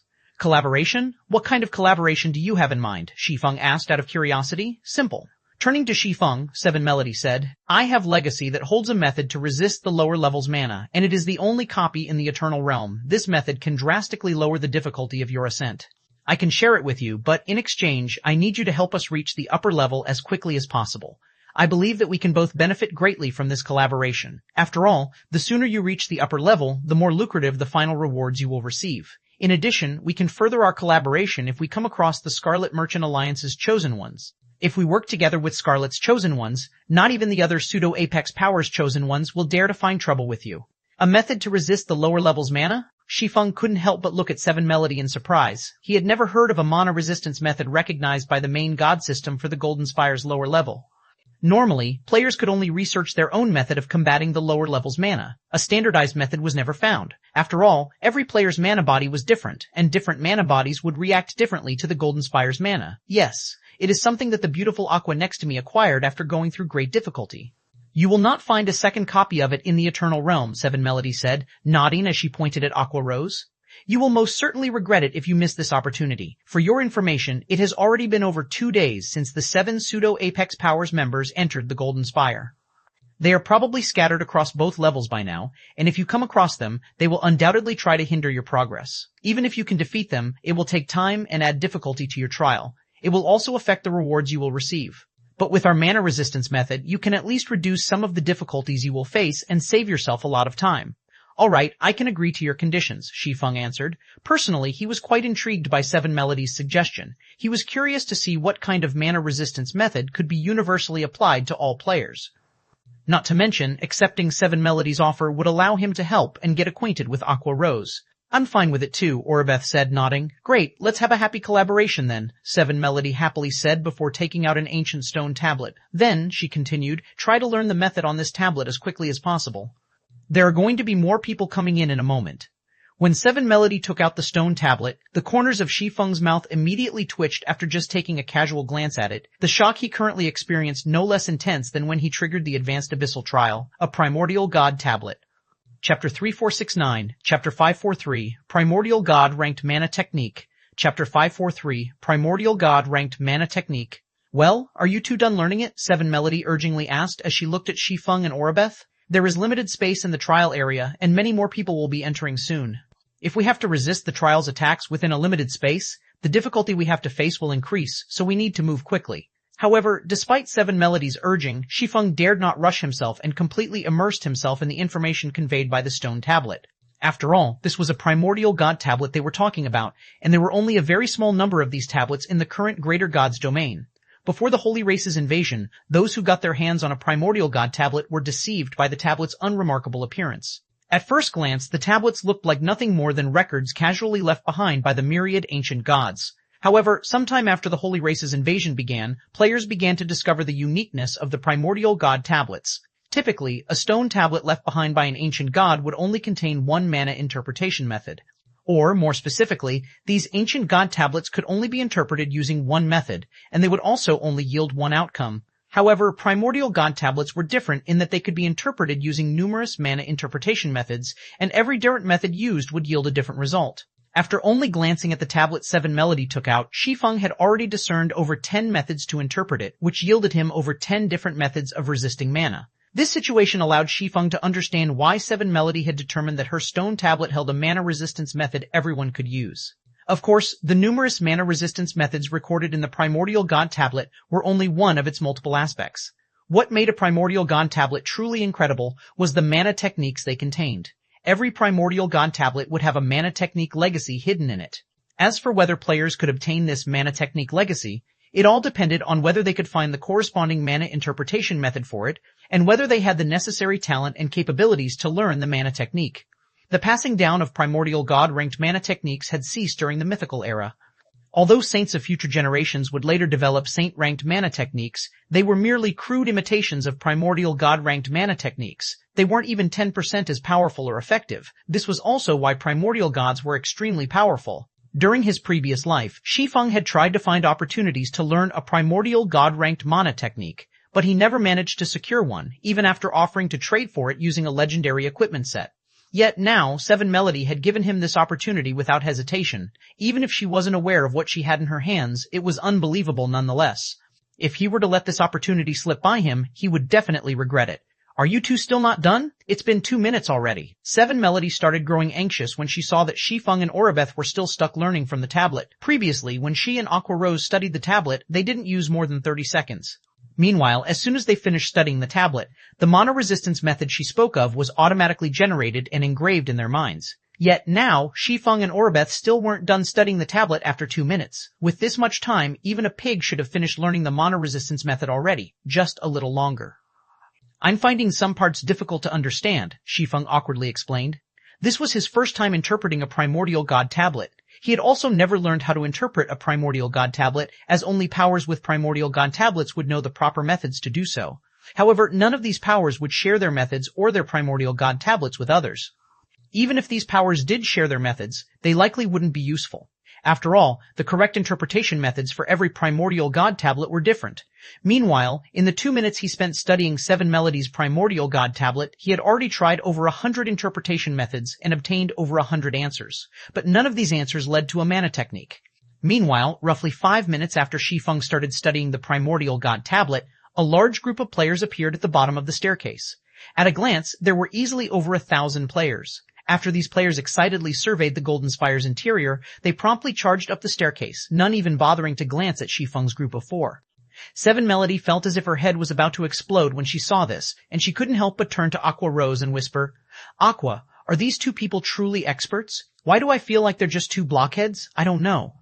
Aqua Rose shook her head, similarly feeling puzzled as she watched Shi Feng and Orabeth completely focused on the stone tablet in Seven Melody's hand. The tablet's content is pretty simple. Logically, they should only need a few seconds to learn everything. Subsequently, time continued passing, and amidst Aqua Rose and Seven Melody's hushed conversation, Orabeth suddenly took a deep breath and smiled. "I learned it," Orabeth reported to Seven Melody, looking quite proud of herself. Hearing Orabeth's report, Seven Melody didn't know what she should say in response. Should she praise her? 10 minutes. Orabeth had used 10 minutes to accomplish what she had accomplished in less than 30 seconds, yet the Blood Elf behaved like a child who had just scored full marks on a test. For a moment, Seven Melody couldn't help but wonder if she had taken out the wrong tablet. At this time, Orabeth noticed that Shi Feng was still staring at the tablet, his body remaining motionless. "He seems to be stuck on something, just like you were before," Aqua Rose explained when she saw Orabeth looking at Shi Feng curiously. "Well, it is quite difficult." Orabeth nodded to express her understanding. "If not for my foundation, I would have probably been stuck for a much longer time." Seven Melody grew even more speechless when she saw Orabeth expressing her understanding. Were any foundations necessary to use a mana interpretation method on a stone tablet? Wasn't this something that could be accomplished by any player capable of manipulating mana? Meanwhile, after half an hour, a joyful exclamation suddenly sounded at the bottom of the Golden Spire's lower level. Hearing this, Seven Melody and Aqua Rose breathed a sigh of relief. This was because the joyful exclamation came from none other than Shi Feng. "Finally, at long last, I finally learned it." At this moment, the joy on Shi Feng's face was apparent even to an ordinary person. His excitement could even infect those looking at his expression. However, Seven Melody and Aqua Rose could only roll their eyes at Shi Feng when they saw his behavior. 30 minutes. In the half hour they spent waiting for Shi Feng to be done with learning the mana resistance method, they saw over 10,000 players entering the Golden Spire and ascending the lower level staircase. With the addition of so many competitors, it would become even more difficult for them to catch up to the first batch of experts the Scarlet Merchant Alliance had sent into the Golden Spire. "Let's go," Shi Feng said, awkwardly smiling when he saw the impatient look on Seven Melodies and Aqua Rose's faces. "Don't worry, I promise we can catch up to them in no time." Studying the primordial god tablet was not easy. He had used over 1,000 mana interpretation methods before he finally found the one that led him to the mana technique recorded on the tablet. Fortunately, the mana technique recorded on the tablet just so happened to be incredibly useful for him. This was because the mana technique was a sword technique meant for swordsmen. The primordial god-ranked mana technique, Dark Moon. It was a well-known mana technique in the Greater God's domain, and it was also the trademark technique of the blood-soaked Rakshasa. What excited Shi Feng even more was the identity of the creator behind this primordial god-ranked mana technique, the Goddess of Space. Despite not being a primordial god, the Goddess of Space had created a primordial god-ranked mana technique. For players who weren't primordial gods, Dark Moon was undoubtedly the easiest to learn out of all primordial god-ranked mana techniques in existence. Chapter 347D, Chapter 544, Initial Mastery over the Law of Space. Chapter 544, Initial Mastery over the Law of Space, catch up in no time. 7. Melody couldn't help but roll her eyes at Shi Feng, feeling both angry and exasperated. The Golden Spire's trials were tailored toward individual players. If players could pass the trials, they could continue to advance. If not, they would be stuck where they were, and outsiders wouldn't be able to help them. In addition, there was limited space inside the Golden Spire, so the more players there were challenging Golden Spire, the less space players had to maneuver around, which would, in turn, increase the difficulty of their trials. Currently, more than 10,000 players were already inside the Golden Spire, and these players had nearly a 30-minute head start over their group of 3. If they were to start their climb now, the difficulty of the trials they faced would be substantially greater, and the time they needed to overcome the trials would most certainly be longer than normal. So, even if they did catch up to these 10,000 plus players, Seven Melody wasn't even sure if she and Aqua Rose could outcompete the Scarlet Merchant Alliance's Paragons who had entered the Golden Spire in the first batch.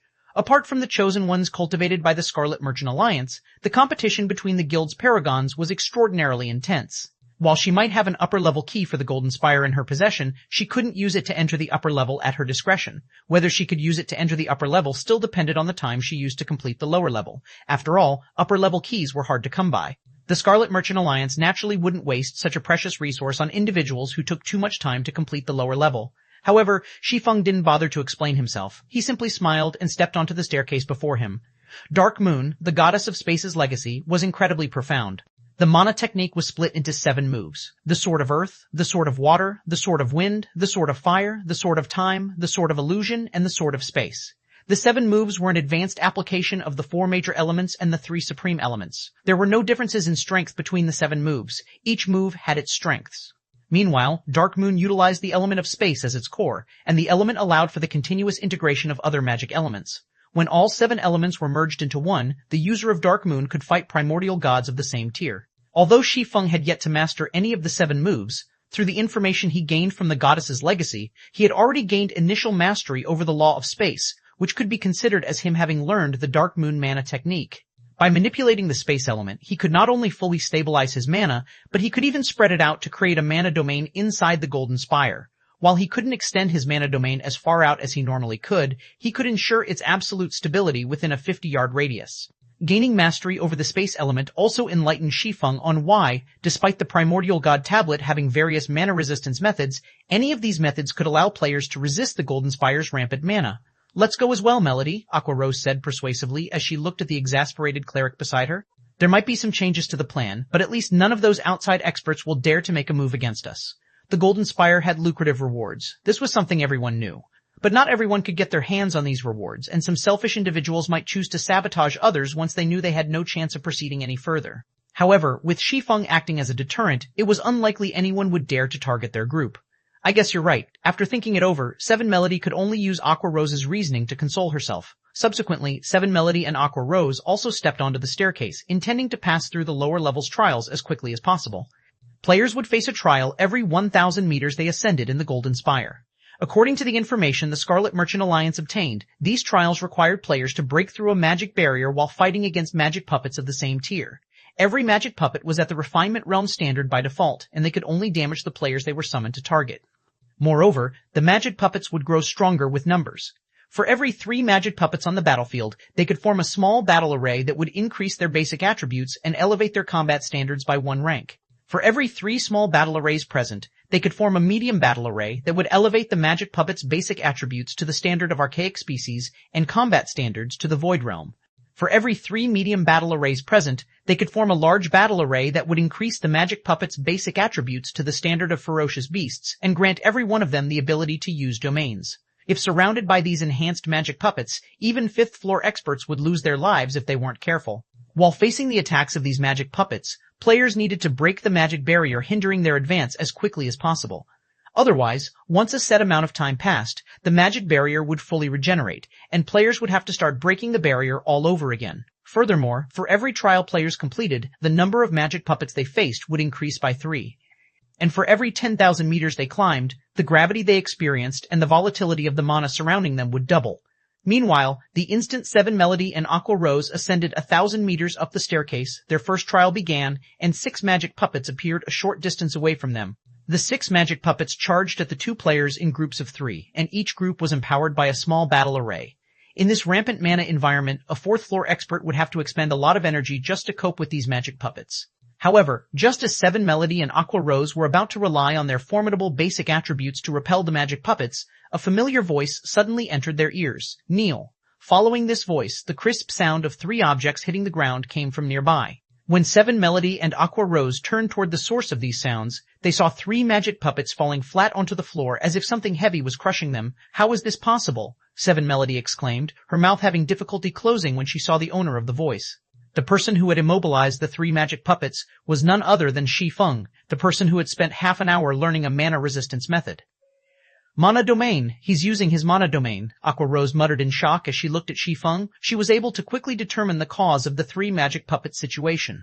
He can use his mana domain here. Apart from a mana domain, Aqua Rose could think of no other explanation for how Shi Feng managed to suppress the magic puppets with words alone. But the problem was that the Golden Spire's mana environment destabilized players' mana. In such a situation, even fighting normally was an impossible task, let alone creating a mana domain that was strong enough to suppress enemies thoroughly. This situation was even more unbelievable than fantasy. Has he already mastered the law of space?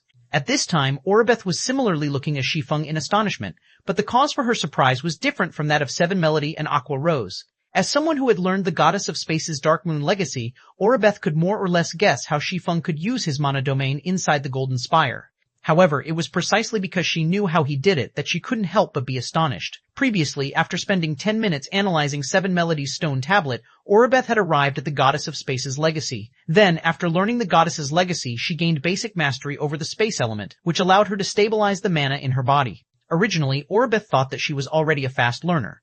But now it was revealed that even though Shi Feng had taken more time to analyze the stone tablet than she did, he had gained greater mastery over the Goddess's legacy than she did. After all, the fact that Shi Feng could extend his mana beyond his physical body meant that he had already gained advanced mastery over the space element, which also meant that he had already gained initial mastery over the law of space. This was simply unbelievable. The rest of you kneel as well.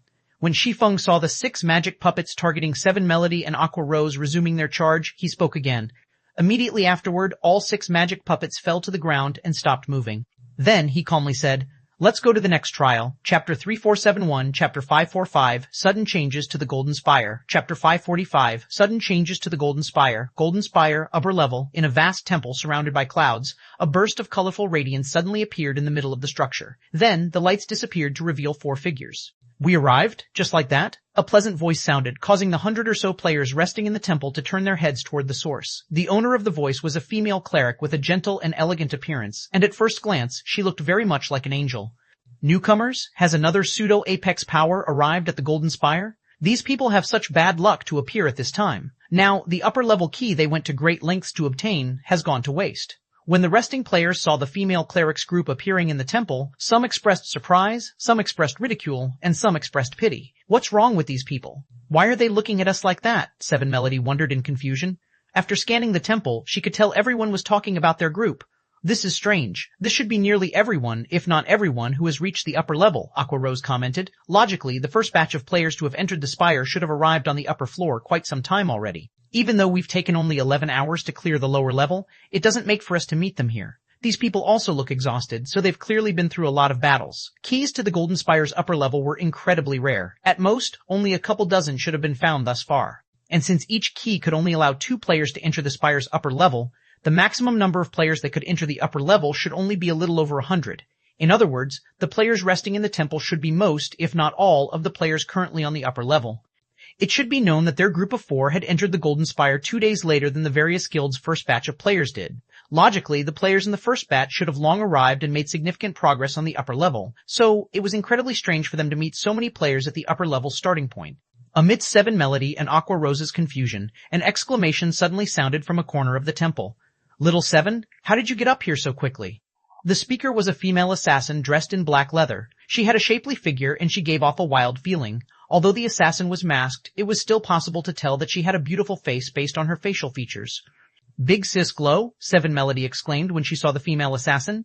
Then she curiously asked, "Why are you still on the first trial? Shouldn't you have entered the upper level long ago?" Solitary Glow and Dragon Soul were the Scarlet Merchant Alliance's chosen ones of this generation.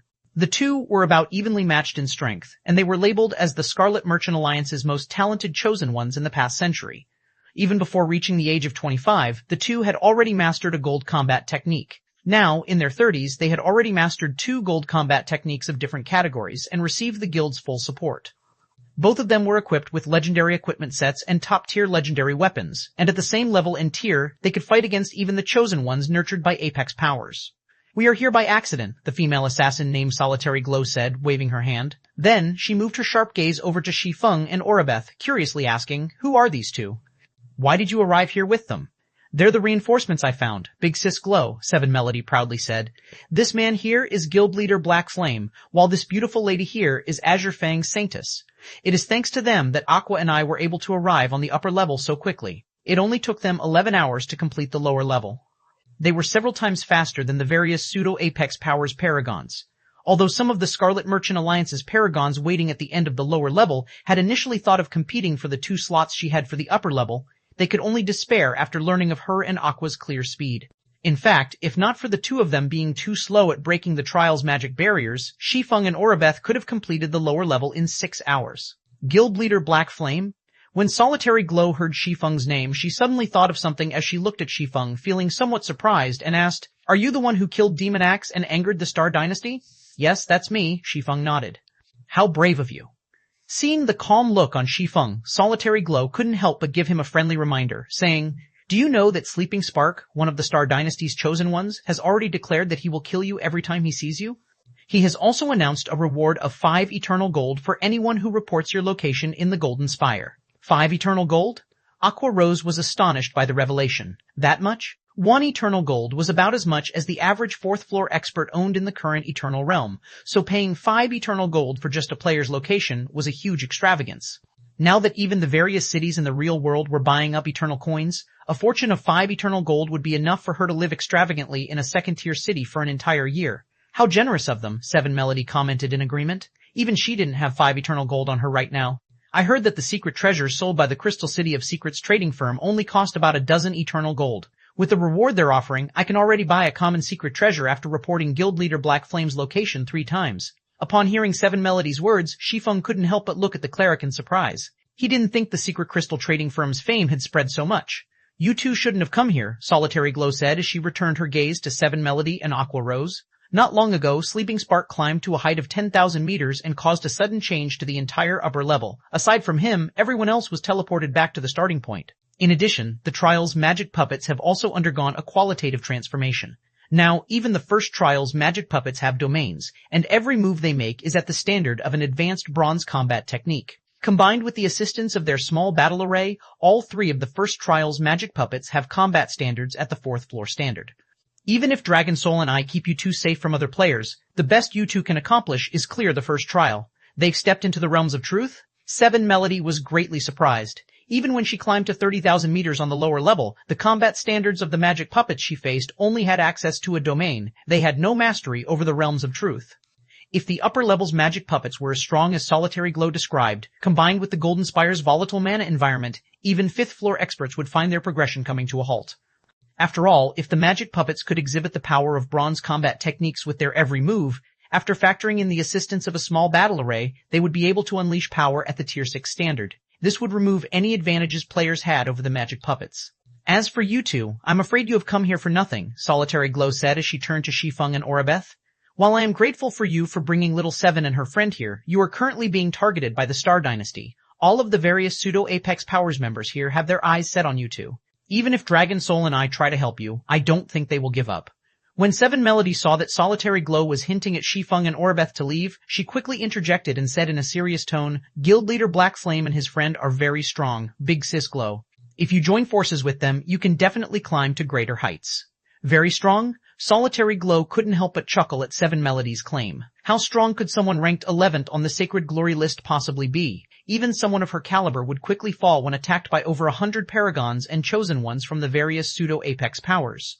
However, seeing the determination in Seven Melody's eyes, Solitary Glow ultimately sighed and said, "All right then. Since they have helped you, it would be shameful of us to just stand by and watch. But let me make things clear. Our ability to resist is limited. If we can't hold on, your friends will have to rely on themselves."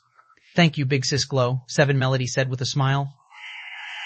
"We'll start climbing the spire in 1 minute," Solitary Glow said before leaving to discuss the situation with Dragon Soul, who was resting some distance away. Chapter 3472, Chapter 546, Come and Meet Your Maker. Chapter 546, Come and Meet Your Maker. Seven Melody breathed a sigh of relief shortly after Solitary Glow walked away. Solitary Glow and Dragon Soul were the Scarlet Merchant Alliance's chosen ones of this generation. They were slated to become the guild's taboos in the future, and their status was so high that they didn't even need to show respect to the guild's vice-guild leaders. Even though Seven Melody was the successor of her family, out of the 2 chosen ones, only Dragon Soul came from her family. Solitary Glow, on the other hand, was nurtured by the guild leader's family. So, if Solitary Glow refused to help her, there would be nothing Seven Melody could do about it. I'm sorry, Guild Leader Black Flame, Seven Melody said as she looked at Shi Feng apologetically. Big Sis Glow doesn't mean any harm. It's just that upper-level keys are incredibly precious, and she is worried that me and Aqua will waste this opportunity. I understand. Shi Feng nodded, not minding Solitary Glow's attitude toward him. If I were in her position, I wouldn't dare to recklessly help an outsider in the Golden Spire either. Solitary Glow and Dragon Soul were very famous individuals during Shi Feng's previous life. It was especially so for Solitary Glow. Aside from their strength, another factor that played into their fame was due to the splitting of the Scarlet Merchant Alliance. At the time, the Scarlet Merchant Alliance's guild leader had suddenly left the guild with a bunch of people to start his own guild called the Blood-Drinking Chamber of Commerce. Then, after its establishment, the Blood-Drinking Chamber of Commerce fought restlessly against the Scarlet Merchant Alliance. However, because the Scarlet Merchant Alliance's taboos remained with the guild, the Blood-Drinking Chamber of Commerce was never a match for it. If not for Solitary Glow having the strength to hold off 3 of Scarlet's taboos by herself at the time, the Blood-Drinking Chamber of Commerce wouldn't even be able to continue surviving in the Greater God's domain. Back then, the Scarlet Merchant Alliance had made numerous offers to pull Solitary Glow back to its side. However, no matter how tempting an offer Solitary Glow received, she had never agreed to defect from the Blood-Drinking Chamber of Commerce. Ultimately, though, the Blood-Drinking Chamber of Commerce still met its destruction after the Scarlet Merchant Alliance produced a new taboo, breaking the balance in strength. Meanwhile, after the Blood-Drinking Chamber of Commerce disappeared from the Greater God's domain, Solitary Glow seemingly disappeared with it. She never joined another power or showed herself in public afterward, and a few Apex powers couldn't help but lament the situation. It wasn't just because the Greater God's domain had lost a loyal and powerful asset such as Solitary Glow. It was more so because the Scarlet Merchant Alliance could have become one of the 9 great pseudo-Apex powers, and potentially even an Apex power in the future had it not experienced such a sudden internal split.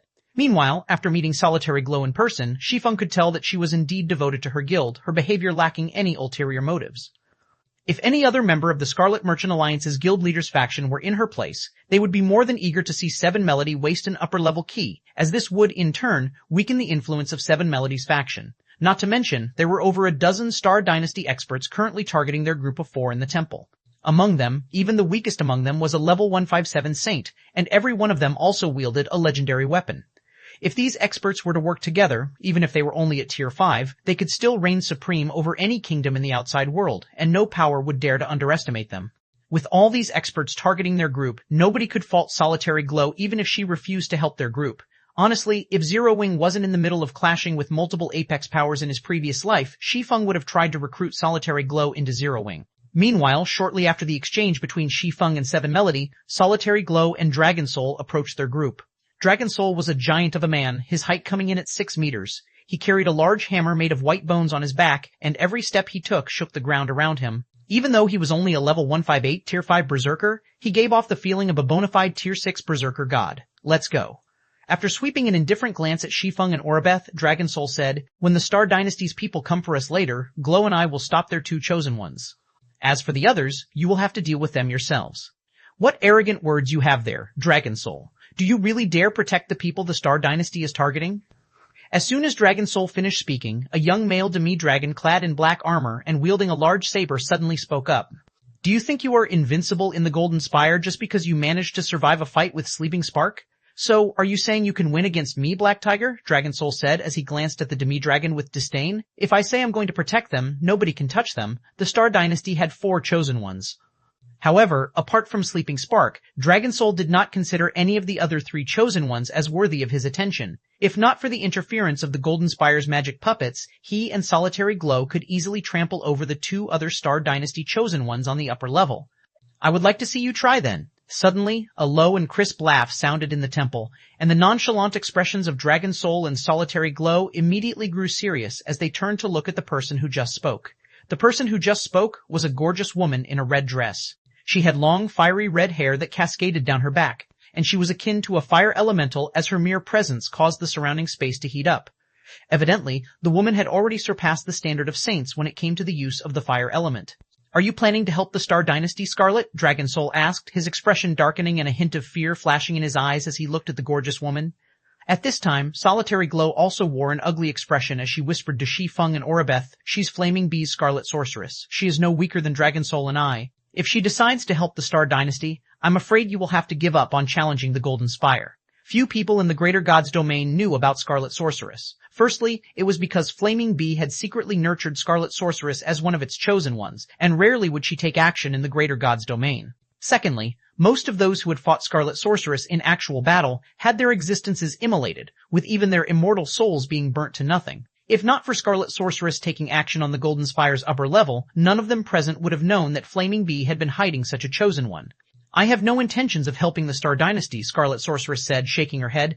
Then she turned to Shi Feng and continued, I simply have some accounts to settle with Guild Leader Black Flame. With me?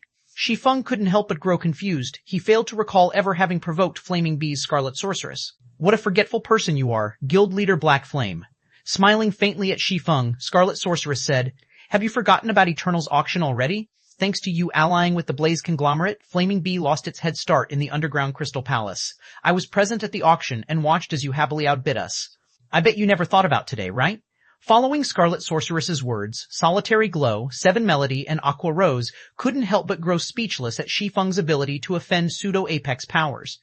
Meanwhile, Shi Feng laughed in response to Scarlet Sorceress's words. Then, after stepping onto the staircase connected to the temple, he nonchalantly glanced at Scarlet Sorceress and the Star Dynasty's members and said, Do you think I need to? As soon as Shi Feng finished speaking, dense mana spread from his body, instantly causing the 3 magic puppets that had appeared before him to kneel on the ground. Even though all 3 magic puppets were at the 4th floor standard, none could move an inch from where they stood, let alone get close to Shi Feng. Chapter 3473, Chapter 47, Distinguished Results. Chapter 47, Distinguished Results. A mana domain? He can use his mana domain in the Golden Spire. How is this possible? How is he unaffected by the Spire's rampant mana? The players resting in the temple couldn't believe their eyes when they saw the magic puppets kneeling to Shi Feng as if he were their ruler. Even Scarlet Sorceress, who had been mocking Shi Feng just a moment ago, looked at this situation in stunned silence. How did he do it? Shouldn't it be impossible to control the Golden Spire's volatile mana? Solitary Glow was greatly confused by the situation taking place on the staircase. She even suspected that her eyes were currently playing a trick on her, and the 3 magic puppets weren't actually kneeling before Shi Feng. The biggest difference separating high-tiered players from low-tiered players was the ability to use mana domains. During the initial launch of a god's domain, there was even a saying that players beneath Tier 4 were no different than ants. This saying existed because of the ability for Tier 4 players to use mana domains. With the assistance of a mana domain, a Tier 4 player could exert absolute suppression over players beneath Tier 4 and turn Zerg tactics into jokes. Although everyone present was currently at Tier 5, the difference between having and not having the ability to use a mana domain would result in a massive gap in combat power. At this time, Dragon Soul also started to take Shi Feng seriously. He no longer dared to treat him as merely a friend of Seven Melody and someone needing protection. Even though Shi Feng's equipment was inferior to everyone present, his ability to unleash his mana domain in the Golden Spire's environment would ensure he was not at a disadvantage. He would even be at an advantage when fighting on the staircase. Once in a trial area, players would have to constantly face the attacks of magic puppets.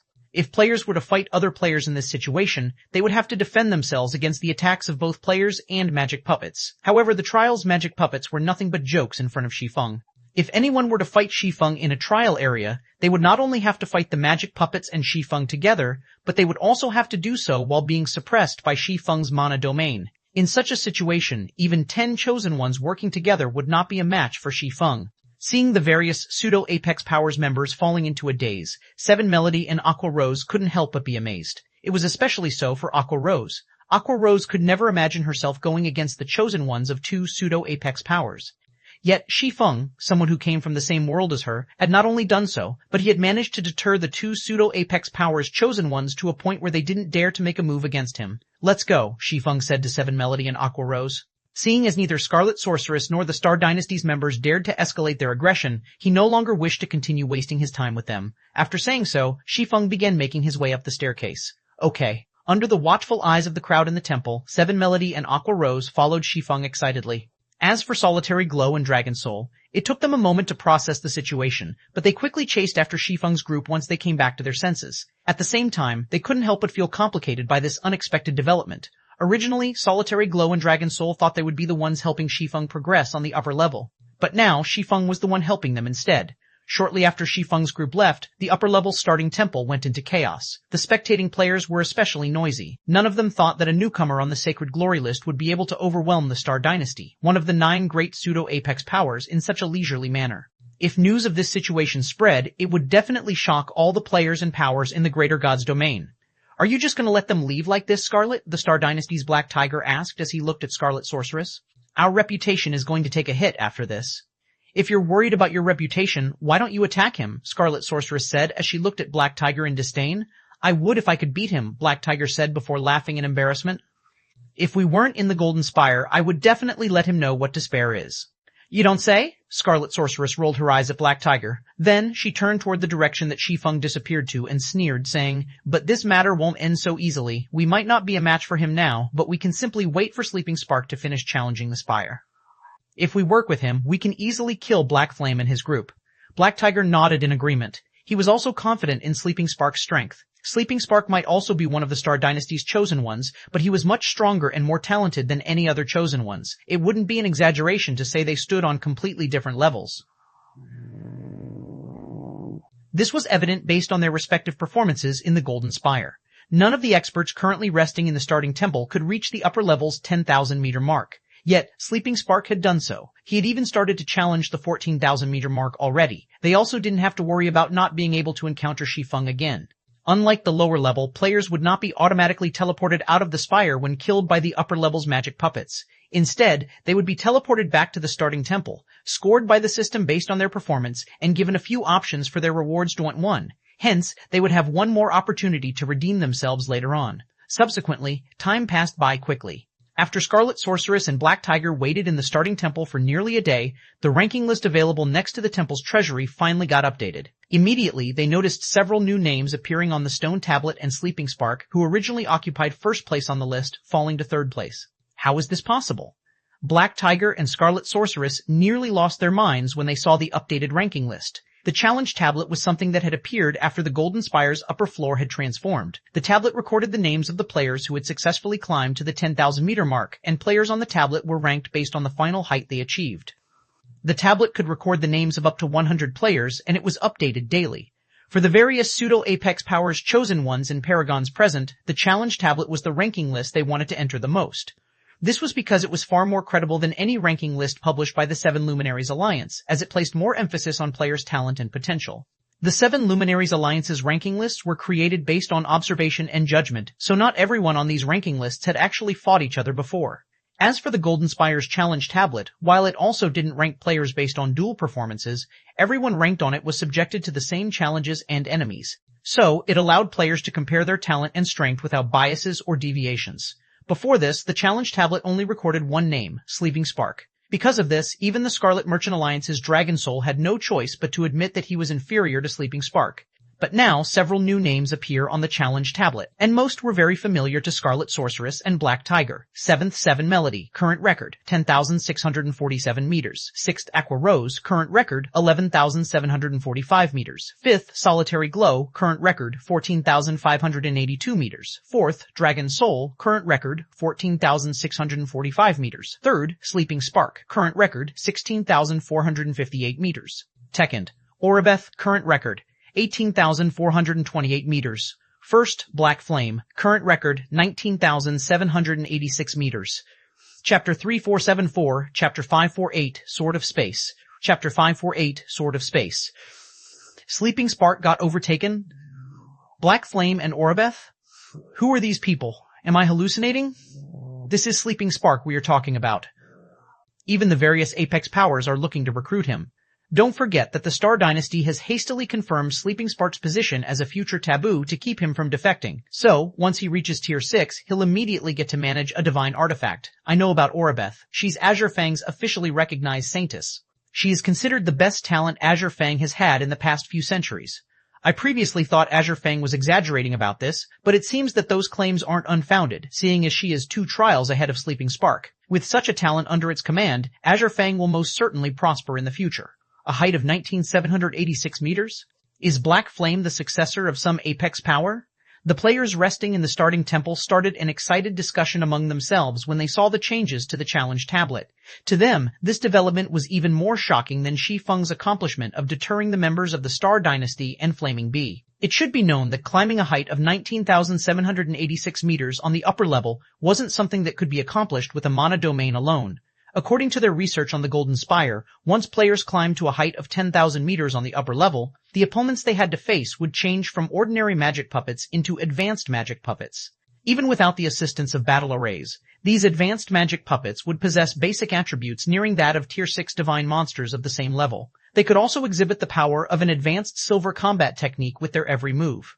If these advanced magic puppets were under the effects of a large battle array, they would not only have the basic attributes of a divine monster, but they could also exhibit power nearing the standard of gold combat techniques with their every move. With such parameters, these advanced magic puppets would not fear any mana domain. At most, they would lose some of their mobility. Even a bona fide Tier 6 player would be instantly reduced to ashes if they tried to fight against 27 of such frightening advanced magic puppets. Meanwhile, at the upper level's 19,800 meter mark, boom, boom, boom.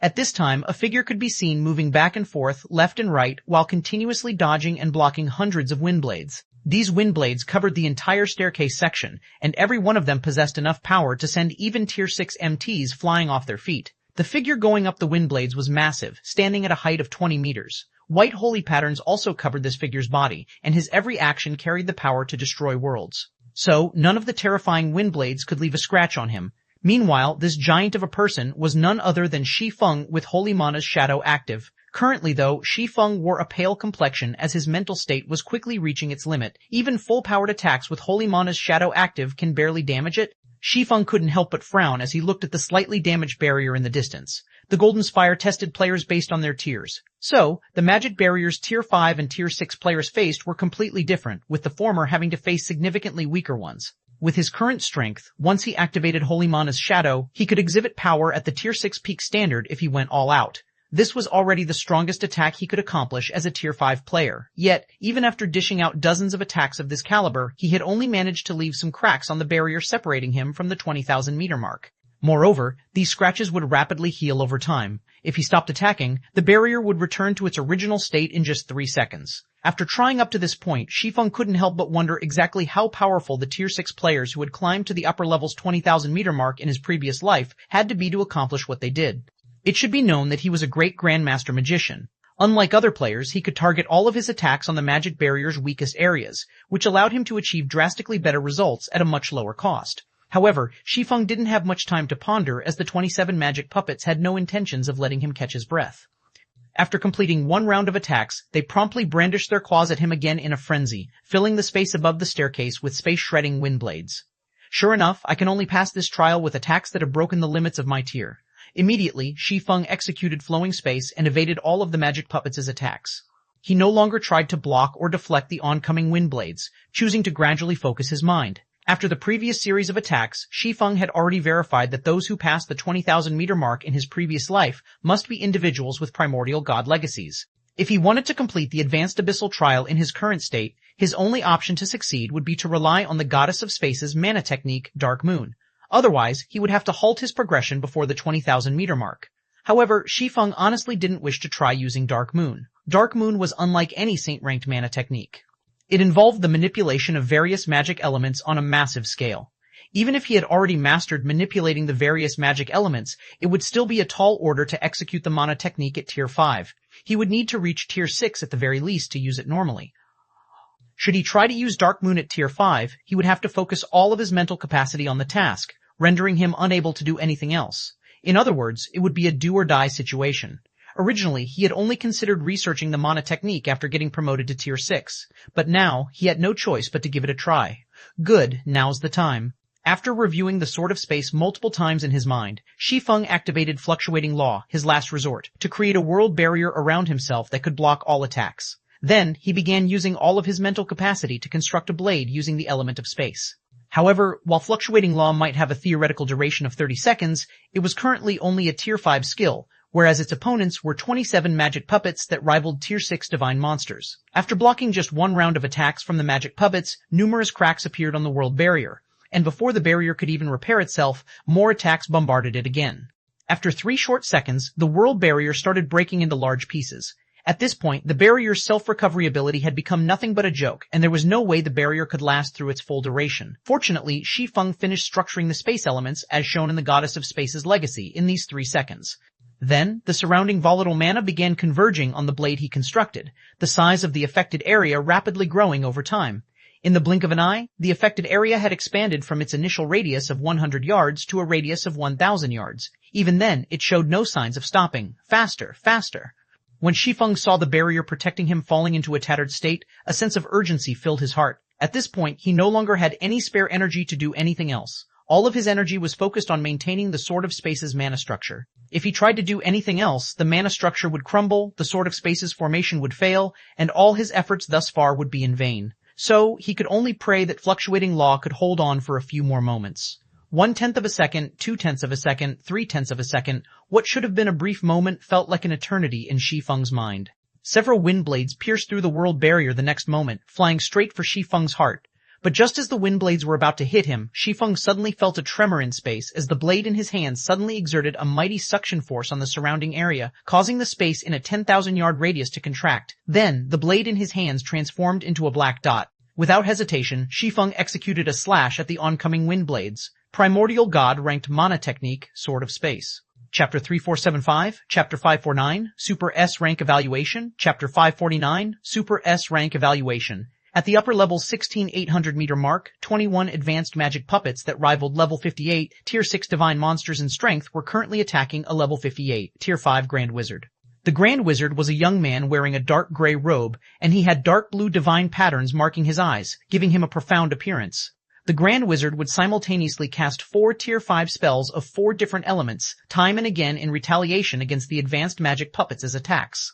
Though unlike the average Grand Wizard, the young man could cast his Tier 5 spells without uttering a single chant. The 4 Tier 5 spells the young man chose to cast were of the wind, fire, water, and earth elements. After casting these spells, the young man would merge them into one, drastically increasing their raw power and enabling it to send multiple advanced magic puppets flying over dozens of yards at a time. And while this wasn't enough to stop all of the advanced magic puppets from attacking him, it was enough to break the battle array that strengthened them.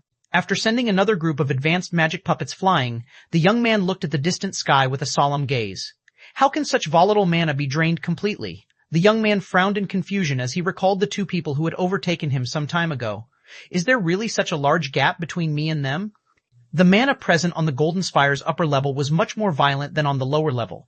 Even with his standards, the young man could only ensure that the volatile mana did not negatively affect him. He couldn't even make this highly volatile mana into his own, let alone drain a 10,000-yard radius dry of this volatile mana. As the most talented chosen one to have appeared in the Star Dynasty in the past 100 years, Sleeping Spark always believed that nobody could surpass him. Even the successors of the various Apex Powers taboos were of little significance in his eyes. In fact, Sleeping Spark had even planned to challenge the various Apex Powers taboos as soon as he advanced to Tier 6 and got his hands on a divine artifact. He was just that confident in his strength and talent. Yet now, 2 people had surpassed his progress in the Golden Spire. Moreover, both individuals were roughly the same age as he was, with the Blood Elf swordsman being even younger than him. No, I cannot lose to them. Even if they are faster, I will be the one to have the last laugh. Sleeping Spark thought determinedly as he looked at the distant staircase. It was indeed outside of Sleeping Spark's expectations for Shi Feng and Oribeth to overtake him. However, it was also a fact that he had yet to go all out. Due to his status as the Star Dynasty's most talented chosen one, he was granted the use of the Eye of Divine Punishment, a top-tier legendary staff. If he activated the Berserk skill that came with the staff, he could become a Tier 6 player for a short period. In that state, he could even put up a fight against a Tier 6 dragon, let alone the magic puppets, which were only comparable to the average Tier 6 divine monster. But just as Sleeping Spark was preparing to advance, a loud explosion suddenly reverberated throughout the upper level. Subsequently, Sleeping Spark saw the staircase in the distance above him shattering. Then, dense and oppressive mana began falling like raindrops, staining the world around him with darkness. How is this possible? Sleeping Spark became dumbfounded as he gazed at the falling rain of darkness. A god. This is a Tier 6 god's mana. Could they be fighting against a Tier 6 god up there? Tier 6 gods. They were the apex existences of the greater god's domain. It was especially so when it came to mana.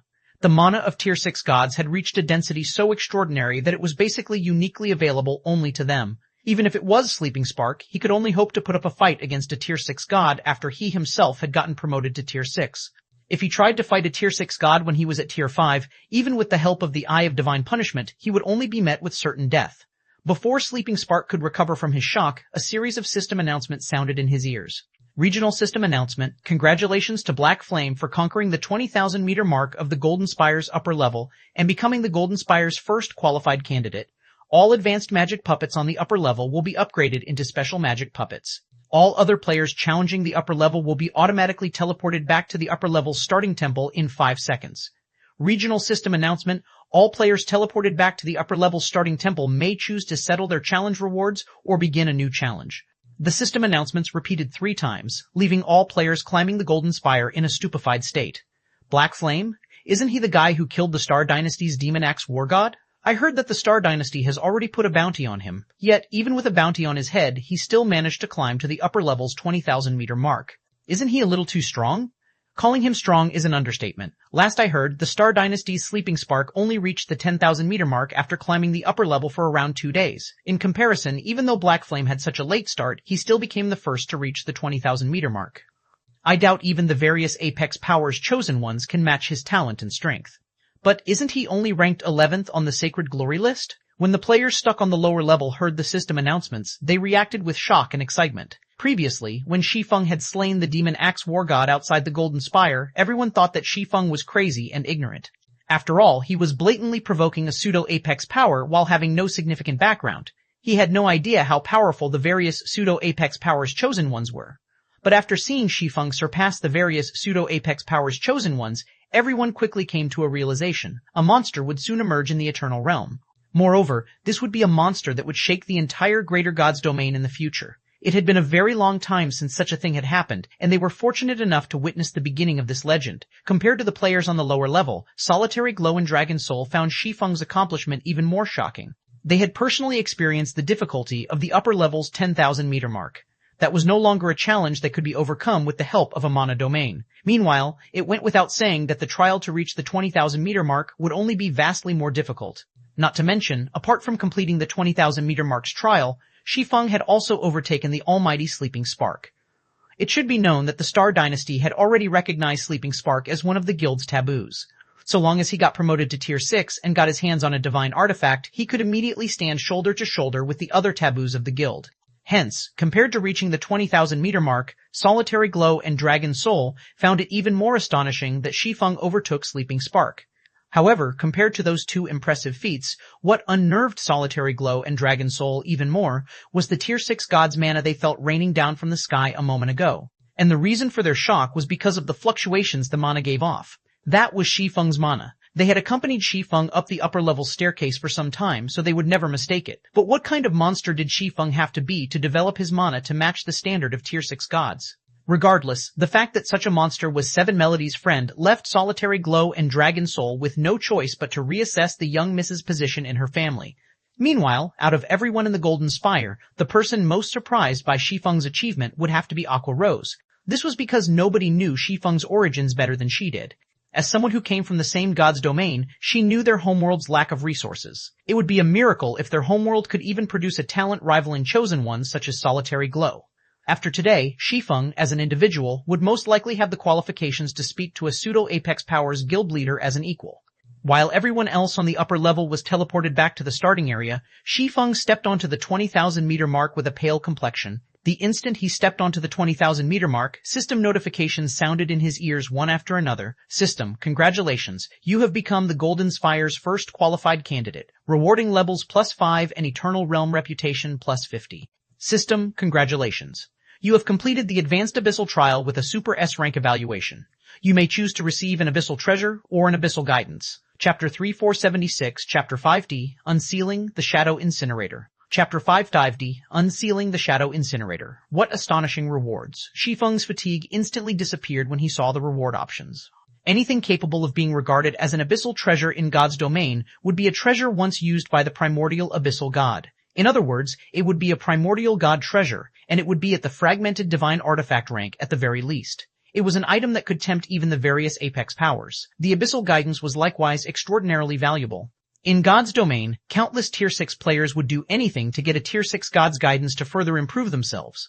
While a Tier 6 God's guidance wasn't as detailed as a God's legacy, the guidance would be specifically targeted toward improving one aspect of the player receiving it.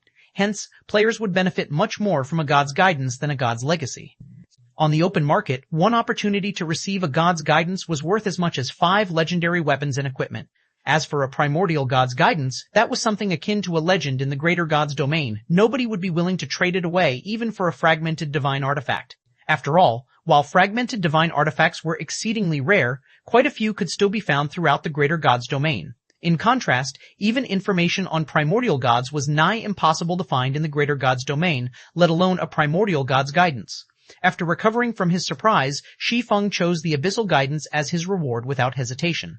An abyssal treasure might be precious, but there were all sorts of abyssal treasures in existence. If he happened to obtain an abyssal treasure that he couldn't use, it would be a massive loss to him. The abyssal guidance, on the other hand, would give him a guaranteed opportunity to improve one aspect of himself. Shi Feng experienced an unimaginably massive concentration expenditure when using the Sword of Space. The expenditure was so great that he nearly lost consciousness as soon as he finished using the mana technique. But this also allowed Shi Feng to understand the might of the Goddess of Space's Dark Moon mana technique.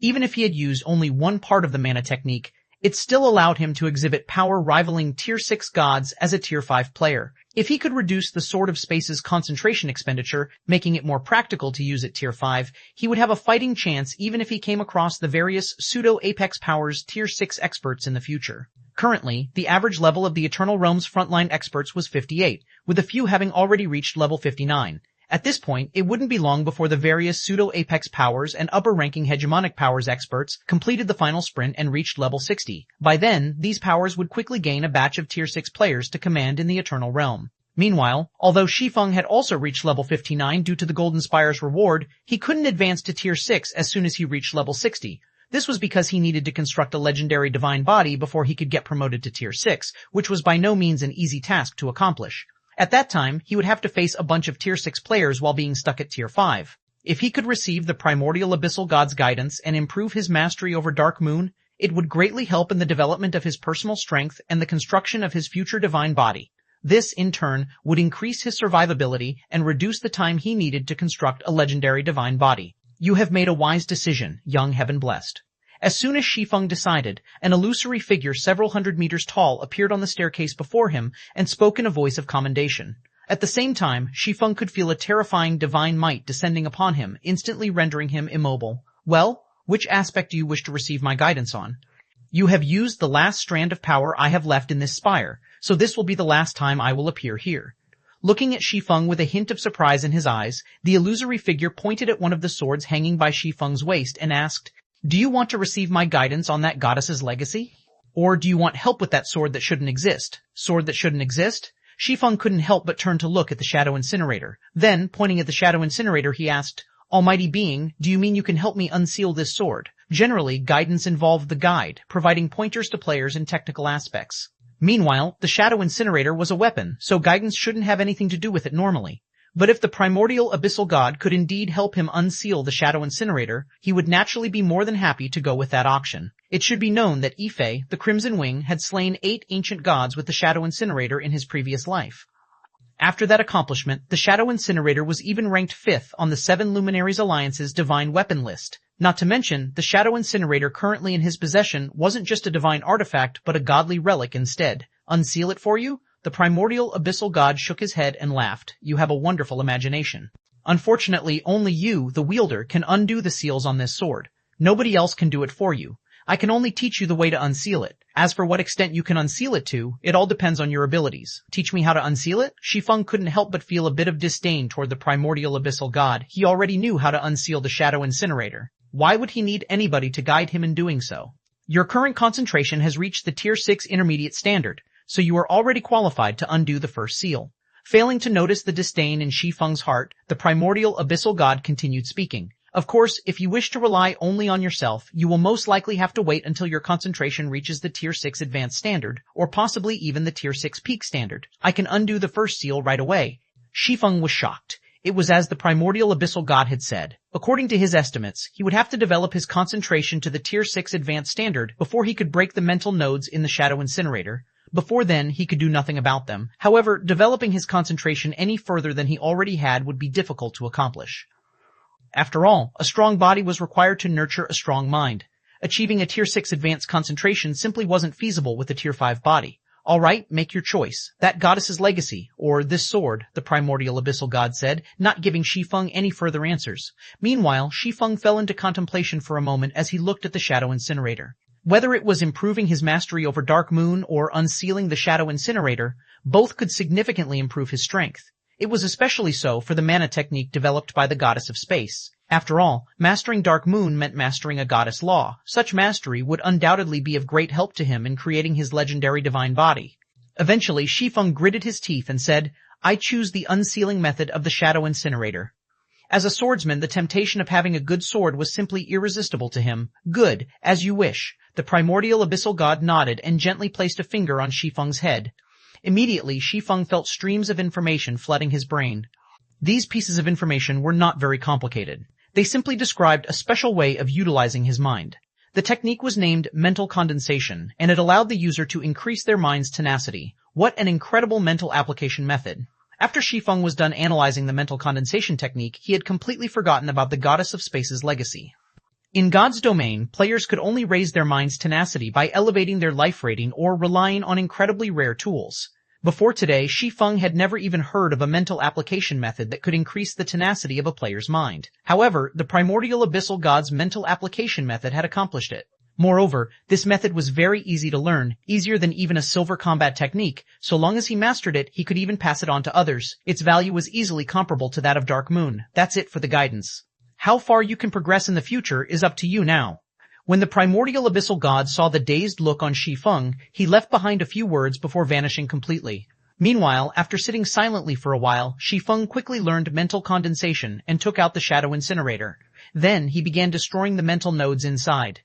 1 node, 3 nodes, 9 nodes. After breaking 26 mental nodes, Shi Feng successfully undid the first seal on the shadow incinerator. Immediately, an invisible pressure rivaling the divine might of Tier 6 gods spread across a radius of several thousand yards. The pressure was so overwhelming that even Shi Feng, the shadow incinerator's wielder, felt a little oppressed mentally. Chapter 3477, Chapter 551, Tier 6 God? Chapter 551, Tier 6 God? Incredible. Shi Feng couldn't help but be flabbergasted after looking at the weapon vaguely enveloped by black flames in his hand, Shadow Incinerator, Dark Soul. One-handed sword, sealed godly relic, equipment requirement, soulbound attack power, 490% of strength attack speed, 3% of strength and agility. All attributes increases according to the user's level. When equipped, attacks ignore 100% of all defensive effects. Attacks have a 30% chance of triggering the Soul Devour effect. Attacks have a 40% chance of being elevated by 1 rank and dealing 500% damage. Attacks cause an additional 100% damage to all creatures below Tier 6. Ignore levels plus 60, all attributes increased by 100% of all defensive effects. Physique increased by 100%. Physique increased by 100%. Reaction speed increased by 10% of strength attack speed percent. Up to Tier 6 peak. The strength of mana increased by 1 rank. Concentration increased by 1 rank. Additional passive skill. Incinerator's body weakens all damage received by 60% and increases world perception by 1 rank. Additional active skill 1, Incinerator's Phantasm, sacrifice 10 levels to summon the phantasm of a player. The phantasm can only be 2 tiers higher than the Shadow Incinerator's wielder up to Tier 6. Duration, 5 minutes cooldown, 5 natural days. Additional active skill 2, The End, with death as the price, incite all of the Shadow Incinerator's power to deal a devastating blow to a 10,000-yard radius. The stronger the soul sacrificed, the stronger the attack will be, up to Tier 6 peak. Additional active skill 3, Scorching Flame, sacrifice 1 level to attach the Flames of Shadow to the Shadow Incinerator.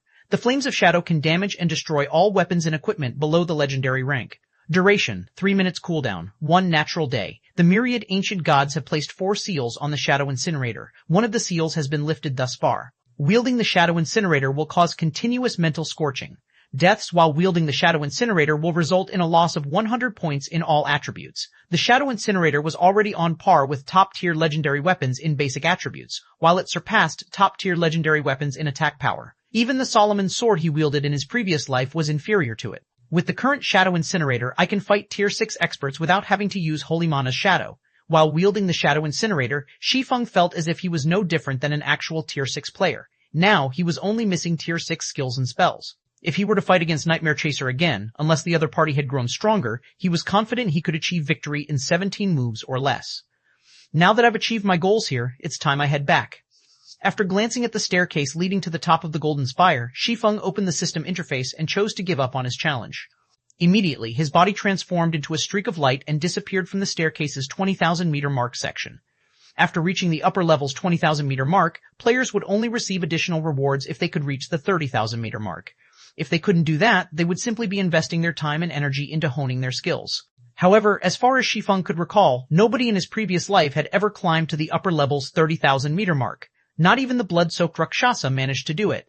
Currently, Shi Feng was only at Tier 5. Although he had undone one of the Shadow Incinerator seals, he had yet to master Dark Moon. He was still nowhere near comparable to the blood-soaked Rakshasa in his previous life. So, he would simply be biting off more than he could chew by trying to challenge the upper level's 30,000-meter mark now. Rather than waste his time and energy on a fruitless endeavor, he would be better off returning now and choosing his reward from the starting temple. Golden Spire, upper-level shrine, a brilliant light descended upon the starting temple. Immediately, the 100 or so experts gathered in the temple promptly turned to where the light had fallen. When the light faded, a cloaked man carrying 2 longswords by his waist appeared in everyone's sight. Look, he's back. He's back already? Are the trials beyond the 20,000-meter mark so difficult? The trials undergo a qualitative transformation every 10,000 meters, so it's not strange to see him fail. Not to mention, that's the 20,000-meter mark we are talking about. Even someone as strong as Dragon Soul only managed to climb to the 14,000-meter mark. I guess that's true, but I wonder what the Star Dynasty will do. Now that Sleeping Spark is back, after including Flaming Bee's Scarlet Sorceress, they will have 4 chosen ones on their side. The 4 of them could probably kill a divine monster if they work together. Black Flame also looks to have exhausted himself. If the 4 of them attack together, Black Flame will most likely meet an untimely end. That's not necessarily true.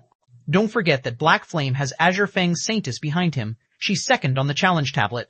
If the 2 of them work together, it'll be hard to say which side will win. Many players in the temple began to whisper among themselves when they saw Shi Feng returning. Some also expressed their excitement and anticipation as they watched Shi Feng making his way to the temple's exchange room. While many experts would often clash with each other in God's domain, fights would rarely occur between experts who had reached the 5th floor standard. As for fights between chosen ones, they were even rarer than fights between players and Tier 6 gods. If tickets were sold for a fight between chosen ones, they would definitely sell like hotcakes throughout the entire Greater God's domain. Also, aside from getting to watch a fight between chosen ones, everyone also looked forward to seeing how strong Shi Feng was. After all, he was someone who had surpassed Sleeping Spark at climbing the Golden Spire. The Golden Spire did not prohibit players from fighting each other. The only reason nobody had started a fight on the upper level thus far was simply that they wished to avoid starting a war between the various pseudo-apex powers. However, it was a different story for Shi Feng, someone who lacked the backing of a pseudo-apex power. Nothing stopped the Star Dynasty's Chosen Ones and Flaming Bee's Scarlet Sorceress from taking action against him. Subsequently, just as Shi Feng was making his way toward the exchange room, 4 individuals emerged from the room. These 4 individuals were none other than Scarlet Sorceress and the Star Dynasty's 3 Chosen Ones. The 4 of them had just finished selecting their rewards, and only 100 yards separated them from Shi Feng. Seeing this, the surrounding spectators immediately focused their attention. For Tier 5 experts, a distance of 100 yards could be crossed with no more than a step. Will they make a move? Everyone widened their eyes and held their breaths, afraid they would miss the instant the fight broke out. 90 yards, 50 yards, 30 yards. When less than 30 yards separated both sides, the Star Dynasty's Black Tiger and Candlebearer, as well as Flaming Bee's Scarlet Sorceress, took out their weapons one after another. They planned to use this opportunity to teach Shi Feng the lesson. Previously, the 3 of them dared not take action. However, now that they had Sleeping Spark on their side, they were brimming with confidence. Hey, you 3, stop messing around. Sleeping Spark was startled when he saw the 3 people beside him preparing for a fight. Hurriedly, he warned them, he might be a Tier 6 god. Chapter 3478, Chapter 552, they are very bold. Chapter 552, they are very bold Tier 6 god. Scarlet Sorceress nearly dropped her staff when she heard Sleeping Spark's warning, and she couldn't help but look at the other party in disbelief, wondering if he was joking with her. It should be known that Sleeping Spark was the one who had declared he would kill Shi Feng, and she had simply decided to go along with it. Yet, now that Shi Feng was in front of them, and they had their weapons at the ready, Sleeping Spark was telling them that Shi Feng might be a Tier 6 god? That Shi Feng might be one of God's domain's apex existences? Please tell me you're kidding, Spark, Black Tiger whispered to Sleeping Spark as his gaze stayed on Shi Feng's approaching figure, an additional hint of wariness appearing in his eyes. Now isn't the time for jokes. It should be known that the various pseudo-apex powers experts were all watching them. Now that they had drawn their weapons, their intentions couldn't be any clearer, so there was no going back for them. I'm not joking. When Sleeping Spark saw the looks of doubt he was given, he wryly smiled and said, even if he isn't at the standard of Tier 6 gods, he should be close to it. In reality, Sleeping Spark doubted that Shi Feng had already reached the standard of Tier 6 gods. After all, that was the standard of the Greater God's domain's apex combatants. However, after returning to the starting temple, Sleeping Spark had coincidentally overheard Oribeth, Azure Fang's Saintess, speaking about the monsters and magic barrier she faced at the 18,000-meter mark. Hence, he was now 100% certain that the shocking scene he had seen taking place on the staircase and the Tier 6 god's mana that subsequently rained down on him was Shi Feng's doing. Not to mention, Shi Feng ascended to the 20,000-meter mark as soon as those phenomena occurred. An existence nearing Tier 6 gods? After hearing Sleeping Spark's words, Black Tiger took another look at Shi Feng and immediately got goosebumps when he saw Shi Feng's calm composure. Even though Shi Feng was clearly suffering from concentration exhaustion, he could still behave so calmly in front of the four of them. Besides Shi Feng having strength nearing Tier 6 gods, Black Tiger couldn't think of any other explanations for Shi Feng's behavior. Moreover, Sleeping Spark had no reason to deceive them. You bastards tricked me. Scarlet Sorceress switched her gaze between her staff and Shi Feng's slowly approaching figure. She had no idea how she should get out of this awkward situation and safely leave this place. While she might be a chosen one of Flaming Bee, due to the limitations of her tier and her lack of a divine artifact, she didn't even have the strength to resist a Tier 6 god, let alone fight one. If she tried to fight a Tier 6 god now, she would suffer a miserable defeat and be at huge risk of having her soul annihilated. Should that happen, she would forever lose the qualifications to enter God's domain.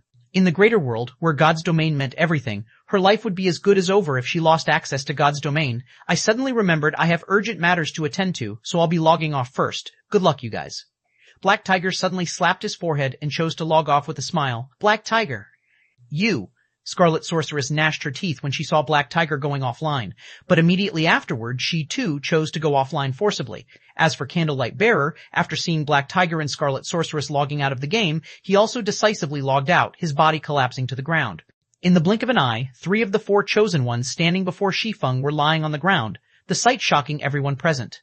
What's going on? Shi Feng was also puzzled to see Black Tiger, Scarlet Sorceress, and Candlelight Bearer forcibly logging out of the game. After all, he hadn't even done anything yet. It should be known that forcibly logging out of the game came with consequences. If fortunate, players would only lose a handful of levels from doing so. But if unfortunate, they could be prohibited from logging into the game for up to half a month. Now that the Eternal Realm was still in its early exploration stage, losing half a month of progress would be no different than losing a limb. Sorry, they suddenly disconnected. Sleeping Spark awkwardly explained as he used mana to pick up the 3 motionless bodies around him. I'm afraid you'll have to wait until next time for your duel with them.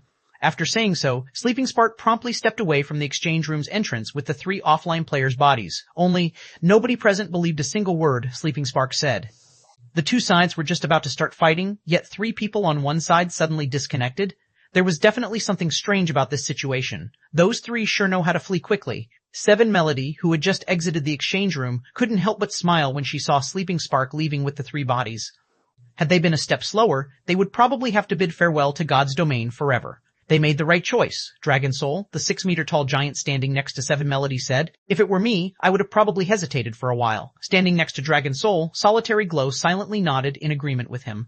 An existence nearing Tier 6 gods was not something Tier 5 players like themselves could face. So, Black Tiger, Scarlet Sorceress, and Candlebearer had made the right decision to log out of the game decisively. Of course, if Solitary Glow were to stand in their shoes, she would have probably hesitated to forcibly log out of the game, even if she knew the consequences of fighting a Tier 6 god. After all, there was only a possibility that Tier 5 chosen ones like herself would face a permanent death from going up against a Tier 6 god, whereas forcibly going offline would guarantee her a major setback in the Eternal Realm. Did all of you finish choosing already? Shi Feng asked, feeling a little surprised when he saw Seven Melody and the others exiting the exchange room so soon.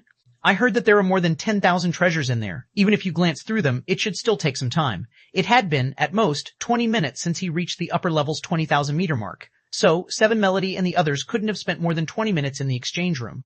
Such a short time definitely wasn't enough to look through all of the items in the exchange room. The Golden Spire held many treasures left behind by various gods. Aside from weapons and equipment, the Golden Spire's treasury also held various legacies, tools, and designs. Every one of these items could tempt the hearts of players in the outside world. Although every player was only allowed to select one item for their reward, the higher players managed to ascend in the Golden Spire, the more items that would be made available for them to choose from. We're done choosing, Seven Melody said, nodding. Actually, we've already decided what we would pick before coming to the Golden Spire. So, we quickly chose the treasures we came for after browsing for a bit. Dragon Soul and Solitary Glow nodded in agreement. Although they didn't spend much time in the exchange room, they were all very satisfied with their harvests. Meanwhile, after Seven Melody finished speaking, Aqua Rose, who had remained silent all this time, suddenly took a deep breath and walked up to Shi Feng with a serious look. Guild leader Black Flame, this might sound rude of me, but I hope you can do me a favor, Aqua Rose said as she retrieved a golden book from her bag. This is the gold ancient tome I exchanged from the exchange room. It can be used to search for clues about any item in existence. I believe it will be of some help to you. Shi Feng looked at the gold ancient tome in silence for a moment. Then he looked at Aqua Rose and admitted, "This thing is indeed useful to me, but may I know what it is you need my help with, Miss Aqua?" The main reason he visited the Golden Spire this time was to obtain a gold ancient tome. However, the Golden Spire only had a very limited number of gold ancient tomes. There were probably only a couple of dozen in total. During his previous life, all of them were exchanged shortly after the Golden Spire opened. Currently, even if he entered the exchange room, he couldn't guarantee that there would be any gold ancient tomes remaining. After all, gold ancient tomes were incredibly useful. So long as players knew the name of a fragmented divine artifact, they could immediately get their hands on clues pertaining to it with the help of a gold ancient tome. Hence, unless they had a specific item in mind, the various pseudo-Apex Powers experts would typically choose a gold ancient tome for their reward. Chapter 3479, Chapter 53, Myriad Hands. Chapter 53, Myriad Hands. That's good to hear. Aqua Rose breathed a sigh of relief when she heard Shi Feng's answer. Then, with an earnest look, she said, "What I need help with isn't anything complicated. Guild leader Black Flame, you only need to conduct a little investigation to know that I am currently targeted by Demon's Gate, an Apex Power. Now that the entrance to our homeworld has been partially opened, it will only take another month or so before it becomes fully open. To give our world's younger generation a head start, the Green God Corporation has selected 10,000 budding geniuses to bring over to the greater world ahead of time, and it will be conducting a talent fair in Silver Frost City, a second-tier city in the greater world, so that the greater world's various powers can absorb some of our world's young talents. My younger cousin was lucky enough to be selected by the Green God Corporation and become one of the 10,000 geniuses. However, Demon's Gate is pursuing me relentlessly. While I am safe for the time being since I am currently in the Eternal Realm in God's domain and living in a first-tier city in the greater world, I'm worried they will target my cousin. I hope you can head to the talent fair and recruit my cousin. I only request that you let her stay in Star Lake City for 3 or 4 months. Originally, Aqua Rose had not planned to ask Shi Feng for help. After all, the existence targeting her was Demon's Gate. Whether in the greater God's domain or the greater world, Demon's Gate was an apex power known by all. Just mentioning this name could send shivers down the spines of countless upper-ranking hegemonic powers. Demon's Gate was notorious for being vicious and ruthless in the greater God's domain. Its members would stop at nothing to achieve their goals, and it was especially so for its core members. Although other apex powers deeply resented Demon's Gate, nobody could do anything about Demon's Gate, for it was too strong. It could even fight against 2 or 3 apex powers simultaneously at its peak. If she hadn't received the protection of one of the Scarlet Merchant Alliance's taboos, deterring the Demon's Gate member from targeting her to a certain extent, she would have already perished in the greater God's domain. Hence, when it came to matters involving that Demon's Gate member, Aqua Rose couldn't even rely on her friends and family, even if she wanted to. But after seeing Shi Feng single-handedly suppress the Chosen Ones and Paragons of 2 pseudo-apex powers and revealing strength nearing Tier 6 gods, Aqua Rose saw a ray of hope. Anyone with strength nearing Tier 6 gods would be considered an apex existence in the greater God's domain. Even that person from Demon's Gate would have to tread carefully around such an existence. It was especially so now that they were in the Eternal Realm, where numerous powers were competing. In the Eternal Realm, many powers would be more than willing to do anything to try to win the favor of such an existence. Even opposing an apex power like Demon's Gate wouldn't necessarily be out of the question. Demon's Gate? Shi Feng frowned a little. He had experienced getting hunted by Demon's Gate countless times during his previous life, and it wouldn't be an exaggeration to say that Demon's Gate's existence was omnipresent. If not for Demon's Gate being too strong, he would have long led Zero Wing to annihilate the apex power. He didn't think Aqua Rose would have provoked his old enemy in this life. If you find my request too difficult to fulfill, you can also have someone else take my cousin into hiding for a month, Aqua Rose hurriedly said when she saw Shi Feng frowning. I'll try to hurry over as soon as possible. No, it's not a difficult request, Shi Feng said, shaking his head. Then, he calmly continued, it's just Demon's Gate. It's nothing significant. In his previous life, Demon's Gate had failed to do anything about him after countless attempts. Now that he wielded the godly relic Shadow Incinerator and the Goddess of Space's Dark Moon Legacy, the apex power would only be even helpless against him. Meanwhile, as soon as Shi Feng finished speaking, Dragon Soul and Solitary Glow couldn't help but be at a loss for words. Demon's Gate was one of the few apex powers in existence, and its influence spanned across the entire greater God's domain. The top 10 players on the Divine Glory list were the only individuals qualified to deem Demon's Gate insignificant. It should be known that every player ranked within the Divine Glory list's top 10 was an existence that had long transcended humans. Every one of them could easily kill an ancient god, and some of them had even slain the taboos of apex powers before. Hence, the various apex powers greatly feared the Divine Glory list's top 10 experts. While Shi Feng might have strength nearing Tier 6 gods and would most definitely become even stronger once he got promoted to Tier 6 in the future, it was still far-fetched to say that he could match the top 10 experts on the Divine Glory list. Does that mean you will accept my request, Guild Leader Black Flame? Aqua Rose asked eagerly. Personally, Aqua Rose wasn't confident that Shi Feng would agree to her request. After all, nobody would want to offend an apex power, much less one as notorious as Demon's Gate. Had she posed her request to any other Tier 6 expert in the Greater God's domain, most, if not all of them, would have turned around and walked away as soon as they heard the mention of Demon's Gate. In some realms, Demon's Gate's name was even considered a taboo that must never be mentioned. In her opinion, it would already be a miracle if Shi Feng agreed to find a proxy to shelter her cousin for a month. While a month wasn't as much time as she would like, it was enough of a buffer for her to secure a slot in a first-tier city for her cousin with the Scarlet Merchant Alliance's help. As for keeping her cousin in their homeworld, that would be impossible. Her cousin had worked desperately to secure a slot to enter the greater world in advance. Even if she tried to persuade her cousin, the other party was unlikely to heed her advice. Not to mention, she was the cause of her cousin being targeted by Demon's Gate. I can, Shi Feng calmly said. I can also promise to enter your cousin into Zero Wing, and so long as Zero Wing continues to exist, no harm will come to her. However, I will need you to promise me one thing in exchange. What do you need me to promise you, Guild Leader Black Flame? Aqua Rose asked, her determined voice suggesting she would agree to any demands. When I need your help in the future, you must unconditionally help me once, Shi Feng said, chuckling. If you can promise me that, I will guarantee your cousin's safety. Although he had never heard of Aqua Rose having any cousins in his previous life, this was a good opportunity for him to get closer to her. No problem. Aqua Rose nodded and smiled. So long as it is something I can help you with. Shi Feng's condition couldn't even be considered a demand. It was practically a gift for her. After all, Shi Feng was someone who could closely rival Tier 6 gods as a Tier 5 player. He stood on a completely different level than she did. If there were something he needed her help with, it would be her fortune to help him. I will take your word for it, Shi Feng said. He could tell what was going through Aqua Rose's mind, and he couldn't help but chuckle. What is your cousin's name? My cousin goes by the name of Silk Radish in God's Domain. She has only come into contact with God's Domain for a short time, and she is still a university freshman. She isn't interested in grinding and adventuring, but she is greatly interested in God's Domain's engineering system.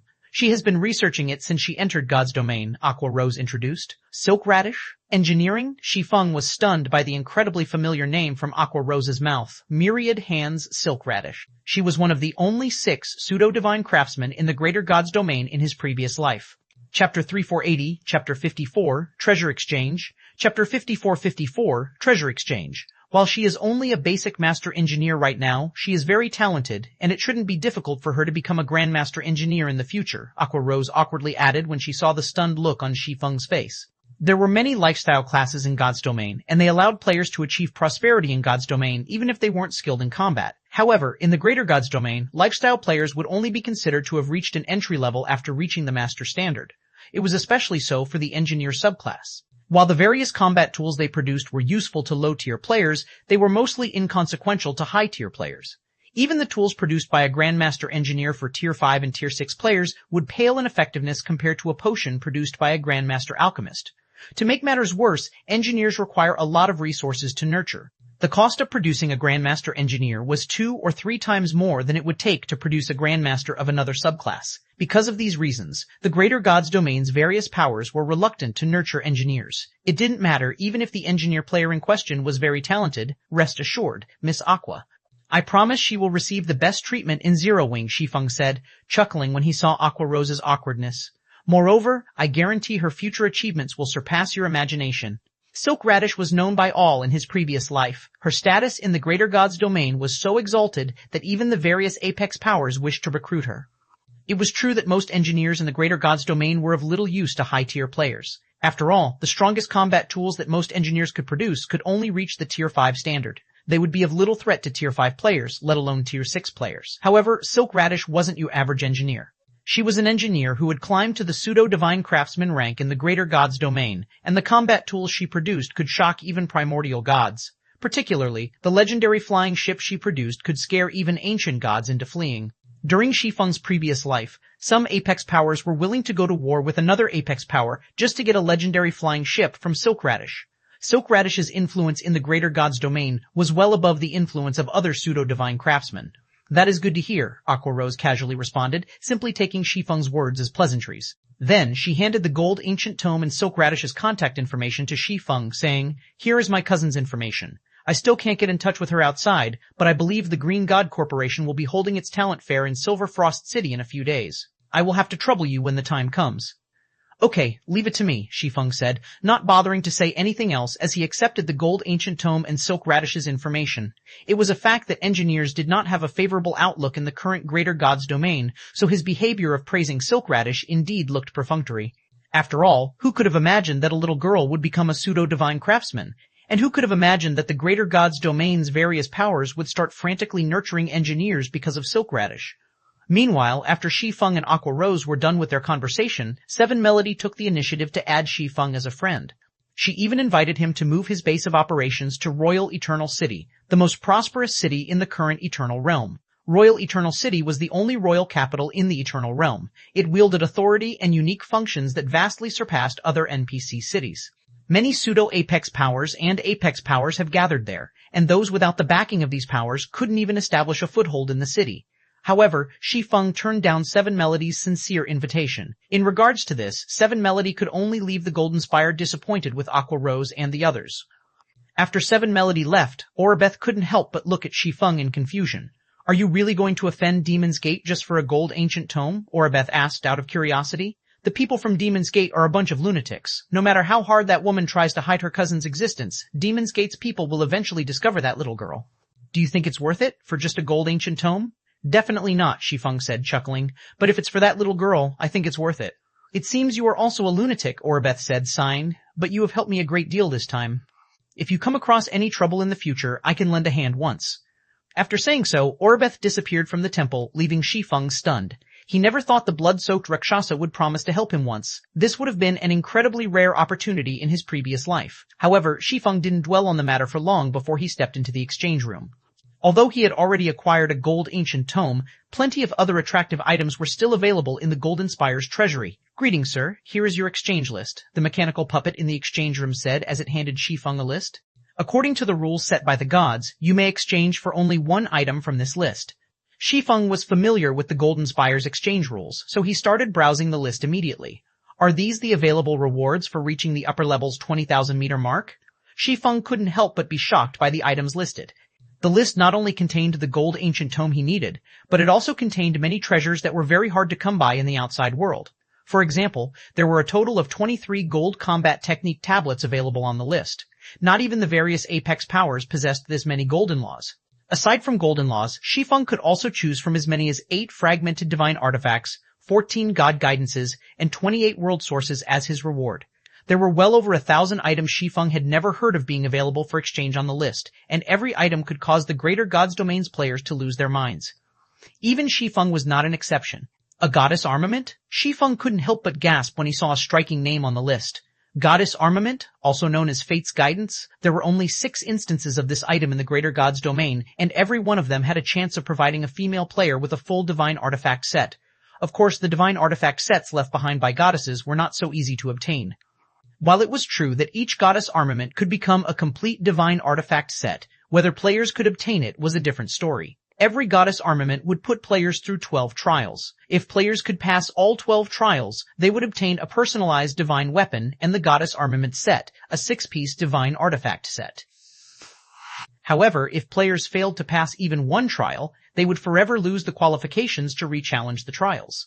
Due to the goddess armament's potential, any power that got its hands on a goddess armament would treat it as its most prized possession and keep it safely guarded in the hopes that someone in their guild could clear the 12 trials one day and become one of the strongest players in the Greater Gods Domain. As far as Shi Feng was aware, a total of 4 goddess armaments were found in his previous life.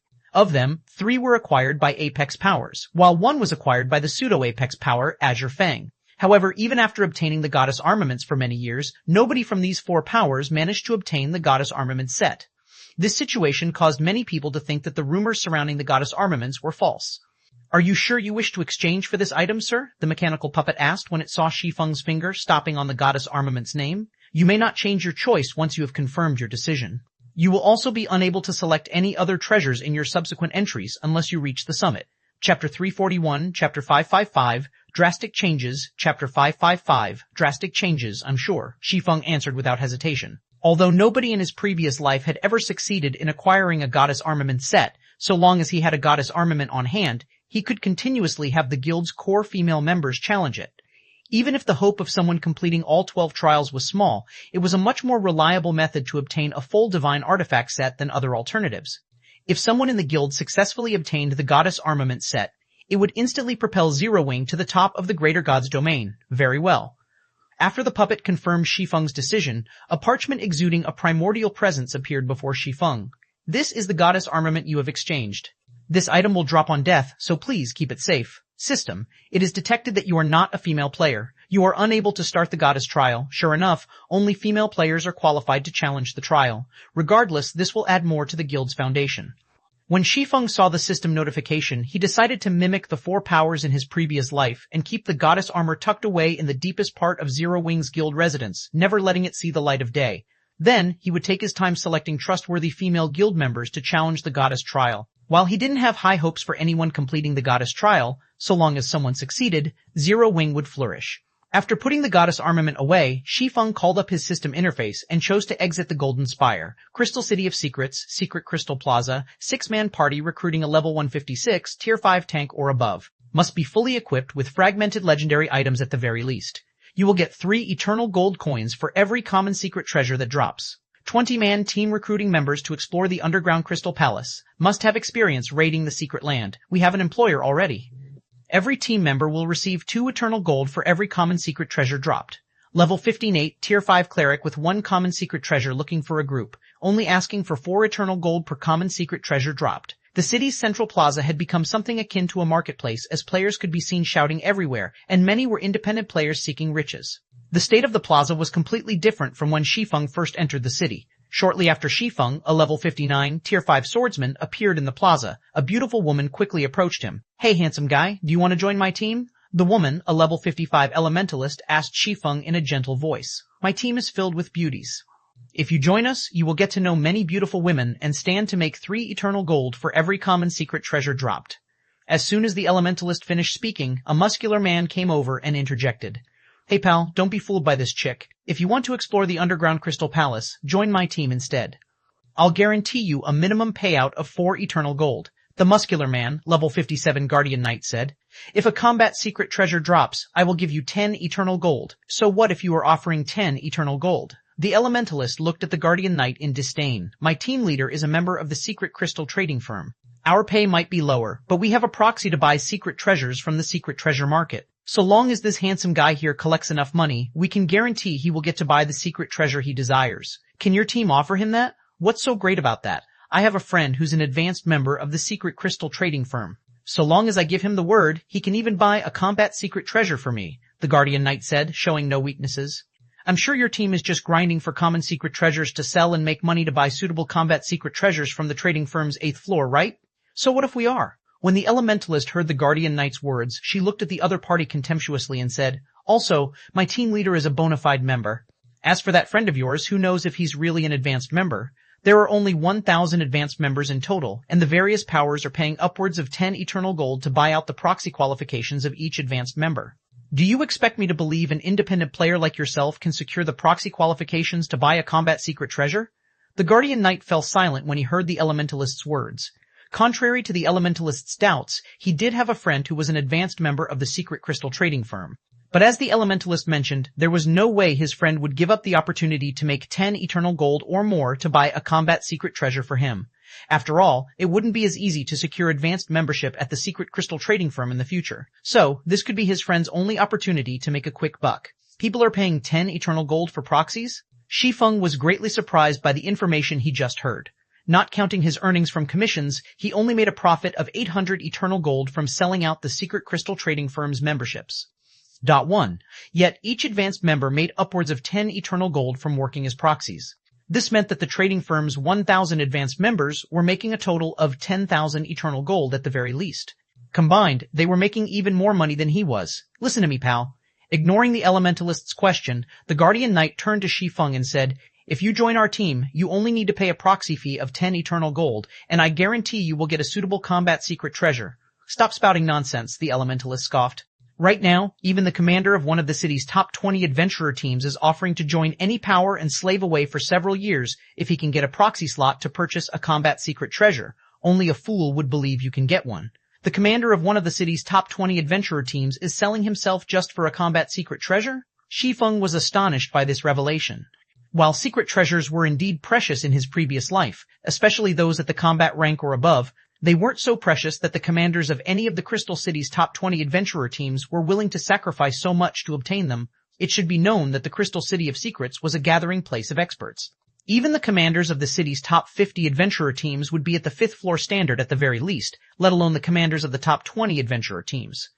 Outside the Eternal Realm, such experts would be the overlords of a region, and even the various upper-ranking hegemonic powers would be willing to treat them as equals. Don't think that I'm exaggerating, the elementalist said to Shi Feng when she saw the astonished look on his face. Then she sighed and continued, one of my team leader's close friends is a top expert among independent players with great looks to boot. But even she has offered herself to work as an outer elder for several years for any upper-ranking hegemonic power that could provide her with a couple of combat secret treasures. Even then, none of the various upper-ranking hegemonic powers were willing to accept her offer. A top expert? Out of curiosity, Shi Feng asked. How strong is she? She is a saint who has mastered her control over the magic elements and is an upper god realm adventurer certified by the World Tower. She is also currently equipped with a full fragmented legendary set and a top-tier fragmented legendary weapon, the elementalist said in a serious tone. An upper god realm adventurer? Shi Feng could no longer stay calm after hearing this. After all, even if an expert of such caliber wasn't at Ch475's standard, she was probably close to matching Ch475 already. Can I ask you two to spread a message to the various adventurer teams for me? In return, I can promise each of you a basic membership in the secret crystal trading firm in the future. If you do well, you may even become an advanced member. Chapter 3482, Chapter 556, World's Initial Opening, Chapter 556. World's Initial Opening. Shi Feng's words were plain, yet they caused the level 155 Elementalist and level 157 Guardian Knight to look at him in disbelief. At the same time, though, their eyes showed hints of expectation and yearning. Are you telling the truth? The Elementalist questioned. Don't be joking with me here, little bro, the Guardian Knight said, nodding in agreement with the Elementalist. Don't mention an advanced membership, even if it's just a basic membership. So long as you can get me one, I'll make sure everything you said is taken care of. The secret crystal trading firm might have as many as 5,000 basic membership slots, but they were still incredibly precious in the Crystal City of Secrets. Many players were willing to pay anywhere from 3 to 5 eternal gold just to hire a proxy to purchase common secret treasures. After all, even though the underground Crystal Palace dropped common secret treasures, players could only equip the secret treasure they acquired if it suited their class. Not to mention, the various powers had already made the underground Crystal Palace their backyard, harvesting and monopolizing anything that was of significant value in the secret land. By now, independent players only had access to the various powers' unwanted scraps. Don't believe me? Seeing the doubtful looks on the two people's faces, Shi Feng retrieved 2 common secret treasures from his bag and said, "What do you think of these 2 secret treasures?" When the Elementalist and Guardian Knight saw the 2 common secret treasures, their eyes widened in disbelief. "Brother, just tell us what to do," the Guardian Knight said without hesitation. The value of secret treasures was known by all in the Crystal City of Secrets. The act of giving away even 1 common secret treasure was already considered mind-blowing, let alone 2. Not even the executives of upper-ranking hegemonic powers could afford to do such a thing, not to mention, the 2 secret treasures Shi Feng had taken out were perfectly suited for their classes. "Hurry up and tell us what to do," the Elementalist followed, a look of excitement on her face. Chuckling, Shi Feng said, "What I need you to do is simple. Just spread the news that a guild called Zero Wing is partnered with the secret crystal trading firm, and that any 5th floor expert willing to join Zero Wing for more than a month will be guaranteed a basic membership in the trading firm. Those who perform well might even get advanced membership. As for 4th floor experts, as long as they contribute sufficiently, they will have the opportunity to purchase common secret treasures from the trading firm, and those who perform outstandingly will also have a chance to gain advanced membership." Is that all we have to do? The Guardian Knight was a little stunned by Shi Feng's simple request. He had originally expected to cross dangerous valleys and oceans of fire to get his hands on Shi Feng's promised common secret treasure. Yet all he needed to do was spread some news. Not to mention, even without his intervention, the news in question would spread like wildfire once released. Is what you just said real? The Elementalist blinked her eyes in disbelief. she had never heard of a guild going by the name of Zero Wing. It should be known that even the various pseudo-apex powers had failed to secure a partnership opportunity with the secret crystal trading firm. So, how could an unknown guild accomplish it? Wouldn't you know once you give it a try? Shi Feng chuckled. Previously, he had been ruminating over how he should go about recruiting the Crystal City's independent players into Zero Wing. After all, every player operating in the current Eternal Realm was an extraordinary existence in the Greater God's domain. Independent players of such caliber had long grown used to operating by themselves or in small groups, so they did not care about joining any guild. However, he now had an opportunity to recruit these independent players through the secret crystal trading firm. Whether it was 4th floor experts or 5th floor experts, both were hard to come by in the Greater God's domain. It was especially so for 5th floor experts. Even upper-ranking hegemonic powers would only have a limited number of such experts under their command. If that's the case, I'm a titled expert, so I should be qualified to join. After pondering for a moment, the Guardian Knight asked, "Where can I join this Zero Wing you mentioned, brother? I'm also a 4th floor expert. I should be able to join Zero Wing, right?" the Elementalist asked anxiously. Seeing the Elementalist and Guardian Knight expressing their intentions to join Zero Wing without hesitation, Shi Feng smiled and said, "You can join so long as you meet the requirements." As for where you should go to sign up, didn't I already say that Zero Wing is partnered with the secret crystal trading firm? Are you saying we can sign up at the trading firm directly? The excitement in the Guardian Knight's eyes grew even more apparent after hearing Shi Feng's words. Then, I'll head there right away. Me too, the Elementalist said before dashing toward the secret crystal trading firm. Meanwhile, after the two arrived at the crowded secret trading firm and waited for their turn at a counter, they tentatively asked the NPC behind the counter about joining Zero Wing. Then, they received an answer that thoroughly stunned them. If you two are adventurers who have conquered the World Tower's 4th floor, you are indeed qualified to join Zero Wing. If you wish to join Zero Wing, please fill in the form here, the female elf behind the counter said before placing 2 forms before the Guardian Knight and Elementalist. After joining Zero Wing, if you wish to become a member of the trading firm, you will have to accumulate 5,000 guild contribution points in Zero Wing first.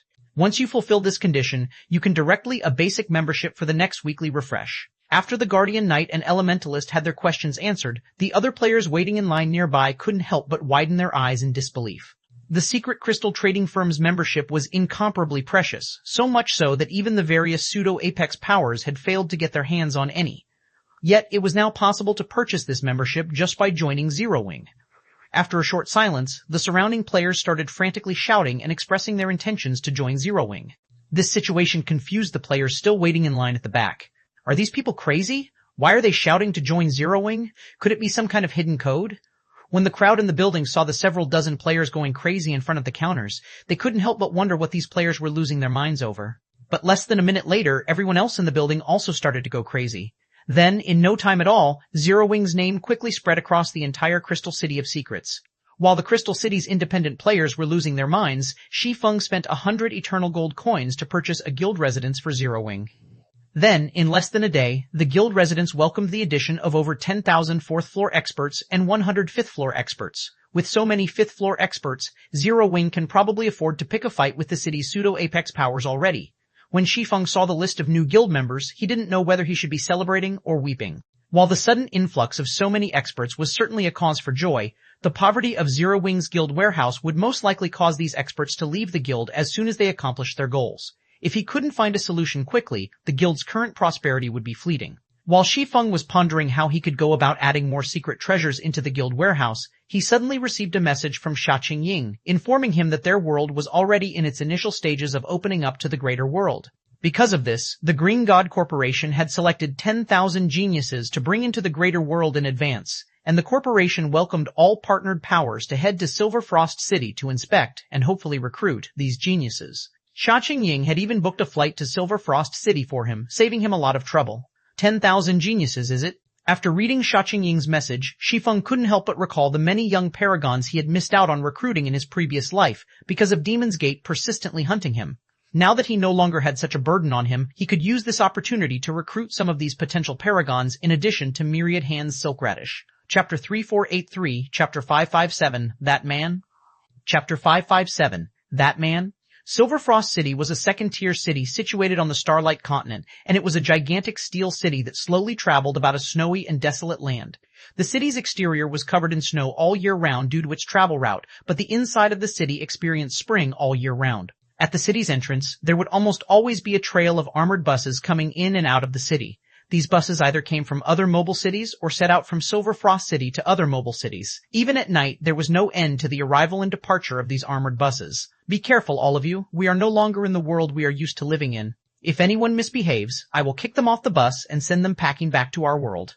On one of the buses entering the city, a one-star mental strength grandmaster representing the Green God Corporation lectured the hundreds of young men and women on the vehicle while exuding a terrifying mental deterrence. Incredible.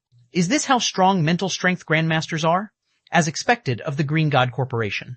Even the representatives they sent to guide us are mental strength grandmasters. I have only ever met a mental strength grandmaster once in the upper zone, yet out of the dozens of buses used to transport us, every one of them is led by a mental strength grandmaster. No wonder none of our world's other corporations dare defy the Green God Corporation. They're in completely different leagues from each other. I heard that the city we are in is a second-tier city on this continent, and over 100 third-tier mobile cities are operating around it. I also heard that the residents of Silver Frost City could easily live past 500 years old, and many people have a chance of becoming mental strength grandmasters. It feels like we are entering a city of miracles. It's a pity I didn't get selected by the Green God Corporation last time. Otherwise, I wouldn't have to be competing for the qualifications to stay in a third-tier city right now. The young men and women on the bus were awed by the elderly man serving as their guide. They were also awed by the urban scenery outside the bus as they could see mental grandmasters, which were incredibly hard to come by in their homeworld in every corner of the city. Moreover, shortly after the bus entered the city, they could feel their bodies getting rejuvenated. They could feel a mysterious energy present in the space around them, and simply inhaling this energy accelerated their thought processes and improved their body's flexibility significantly. All right, we're here, everyone, off the bus, the elderly guide urged when he saw the bus coming to a halt. Under the guide's urging, the hundreds of youngsters on the bus alighted from the armored vehicle. They were then greeted by the sight of several dozen other armored buses parked in a spacious arena, and the youngsters who had alighted from these other buses had already gathered in front of the arena's central stage with expectant and confident looks on their faces. "Are you really not going to reconsider, Radish?" a girl in a light blue dress asked as she looked at the girl standing beside her. The other girl in question was of similar age, but she looked more mature and charming, and she wore a blue, short-sleeved dress. Then, the girl in a light blue dress continued. "Ever since your cousin went missing, the other members of your family have clearly distanced themselves from you. I also heard that Star Cherry, your cousin's archenemy, has recently entered the good graces of a big shot. That big shot is the commander of another power. Are you sure you don't want to go to Ice Forest Town with me? We just need to wait 5 more years and wait to take a city powers test." "I trust in my cousin's message, Silk Radish," the girl in the blue, short-sleeved dress said in a determined tone. "Since she says everything is fine, it must be so. Moreover, I look forward to competing with the greater world's geniuses. Even if I lose, I need to know how I lost." The Green God Corporation had brought 10,000 geniuses to the greater world for its partners to recruit. However, it wasn't compulsory for these partners to recruit these geniuses. So, those who failed to get recruited would be returned to their homeworld, and they could only rely on their own capabilities to enter and live in the greater world in the future. After all, the Green God Corporation still wasn't powerful enough to let so many people live in the greater world cities. However, the Green God Corporation had also given the unselected geniuses a second option. Should these unselected geniuses choose not to return to their homeworld, they could choose to live in a town for 5 years. During this period, some powers originating from the various mobile cities would come to recruit talents, and if these geniuses could catch the attention of these powers, they would be able to migrate into a mobile city. Meanwhile, knowing that her chances were slim, Silk Radish's friend Jade River had preemptively chosen to live in one of the greater world's towns and wait for an opportunity to migrate into a city. "Why are you so gullible?" Jade River couldn't help but look at her friend as if she was looking at a fool. "Your cousin suddenly contacts you after going missing for more than a year, and the first thing she says is that some man will show up to solve all your problems. How can you even believe such a thing? Are you sure your cousin isn't being tricked by that man?" Silk Radish fell silent. She too agreed with her friend's words. Before her elder cousin had suddenly gone missing for over a year, her cousin would rarely come into close contact with any man. Yet now, her cousin had suddenly reappeared and told her that a man would appear during the Green God Corporation's talent fair and take care of all of her problems. No matter how she thought about it, this situation sounded very suspicious. While Silk Radish and Jade River conversed, several dozen individuals stepped onto the central stage. These individuals were all executive members of the greater world's various powers. Meanwhile, the person hosting the talent fair this time was Xiaqing Ying, the Green God Corporation's vice president. She was also the chief supervisor of the Green God Corporation's branch in Silver Frost City. When Xiaqing Ying appeared, all of the youth standing below the stage cheered and reacted in astonishment. Firstly, it was because of Xiaqing Ying's figure and identity. Secondly, it was because of Xiaqing Ying's frightening mental strength. Despite not being much older than them, Sha Qingying was already a mental strength grandmaster. In contrast, none of them were even mental strength masters yet. Our time is precious, Qingying. Before Sha Qingying could even say anything, a handsome young man impatiently interrupted. Do as we said to you before. Apart from those in the top 100 of the list, have everyone else get lost. The young man's abrupt words caused the youths below the stage to fall silent. As for the various powers executives standing on stage, they also kept quiet, with some behaving nonchalantly, some smiling, and some nodding their heads in agreement. In one way or another, all of them expressed their agreement with the young man. Meanwhile, Sha Qingying, who was just about to start hosting the talent fair, reacted grimly to the young man's words. Aren't you acting a little too hastily, Mr. Xiaoquan? Sha Qingying spoke in a low voice. The Green God Corporation has selected these talents out of tens of millions of youths from our homeworld. It is a pity to disqualify them so soon. Xiaoquan might look like a young man, but he was already well into his 40s. Meanwhile, nobody in Silverfrost City dared to offend him, and any power wishing to operate in the city would have to show him a certain amount of respect. This was because Xiaoquan was not only a vice-commander of the city's Silverfrost Legion, but he was also the son of the city's city lord. Originally, the talent fair should have been the Green God Corporation's affair, but Xiaoquan suddenly came running here for some reason. Moreover, without even waiting for her to speak, he abruptly declared the end of the talent fair. Such behavior was simply incomprehensible. Chapter 3484, Chapter 58, I'll be taking them. Chapter 58, I'll be taking them. Hasty? Xiaoquan scrutinized Sha Qingying in amusement. Then he faintly smiled and said, in all the years you have spent in Silverfrost City, you have never taken more than 2 seconds to turn down my invitations, Qingying, but you've never seen me saying anything about it, have you? Moreover, I'm not the only one holding such an opinion, right? Mr. Xiaoquan is right. These youngsters don't look particularly talented to me. Only the top 100 on the list are decent. There's no need to have the others remain. I agree. You know full well that the various cities have limited space, Vice President Xia. We should save these precious resources for more talented individuals. The executives of the various powers present hurriedly nodded and voiced their agreement with Xiaoquan, making it sound as if everything Xiaoquan had just stated was true. As you can see, Qingying, this is everyone's opinion. It isn't mine alone, Xiaoquan said as he swept a glance at the various powers executives. Then he smiled and continued. A large part of why the Green God Corporation can have its current position in Silverfrost City is due to the efforts of these people here, so you shouldn't act too arbitrarily. Otherwise, you might put the Green God Corporation in a vulnerable position in Silverfrost City. Sha Qingying's expression had turned indescribably ugly at this point. While the Green God Corporation had multiple branches established across the greater world, only a handful were in second-tier cities. So, the corporation would suffer a heavy blow if it lost even one of these second-tier branches. Right now, Sha Qingying couldn't help but hesitate. Should she protect the 10,000 talents she had brought with her? Or should she protect the Green God Corporation's second-tier branch? Are all of us going to get kicked out just like that? Jade River's face turned pale. Sha Qingying's silence already made it apparent that the situation was not in their favor. It was also obvious that the young man was not someone Sha Qingying could afford to offend. Jade River deeply yearned for the greater world. She had even planned to go down the most difficult and conservative path to stay in the greater world. Yet now, she wouldn't even be allowed to go down this path.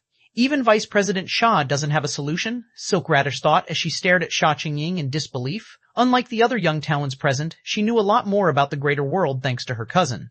Her cousin had entered the greater world much sooner than everyone else, and she had even made some accomplishments for herself here.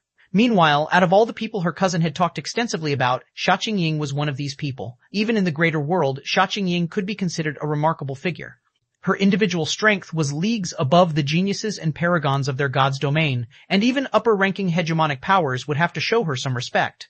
Yet now, Sha Qingying was looking helpless in front of the young man on stage, and all she could do was swallow her opinions. If even Sha Qingying was in such a state, what could budding talents like themselves possibly do in this situation?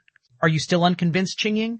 Seeing Sha Qingying's silence, Xiaoquan snapped his fingers, summoning a young man to his side. I'll make things simple. He's the most useless member of the Silverfrost Legion. So long as any of your talents can beat him, I promise I won't say another word. Xiaoquan's words immediately aroused the hopes of the young men and women below the stage. The young man beside Xiaoquan looked 17 years old at most, whereas the youngest among them was 17, while the older ones were already 19.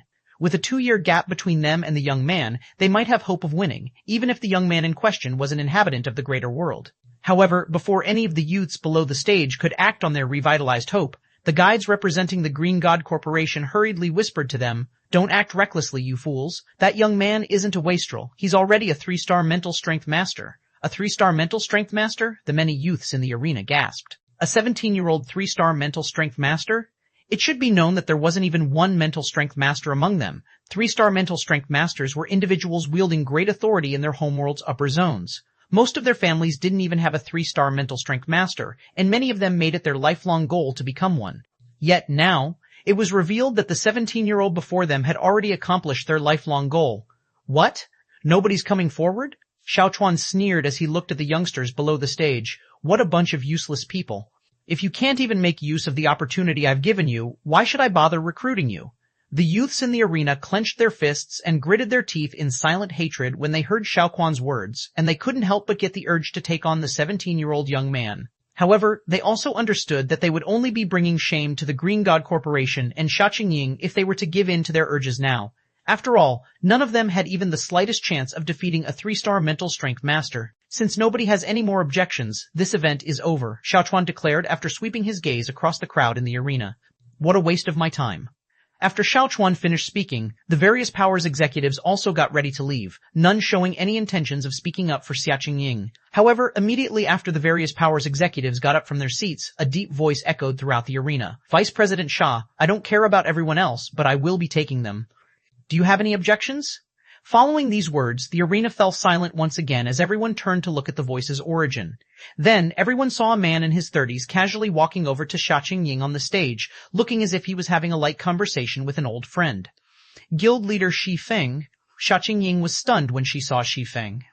Although she had never officially introduced Xiao Chuan, everybody present could more or less guess by the behaviors of the various powers executives that Xiao Chuan wasn't someone to mess with.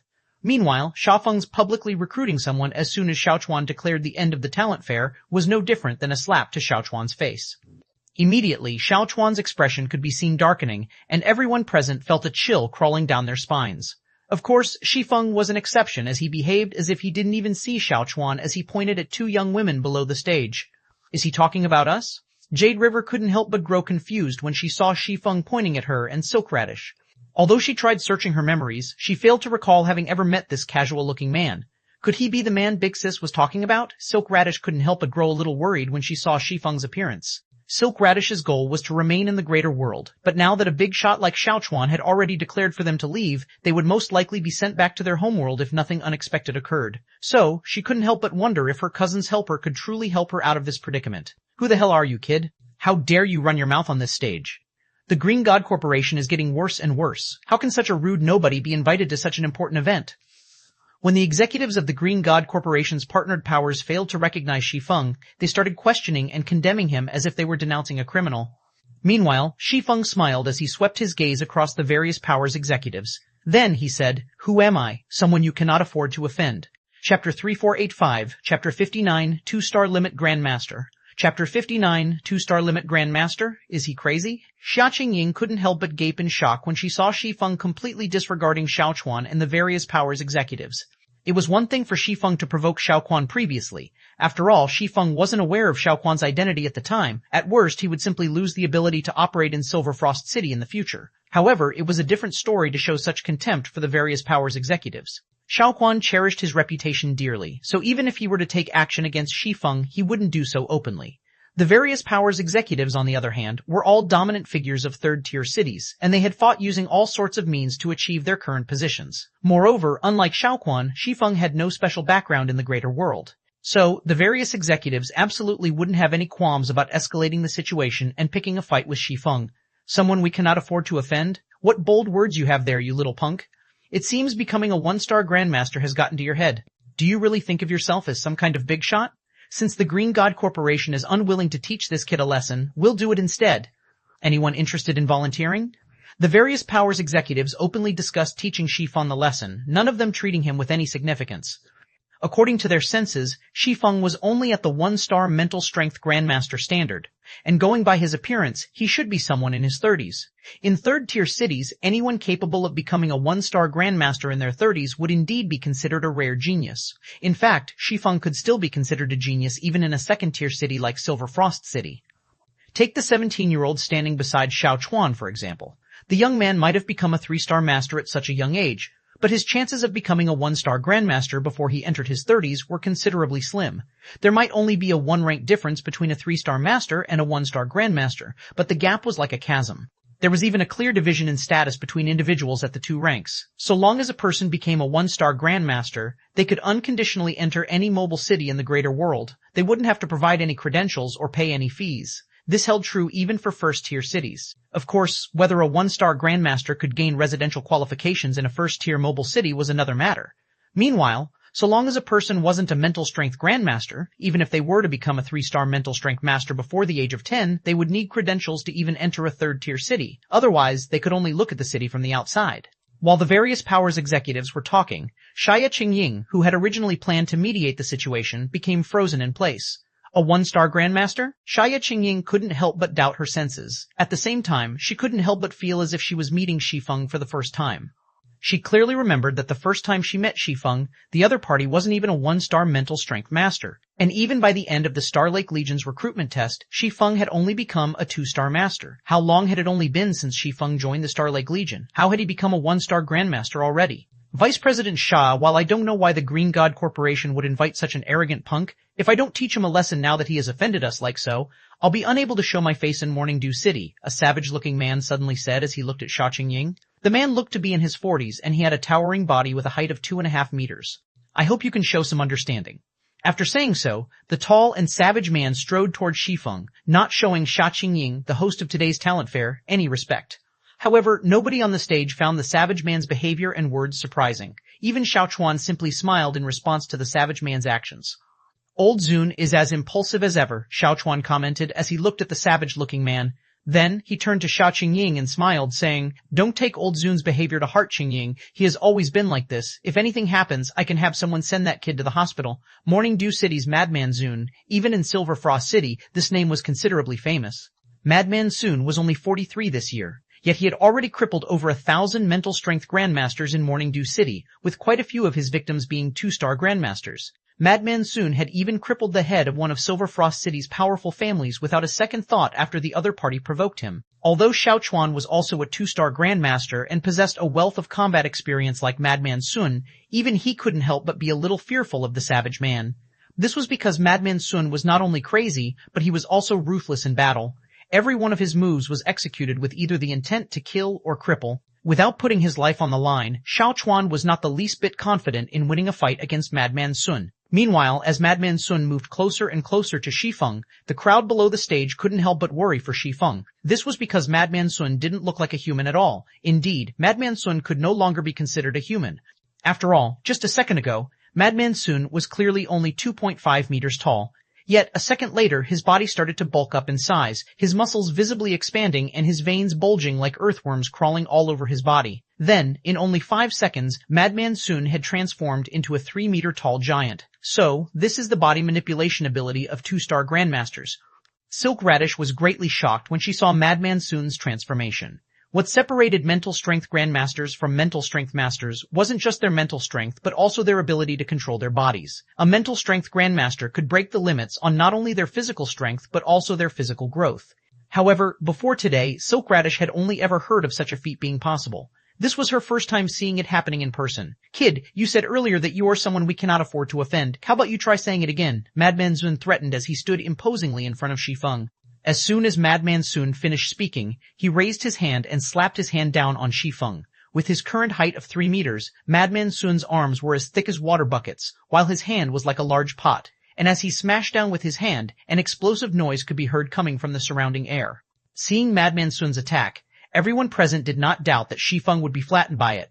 Even if Shi Feng tried to defend himself with his arms, nothing would change. However, even after seeing the huge palm descending toward him, Shi Feng remained unfazed as he lifted one of his hands. The next moment, Shi Feng's dainty hand could be seen grabbing onto Madman Sun's wrist, stopping Madman Sun's hand in its tracks.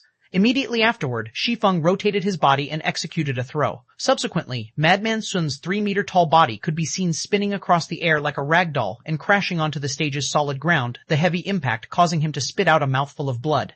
Then, he fell unconscious. Suddenly, the whole arena fell silent as everyone stared at Madman Sun's unconscious body in disbelief. "You are a 2-star limit Grandmaster?" When the various powers executives snapped out of their daze, they turned to look at Shi Feng with a grave expression. Chapter 3486, Chapter 560, Xia Qingying's Madness. Chapter 560, Xia Qingying's Madness Radish. This person is so strong. Jade River exclaimed to Silk Radish when she saw how easily Shi Feng had stopped Madman Sun's attack and subsequently thrown the giant of a man. Then, she turned to Silk Radish and asked, "Say, do you think we have a chance to stay here?" Previously, Jade River hadn't thought much about Shi Feng's declaration to recruit her and Silk Radish. After all, even a big shot like Sha Qingying dared not go against Xiaochuan. However, after seeing how handily Shi Feng had defeated the monster like Madman Shun, Jade River couldn't help but start to think that Shi Feng might truly be able to let her and Silk Radish remain in the greater world. Probably. Silk Radish also grew excited when she saw Shi Feng's performance. She never expected her cousin to find an expert of such caliber to come and recruit her. A 2-star limit grandmaster. Those ignorant of the greater world's matters, such as Jade River, wouldn't necessarily understand the significance of a 2-star limit grandmaster. However, as Aqua Rose's cousin Silk Radish knew just how exalted the status of 2-star limit grandmasters was. For 99% of the individuals who managed to become a 1-star mental strength grandmaster in the greater world, the best they could hope to achieve within their lifetimes would be the 2-star grandmaster standard. This was the case for the various powers executives standing on the stage. None of them had any hopes of ever becoming a 2-star limit grandmaster. This was because becoming a 2-star limit grandmaster meant taking half a step into the realm of 3-star grandmasters, and it would only be a matter of time before they became a full-fledged 3-star grandmaster. It should be known that 3-star mental strength grandmasters were existences capable of becoming the lord of a city in the greater world, and even in conglomerates, they would occupy core executive positions. While 2-star limit grandmasters weren't 3-star grandmasters, they would still be regarded as big shots in second-tier cities, and the various families and corporations operating in these cities would have to show them a certain degree of respect. This kid's a 2-star limit grandmaster? A frown formed on Xiaochuan's face as the abrupt turn of events took him by surprise. Madman Sun was first-rate even among 2-star mental strength grandmasters. Aside from 3-star grandmasters, only 2-star limit grandmasters could defeat him so easily. As for the possibility of Shi Feng being above the 3-star grandmaster standard, that likelihood was close to zero. This was because every one of these existences could shake the entire Starlight continent with their actions. It was highly unlikely any existence above the 3-star grandmaster standard would concern themselves with existences like the Green God Corporation. However, after Xiaochuan experienced a brief surprise, a hint of coldness appeared in his eyes. A 2-star limit grandmaster might be able to scare powers operating in third-tier cities, but he was the son of Silverfrost City's city lord. Even 3-star grandmasters would have to show him some respect, let alone a 2-star limit grandmaster. "Don't you think it is a bit too much to use such heavy-handed tactics?" Xiaochuan said to Shi Feng as he glanced at the unconscious Madman Zun. "Or do you think you can act with disregard in Silverfrost City simply because you are a 2-star limit grandmaster?" Following Xiaochuan's words, the various powers executives on stage regained some of their confidence. "That's right, you are in Silverfrost City right now. This isn't a place where you can behave as you wish. Mr. Xiaochuan is the city lord's son. Even 3-star grandmasters will have to be polite with him. What right do you have to act so arrogantly as a 2-star limit grandmaster?" The various powers executives all stood with Xiaochuan and began to clamor. It was especially so after they saw the arrival of the city's security teams. It was true that 2-star limit grandmasters enjoyed an exalted status in the greater world. If they were currently in a third-tier city, they would absolutely try to avoid provoking Shi Feng as much as possible. Only the city lord and the various powerful families and corporations' old monsters would have an advantage over him. However, it was a different story in a second-tier city like Silverfrost City. The security force here was so strong that even 3-star grandmasters wouldn't dare to go against it directly, let alone a 2-star limit grandmaster.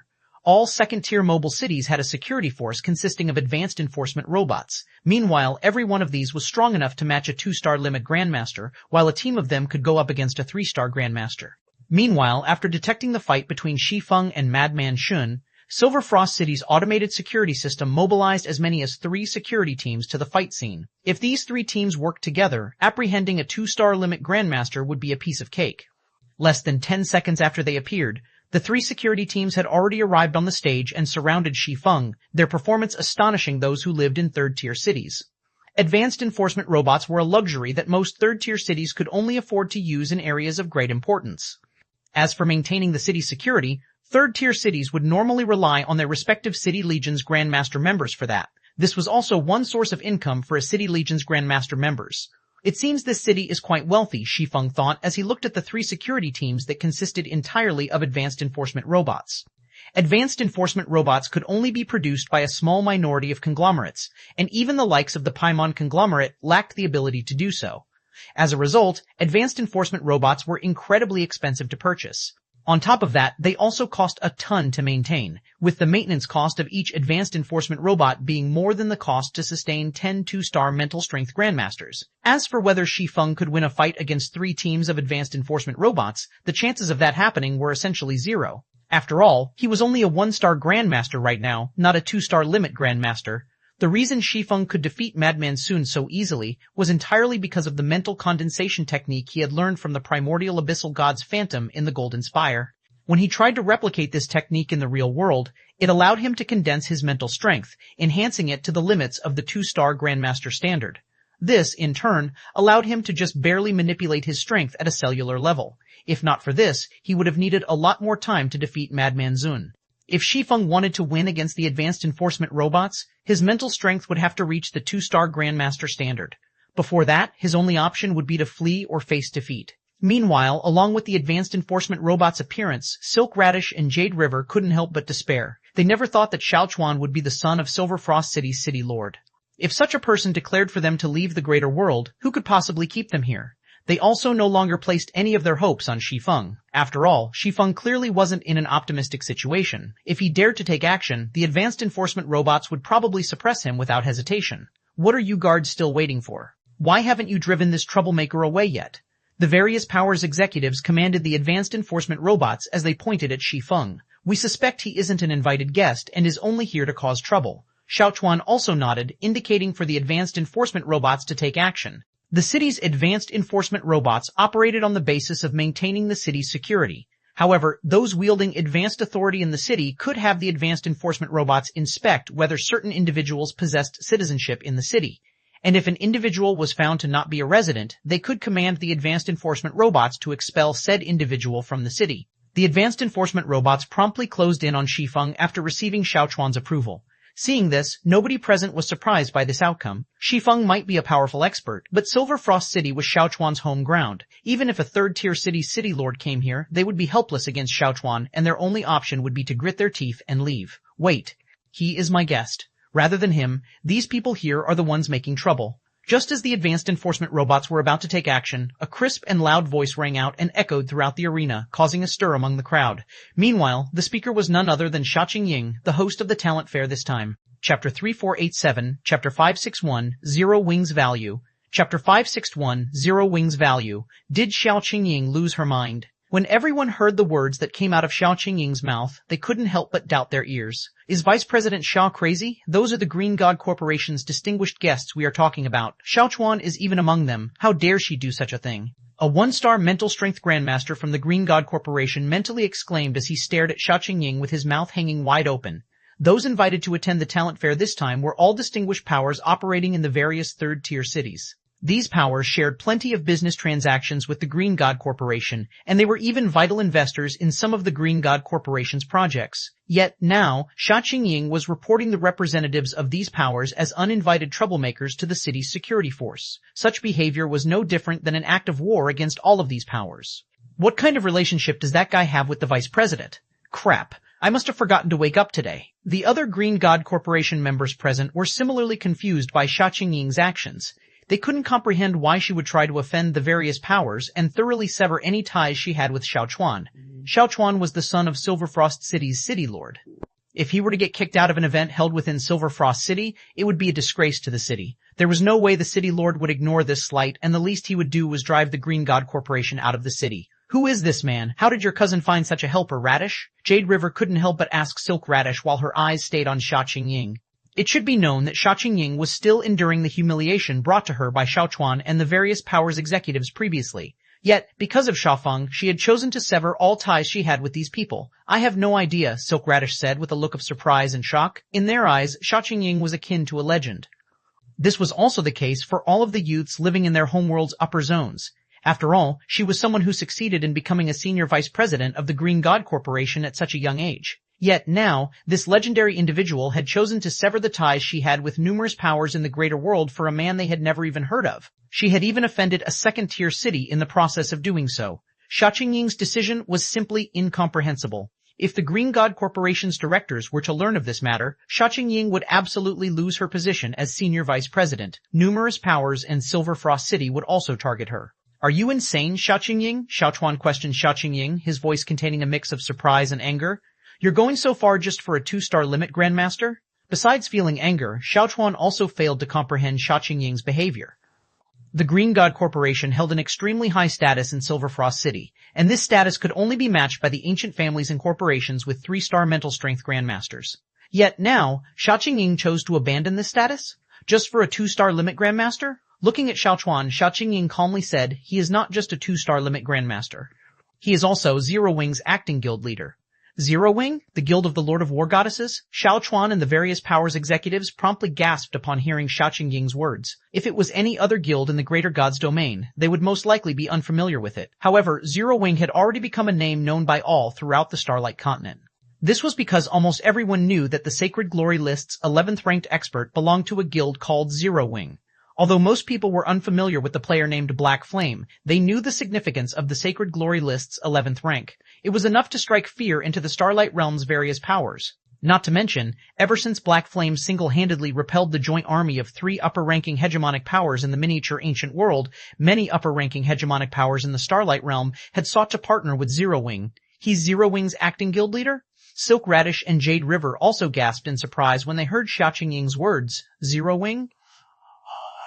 This was the guild that all of the younger generation players from their world wished to join.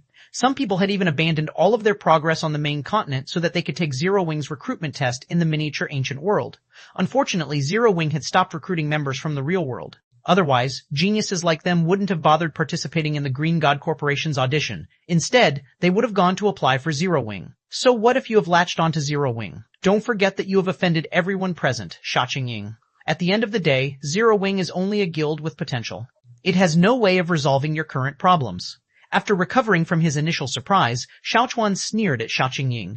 Moreover, you have no idea who and what power you have just offended.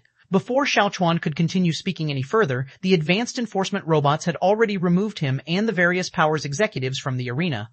The arena they were in was reserved for the Green God Corporation's talent fair. As the event's host, Xiao Qingying had absolute authority over the entire venue. Hence, even if Xiao Chuan held advanced authority in the city, the advanced enforcement robots would prioritize Xiao Qingying's commands over his. This was something not even the city lord could change.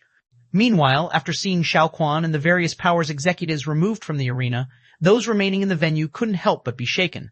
At the same time, news of this situation quickly spread throughout Silverfrost City, shocking everyone in the city. Madness. This is madness. A major upheaval is going to happen in the city after today. I heard that the City Lord has promptly contacted all of Silverfrost City's top-tier powers after learning of this matter. It seems he's planning to thoroughly expel the Green God Corporation from the city. Do you think Silverfrost City is the only one taking action? I heard that all of those third-tier powers involved this time have withdrawn their investments from the Green God Corporation. Xiao Qingying is absolutely in deep trouble. I also heard those powers have secretly contacted the other powers of their respective cities, asking them to reject any talent from the Green God Corporation's homeworld.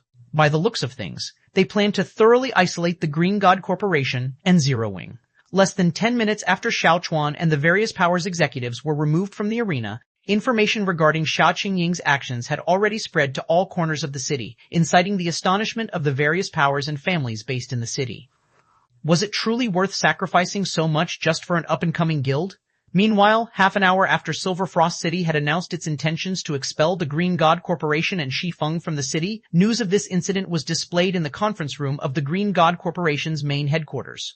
Everyone, give your opinions. What should we do about this? Chapter 3488, Chapter 562, Next Stop, Zero Wing. Chapter 562, Next Stop, Zero Wing, Silverfrost City, Green God Corporation's branch headquarters. Following Silverfrost City's eviction order against the Green God Corporation, almost everyone in the city no longer dared to get close to the corporation's branch headquarters.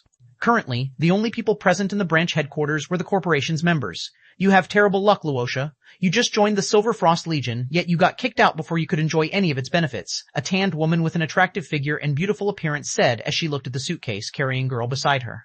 With your talent, you could have definitely become a vice commander in the future. It's unfortunate that the ruthless city lord refuses to spare even newcomers like yourself. Isn't it even worse for you, Big Sis Fire Dance? June Luosha said, sighing as she looked at the tanned woman beside her.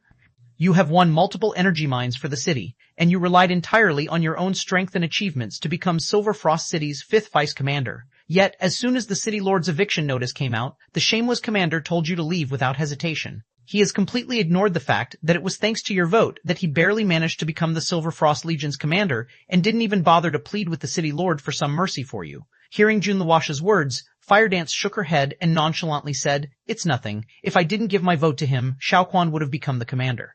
Had that happened, we would have been in a far more miserable situation."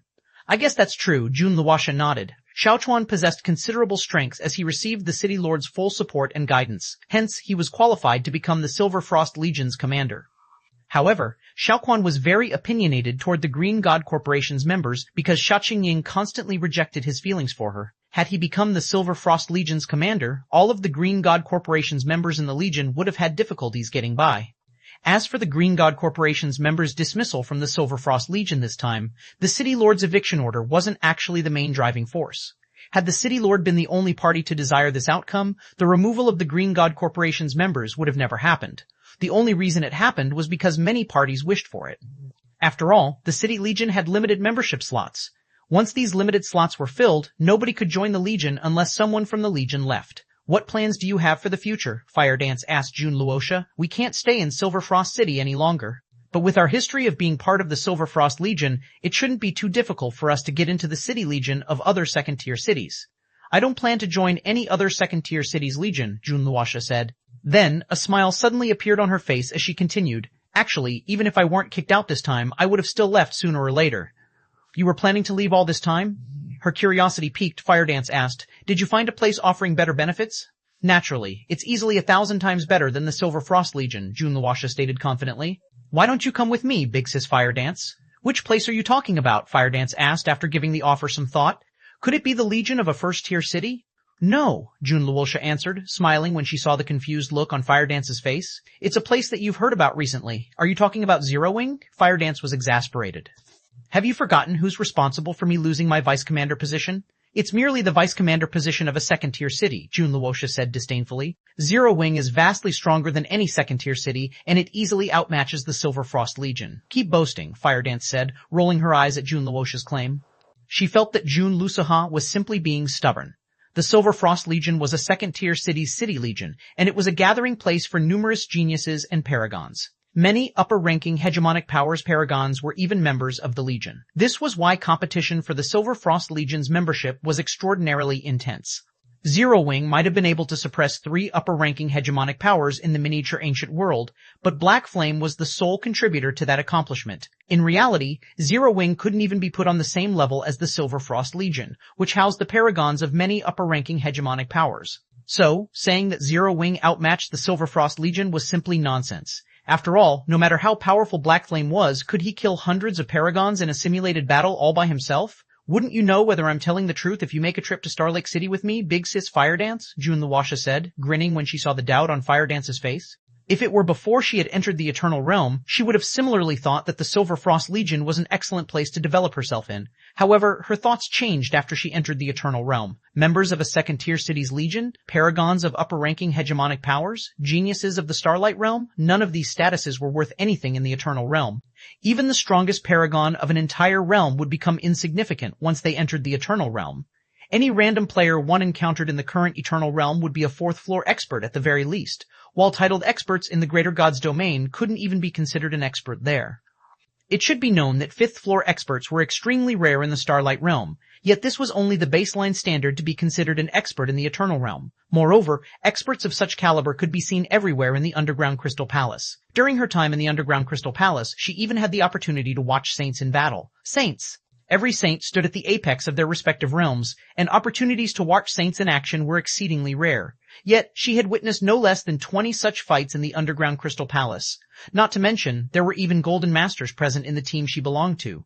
It wasn't an exaggeration to say that, even without Black Flame, the current Zero Wing could eradicate the Silver Frost Legion with only a couple of members. "Fine, I'll go with you," Firedance said, thinking that she might as well take a look at Zero Wing since she had nothing better to do. "But let me say this in advance. I will leave without hesitation if Zero Wing doesn't turn out as great as you say." "No problem." June Luosha smiled and nodded. Firedance was a battle maniac, so June Luosha highly doubted Firedance would be willing to leave Zero Wing once she joined it. After all, the current Zero Wing was simply terrifying. It should be known the current Silver Frost Legion only had 1 5th-floor expert at its command, whereas Zero Wing had over 100. Moreover, this number was rapidly increasing over time. Green God Corporation's branch headquarters, top floor lounge. I'm sorry for the embarrassing sight I've shown you this time. Guild leader Shi Feng, Sha Qingying awkwardly said after looking at the City Lord's ultimatum. Originally, she had invited Zero Wing to the talent fair, hoping that Zero Wing could recruit some of their homeworld's geniuses. However, she never thought the talent fair would experience such an unexpected development. The Green God Corporation was even informed to return all of its properties in Silverfrost City and vacate all of its members from the city in 3 days, or face the consequences. You don't have to say that, Miss Shia, Shi Feng said while looking out the window and sweeping his gaze across Silverfrost City. If it weren't for your intervention, I would have probably been kicked out of the city by now. You are too humble, Guild Leader Shi, Shia Qingying said, shaking her head. With your strength, I believe it wouldn't be challenging for you to shake off those advanced enforcement robots. Moreover, with Zero Wing's potential, I would probably be plagued by regret for the rest of my life had I chosen to stay silent in that situation. Rank 11th on the Sacred Glory list? Only she knew how much this ranking underplayed Zero Wing's potential. At this time, Shi Feng retracted his gaze from the view outside the window and asked, Miss Xia, are you interested in Silverfrost City? Chapter 3489, Chapter 53, Third Method, Chapter 53, Third Method. Am I interested in Silverfrost City? Xia Qingying looked at Shi Feng in confusion. May I know what you mean by that, Guild Leader Shi Feng? It had already been over 4 centuries since Silverfrost City ruled over this region as a second-tier city, and the city's City Lord position had never changed hands. It was also because of this City Lord that Silverfrost City could protect its rank for over 4 centuries. Meanwhile, the number of upper-ranking hegemonic powers based in the city continuously increased throughout these 4 centuries. By now, there were at least 5 upper-ranking hegemonic powers rooted here. Because of this, Silverfrost City was above average compared to the several neighboring second-tier cities. It wasn't an existence that could be shaken by just 1 or 2 upper-ranking hegemonic powers. This would remain the case even if the Green God Corporation were included in the mix. Not to mention, Silverfrost City's City Lord was only half a step away from entering the realm above Grandmasters. So long as he succeeded, even the conglomerates operating on the Starlight Continent would have to show him a certain degree of respect. There are 3 ways to take over a city in the greater world, Shi Feng stated as he looked Xia Qingying in the eye.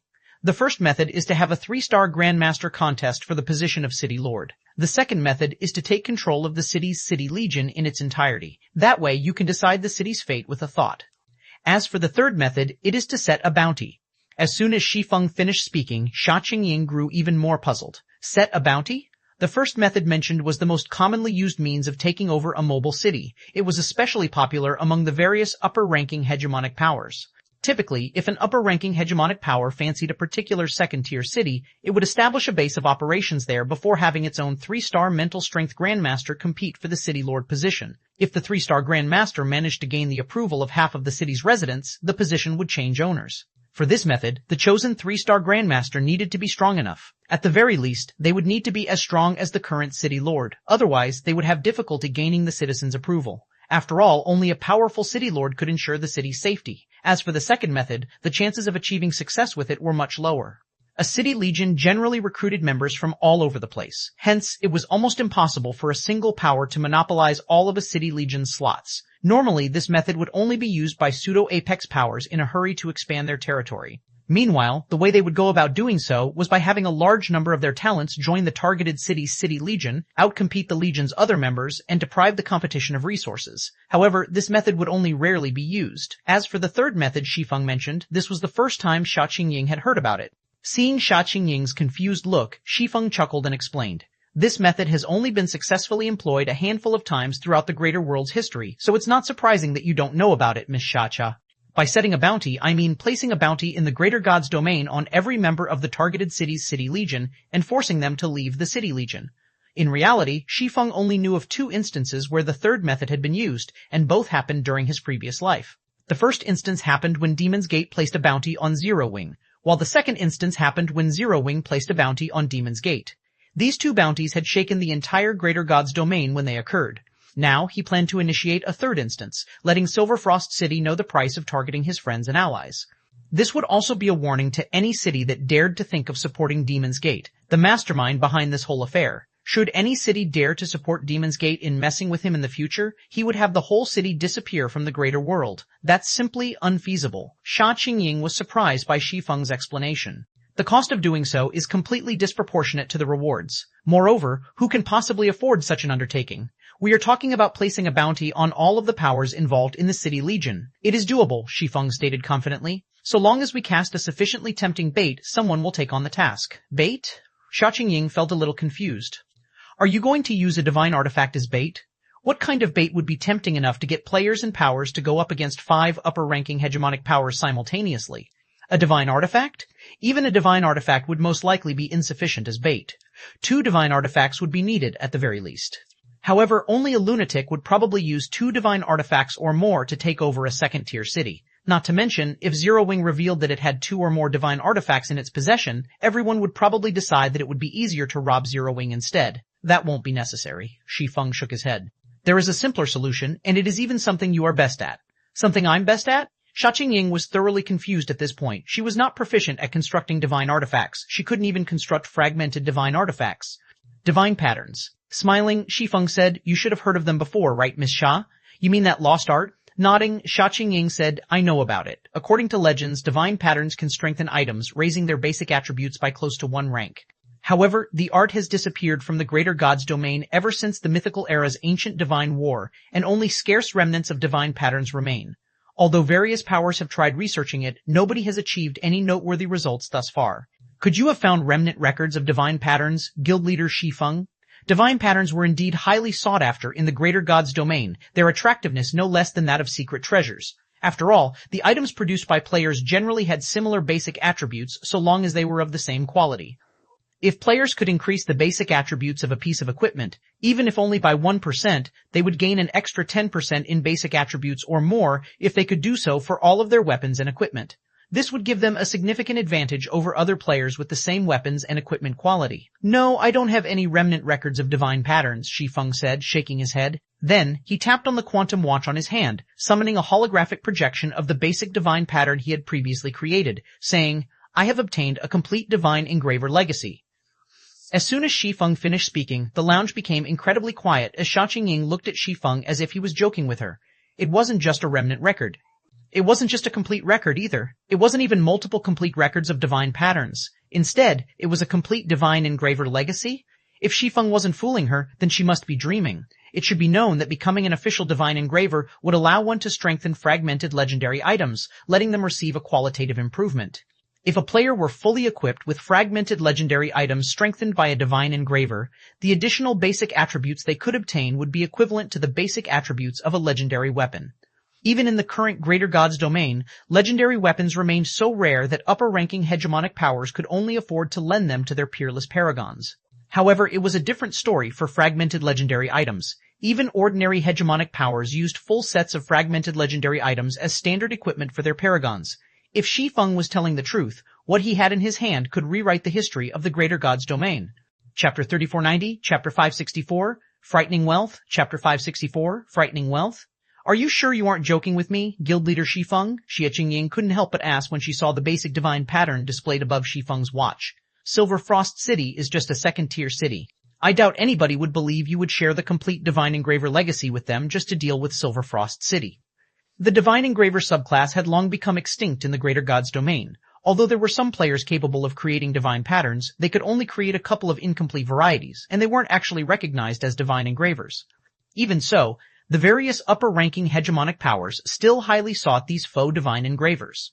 If a true divine engraver appeared in such a situation, even the various apex powers would probably have difficulties sitting still. Not to mention, they were talking about a legacy capable of mass-producing divine engravers here. So long as Shi Feng gave the word, he could easily get his hands on even a first-tier mobile city, let alone a second-tier mobile city like Silver Frost City. Meanwhile, all Shi Feng needed to do was give his helpers one opportunity to learn the divine engraver legacy. Yet now, Shi Feng intended to share the complete divine engraver legacy with her just so she could take control of Silver Frost City. If Silver Frost City's city lord were to learn of this, he would probably have a heart attack. This was bullying of the highest order. "You have misunderstood, Miss Xia," Shi Feng said, chuckling when he saw the shocked look on Xia Qingying's face. "If we are only talking about Silver Frost City, it naturally wouldn't be worthwhile for me to take out the divine engraver legacy. My goal is to establish a partnership with you, Miss Xia. Taking control of Silver Frost City is only the first step of this partnership." The divine engraver legacy recorded in the Book of Eternity was no trivial matter. Even if he revealed only a small portion of it, it would be enough to cause an uproar throughout the entire Greater God's domain. If it were only to get payback for Sha Qingying, Shi Feng wouldn't need to share the Divine Engraver legacy. Establish a partnership with me? Sha Qingying blinked her eyes in confusion, her mind having difficulties processing Shi Feng's words. She was only one of the Green God Corporation's senior vice presidents. Even though she had previously shown strong support for Shi Feng, that was only because she deemed Zero Wing to have great potential. Even if Shi Feng sought to repay her gesture, she highly doubted he would use the Divine Engraver legacy to establish a partnership with her. After all, that was something incredibly tempting, even to the various Apex powers. As an advanced member of the Eternal Chamber of Commerce, your connections vastly surpass the average corporation, Miss Xia. The Green God Corporation is also established in quite a number of mobile cities, Shi Feng calmly explained. I'm sure you don't need me to tell you how precious the Divine Engraver legacy is. If information about it were to leak, it would result in a calamity of epic proportions for Zero Wing. Zero Wing is currently looking to nurture a large batch of Divine Engravers, but it is rather difficult for players to become one. If we wish to conduct this large-scale operation in secret, we will require your help to select a group of trustworthy talents from the various mobile cities. In exchange for your help, we can give you 10% of all profits generated by the Divine Engravers you recruit. What do you think?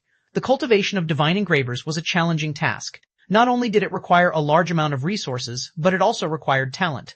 If Zero Wing were to openly recruit lifestyle players, the guild would cease to exist in both the Greater Gods domain and the Greater World before it could even finish nurturing its first batch of Divine Engravers. Hence, this cultivation process must be conducted secretly. Meanwhile, by having Sha Qingying help in the recruitment process, not only could Zero Wing recruit more talents, but it would also ensure the secrecy of the entire operation. In addition, Sha Qingying could also handle the sale of the divine patterns produced later on using her connections with the Eternal Chamber of Commerce. Out of everyone Shi Feng knew, Sha Qingying was the best partner candidate he could think of at present. Furthermore, Silver Frost City had a large population, ranking near the top among the surrounding second-tier cities. The region it occupied was even home to the Frost Spring, which produced water capable of clearing and calming the drinker's mind. During Shi Feng's previous life, many lifestyle players migrated to Silver Frost City because of the Frost Spring, as drinking the spring's water helped with their research and growth both inside and outside God's domain. One could say that Silver Frost City was the most suitable mobile city for developing lifestyle players. You seem to have a lot of trust in me, guild leader Shi Feng. Are you not worried I will leak this astonishing information? Sha Qingying asked, a playful smile appearing as she scrutinized the man before her. You might be in for heavy losses should that happen. I believe you aren't that foolish, Miss Shasha, Shi Feng calmly said with a smile. All right then. I admit I am very tempted. When Sha Qingying failed to see any changes in Shi Feng's expression, she helplessly sighed and asked, how many people do you want to recruit for the starting batch? 1,000? 2,000? The future prospects of the Divine Engraver subclass were limitless, and there was no lack of demand for the divine patterns they produced. If they capitalized on the Divine Engraver legacy properly, even 1% of the generated profits would exceed the total income of any conglomerate, let alone 10%. At this point, Sha Qingying couldn't help but be grateful to Xiaochuan and Silver Frost City's city lord. If not for them, she would have never received such an opportunity. We'll start by recruiting 10,000 people first, Shi Feng said after giving the matter some thought. I will hand you the basic divine pattern designs as soon as possible. So long as players successfully learn how to create a divine pattern, they could produce as many designs for it as they wanted. Previously, he had already become an apprentice divine engraver. So, he would have no difficulties producing basic divine pattern designs.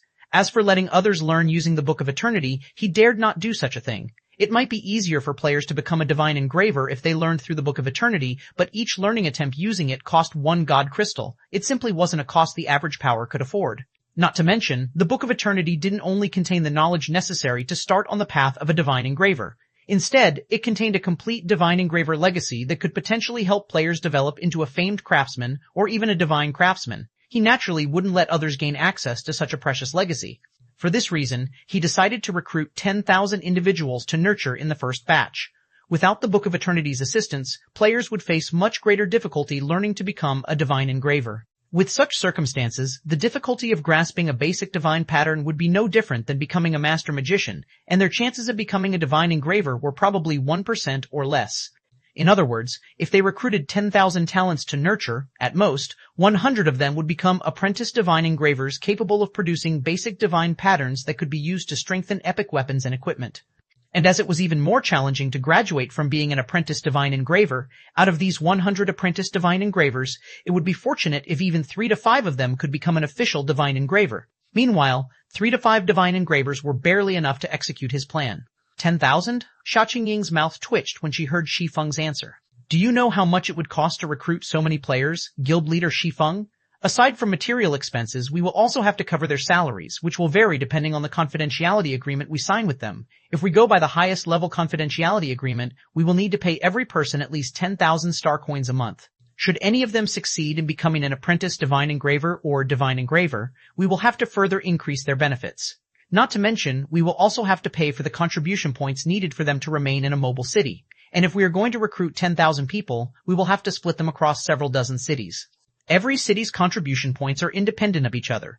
If we were to purchase contribution points on such a large scale, even if we have everyone stay in only third-tier cities, it would still be a significant expenditure. After adding everything together, we will have to spend a minimum of 500 million star coins a month. Are you sure you want to recruit so many people?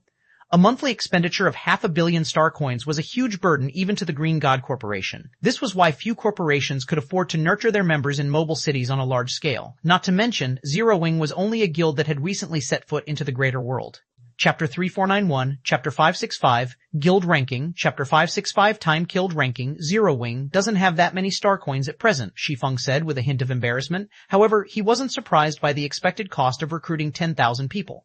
Can I pay with eternal coins? He had already invested most of his funds into acquiring a large training center in Star Lake City, and he only had a few dozen million star coins left. He would be virtually broke once he bought the needed life potions for the guild's internal members. Eternal coins? Nodding, Sha Qingying said, that's fine. But if you wish to get a good price in the current market, you will need to provide a substantial amount.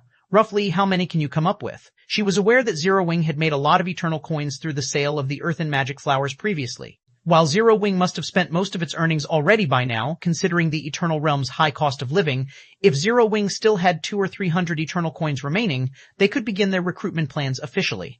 I can take out 1,000 gold for the time being, Shi Feng stated.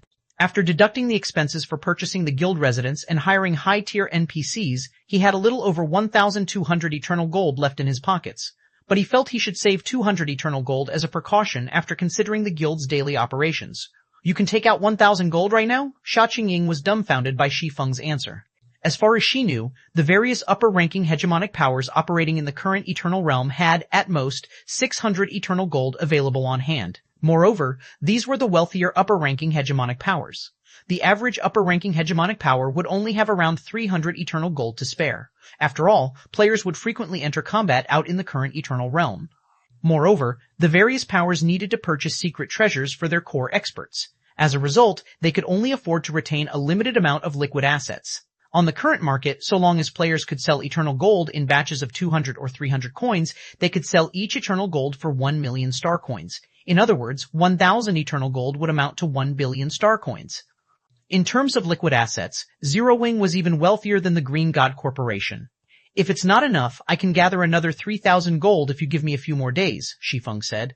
He had already doubled the pricing for the second batch of the secret crystal trading firm's membership slots. He was also making about 400 to 500 eternal gold from commissions every day. So, he would have no difficulties gathering 3,000 eternal gold in 3 days. You can gather another 3,000? Sha Qingying started to feel a little overwhelmed. 4,000 eternal gold. That was 4 billion star coins they were talking about. Not to mention, even with 4 billion star coins, one wouldn't necessarily be able to purchase 4,000 eternal gold. After all, secret treasures had already appeared on the market, and the various players and powers were frantically raising funds to purchase them. So, very few players and powers were willing to sell their eternal coins. In the current Eternal Realm, only Apex powers could probably take out so many eternal coins at a time. Is it still not enough? Shi Feng was a little astonished when he saw Sha Qingying's expression. Although he didn't know the current market value of eternal coins, he felt that 4,000 eternal gold should be worth 500 million star coins at the very least. Enough! It's definitely enough, Sha Qingying said excitedly after snapping out of her daze. If Zero Wing can take out 4,000 eternal gold, I have a huge deal that can not only let Zero Wing earn a large sum of star coins, but also 10 drops of Stardew. 10 drops of Stardew? Shi Feng's heart stirred when he heard these words. Stardew was an exceedingly precious resource in the greater world, and it was one of the few treasures that could assist the growth of mental strength grandmasters. Although the various third-tier cities allowed the members of their respective city legions to exchange Stardew at the price of 1 million contribution points per drop, members were only limited to 1 drop every 3 to 5 years. This was also why many experts would migrate to higher-ranked mobile cities when given the opportunity. In second-tier cities, Legion members were allowed to exchange 1 drop of Stardew per year. That was a vastly better privilege than what third-tier cities provided. If he could get his hands on 10 drops of Stardew, he could progress to the 2-star Grandmaster standard within a short time, and Zero Wing could also produce several additional mental strength Grandmasters. This would greatly help Zero Wing's future development in the greater world. Guilds in the greater world couldn't expand simply because they wanted to. It was especially so if they sought to establish branches in the various mobile cities. Before a guild could expand, it would have to get its rank evaluated by the Gods Domain Association.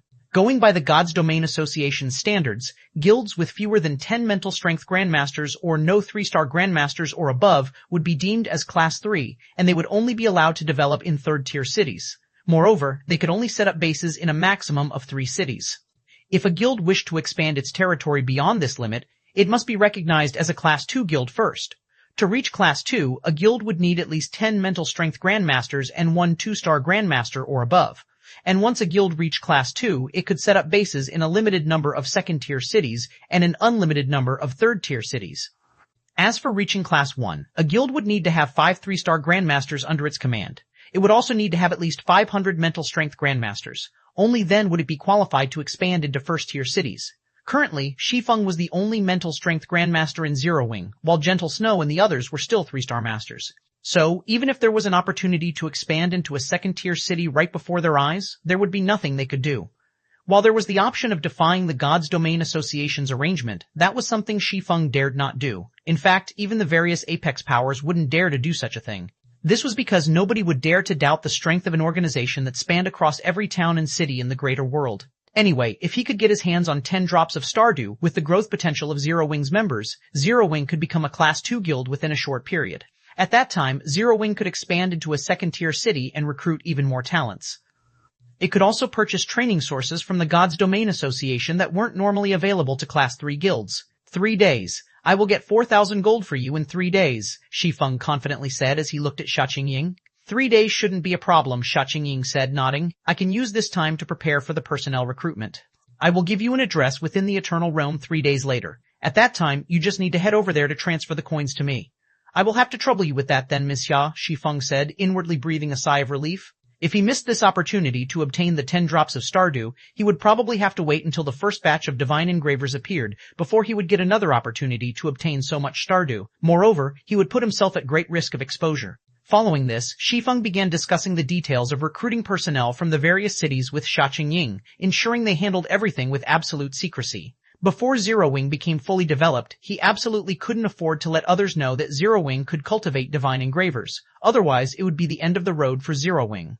2 hours after Shi Feng and Sha Qingying concluded their discussions, several advanced levitating cars parked outside of the Green God Corporation's branch headquarters in Silver Frost City. Then, bodyguards in suits stepped out of the cars one after another, each wearing the emblem specially assigned to the bodyguards working at the Green God Corporation's main headquarters. Every one of these bodyguards also radiated the aura of a 2-star Grandmaster. Once all of these bodyguards stepped out of the levitating cars, a white-robed old man stepped out of the car parked in the middle. When the various powers' mental strength Grandmasters secretly observing this group from afar felt this old man's presence, they couldn't help but gasp. A 3-star Grandmaster, the big shot from the Green God Corporation's Black Ops came in person? Sha Qingying is doomed this time. A corporation will never deploy its Black Ops unless it's for a critical situation. Chapter 3492, Chapter 566, Crazed Green God Corporation, Chapter 566, Crazed Green God Corporation, Silver Frost City, City Lord's Manor. The City Lord's Manor was situated on a floating island hovering 3,000 meters above Silver Frost City. Currently, Xiaochuan stood atop the stadium-sized manor's rooftop, inhaling the singular energy surrounding him as he gazed over the city. After taking a few rhythmic breaths of the singular energy that was several times denser than what was available in the city, Xiaochuan took off his coat and jumped into the rooftop swimming pool. The swimming pool was filled with frost water, and Xiaochuan's mind experienced unprecedented clarity when he meditated in it. After soaking for more than 10 minutes, Xiaochuan suddenly opened his eyes. At the same time, his aura underwent a qualitative transformation, and his tall figure started to shrink a little. If before he was a mighty tiger, now he was only a nimble leopard. When Xiaochuan's transformation concluded, a young woman in her 20s approached him. The woman had an attractive face and devilish figure, and she wore a light blue skirt highlighting her long legs. Congratulations on becoming a 2-star limit Grandmaster, Vice Commander Xiaochuan. With this, it will be time for Commander Nangong to step down from his position, the woman said with a playful smile. She looked at Xiaochuan as if she were looking at a toy, her face lacking any traces of reverence or respect for the young master of Silver Frost City. How rare of you to visit me, Kung Sha, Xiaoquan said as he looked at the devilish woman, a hint of indifference in his voice. Could she have more instructions for me? Her Highness is very busy. It is already rare that she would have me contact you even once. How could she possibly have the time to care about the trivial matters here? The devilish woman named Kung Sha said, laughing. I am only here to inform you that that person from the Green God Corporation's Black Ops has arrived. Isn't that to be expected? Xiaoquan nonchalantly responded. The Green God Corporation is currently on the brink of being purged from Silverfrost City, and many of its partners from the various third-tier cities have already announced the withdrawal of their investments. If the Green God Corporation's main headquarters still remains silent, do you think it can still keep its branch in Silverfrost City? Because of Sha Qingying's stunt during the talent fair, the Green God Corporation offended not only many of its partnered powers but also Silverfrost City's city lord. If the corporation didn't do anything about Sha Qingying, there would be no end to this matter. However, as Sha Qingying was a senior vice president of the Green God Corporation, not just anyone could be sent to deal with her. Only the corporation's Black Ops, which operated directly under the Green God Corporation's chairman, would be qualified to do so. Or are you here to tell me that the Green God Corporation is looking to negotiate with me? Xiaoquan suddenly chuckled. If they want to negotiate, sure. Have Sha Qingying kneel in front of my door for a day and bring me that Shi Feng. If they can do that, I might just reconsider. The Green God Corporation was only a second-rate corporation in the greater world. It wasn't even qualified to expand into a first-tier city. In fact, it was entirely due to a stroke of luck that it even managed to expand into Silverfrost City in the first place.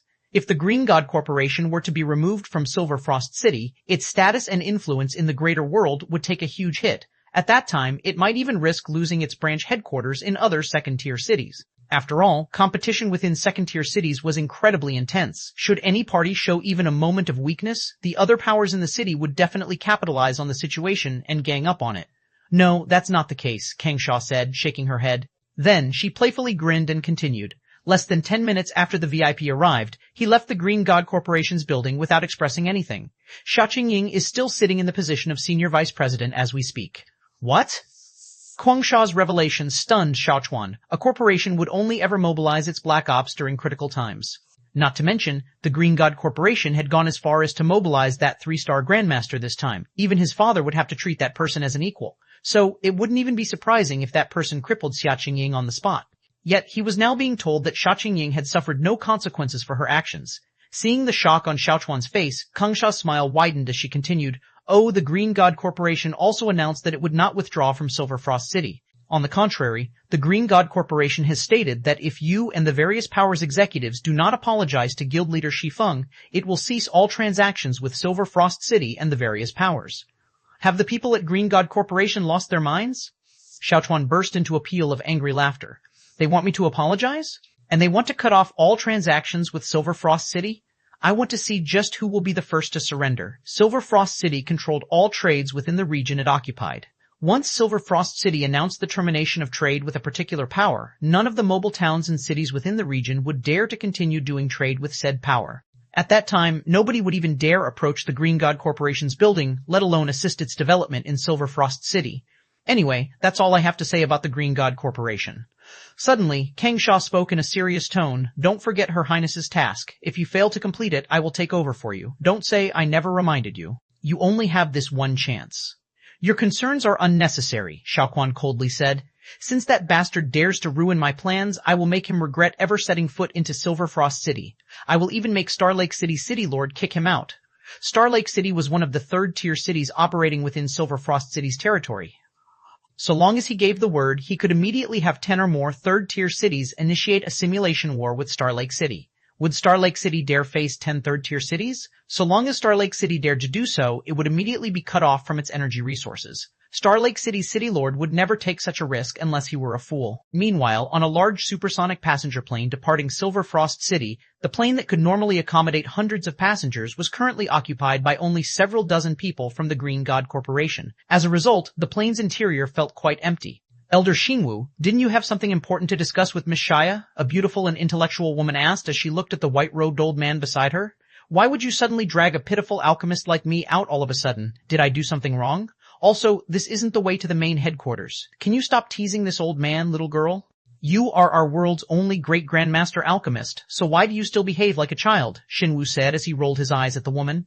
As for where we're headed, it isn't the main headquarters, but I assure you it is somewhere nice. Somewhere nice? Where are we going? The woman asked, her curiosity piqued. Shinwu said, chuckling as he stroked his beard. Starlake City?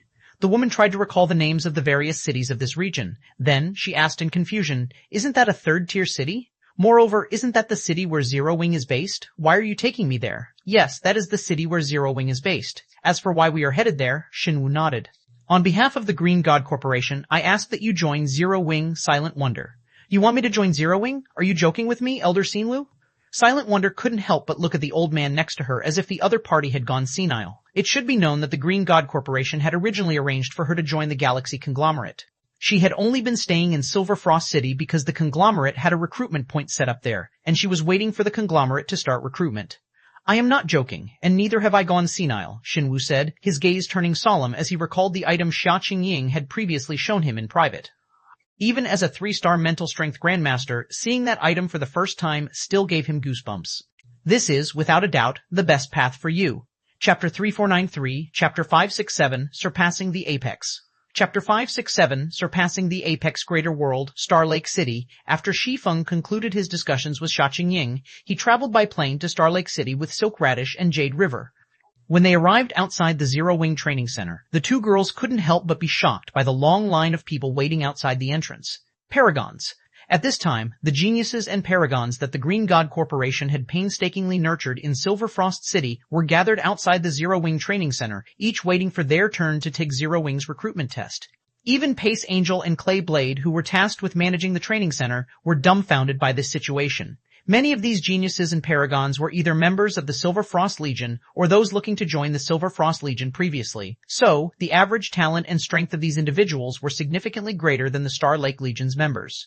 Moreover, one of the Silver Frost Legion's vice commanders was even among these people. This was the vice commander of a second-tier city legion they were talking about. Normally, if such a big shot were to join a third-tier city, the city would give them the position of reserve commander without hesitation. Yet, such an individual had come to join Zero Wing. This situation shocked not only Pace Angel and Clay Blade, but also the Starlake Legion's members and the various powers secretly observing Zero Wing. Fire Dance. Isn't she the Silver Frost Legion's 5th Vice Commander? Purple Jade had difficulties keeping her mouth closed when she saw a familiar figure waiting in line outside the Zero Wing Training Center. Why is she here in Starlake City?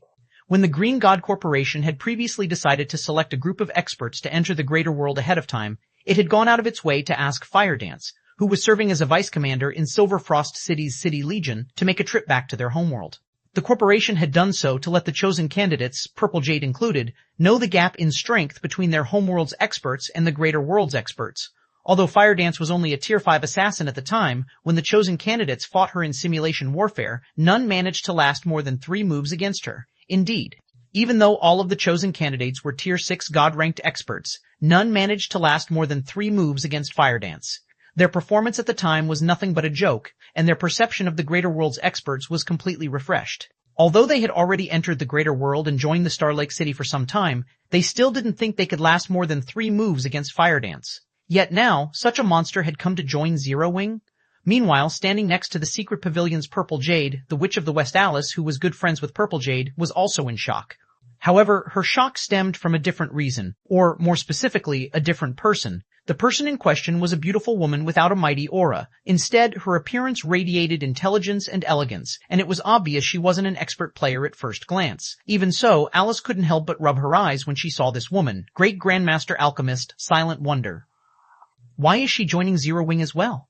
Confusion colored Alice's golden eyes when she saw Silent Wonder waiting in line outside the Zero Wing Training Center. Didn't that guy only leave for a short while? What in the world did he do? When Silent Wonder was still only a Grandmaster Alchemist, the 5 great super guilds had already frantically tried to recruit her. Ultimately, though, Silent Wonder joined the Green God Corporation after the latter extended an olive branch to her. Now that Silent Wonder had already become a great Grandmaster Alchemist, she could be regarded as a prominent figure even in the Greater God's domain, and the various upper-ranking hegemonic powers would be more than willing to extend an olive branch to her. All Silent Wonder needed to do was take her pick. Yet, rather than join an upper-ranking hegemonic power, Silent Wonder was now joining Zero Wing. Is it really fine for us to join Zero Wing, Big Brother Shi Feng? Silk Radish worriedly asked Shi Feng when she saw the people waiting to enter the Zero Wing Training Center. Besides Silk Radish, Jade River also couldn't help but grow anxious. Originally, they had been thrilled that they could finally stay in a third-tier city in the greater world.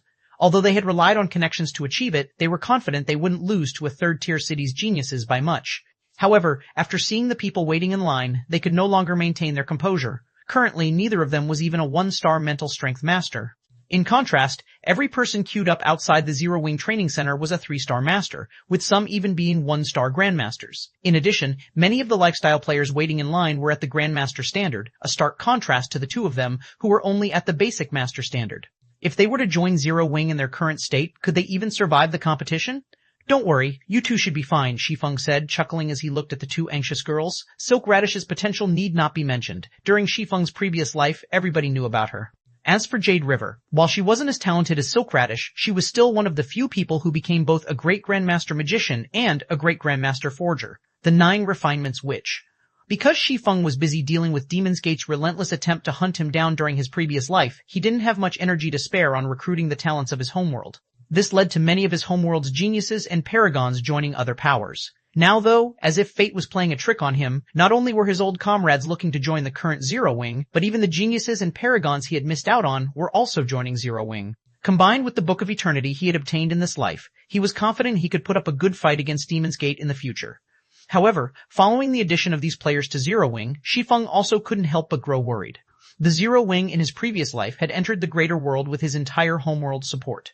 As a result, the guild established itself in the Greater God's domain early on and occupied many resource nodes. In contrast, the current Zero Wing had entered the greater world with virtually nothing to its name. The guild didn't even have enough star coins to purchase life potions, let alone Stardew, which was vital in the rapid development of mental strength and body cells. While the geniuses and paragons currently looking to join Zero Wing possessed astonishing talent, they still needed sufficient resources to exhibit their strength and potential properly. Otherwise, their growth and future would become stifled. 4,000 gold. I must gather 4,000 gold in 3 days. When Shi Feng looked at the long line outside the Zero Wing Training Center, a hint of resolve appeared in his eyes. Money and resources were vital for developing any guild in the greater world. If he could secure the star coins and 10 drops of Stardew Xiaqing Ying had promised him, he could elevate Zero Wing to the next level within a short period. Subsequently, Shi Feng took Silk Radish and Jade River to tour the Zero Wing Training Center. Although the Zero Wing Training Center was only a third-tier city's training center, it was a large training center with 5 advanced combat simulation rooms and 15 special living quarters. Even in a second-tier mobile city, these facilities could only be accessed after waiting for a long time and spending a significant amount of city contribution points. Normally, members of second-tier city legions and core members of powers based in second-tier cities could only use these facilities 2 or 3 times a month. After all, even second-tier cities had limited advanced combat simulation rooms and special living quarters. Currently, Zero Wing didn't have many members in Star Lake City, so 5 advanced combat simulation rooms and 15 special living quarters would be enough to let Zero Wing's members enjoy a usage rate similar to the City Legion members of second-rate cities. This privilege surprised even Fire Dance and Silent Wonder when they joined Zero Wing. They didn't think that a guild that had only entered the greater world recently could rent a large training center in Star Lake City. Time flew by, and 3 days passed in the blink of an eye. During these 3 days, Shi Feng spent most of his time producing basic divine pattern designs in the Crystal City of Secrets, his efforts pushing him to level 160. At the same time, he secretly had Zero Wing's core female members attempt the Goddess Armaments trials, hoping that one could conquer all 12 trials. I made 4,585 gold in 3 days. The income generated from the trading firm's commissions is much higher than I initially expected. If I can successfully get my hands on the promised Stardew, I can try to challenge Tier 6. When Shi Feng looked at his own level, a hint of excitement welled up within him.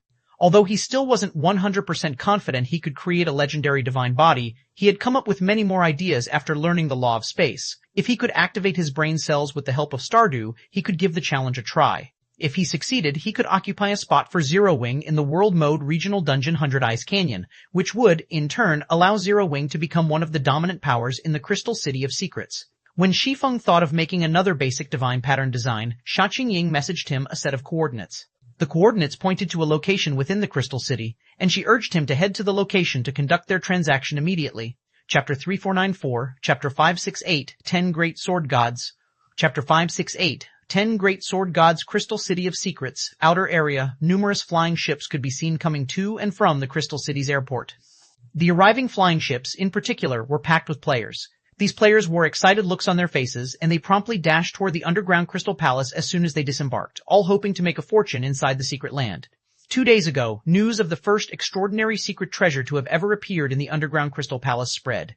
The secret treasure was found in the Secret Lands Level 160 area, and its appearance had shaken the entire Eternal Realm. At the same time, it raised the significance of high-ranking secret treasures to a whole new level. Common secret treasures only increased mana protection, whereas combat secret treasures provided an additional boost to the attached weapon or equipment's basic attributes. While these bonuses could improve players' strength, they weren't so significant that one article would be enough to let players undergo a qualitative improvement. To achieve that, players would have to be fully equipped with common or combat secret treasures. However, it was a different story for extraordinary secret treasures. Not only did extraordinary secret treasures improve mana protection and basic attributes, but they also came attached with special abilities. In God's domain, many weapons and equipment had additional skills, and it wouldn't be an exaggeration to say that any item at the epic rank or above would have additional skills.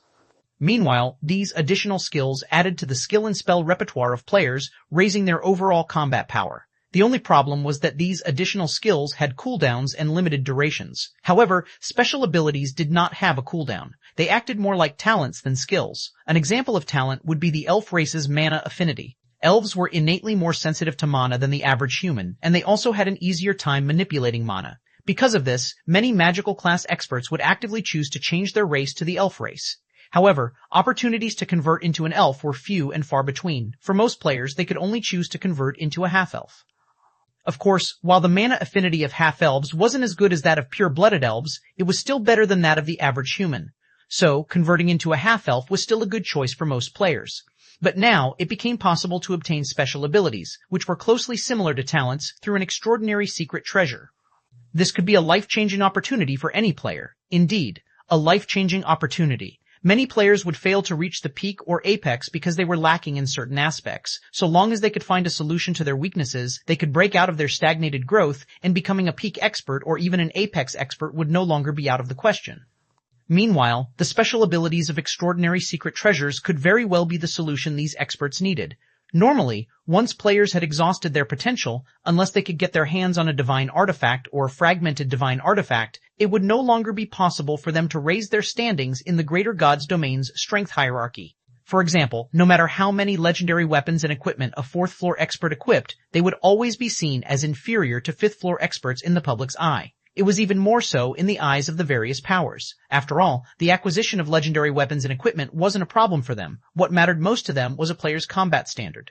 However, with the discovery of extraordinary secret treasures, rewriting one's destiny would no longer be a privilege exclusive to only a select few individuals in the greater God's domain. With the assistance of extraordinary secret treasures, it also became possible for the masses to compensate for their weaknesses, undergo qualitative transformations, and ultimately rewrite their lives. As a result, many of the Eternal Realm's expert players flocked to the Crystal City of Secrets in the hopes that they could obtain an extraordinary secret treasure from the underground Crystal Palace. After Shi Feng arrived at the coordinates Sha Qingying sent him, about a dozen or so cloaked players approached him. Although these players had concealed their appearances, their every action showed that they were at the 5th floor standard. The woman in the lead was even a saint-ranked expert. "So, it was you? No wonder you can gather so much money so quickly," the woman in the lead commented, a hint of realization appearing in her eyes as she looked at Shi Feng. "May I know your name, miss?" Shi Feng asked as he looked at the unfamiliar woman before him. "Billowing Water," the woman replied in a quiet tone. Billowing Water? Shi Feng promptly recalled something upon hearing the woman's name, and he couldn't help but be surprised as he asked, "The Blaze Conglomerate's Heart Sword?" The Blaze Conglomerate was a cross-realm conglomerate rivaling the Galaxy Conglomerate. Meanwhile, Heart Sword Billowing Water was one of the Blaze Conglomerate's 2 taboos during his previous life, the wielder of the Formless Twilight. Formless Twilight was a very special divine artifact. Even when it was still a fragmented divine artifact, it did not have any fixed form, and it only had 2 abilities. The first ability allowed the wielder to transform Formless Twilight into any sword. The second ability allowed the wielder to create multiple swords, and the number and type of swords created were up to the wielder's imagination. When Billowing Water initially got her hands on the fragmented divine artifact ranked Formless Twilight, her strength had undergone an earth-shattering change. Even though she did not master any gold combat techniques, she could defeat experts who did. After Formless Twilight was upgraded into a divine artifact, Billowing Water even surpassed war goddesses when it came to offensive capabilities. Back then, Billowing Water had defeated 5 of the 7 Luminaries Alliance's Grand Elders consecutively. The 7 Luminaries Alliance had even labeled her as one of the Greater Gods Domain's 10 Great Sword Gods later on, putting her on the same level as Wordless Ember. Currently, Shi Feng could not see billowing water carrying any weapon, so it was evident that she had already obtained the rumored formless twilight.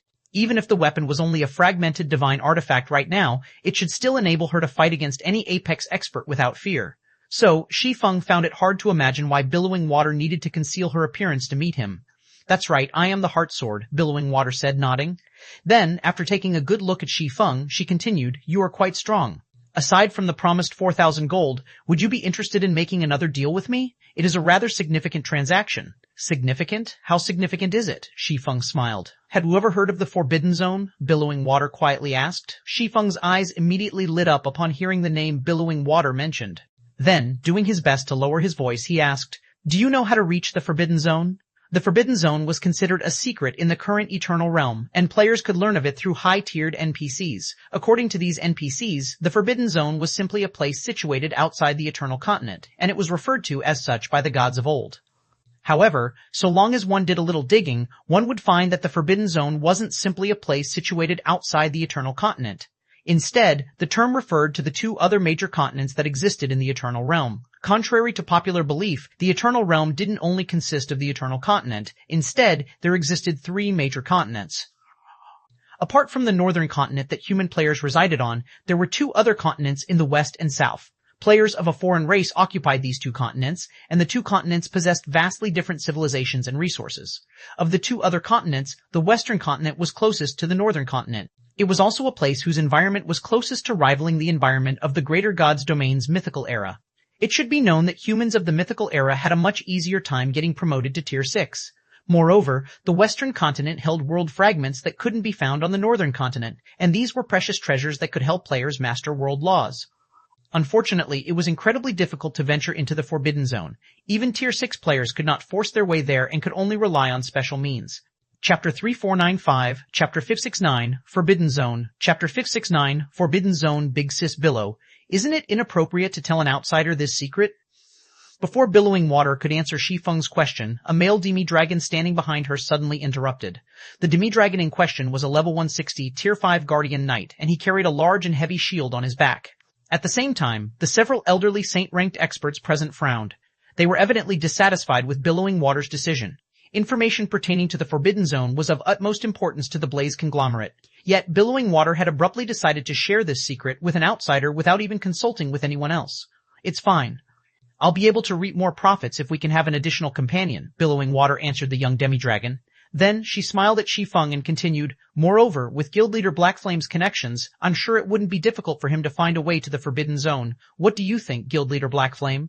Are you interested in my offer? I'd be lying if I said I wasn't interested, Shi Feng said as he looked at Billowing Water in surprise. May I know what deal you intend to make, Miss Billow? Contrary to Billowing Water's words, information on the Forbidden Zone was by no means easy to obtain. Otherwise, there wouldn't have been so many powers and Tier 6 players who couldn't set foot into the Forbidden Zone in his previous life. Even in the current Eternal Realm, there would be many conglomerates and pseudo-apex powers who'd be more than willing to cooperate with Billowing Water should they know that the latter knew how to get to the Forbidden Zone.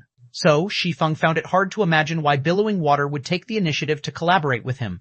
Simple. Chuckling, Billowing Water said, I can take you to the Forbidden Zone, but in exchange, all of your earnings during this trip will belong to me. Or, you can pay me 300 eternal gold, and you will only have to give half of your earnings to me. 300 eternal gold and half of my earnings for an entry slot? Shi Feng was a little taken aback. In the current Eternal Realm, an expenditure of 300 eternal gold was significant to any upper-ranking hegemonic power.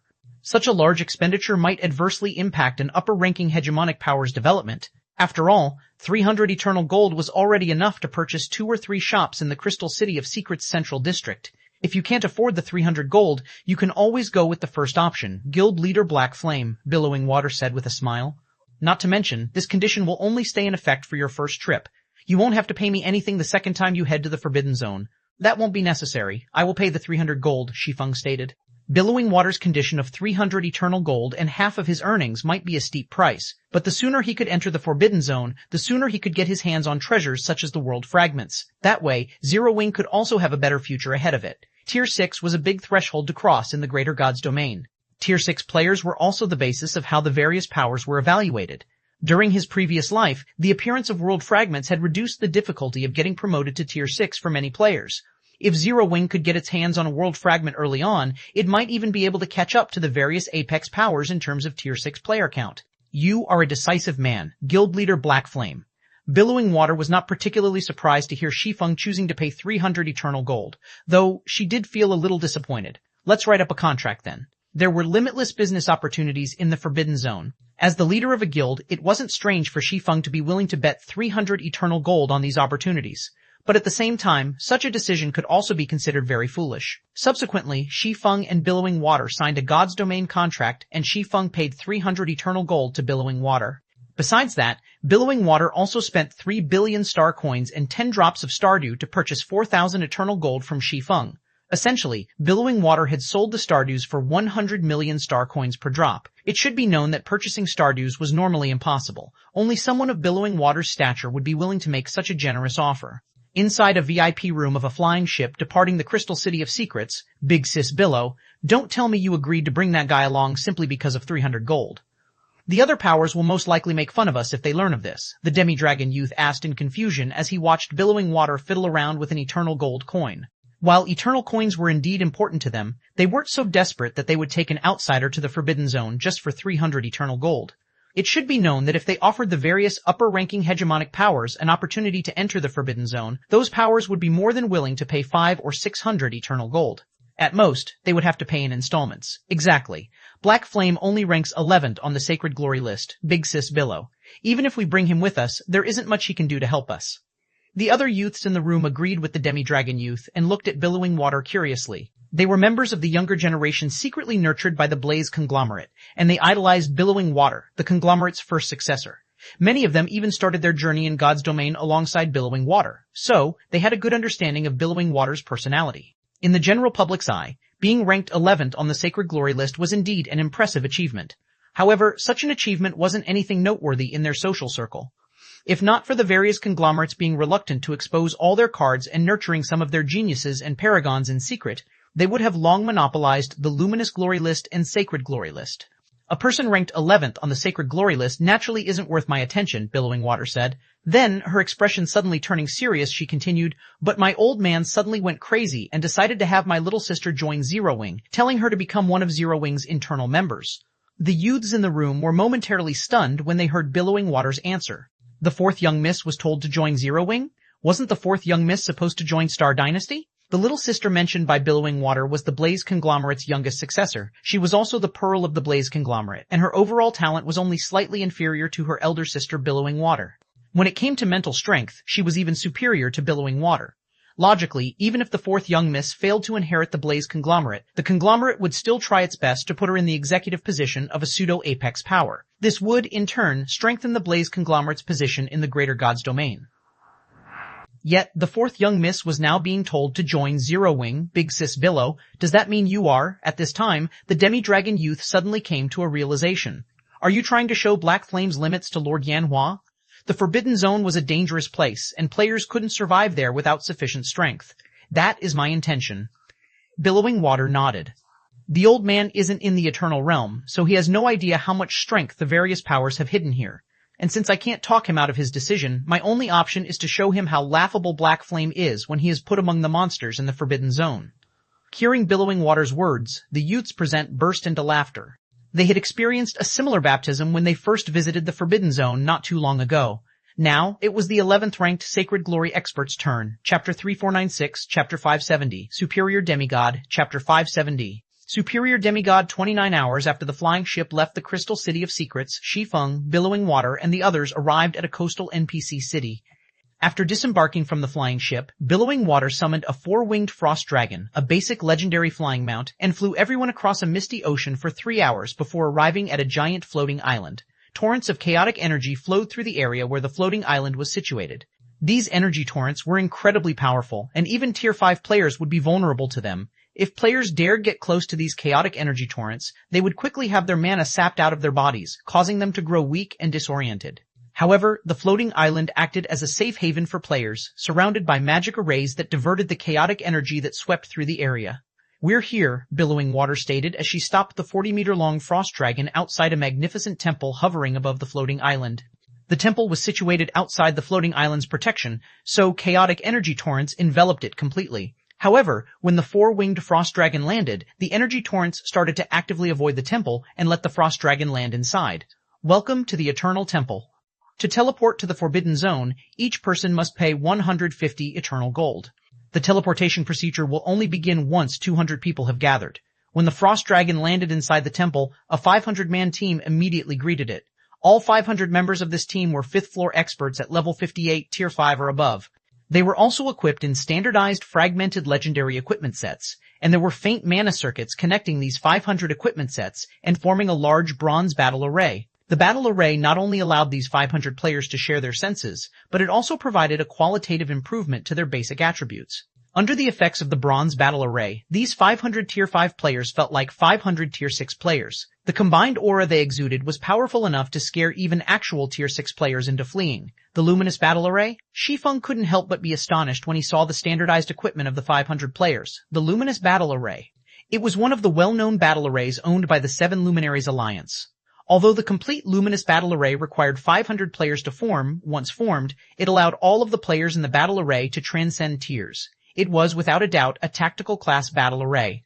Unfortunately, while the luminous battle array was amazing, it couldn't be mass-produced as the luminous set. The fragmented legendary equipment set required to form the battle array was incredibly hard to produce. The materials required to produce it were exceedingly rare, and even the Seven Luminaries Alliance had only managed to produce 5,000 sets in total during Shi Feng's previous life. Normally, the luminous battle array could only be seen being used at the Seven Luminaries Alliance's holy city, which also served as the Alliance's main headquarters and 3 secret lands. If news spread that the Seven Luminaries Alliance used one of its luminous battle arrays to guard only a temple, it would definitely shock the entire Greater God's domain. However, when Shi Feng heard the teleportation fee the Seven Luminaries Alliance was charging, he could understand why the Seven Luminaries Alliance would station such a frightening force in the Eternal Temple.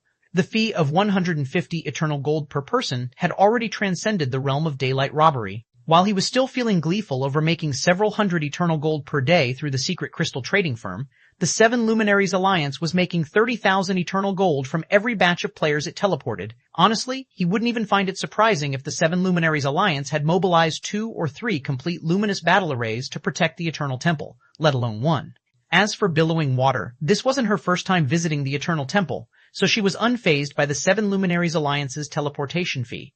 After calmly jumping off the Frost Dragon's back, she took out 2,250 eternal gold and handed it over to the Seven Luminaries Alliance's guard captain in a coin pouch. 1. I have confirmed that I have received 2,250 eternal gold for 15 people, the guard captain stated after weighing the coin pouch in his hand. You are lucky. There are already 79 people gathered. After including your team of 15, you will only have to take the assessment and wait for 6 more people before you can get teleported.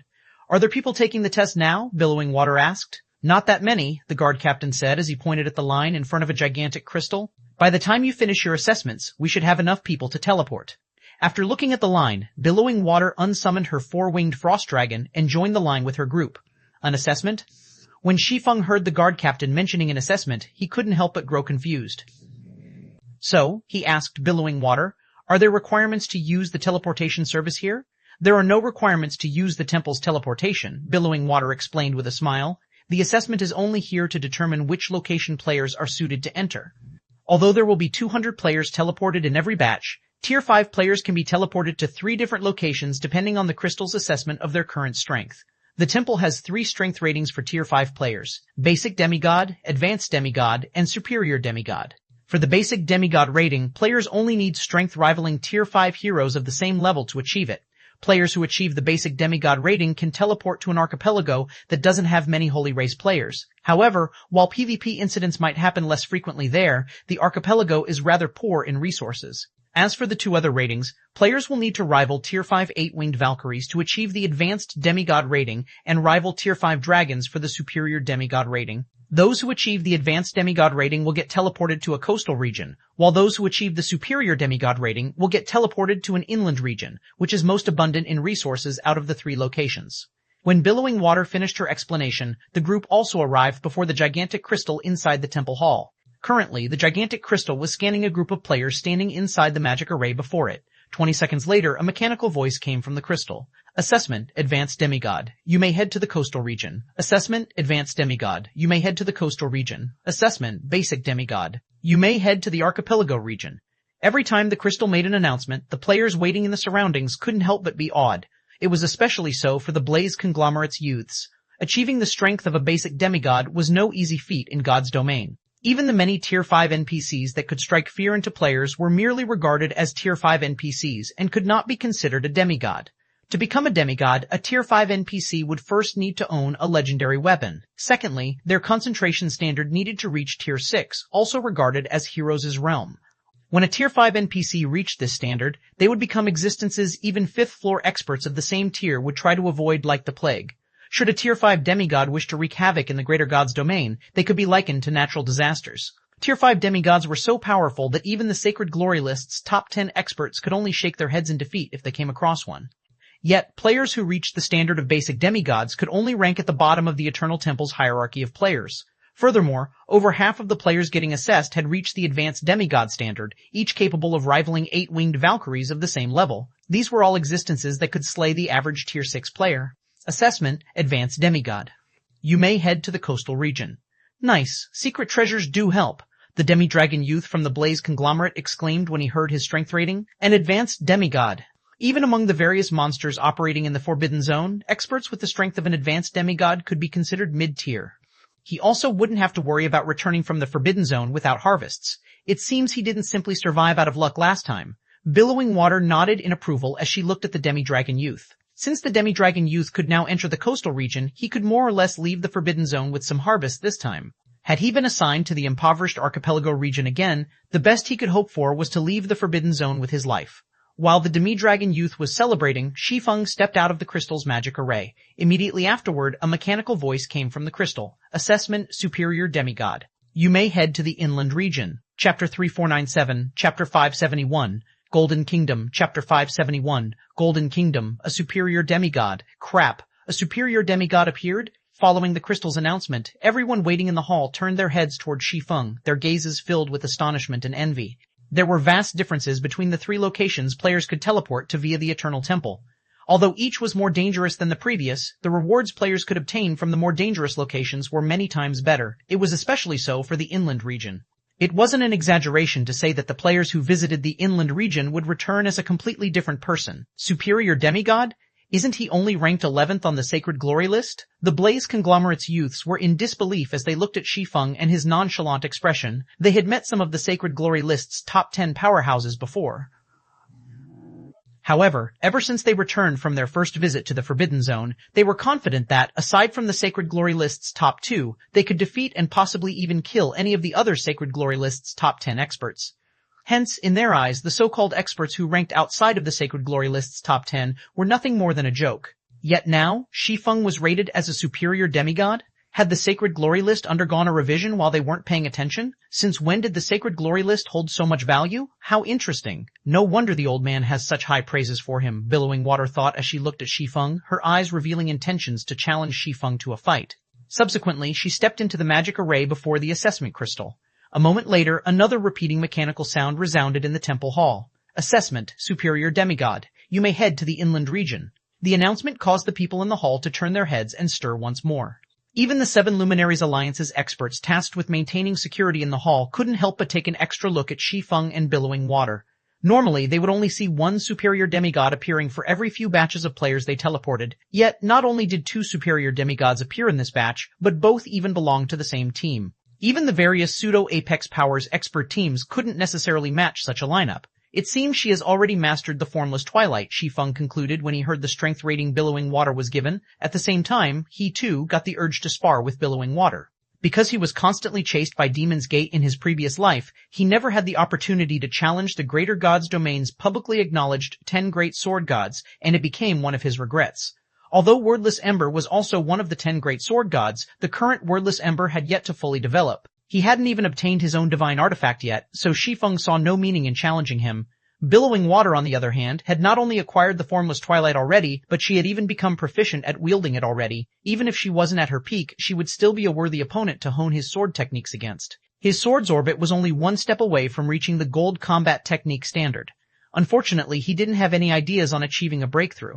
In such a situation, if he encountered an expert with comparable basic attributes who had already mastered a complete set of gold combat techniques in the future, he would be at a considerable disadvantage. However, Shi Feng quickly suppressed his urges. While it was indeed important to improve his sword techniques, it was even more important that he entered the Forbidden Zone to search for a world fragment. We have 200 people now. Everyone, gather at the teleportation array. Amidst Shi Feng's brief contemplation, the Seven Luminaries Alliance's guard captain suddenly shouted.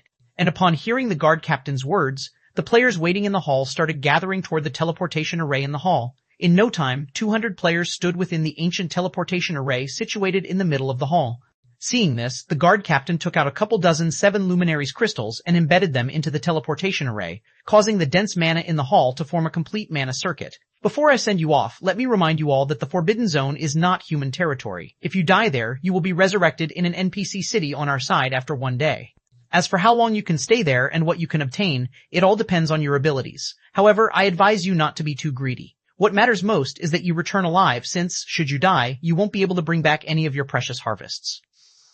After the guard captain finished speaking, everyone felt their vision blurring, and the scenery before them underwent a drastic change. In a secluded canyon on the western continent, when Shi Feng and billowing water recovered their vision, they found themselves standing in the middle of a humble town enveloped in a faint golden barrier. Newcomers. Look, we have newcomers. No way, we really have newcomers. Quick, notify the party leader. When the players setting up stalls along the town's main street saw a sudden brilliance falling on the town, and 2 people emerged from said brilliance, excitement filled their eyes, and they behaved as if they had just seen a priceless treasure. So, this is the western continent's inland region? Shi Feng couldn't help but be astonished as he observed his surroundings. Although he had long learned about the western continent's situation in his previous life, he still couldn't help but be shocked after arriving here in person. Eternal energy. Although various kinds of energy were present in his surroundings, the eternal energy here was so dense that it nearly rivaled the 100 Refinement Building's first floor. It should be known that players could only enter the 100 Refinement Building's first floor once in their lifetimes. They wouldn't get a second chance even if they started a new account. Moreover, they could only experience the first floor's environment for 5 short days. In contrast, even though the density of the eternal energy present on the western continent was slightly lower than that of the 100 Refinement Building's first floor, players could stay in this environment for as long as they wanted. They could enjoy a constant flow of inspiration simply by standing and breathing here, and they would not have to worry about lacking directions to develop themselves. If a player could live in this environment for a long period, they would have no trouble getting promoted to Tier 6. Another matter that surprised Shi Feng was that a human town existed in the middle of the western continent, which was completely occupied by the holy race. Although the town was tiny, being only 1/5 the size of the average basic town, it was still a bona fide human town. With the town's circumstances, its value easily exceeded that of the Crystal City of Secrets. The Seven Luminaries Alliance truly is insane. To think they would bring even the Golden Kingdom here. When Shi Feng saw the faint golden barrier that covered the entire town, he couldn't help but admire the Seven Luminaries Alliance's wealth. The divine artifact Golden Kingdom. The Golden Kingdom was the Seven Luminaries Alliance's ultimate defensive trump card. While the Golden Kingdom was only a magic item and not a weapon or a piece of equipment, it was one of the few defensive magic barriers capable of withstanding an attack from a primordial god. It wasn't an exaggeration to say that so long as a settlement was protected by the Golden Kingdom, so long as the Golden Kingdom had enough energy, the town would be impregnable. The only downside was that the Golden Kingdom couldn't be moved for a year once it was set up. During Shi Feng's previous life, the Seven Luminaries Alliance had relied on the Golden Kingdom to defend a fortress against the Holy Race's invasion. At the time, the Holy Race's various powers had joined forces to attack said fortress. Yet, even after besieging the fortress for over a year and permanently sacrificing hundreds of thousands of Tier 6 experts, the Holy Race still failed to capture the fortress. That battle had become an eternal legend in the Greater God's domain. Now that the Seven Luminaries Alliance had used the Golden Kingdom to secure a safe haven for itself on the Western Continent, even if other human powers established their own settlements on the Western Continent in the future, none would be able to compare to the Seven Luminaries Alliance's town in terms of safety. However, compared to all these things, what surprised Shi Feng the most were the hundreds of players that occupied the town. Even though these players were only at Tier 5, the strength of the mana they exuded was superior to that of actual Tier 6 players. Some of them even had mana rivaling Tier 6 gods. Chapter 3498, Chapter 572, Mythical Era's Mana, Chapter 572, Mythical Era's Mana before Shi Feng and Billowing Water could recover from the initial shock of experiencing the Western Continent's environment. Hundreds of players suddenly swarmed them from all corners of the street. Each and every one of them resembled starving dogs that had just spotted 2 juicy pieces of meat. It's been so long since we've had any new superior demigods, and this time, we got 2. Friends, how about joining our Falcon Party? I guarantee you'll earn 100 contribution points per excursion. At that rate, you can exchange for a mana purification technique in just 3 days. Come to our rainstorm party instead. We can help you obtain bronze purification techniques, if not even basic ones. You folks from Rainstorm sure love to boast. A bronze purification technique? Not a single person in your party has managed to learn one yet. Friends, join our half-leaf party instead. Our party leader is an expert who has already mastered a bronze purification technique. We earn far more contribution points than the other parties. The town's players shouted offers to Shi Feng and Billowing Water one after another without giving them any time to react. Mana purification techniques? Shi Feng was greatly surprised by the offers everyone made. He had only learned how to improve his mana after accepting the primordial abyssal god's legacy. However, it was an incomplete technique that provided him with limited improvements. Judging by the strength of the surrounding players' mana and the superior mana purification techniques they spoke of, it was evident that their techniques surpassed his incomplete one. Logically, the strength of his mana should rank number 1 among players of the same tier because of the tier 5 legendary mana body he created. Even if there were some tier 5 players with stronger mana, the gap between them shouldn't be significant. However, the tier 5 players around him possessed significantly stronger mana than him. Some even had mana rivaling tier 6 gods, which was simply unbelievable. If he could bring a large number of these so-called mana purification techniques back with him or establish a long-term supply chain, it would undoubtedly lead to qualitative transformations in the overall strength of Zero Wing's members. 7 Luminaries Town, 7 Luminaries Bar. After listening to the fervent invitations from various parties in the town, Shi Feng and Billowing Water chose to engage in further negotiations with a female elf named Moon Bamboo, who was a guardian knight and had mastered a bronze mana purification technique. How about it? Will you join us, friends? While Dawnlight might not be among the top 5 parties in town, we are solidly ranked in the top 10, Moon Bamboo explained to Shi Feng and Billowing Water. After elegantly taking a sip of coffee, she continued, we currently need 2 more members to complete our party. If you join Dawnlight, you'll enjoy 2 major benefits that most other parties can't offer. Firstly, you won't have to worry about acquiring a bronze purification technique. The party leader and I have already mastered one each, while the other 2 members have acquired their own. They just need to learn how to use them. So, if we obtain more bronze purification techniques in the future, you 2 will receive your share right away. Additionally, once the other 2 members succeed in learning their bronze purification techniques, Dawnlight will have 4 members who have mastered the technique. At that time, our party won't have to fear encountering teams composed of monstrous tier 5 experts from the Holy Race. As a side note, both the party leader and I have mastered 2 gold combat techniques each. Secondly, you'll save on accommodation fees. Normally, you would have to spend 1 eternal gold per day for accommodation in the town. However, our party has used contribution points to rent a 6-person hotel suite for a month. We still have more than 10 days left, so you won't have to spend anything on accommodation during this period. While Moon Bamboo explained the benefits of joining the Dawnlight party to Shi Feng and Billowing Water, a tall and muscular man, a tier 5 summoner, walked over to the table and unceremoniously sat down next to her. Bamboo, you've been negotiating with these youngsters for half an hour, and you still haven't won them over?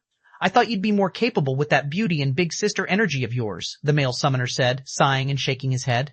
I'm recruiting 2 superior demigods at the same time. Why don't we give it a try, Mr. Party Leader? Moon Bamboo said, rolling her eyes at the male summoner. There were very few players operating in 7 Luminaries Town, and the majority of them were members of the various pseudo-apex powers. Players from other powers constituted less than 10% of the town's population. It should be known that human players who died on the Western Continent would be sent back to the Eternal Continent with 100% certainty. If they wished to return to the Western Continent, they would have to pay an additional 150 eternal gold for the teleportation fee. Such an expenditure was exorbitant, even for the various pseudo-apex powers. Unless they had made significant contributions to their guilds on the Western Continent, they would have to pay out of their own pockets. Hence, it became very difficult for non-pseudo-apex power parties to recruit new members. After all, newcomers had plenty of parties to choose from, so they would naturally compare their options. My name is Sky Pivot, and I am the party leader of Dawnlight. The male summoner introduced himself to Shi Feng and Billowing Water with a smile. Our party is planning to explore the Plane of Fallen Gods, a level 160 to level 180 map soon. Rumor has it that the map drops treasures that can help with our tier 6 promotion. As the party leader, I can exercise my authority to allow you to have first pick of one of the items we obtain during the expedition. If we acquire additional mana purification techniques, I will also give them to you for free, so you won't need to invoke your privilege for them. What do you think, friends? When Sky Pivot finished speaking, Moon Bamboo couldn't help but look at him in shock. Every party was currently preparing to tackle the Plane of Fallen Gods in order to achieve tier 6 promotion as quickly as possible. After all, this would give them an advantage over the other parties in town and give them a head start in exploring the Primordial Demon's Necropolis, a world mode regional dungeon rumored to drop advanced bronze and possibly even silver mana purification techniques. If they were to let the two newcomers have the promotion treasure first, it would likely impact their later exploration of the primordial demon's necropolis. If that's the case, I would like to join your party, Shi Feng said after considering his options. His primary goal was to reach Tier 6. As for the world fragment, obtaining it relied entirely on luck. Rather than blindly searching for a world fragment, he would be better off securing a mana purification technique first and learning more about the Western continent. This way, even if he were to operate solo in the future, he would have a better chance of surviving and achieving his goals. I'm fine with it too, Billowing Water said, nodding. The promotion treasure and mana purification technique also tempted her. Great, then it's settled. We'll set off tomorrow, Sky Pivot exclaimed, laughing heartily. Following that, Shi Feng and Billowing Water raised their cups to celebrate their joining the Dawnlight party. After enjoying a delicious meal at the bar, they rested in the hotel until dawn. At the break of dawn, under Sky Pivot's urging, the entire party of 6 set off for the Plane of Fallen Gods. Chapter 3499, Chapter 573, Mana Purification Technique. Chapter 573, Mana Purification Technique, Western Continent, Plane of Fallen Gods. The Holy Race's presence was everywhere on the Western Continent, so it was incredibly challenging for human players to explore and acquire resources here. If human players were to traverse the Western Continent, they would come across Holy Race parties or teams fighting monsters almost once every few minutes. To avoid clashing with these Holy Race players, Shi Feng and the others had to proceed with extreme caution, which, in turn, hampered their travel speed. The Plane of Fallen Gods was situated 4 large maps away from 7 Luminaries Town. Normally, it would only take Holy Race players 2 or 3 hours to cross this distance, but Shi Feng and the others took roughly 7 hours. Even so, this could already be considered a fast travel speed for human players, as other Tier 5 human players would need at least 2 days to complete this journey. This was all thanks to Sky Pivot. As a Tier 5 summoner, Sky Pivot could not only summon Tier 5 monsters to fight for him, but he could also use them as mounts. He could even summon flying monsters to use as flying mounts.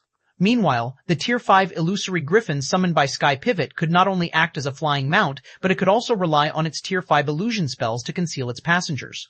Because of this, the illusory griffin looked no different than the average flying monster when it flew in the sky, and it did not attract any attention from the Holy Race players fighting on the ground. Eventually, after 6 hours of flight, the 20-meter-long illusory griffin arrived at the Plane of Fallen Gods and landed on top of a hill, granting the Dawnlight party an unobstructed view of their surroundings. Newbies, stick close to me, Budding Leaf, a level 160, Tier 5 female oracle, said hurriedly to Shi Feng and Billowing Water after landing. The strength of your mana is too weak, so it'll quickly get devoured by monsters. When we start fighting later, let the party leader and the others soften up the monsters a little first before joining the fight. The monsters can devour our mana? Billowing Water couldn't help but be surprised. While there might be monsters capable of devouring mana in the Greater God's domain, none could devour the mana of players, let alone the mana of Tier 5 players. It should be known that the mana of players would reach a near-solid state once they got promoted to Tier 5. Even if a monster tried to devour their mana, it wouldn't be an easy task to accomplish. Leaf is right, Splashing Fire, a middle-aged male ranger said, nodding in agreement with Budding Leaf. The monsters on the Western Continent's inland region can devour mana and holy power. If you don't have sufficiently strong mana or holy power, you'll get sucked dry and killed by the monsters here in no time. Many players had unknowingly died like so when the town was initially founded. Billowing Water was dumbfounded even further. How were they supposed to fight against monsters capable of devouring all forms of energy? For melee players like herself, it wouldn't matter whether she fought using combat techniques or skills. Both would be useless as she couldn't afford to get close to the monsters here. As for Shi Feng, he was unfazed by this revelation. The information he learned in his previous life included the various problems players faced when fighting monsters on the Western Continent. The Western Continent's monsters were essentially nightmares for the human pioneers, and they could only rely on ranged players to kill these monsters. Even so, it was a very challenging task to do so. The Western Continent's monsters possessed extraordinarily high defense, so much so that even players of the same tier could do barely any damage against them. For example, a Tier 5 player casting a Tier 5 spell could only shave off about 10,000 HP from a Tier 5 legendary monster. It should be known that these Tier 5 legendary monsters had HP in the tens of billions, with some even having upwards of 100 billion. An attack that dealt only 10,000 damage wouldn't even be enough to tickle these monsters. Before Budding Leaf and Splashing Fire could continue with their explanations, a level 165 legendary ranked half-snakekin general suddenly emerged from the nearby forest, and it charged at the illusory griffin with a speed that was easily twice as fast as the Eternal Continent's legendary monsters. Half-snakekin general humanoid creature, legendary level 165, HP 60,000 not good, run. It's a regional boss. Billowing Water and the others had originally readied themselves for a fight. However, when Sky Pivot saw the half-snakekin general, he promptly called for a retreat with a grave expression on his face. That's a regional boss? When Billowing Water saw the half-snakekin general's stats, she couldn't understand why Sky Pivot would react so nervously.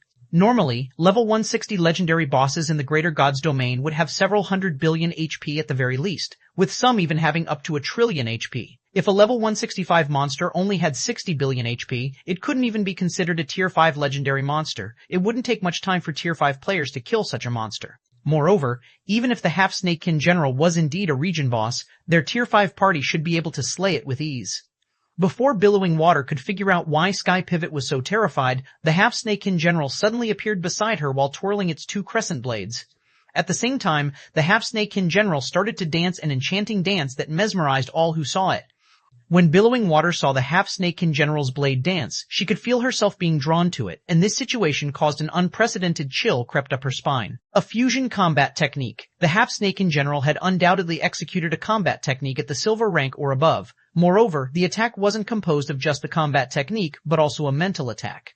If she were to fall for the half-snakekin general's mesmerization for even a moment, she would lose her life to the regional boss in the blink of an eye. At this time, Billowing Water finally understood why Sky Pivot would react so fearfully toward encountering such a weak regional boss.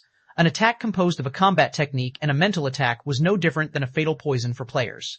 This was because players would have great difficulty responding with a combat technique of their own while being subjected to a mental attack.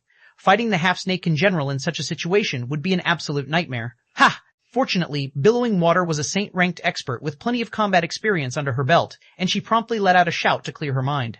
At the same time, a golden greatsword appeared in her hands, and she used the massive weapon like a shield to defend herself against the half-snakekin general's twirling blades. Boom! The instant the weapons collided, Billowing Water was sent flying over 100 yards away. In just one exchange, it was evident that there was a great disparity in strength between both sides. However, the half-snakekin general's attack still wasn't over. Utilizing the reactive force generated from having its attack blocked by Billowing Water's formless twilight, the half-snakekin general propelled itself toward Shi Feng, who was evidently weaker than the 4 other standing members of the party. It's over for this newbie. When Moon Bamboo saw that less than 15 yards separated the half-snakekin general and Shi Feng, she couldn't help but close her eyes. The half-snakekin general was not only fast but also incredibly nimble. Although Moon Bamboo did not know how Billowing Water had managed to summon a greatsword out of nowhere, Shi Feng was evidently a standard swordsman as he carried 2 long swords around his waist. If he were subjected to the half-snakekin general's mental attack and blade dance simultaneously, he might not even have time to draw his weapons, let alone defend himself. Clang! Suddenly, the sound of metal hitting something hard echoed throughout the area. Immediately afterward, whether it was Moon Bamboo and the others or Billowing Water who had been sent flying, all of them gaped in shock. At this time, Shi Feng could be seen standing steadily in place with both hands raised up to his neck, and the half-snakekin general's crescent blades were grasped firmly within his hands. As for the half-snakekin general, even though it was hissing menacingly and applying force to its arms, it couldn't push its crescent blades forward by even a millimeter more. Chapter 3500, Chapter 54 Half-Step, Tier 6, Chapter 54 Type Step, Tier 6. This newbie's strength is incredible. If we are talking solely about strength, he has already surpassed the average Tier 6 berserker. Budding Leaf and Splashing Fire were greatly shocked when they saw Shi Feng catching the half-snakekin general's weapons. The half-snakekin general was a legendary ranked regional boss. While it wasn't a strength-oriented monster, its strength was still vastly superior to even Tier 5 berserkers of the same level. Only Tier 5 berserkers wielding legendary weapons could hope to match it. Not to mention, one couldn't block the half-snakekin general's attack simply by having great strength. Billowing Water was a good example of this. Even though Billowing Water was a swordsman, her strength was already on par with the average Tier 6 berserker of the same level. Yet, the half-snakekin general still sent her flying. "He's at the half-step Tier 6 standard already," Moon Bamboo exclaimed, a hint of excitement appearing on her face. "We've picked up a gem this time. If he can block the boss's fusion combat technique so easily, his concentration must have reached the Tier 6 advanced standard already. He's only short of constructing a divine body to get promoted to Tier 6 now." Most of 7 Luminaries Town's players might be superior demigods, with some having basic attributes rivaling rookie Tier 6 players, but there were still differences between superior demigods. It was especially so on the Western Continent. Whether it was the Western Continent's environment or monsters, both were different from that of the Eternal Continent and Greater Gods domain. While many human players who had entered the Western Continent might rival actual Tier 6 players, they couldn't fully exhibit their strength here. This was because the Western Continent was home to monsters capable of devouring all forms of energy and launching powerful mental attacks. Without sufficient mana and concentration, players would be powerless against these monsters. Normally, newcomers in Seven Luminaries Town would lack mana and concentration. As a result, the monsters of the Western continent could easily devour their mana and influence their minds. This prevented newcomers from effectively utilizing combat techniques, skills, and spells, limiting them to fighting against average Tier 5 legendary monsters. If a newcomer wished to stand a chance against the Tier 5 regional bosses of the Western continent, they would need to master at least a basic mana purification technique. As for Tier 6 divine monsters, only half-step Tier 6 experts like Sky Pivot and Moon Bamboo, who have mastered bronze mana purification techniques and possess Tier 6 intermediate standard concentration, would stand a fighting chance against them. Currently, although Shi Feng's mana was somewhat weak, his concentration had already reached the Tier 6 advanced standard. Even if he were to face a divine monster on the Western continent, he wouldn't be powerless to resist. Meanwhile, the addition of a half-step Tier 6 expert to the party would undoubtedly increase the party's overall strength by a large margin. Is his concentration at such a high level already? Billowing Water, who was sent flying into the distance, couldn't help but look at Shi Feng in disbelief. She was confident that her concentration was top-notch, even among paragons of the same generation. And although her concentration had yet to reach the Tier 6 intermediate standard, she wasn't far from reaching it. However, when facing the half-Snakekin General's fusion combat technique, she could barely defend against it. She couldn't utilize any of her combat techniques, which prevented her from resisting the half-Snakekin General's attack completely. Otherwise, she wouldn't have been sent flying by the regional boss. But before Billowing Water could snap out of her daze, several hundred level 160+ half-Snakekin warriors emerged from the surroundings. These half-Snakekin warriors were all Tier 4 mythic monsters. Although each was inferior to Tier 5 players, when they attacked as a group and utilized combination combat techniques, they could still pose a significant threat to Tier 5 players. Moreover, with their high HPs, they could easily drag out the fight and wear out Tier 5 players. Escape is no longer an option, Sky Pivot said, sighing helplessly when he saw the half-Snakekin warriors that surrounded them. Everyone, prepare for battle. Isn't this great news, leader? It's not every day we get to come across a regional boss, Splashing Fire said, smiling jovially when he saw the approaching half-Snakekin warriors. Now that our party has one more half-step Tier 6 expert, it would be a waste to run away. I agree with Fire. This is a rare opportunity, Moon Bamboo said, nodding. Normally, their party would avoid any legendary-ranked regional bosses they encountered and target only normal legendary monsters. Of course, it wasn't because they couldn't defeat a legendary-ranked regional boss. It was just that it would take too much time. After all, their party previously only had 2 damage dealers. If they took too much time to finish the boss, nearby Holy Race players were bound to take notice. However, now that their party had gained an extra half-step Tier 6 expert, their party's overall damage output would increase by 50% at the very least. With such a huge improvement to their damage output, they could definitely give raiding a legendary-ranked regional boss a try. Okay. Leaf, Fire, you two go and support Billowing Water, Sky Pivot commanded. The rest of us will handle the regional boss. Got it. Splashing Fire licked his lips and promptly went into action with Budding Leaf. Immediately, Splashing Fire knocked his longbow and launched flaming arrows at the approaching half-Snakekin warriors one after another, the hail of flaming arrows forcing the mythic monsters to scatter in an attempt to avoid the attacks. At the same time, Budding Leaf waved her staff, summoning numerous barriers to isolate the scattered half-Snakekin warriors and prevent them from executing deadly combination combat techniques. In the blink of an eye, Splashing Fire and Budding Leaf had lowered the threat of the half-Snakekin warriors by a significant margin. This, in turn, allowed Billowing Water to withstand and repulse the mythic monsters with little effort. Let's begin attacking as well, Sky Pivot said when he saw the half-Snakekin warriors getting blocked. Then, he returned his focus to the half-Snakekin general and continued, Our time is limited. We must eliminate this boss before the Holy Race players arrive. After saying so, Sky Pivot constructed a summoning array that brought forth 2 legendary monsters. Then, together with the previously summoned Illusory Griffin, the 3 summoned creatures stood around Sky Pivot and transformed into a Phantom Dragon.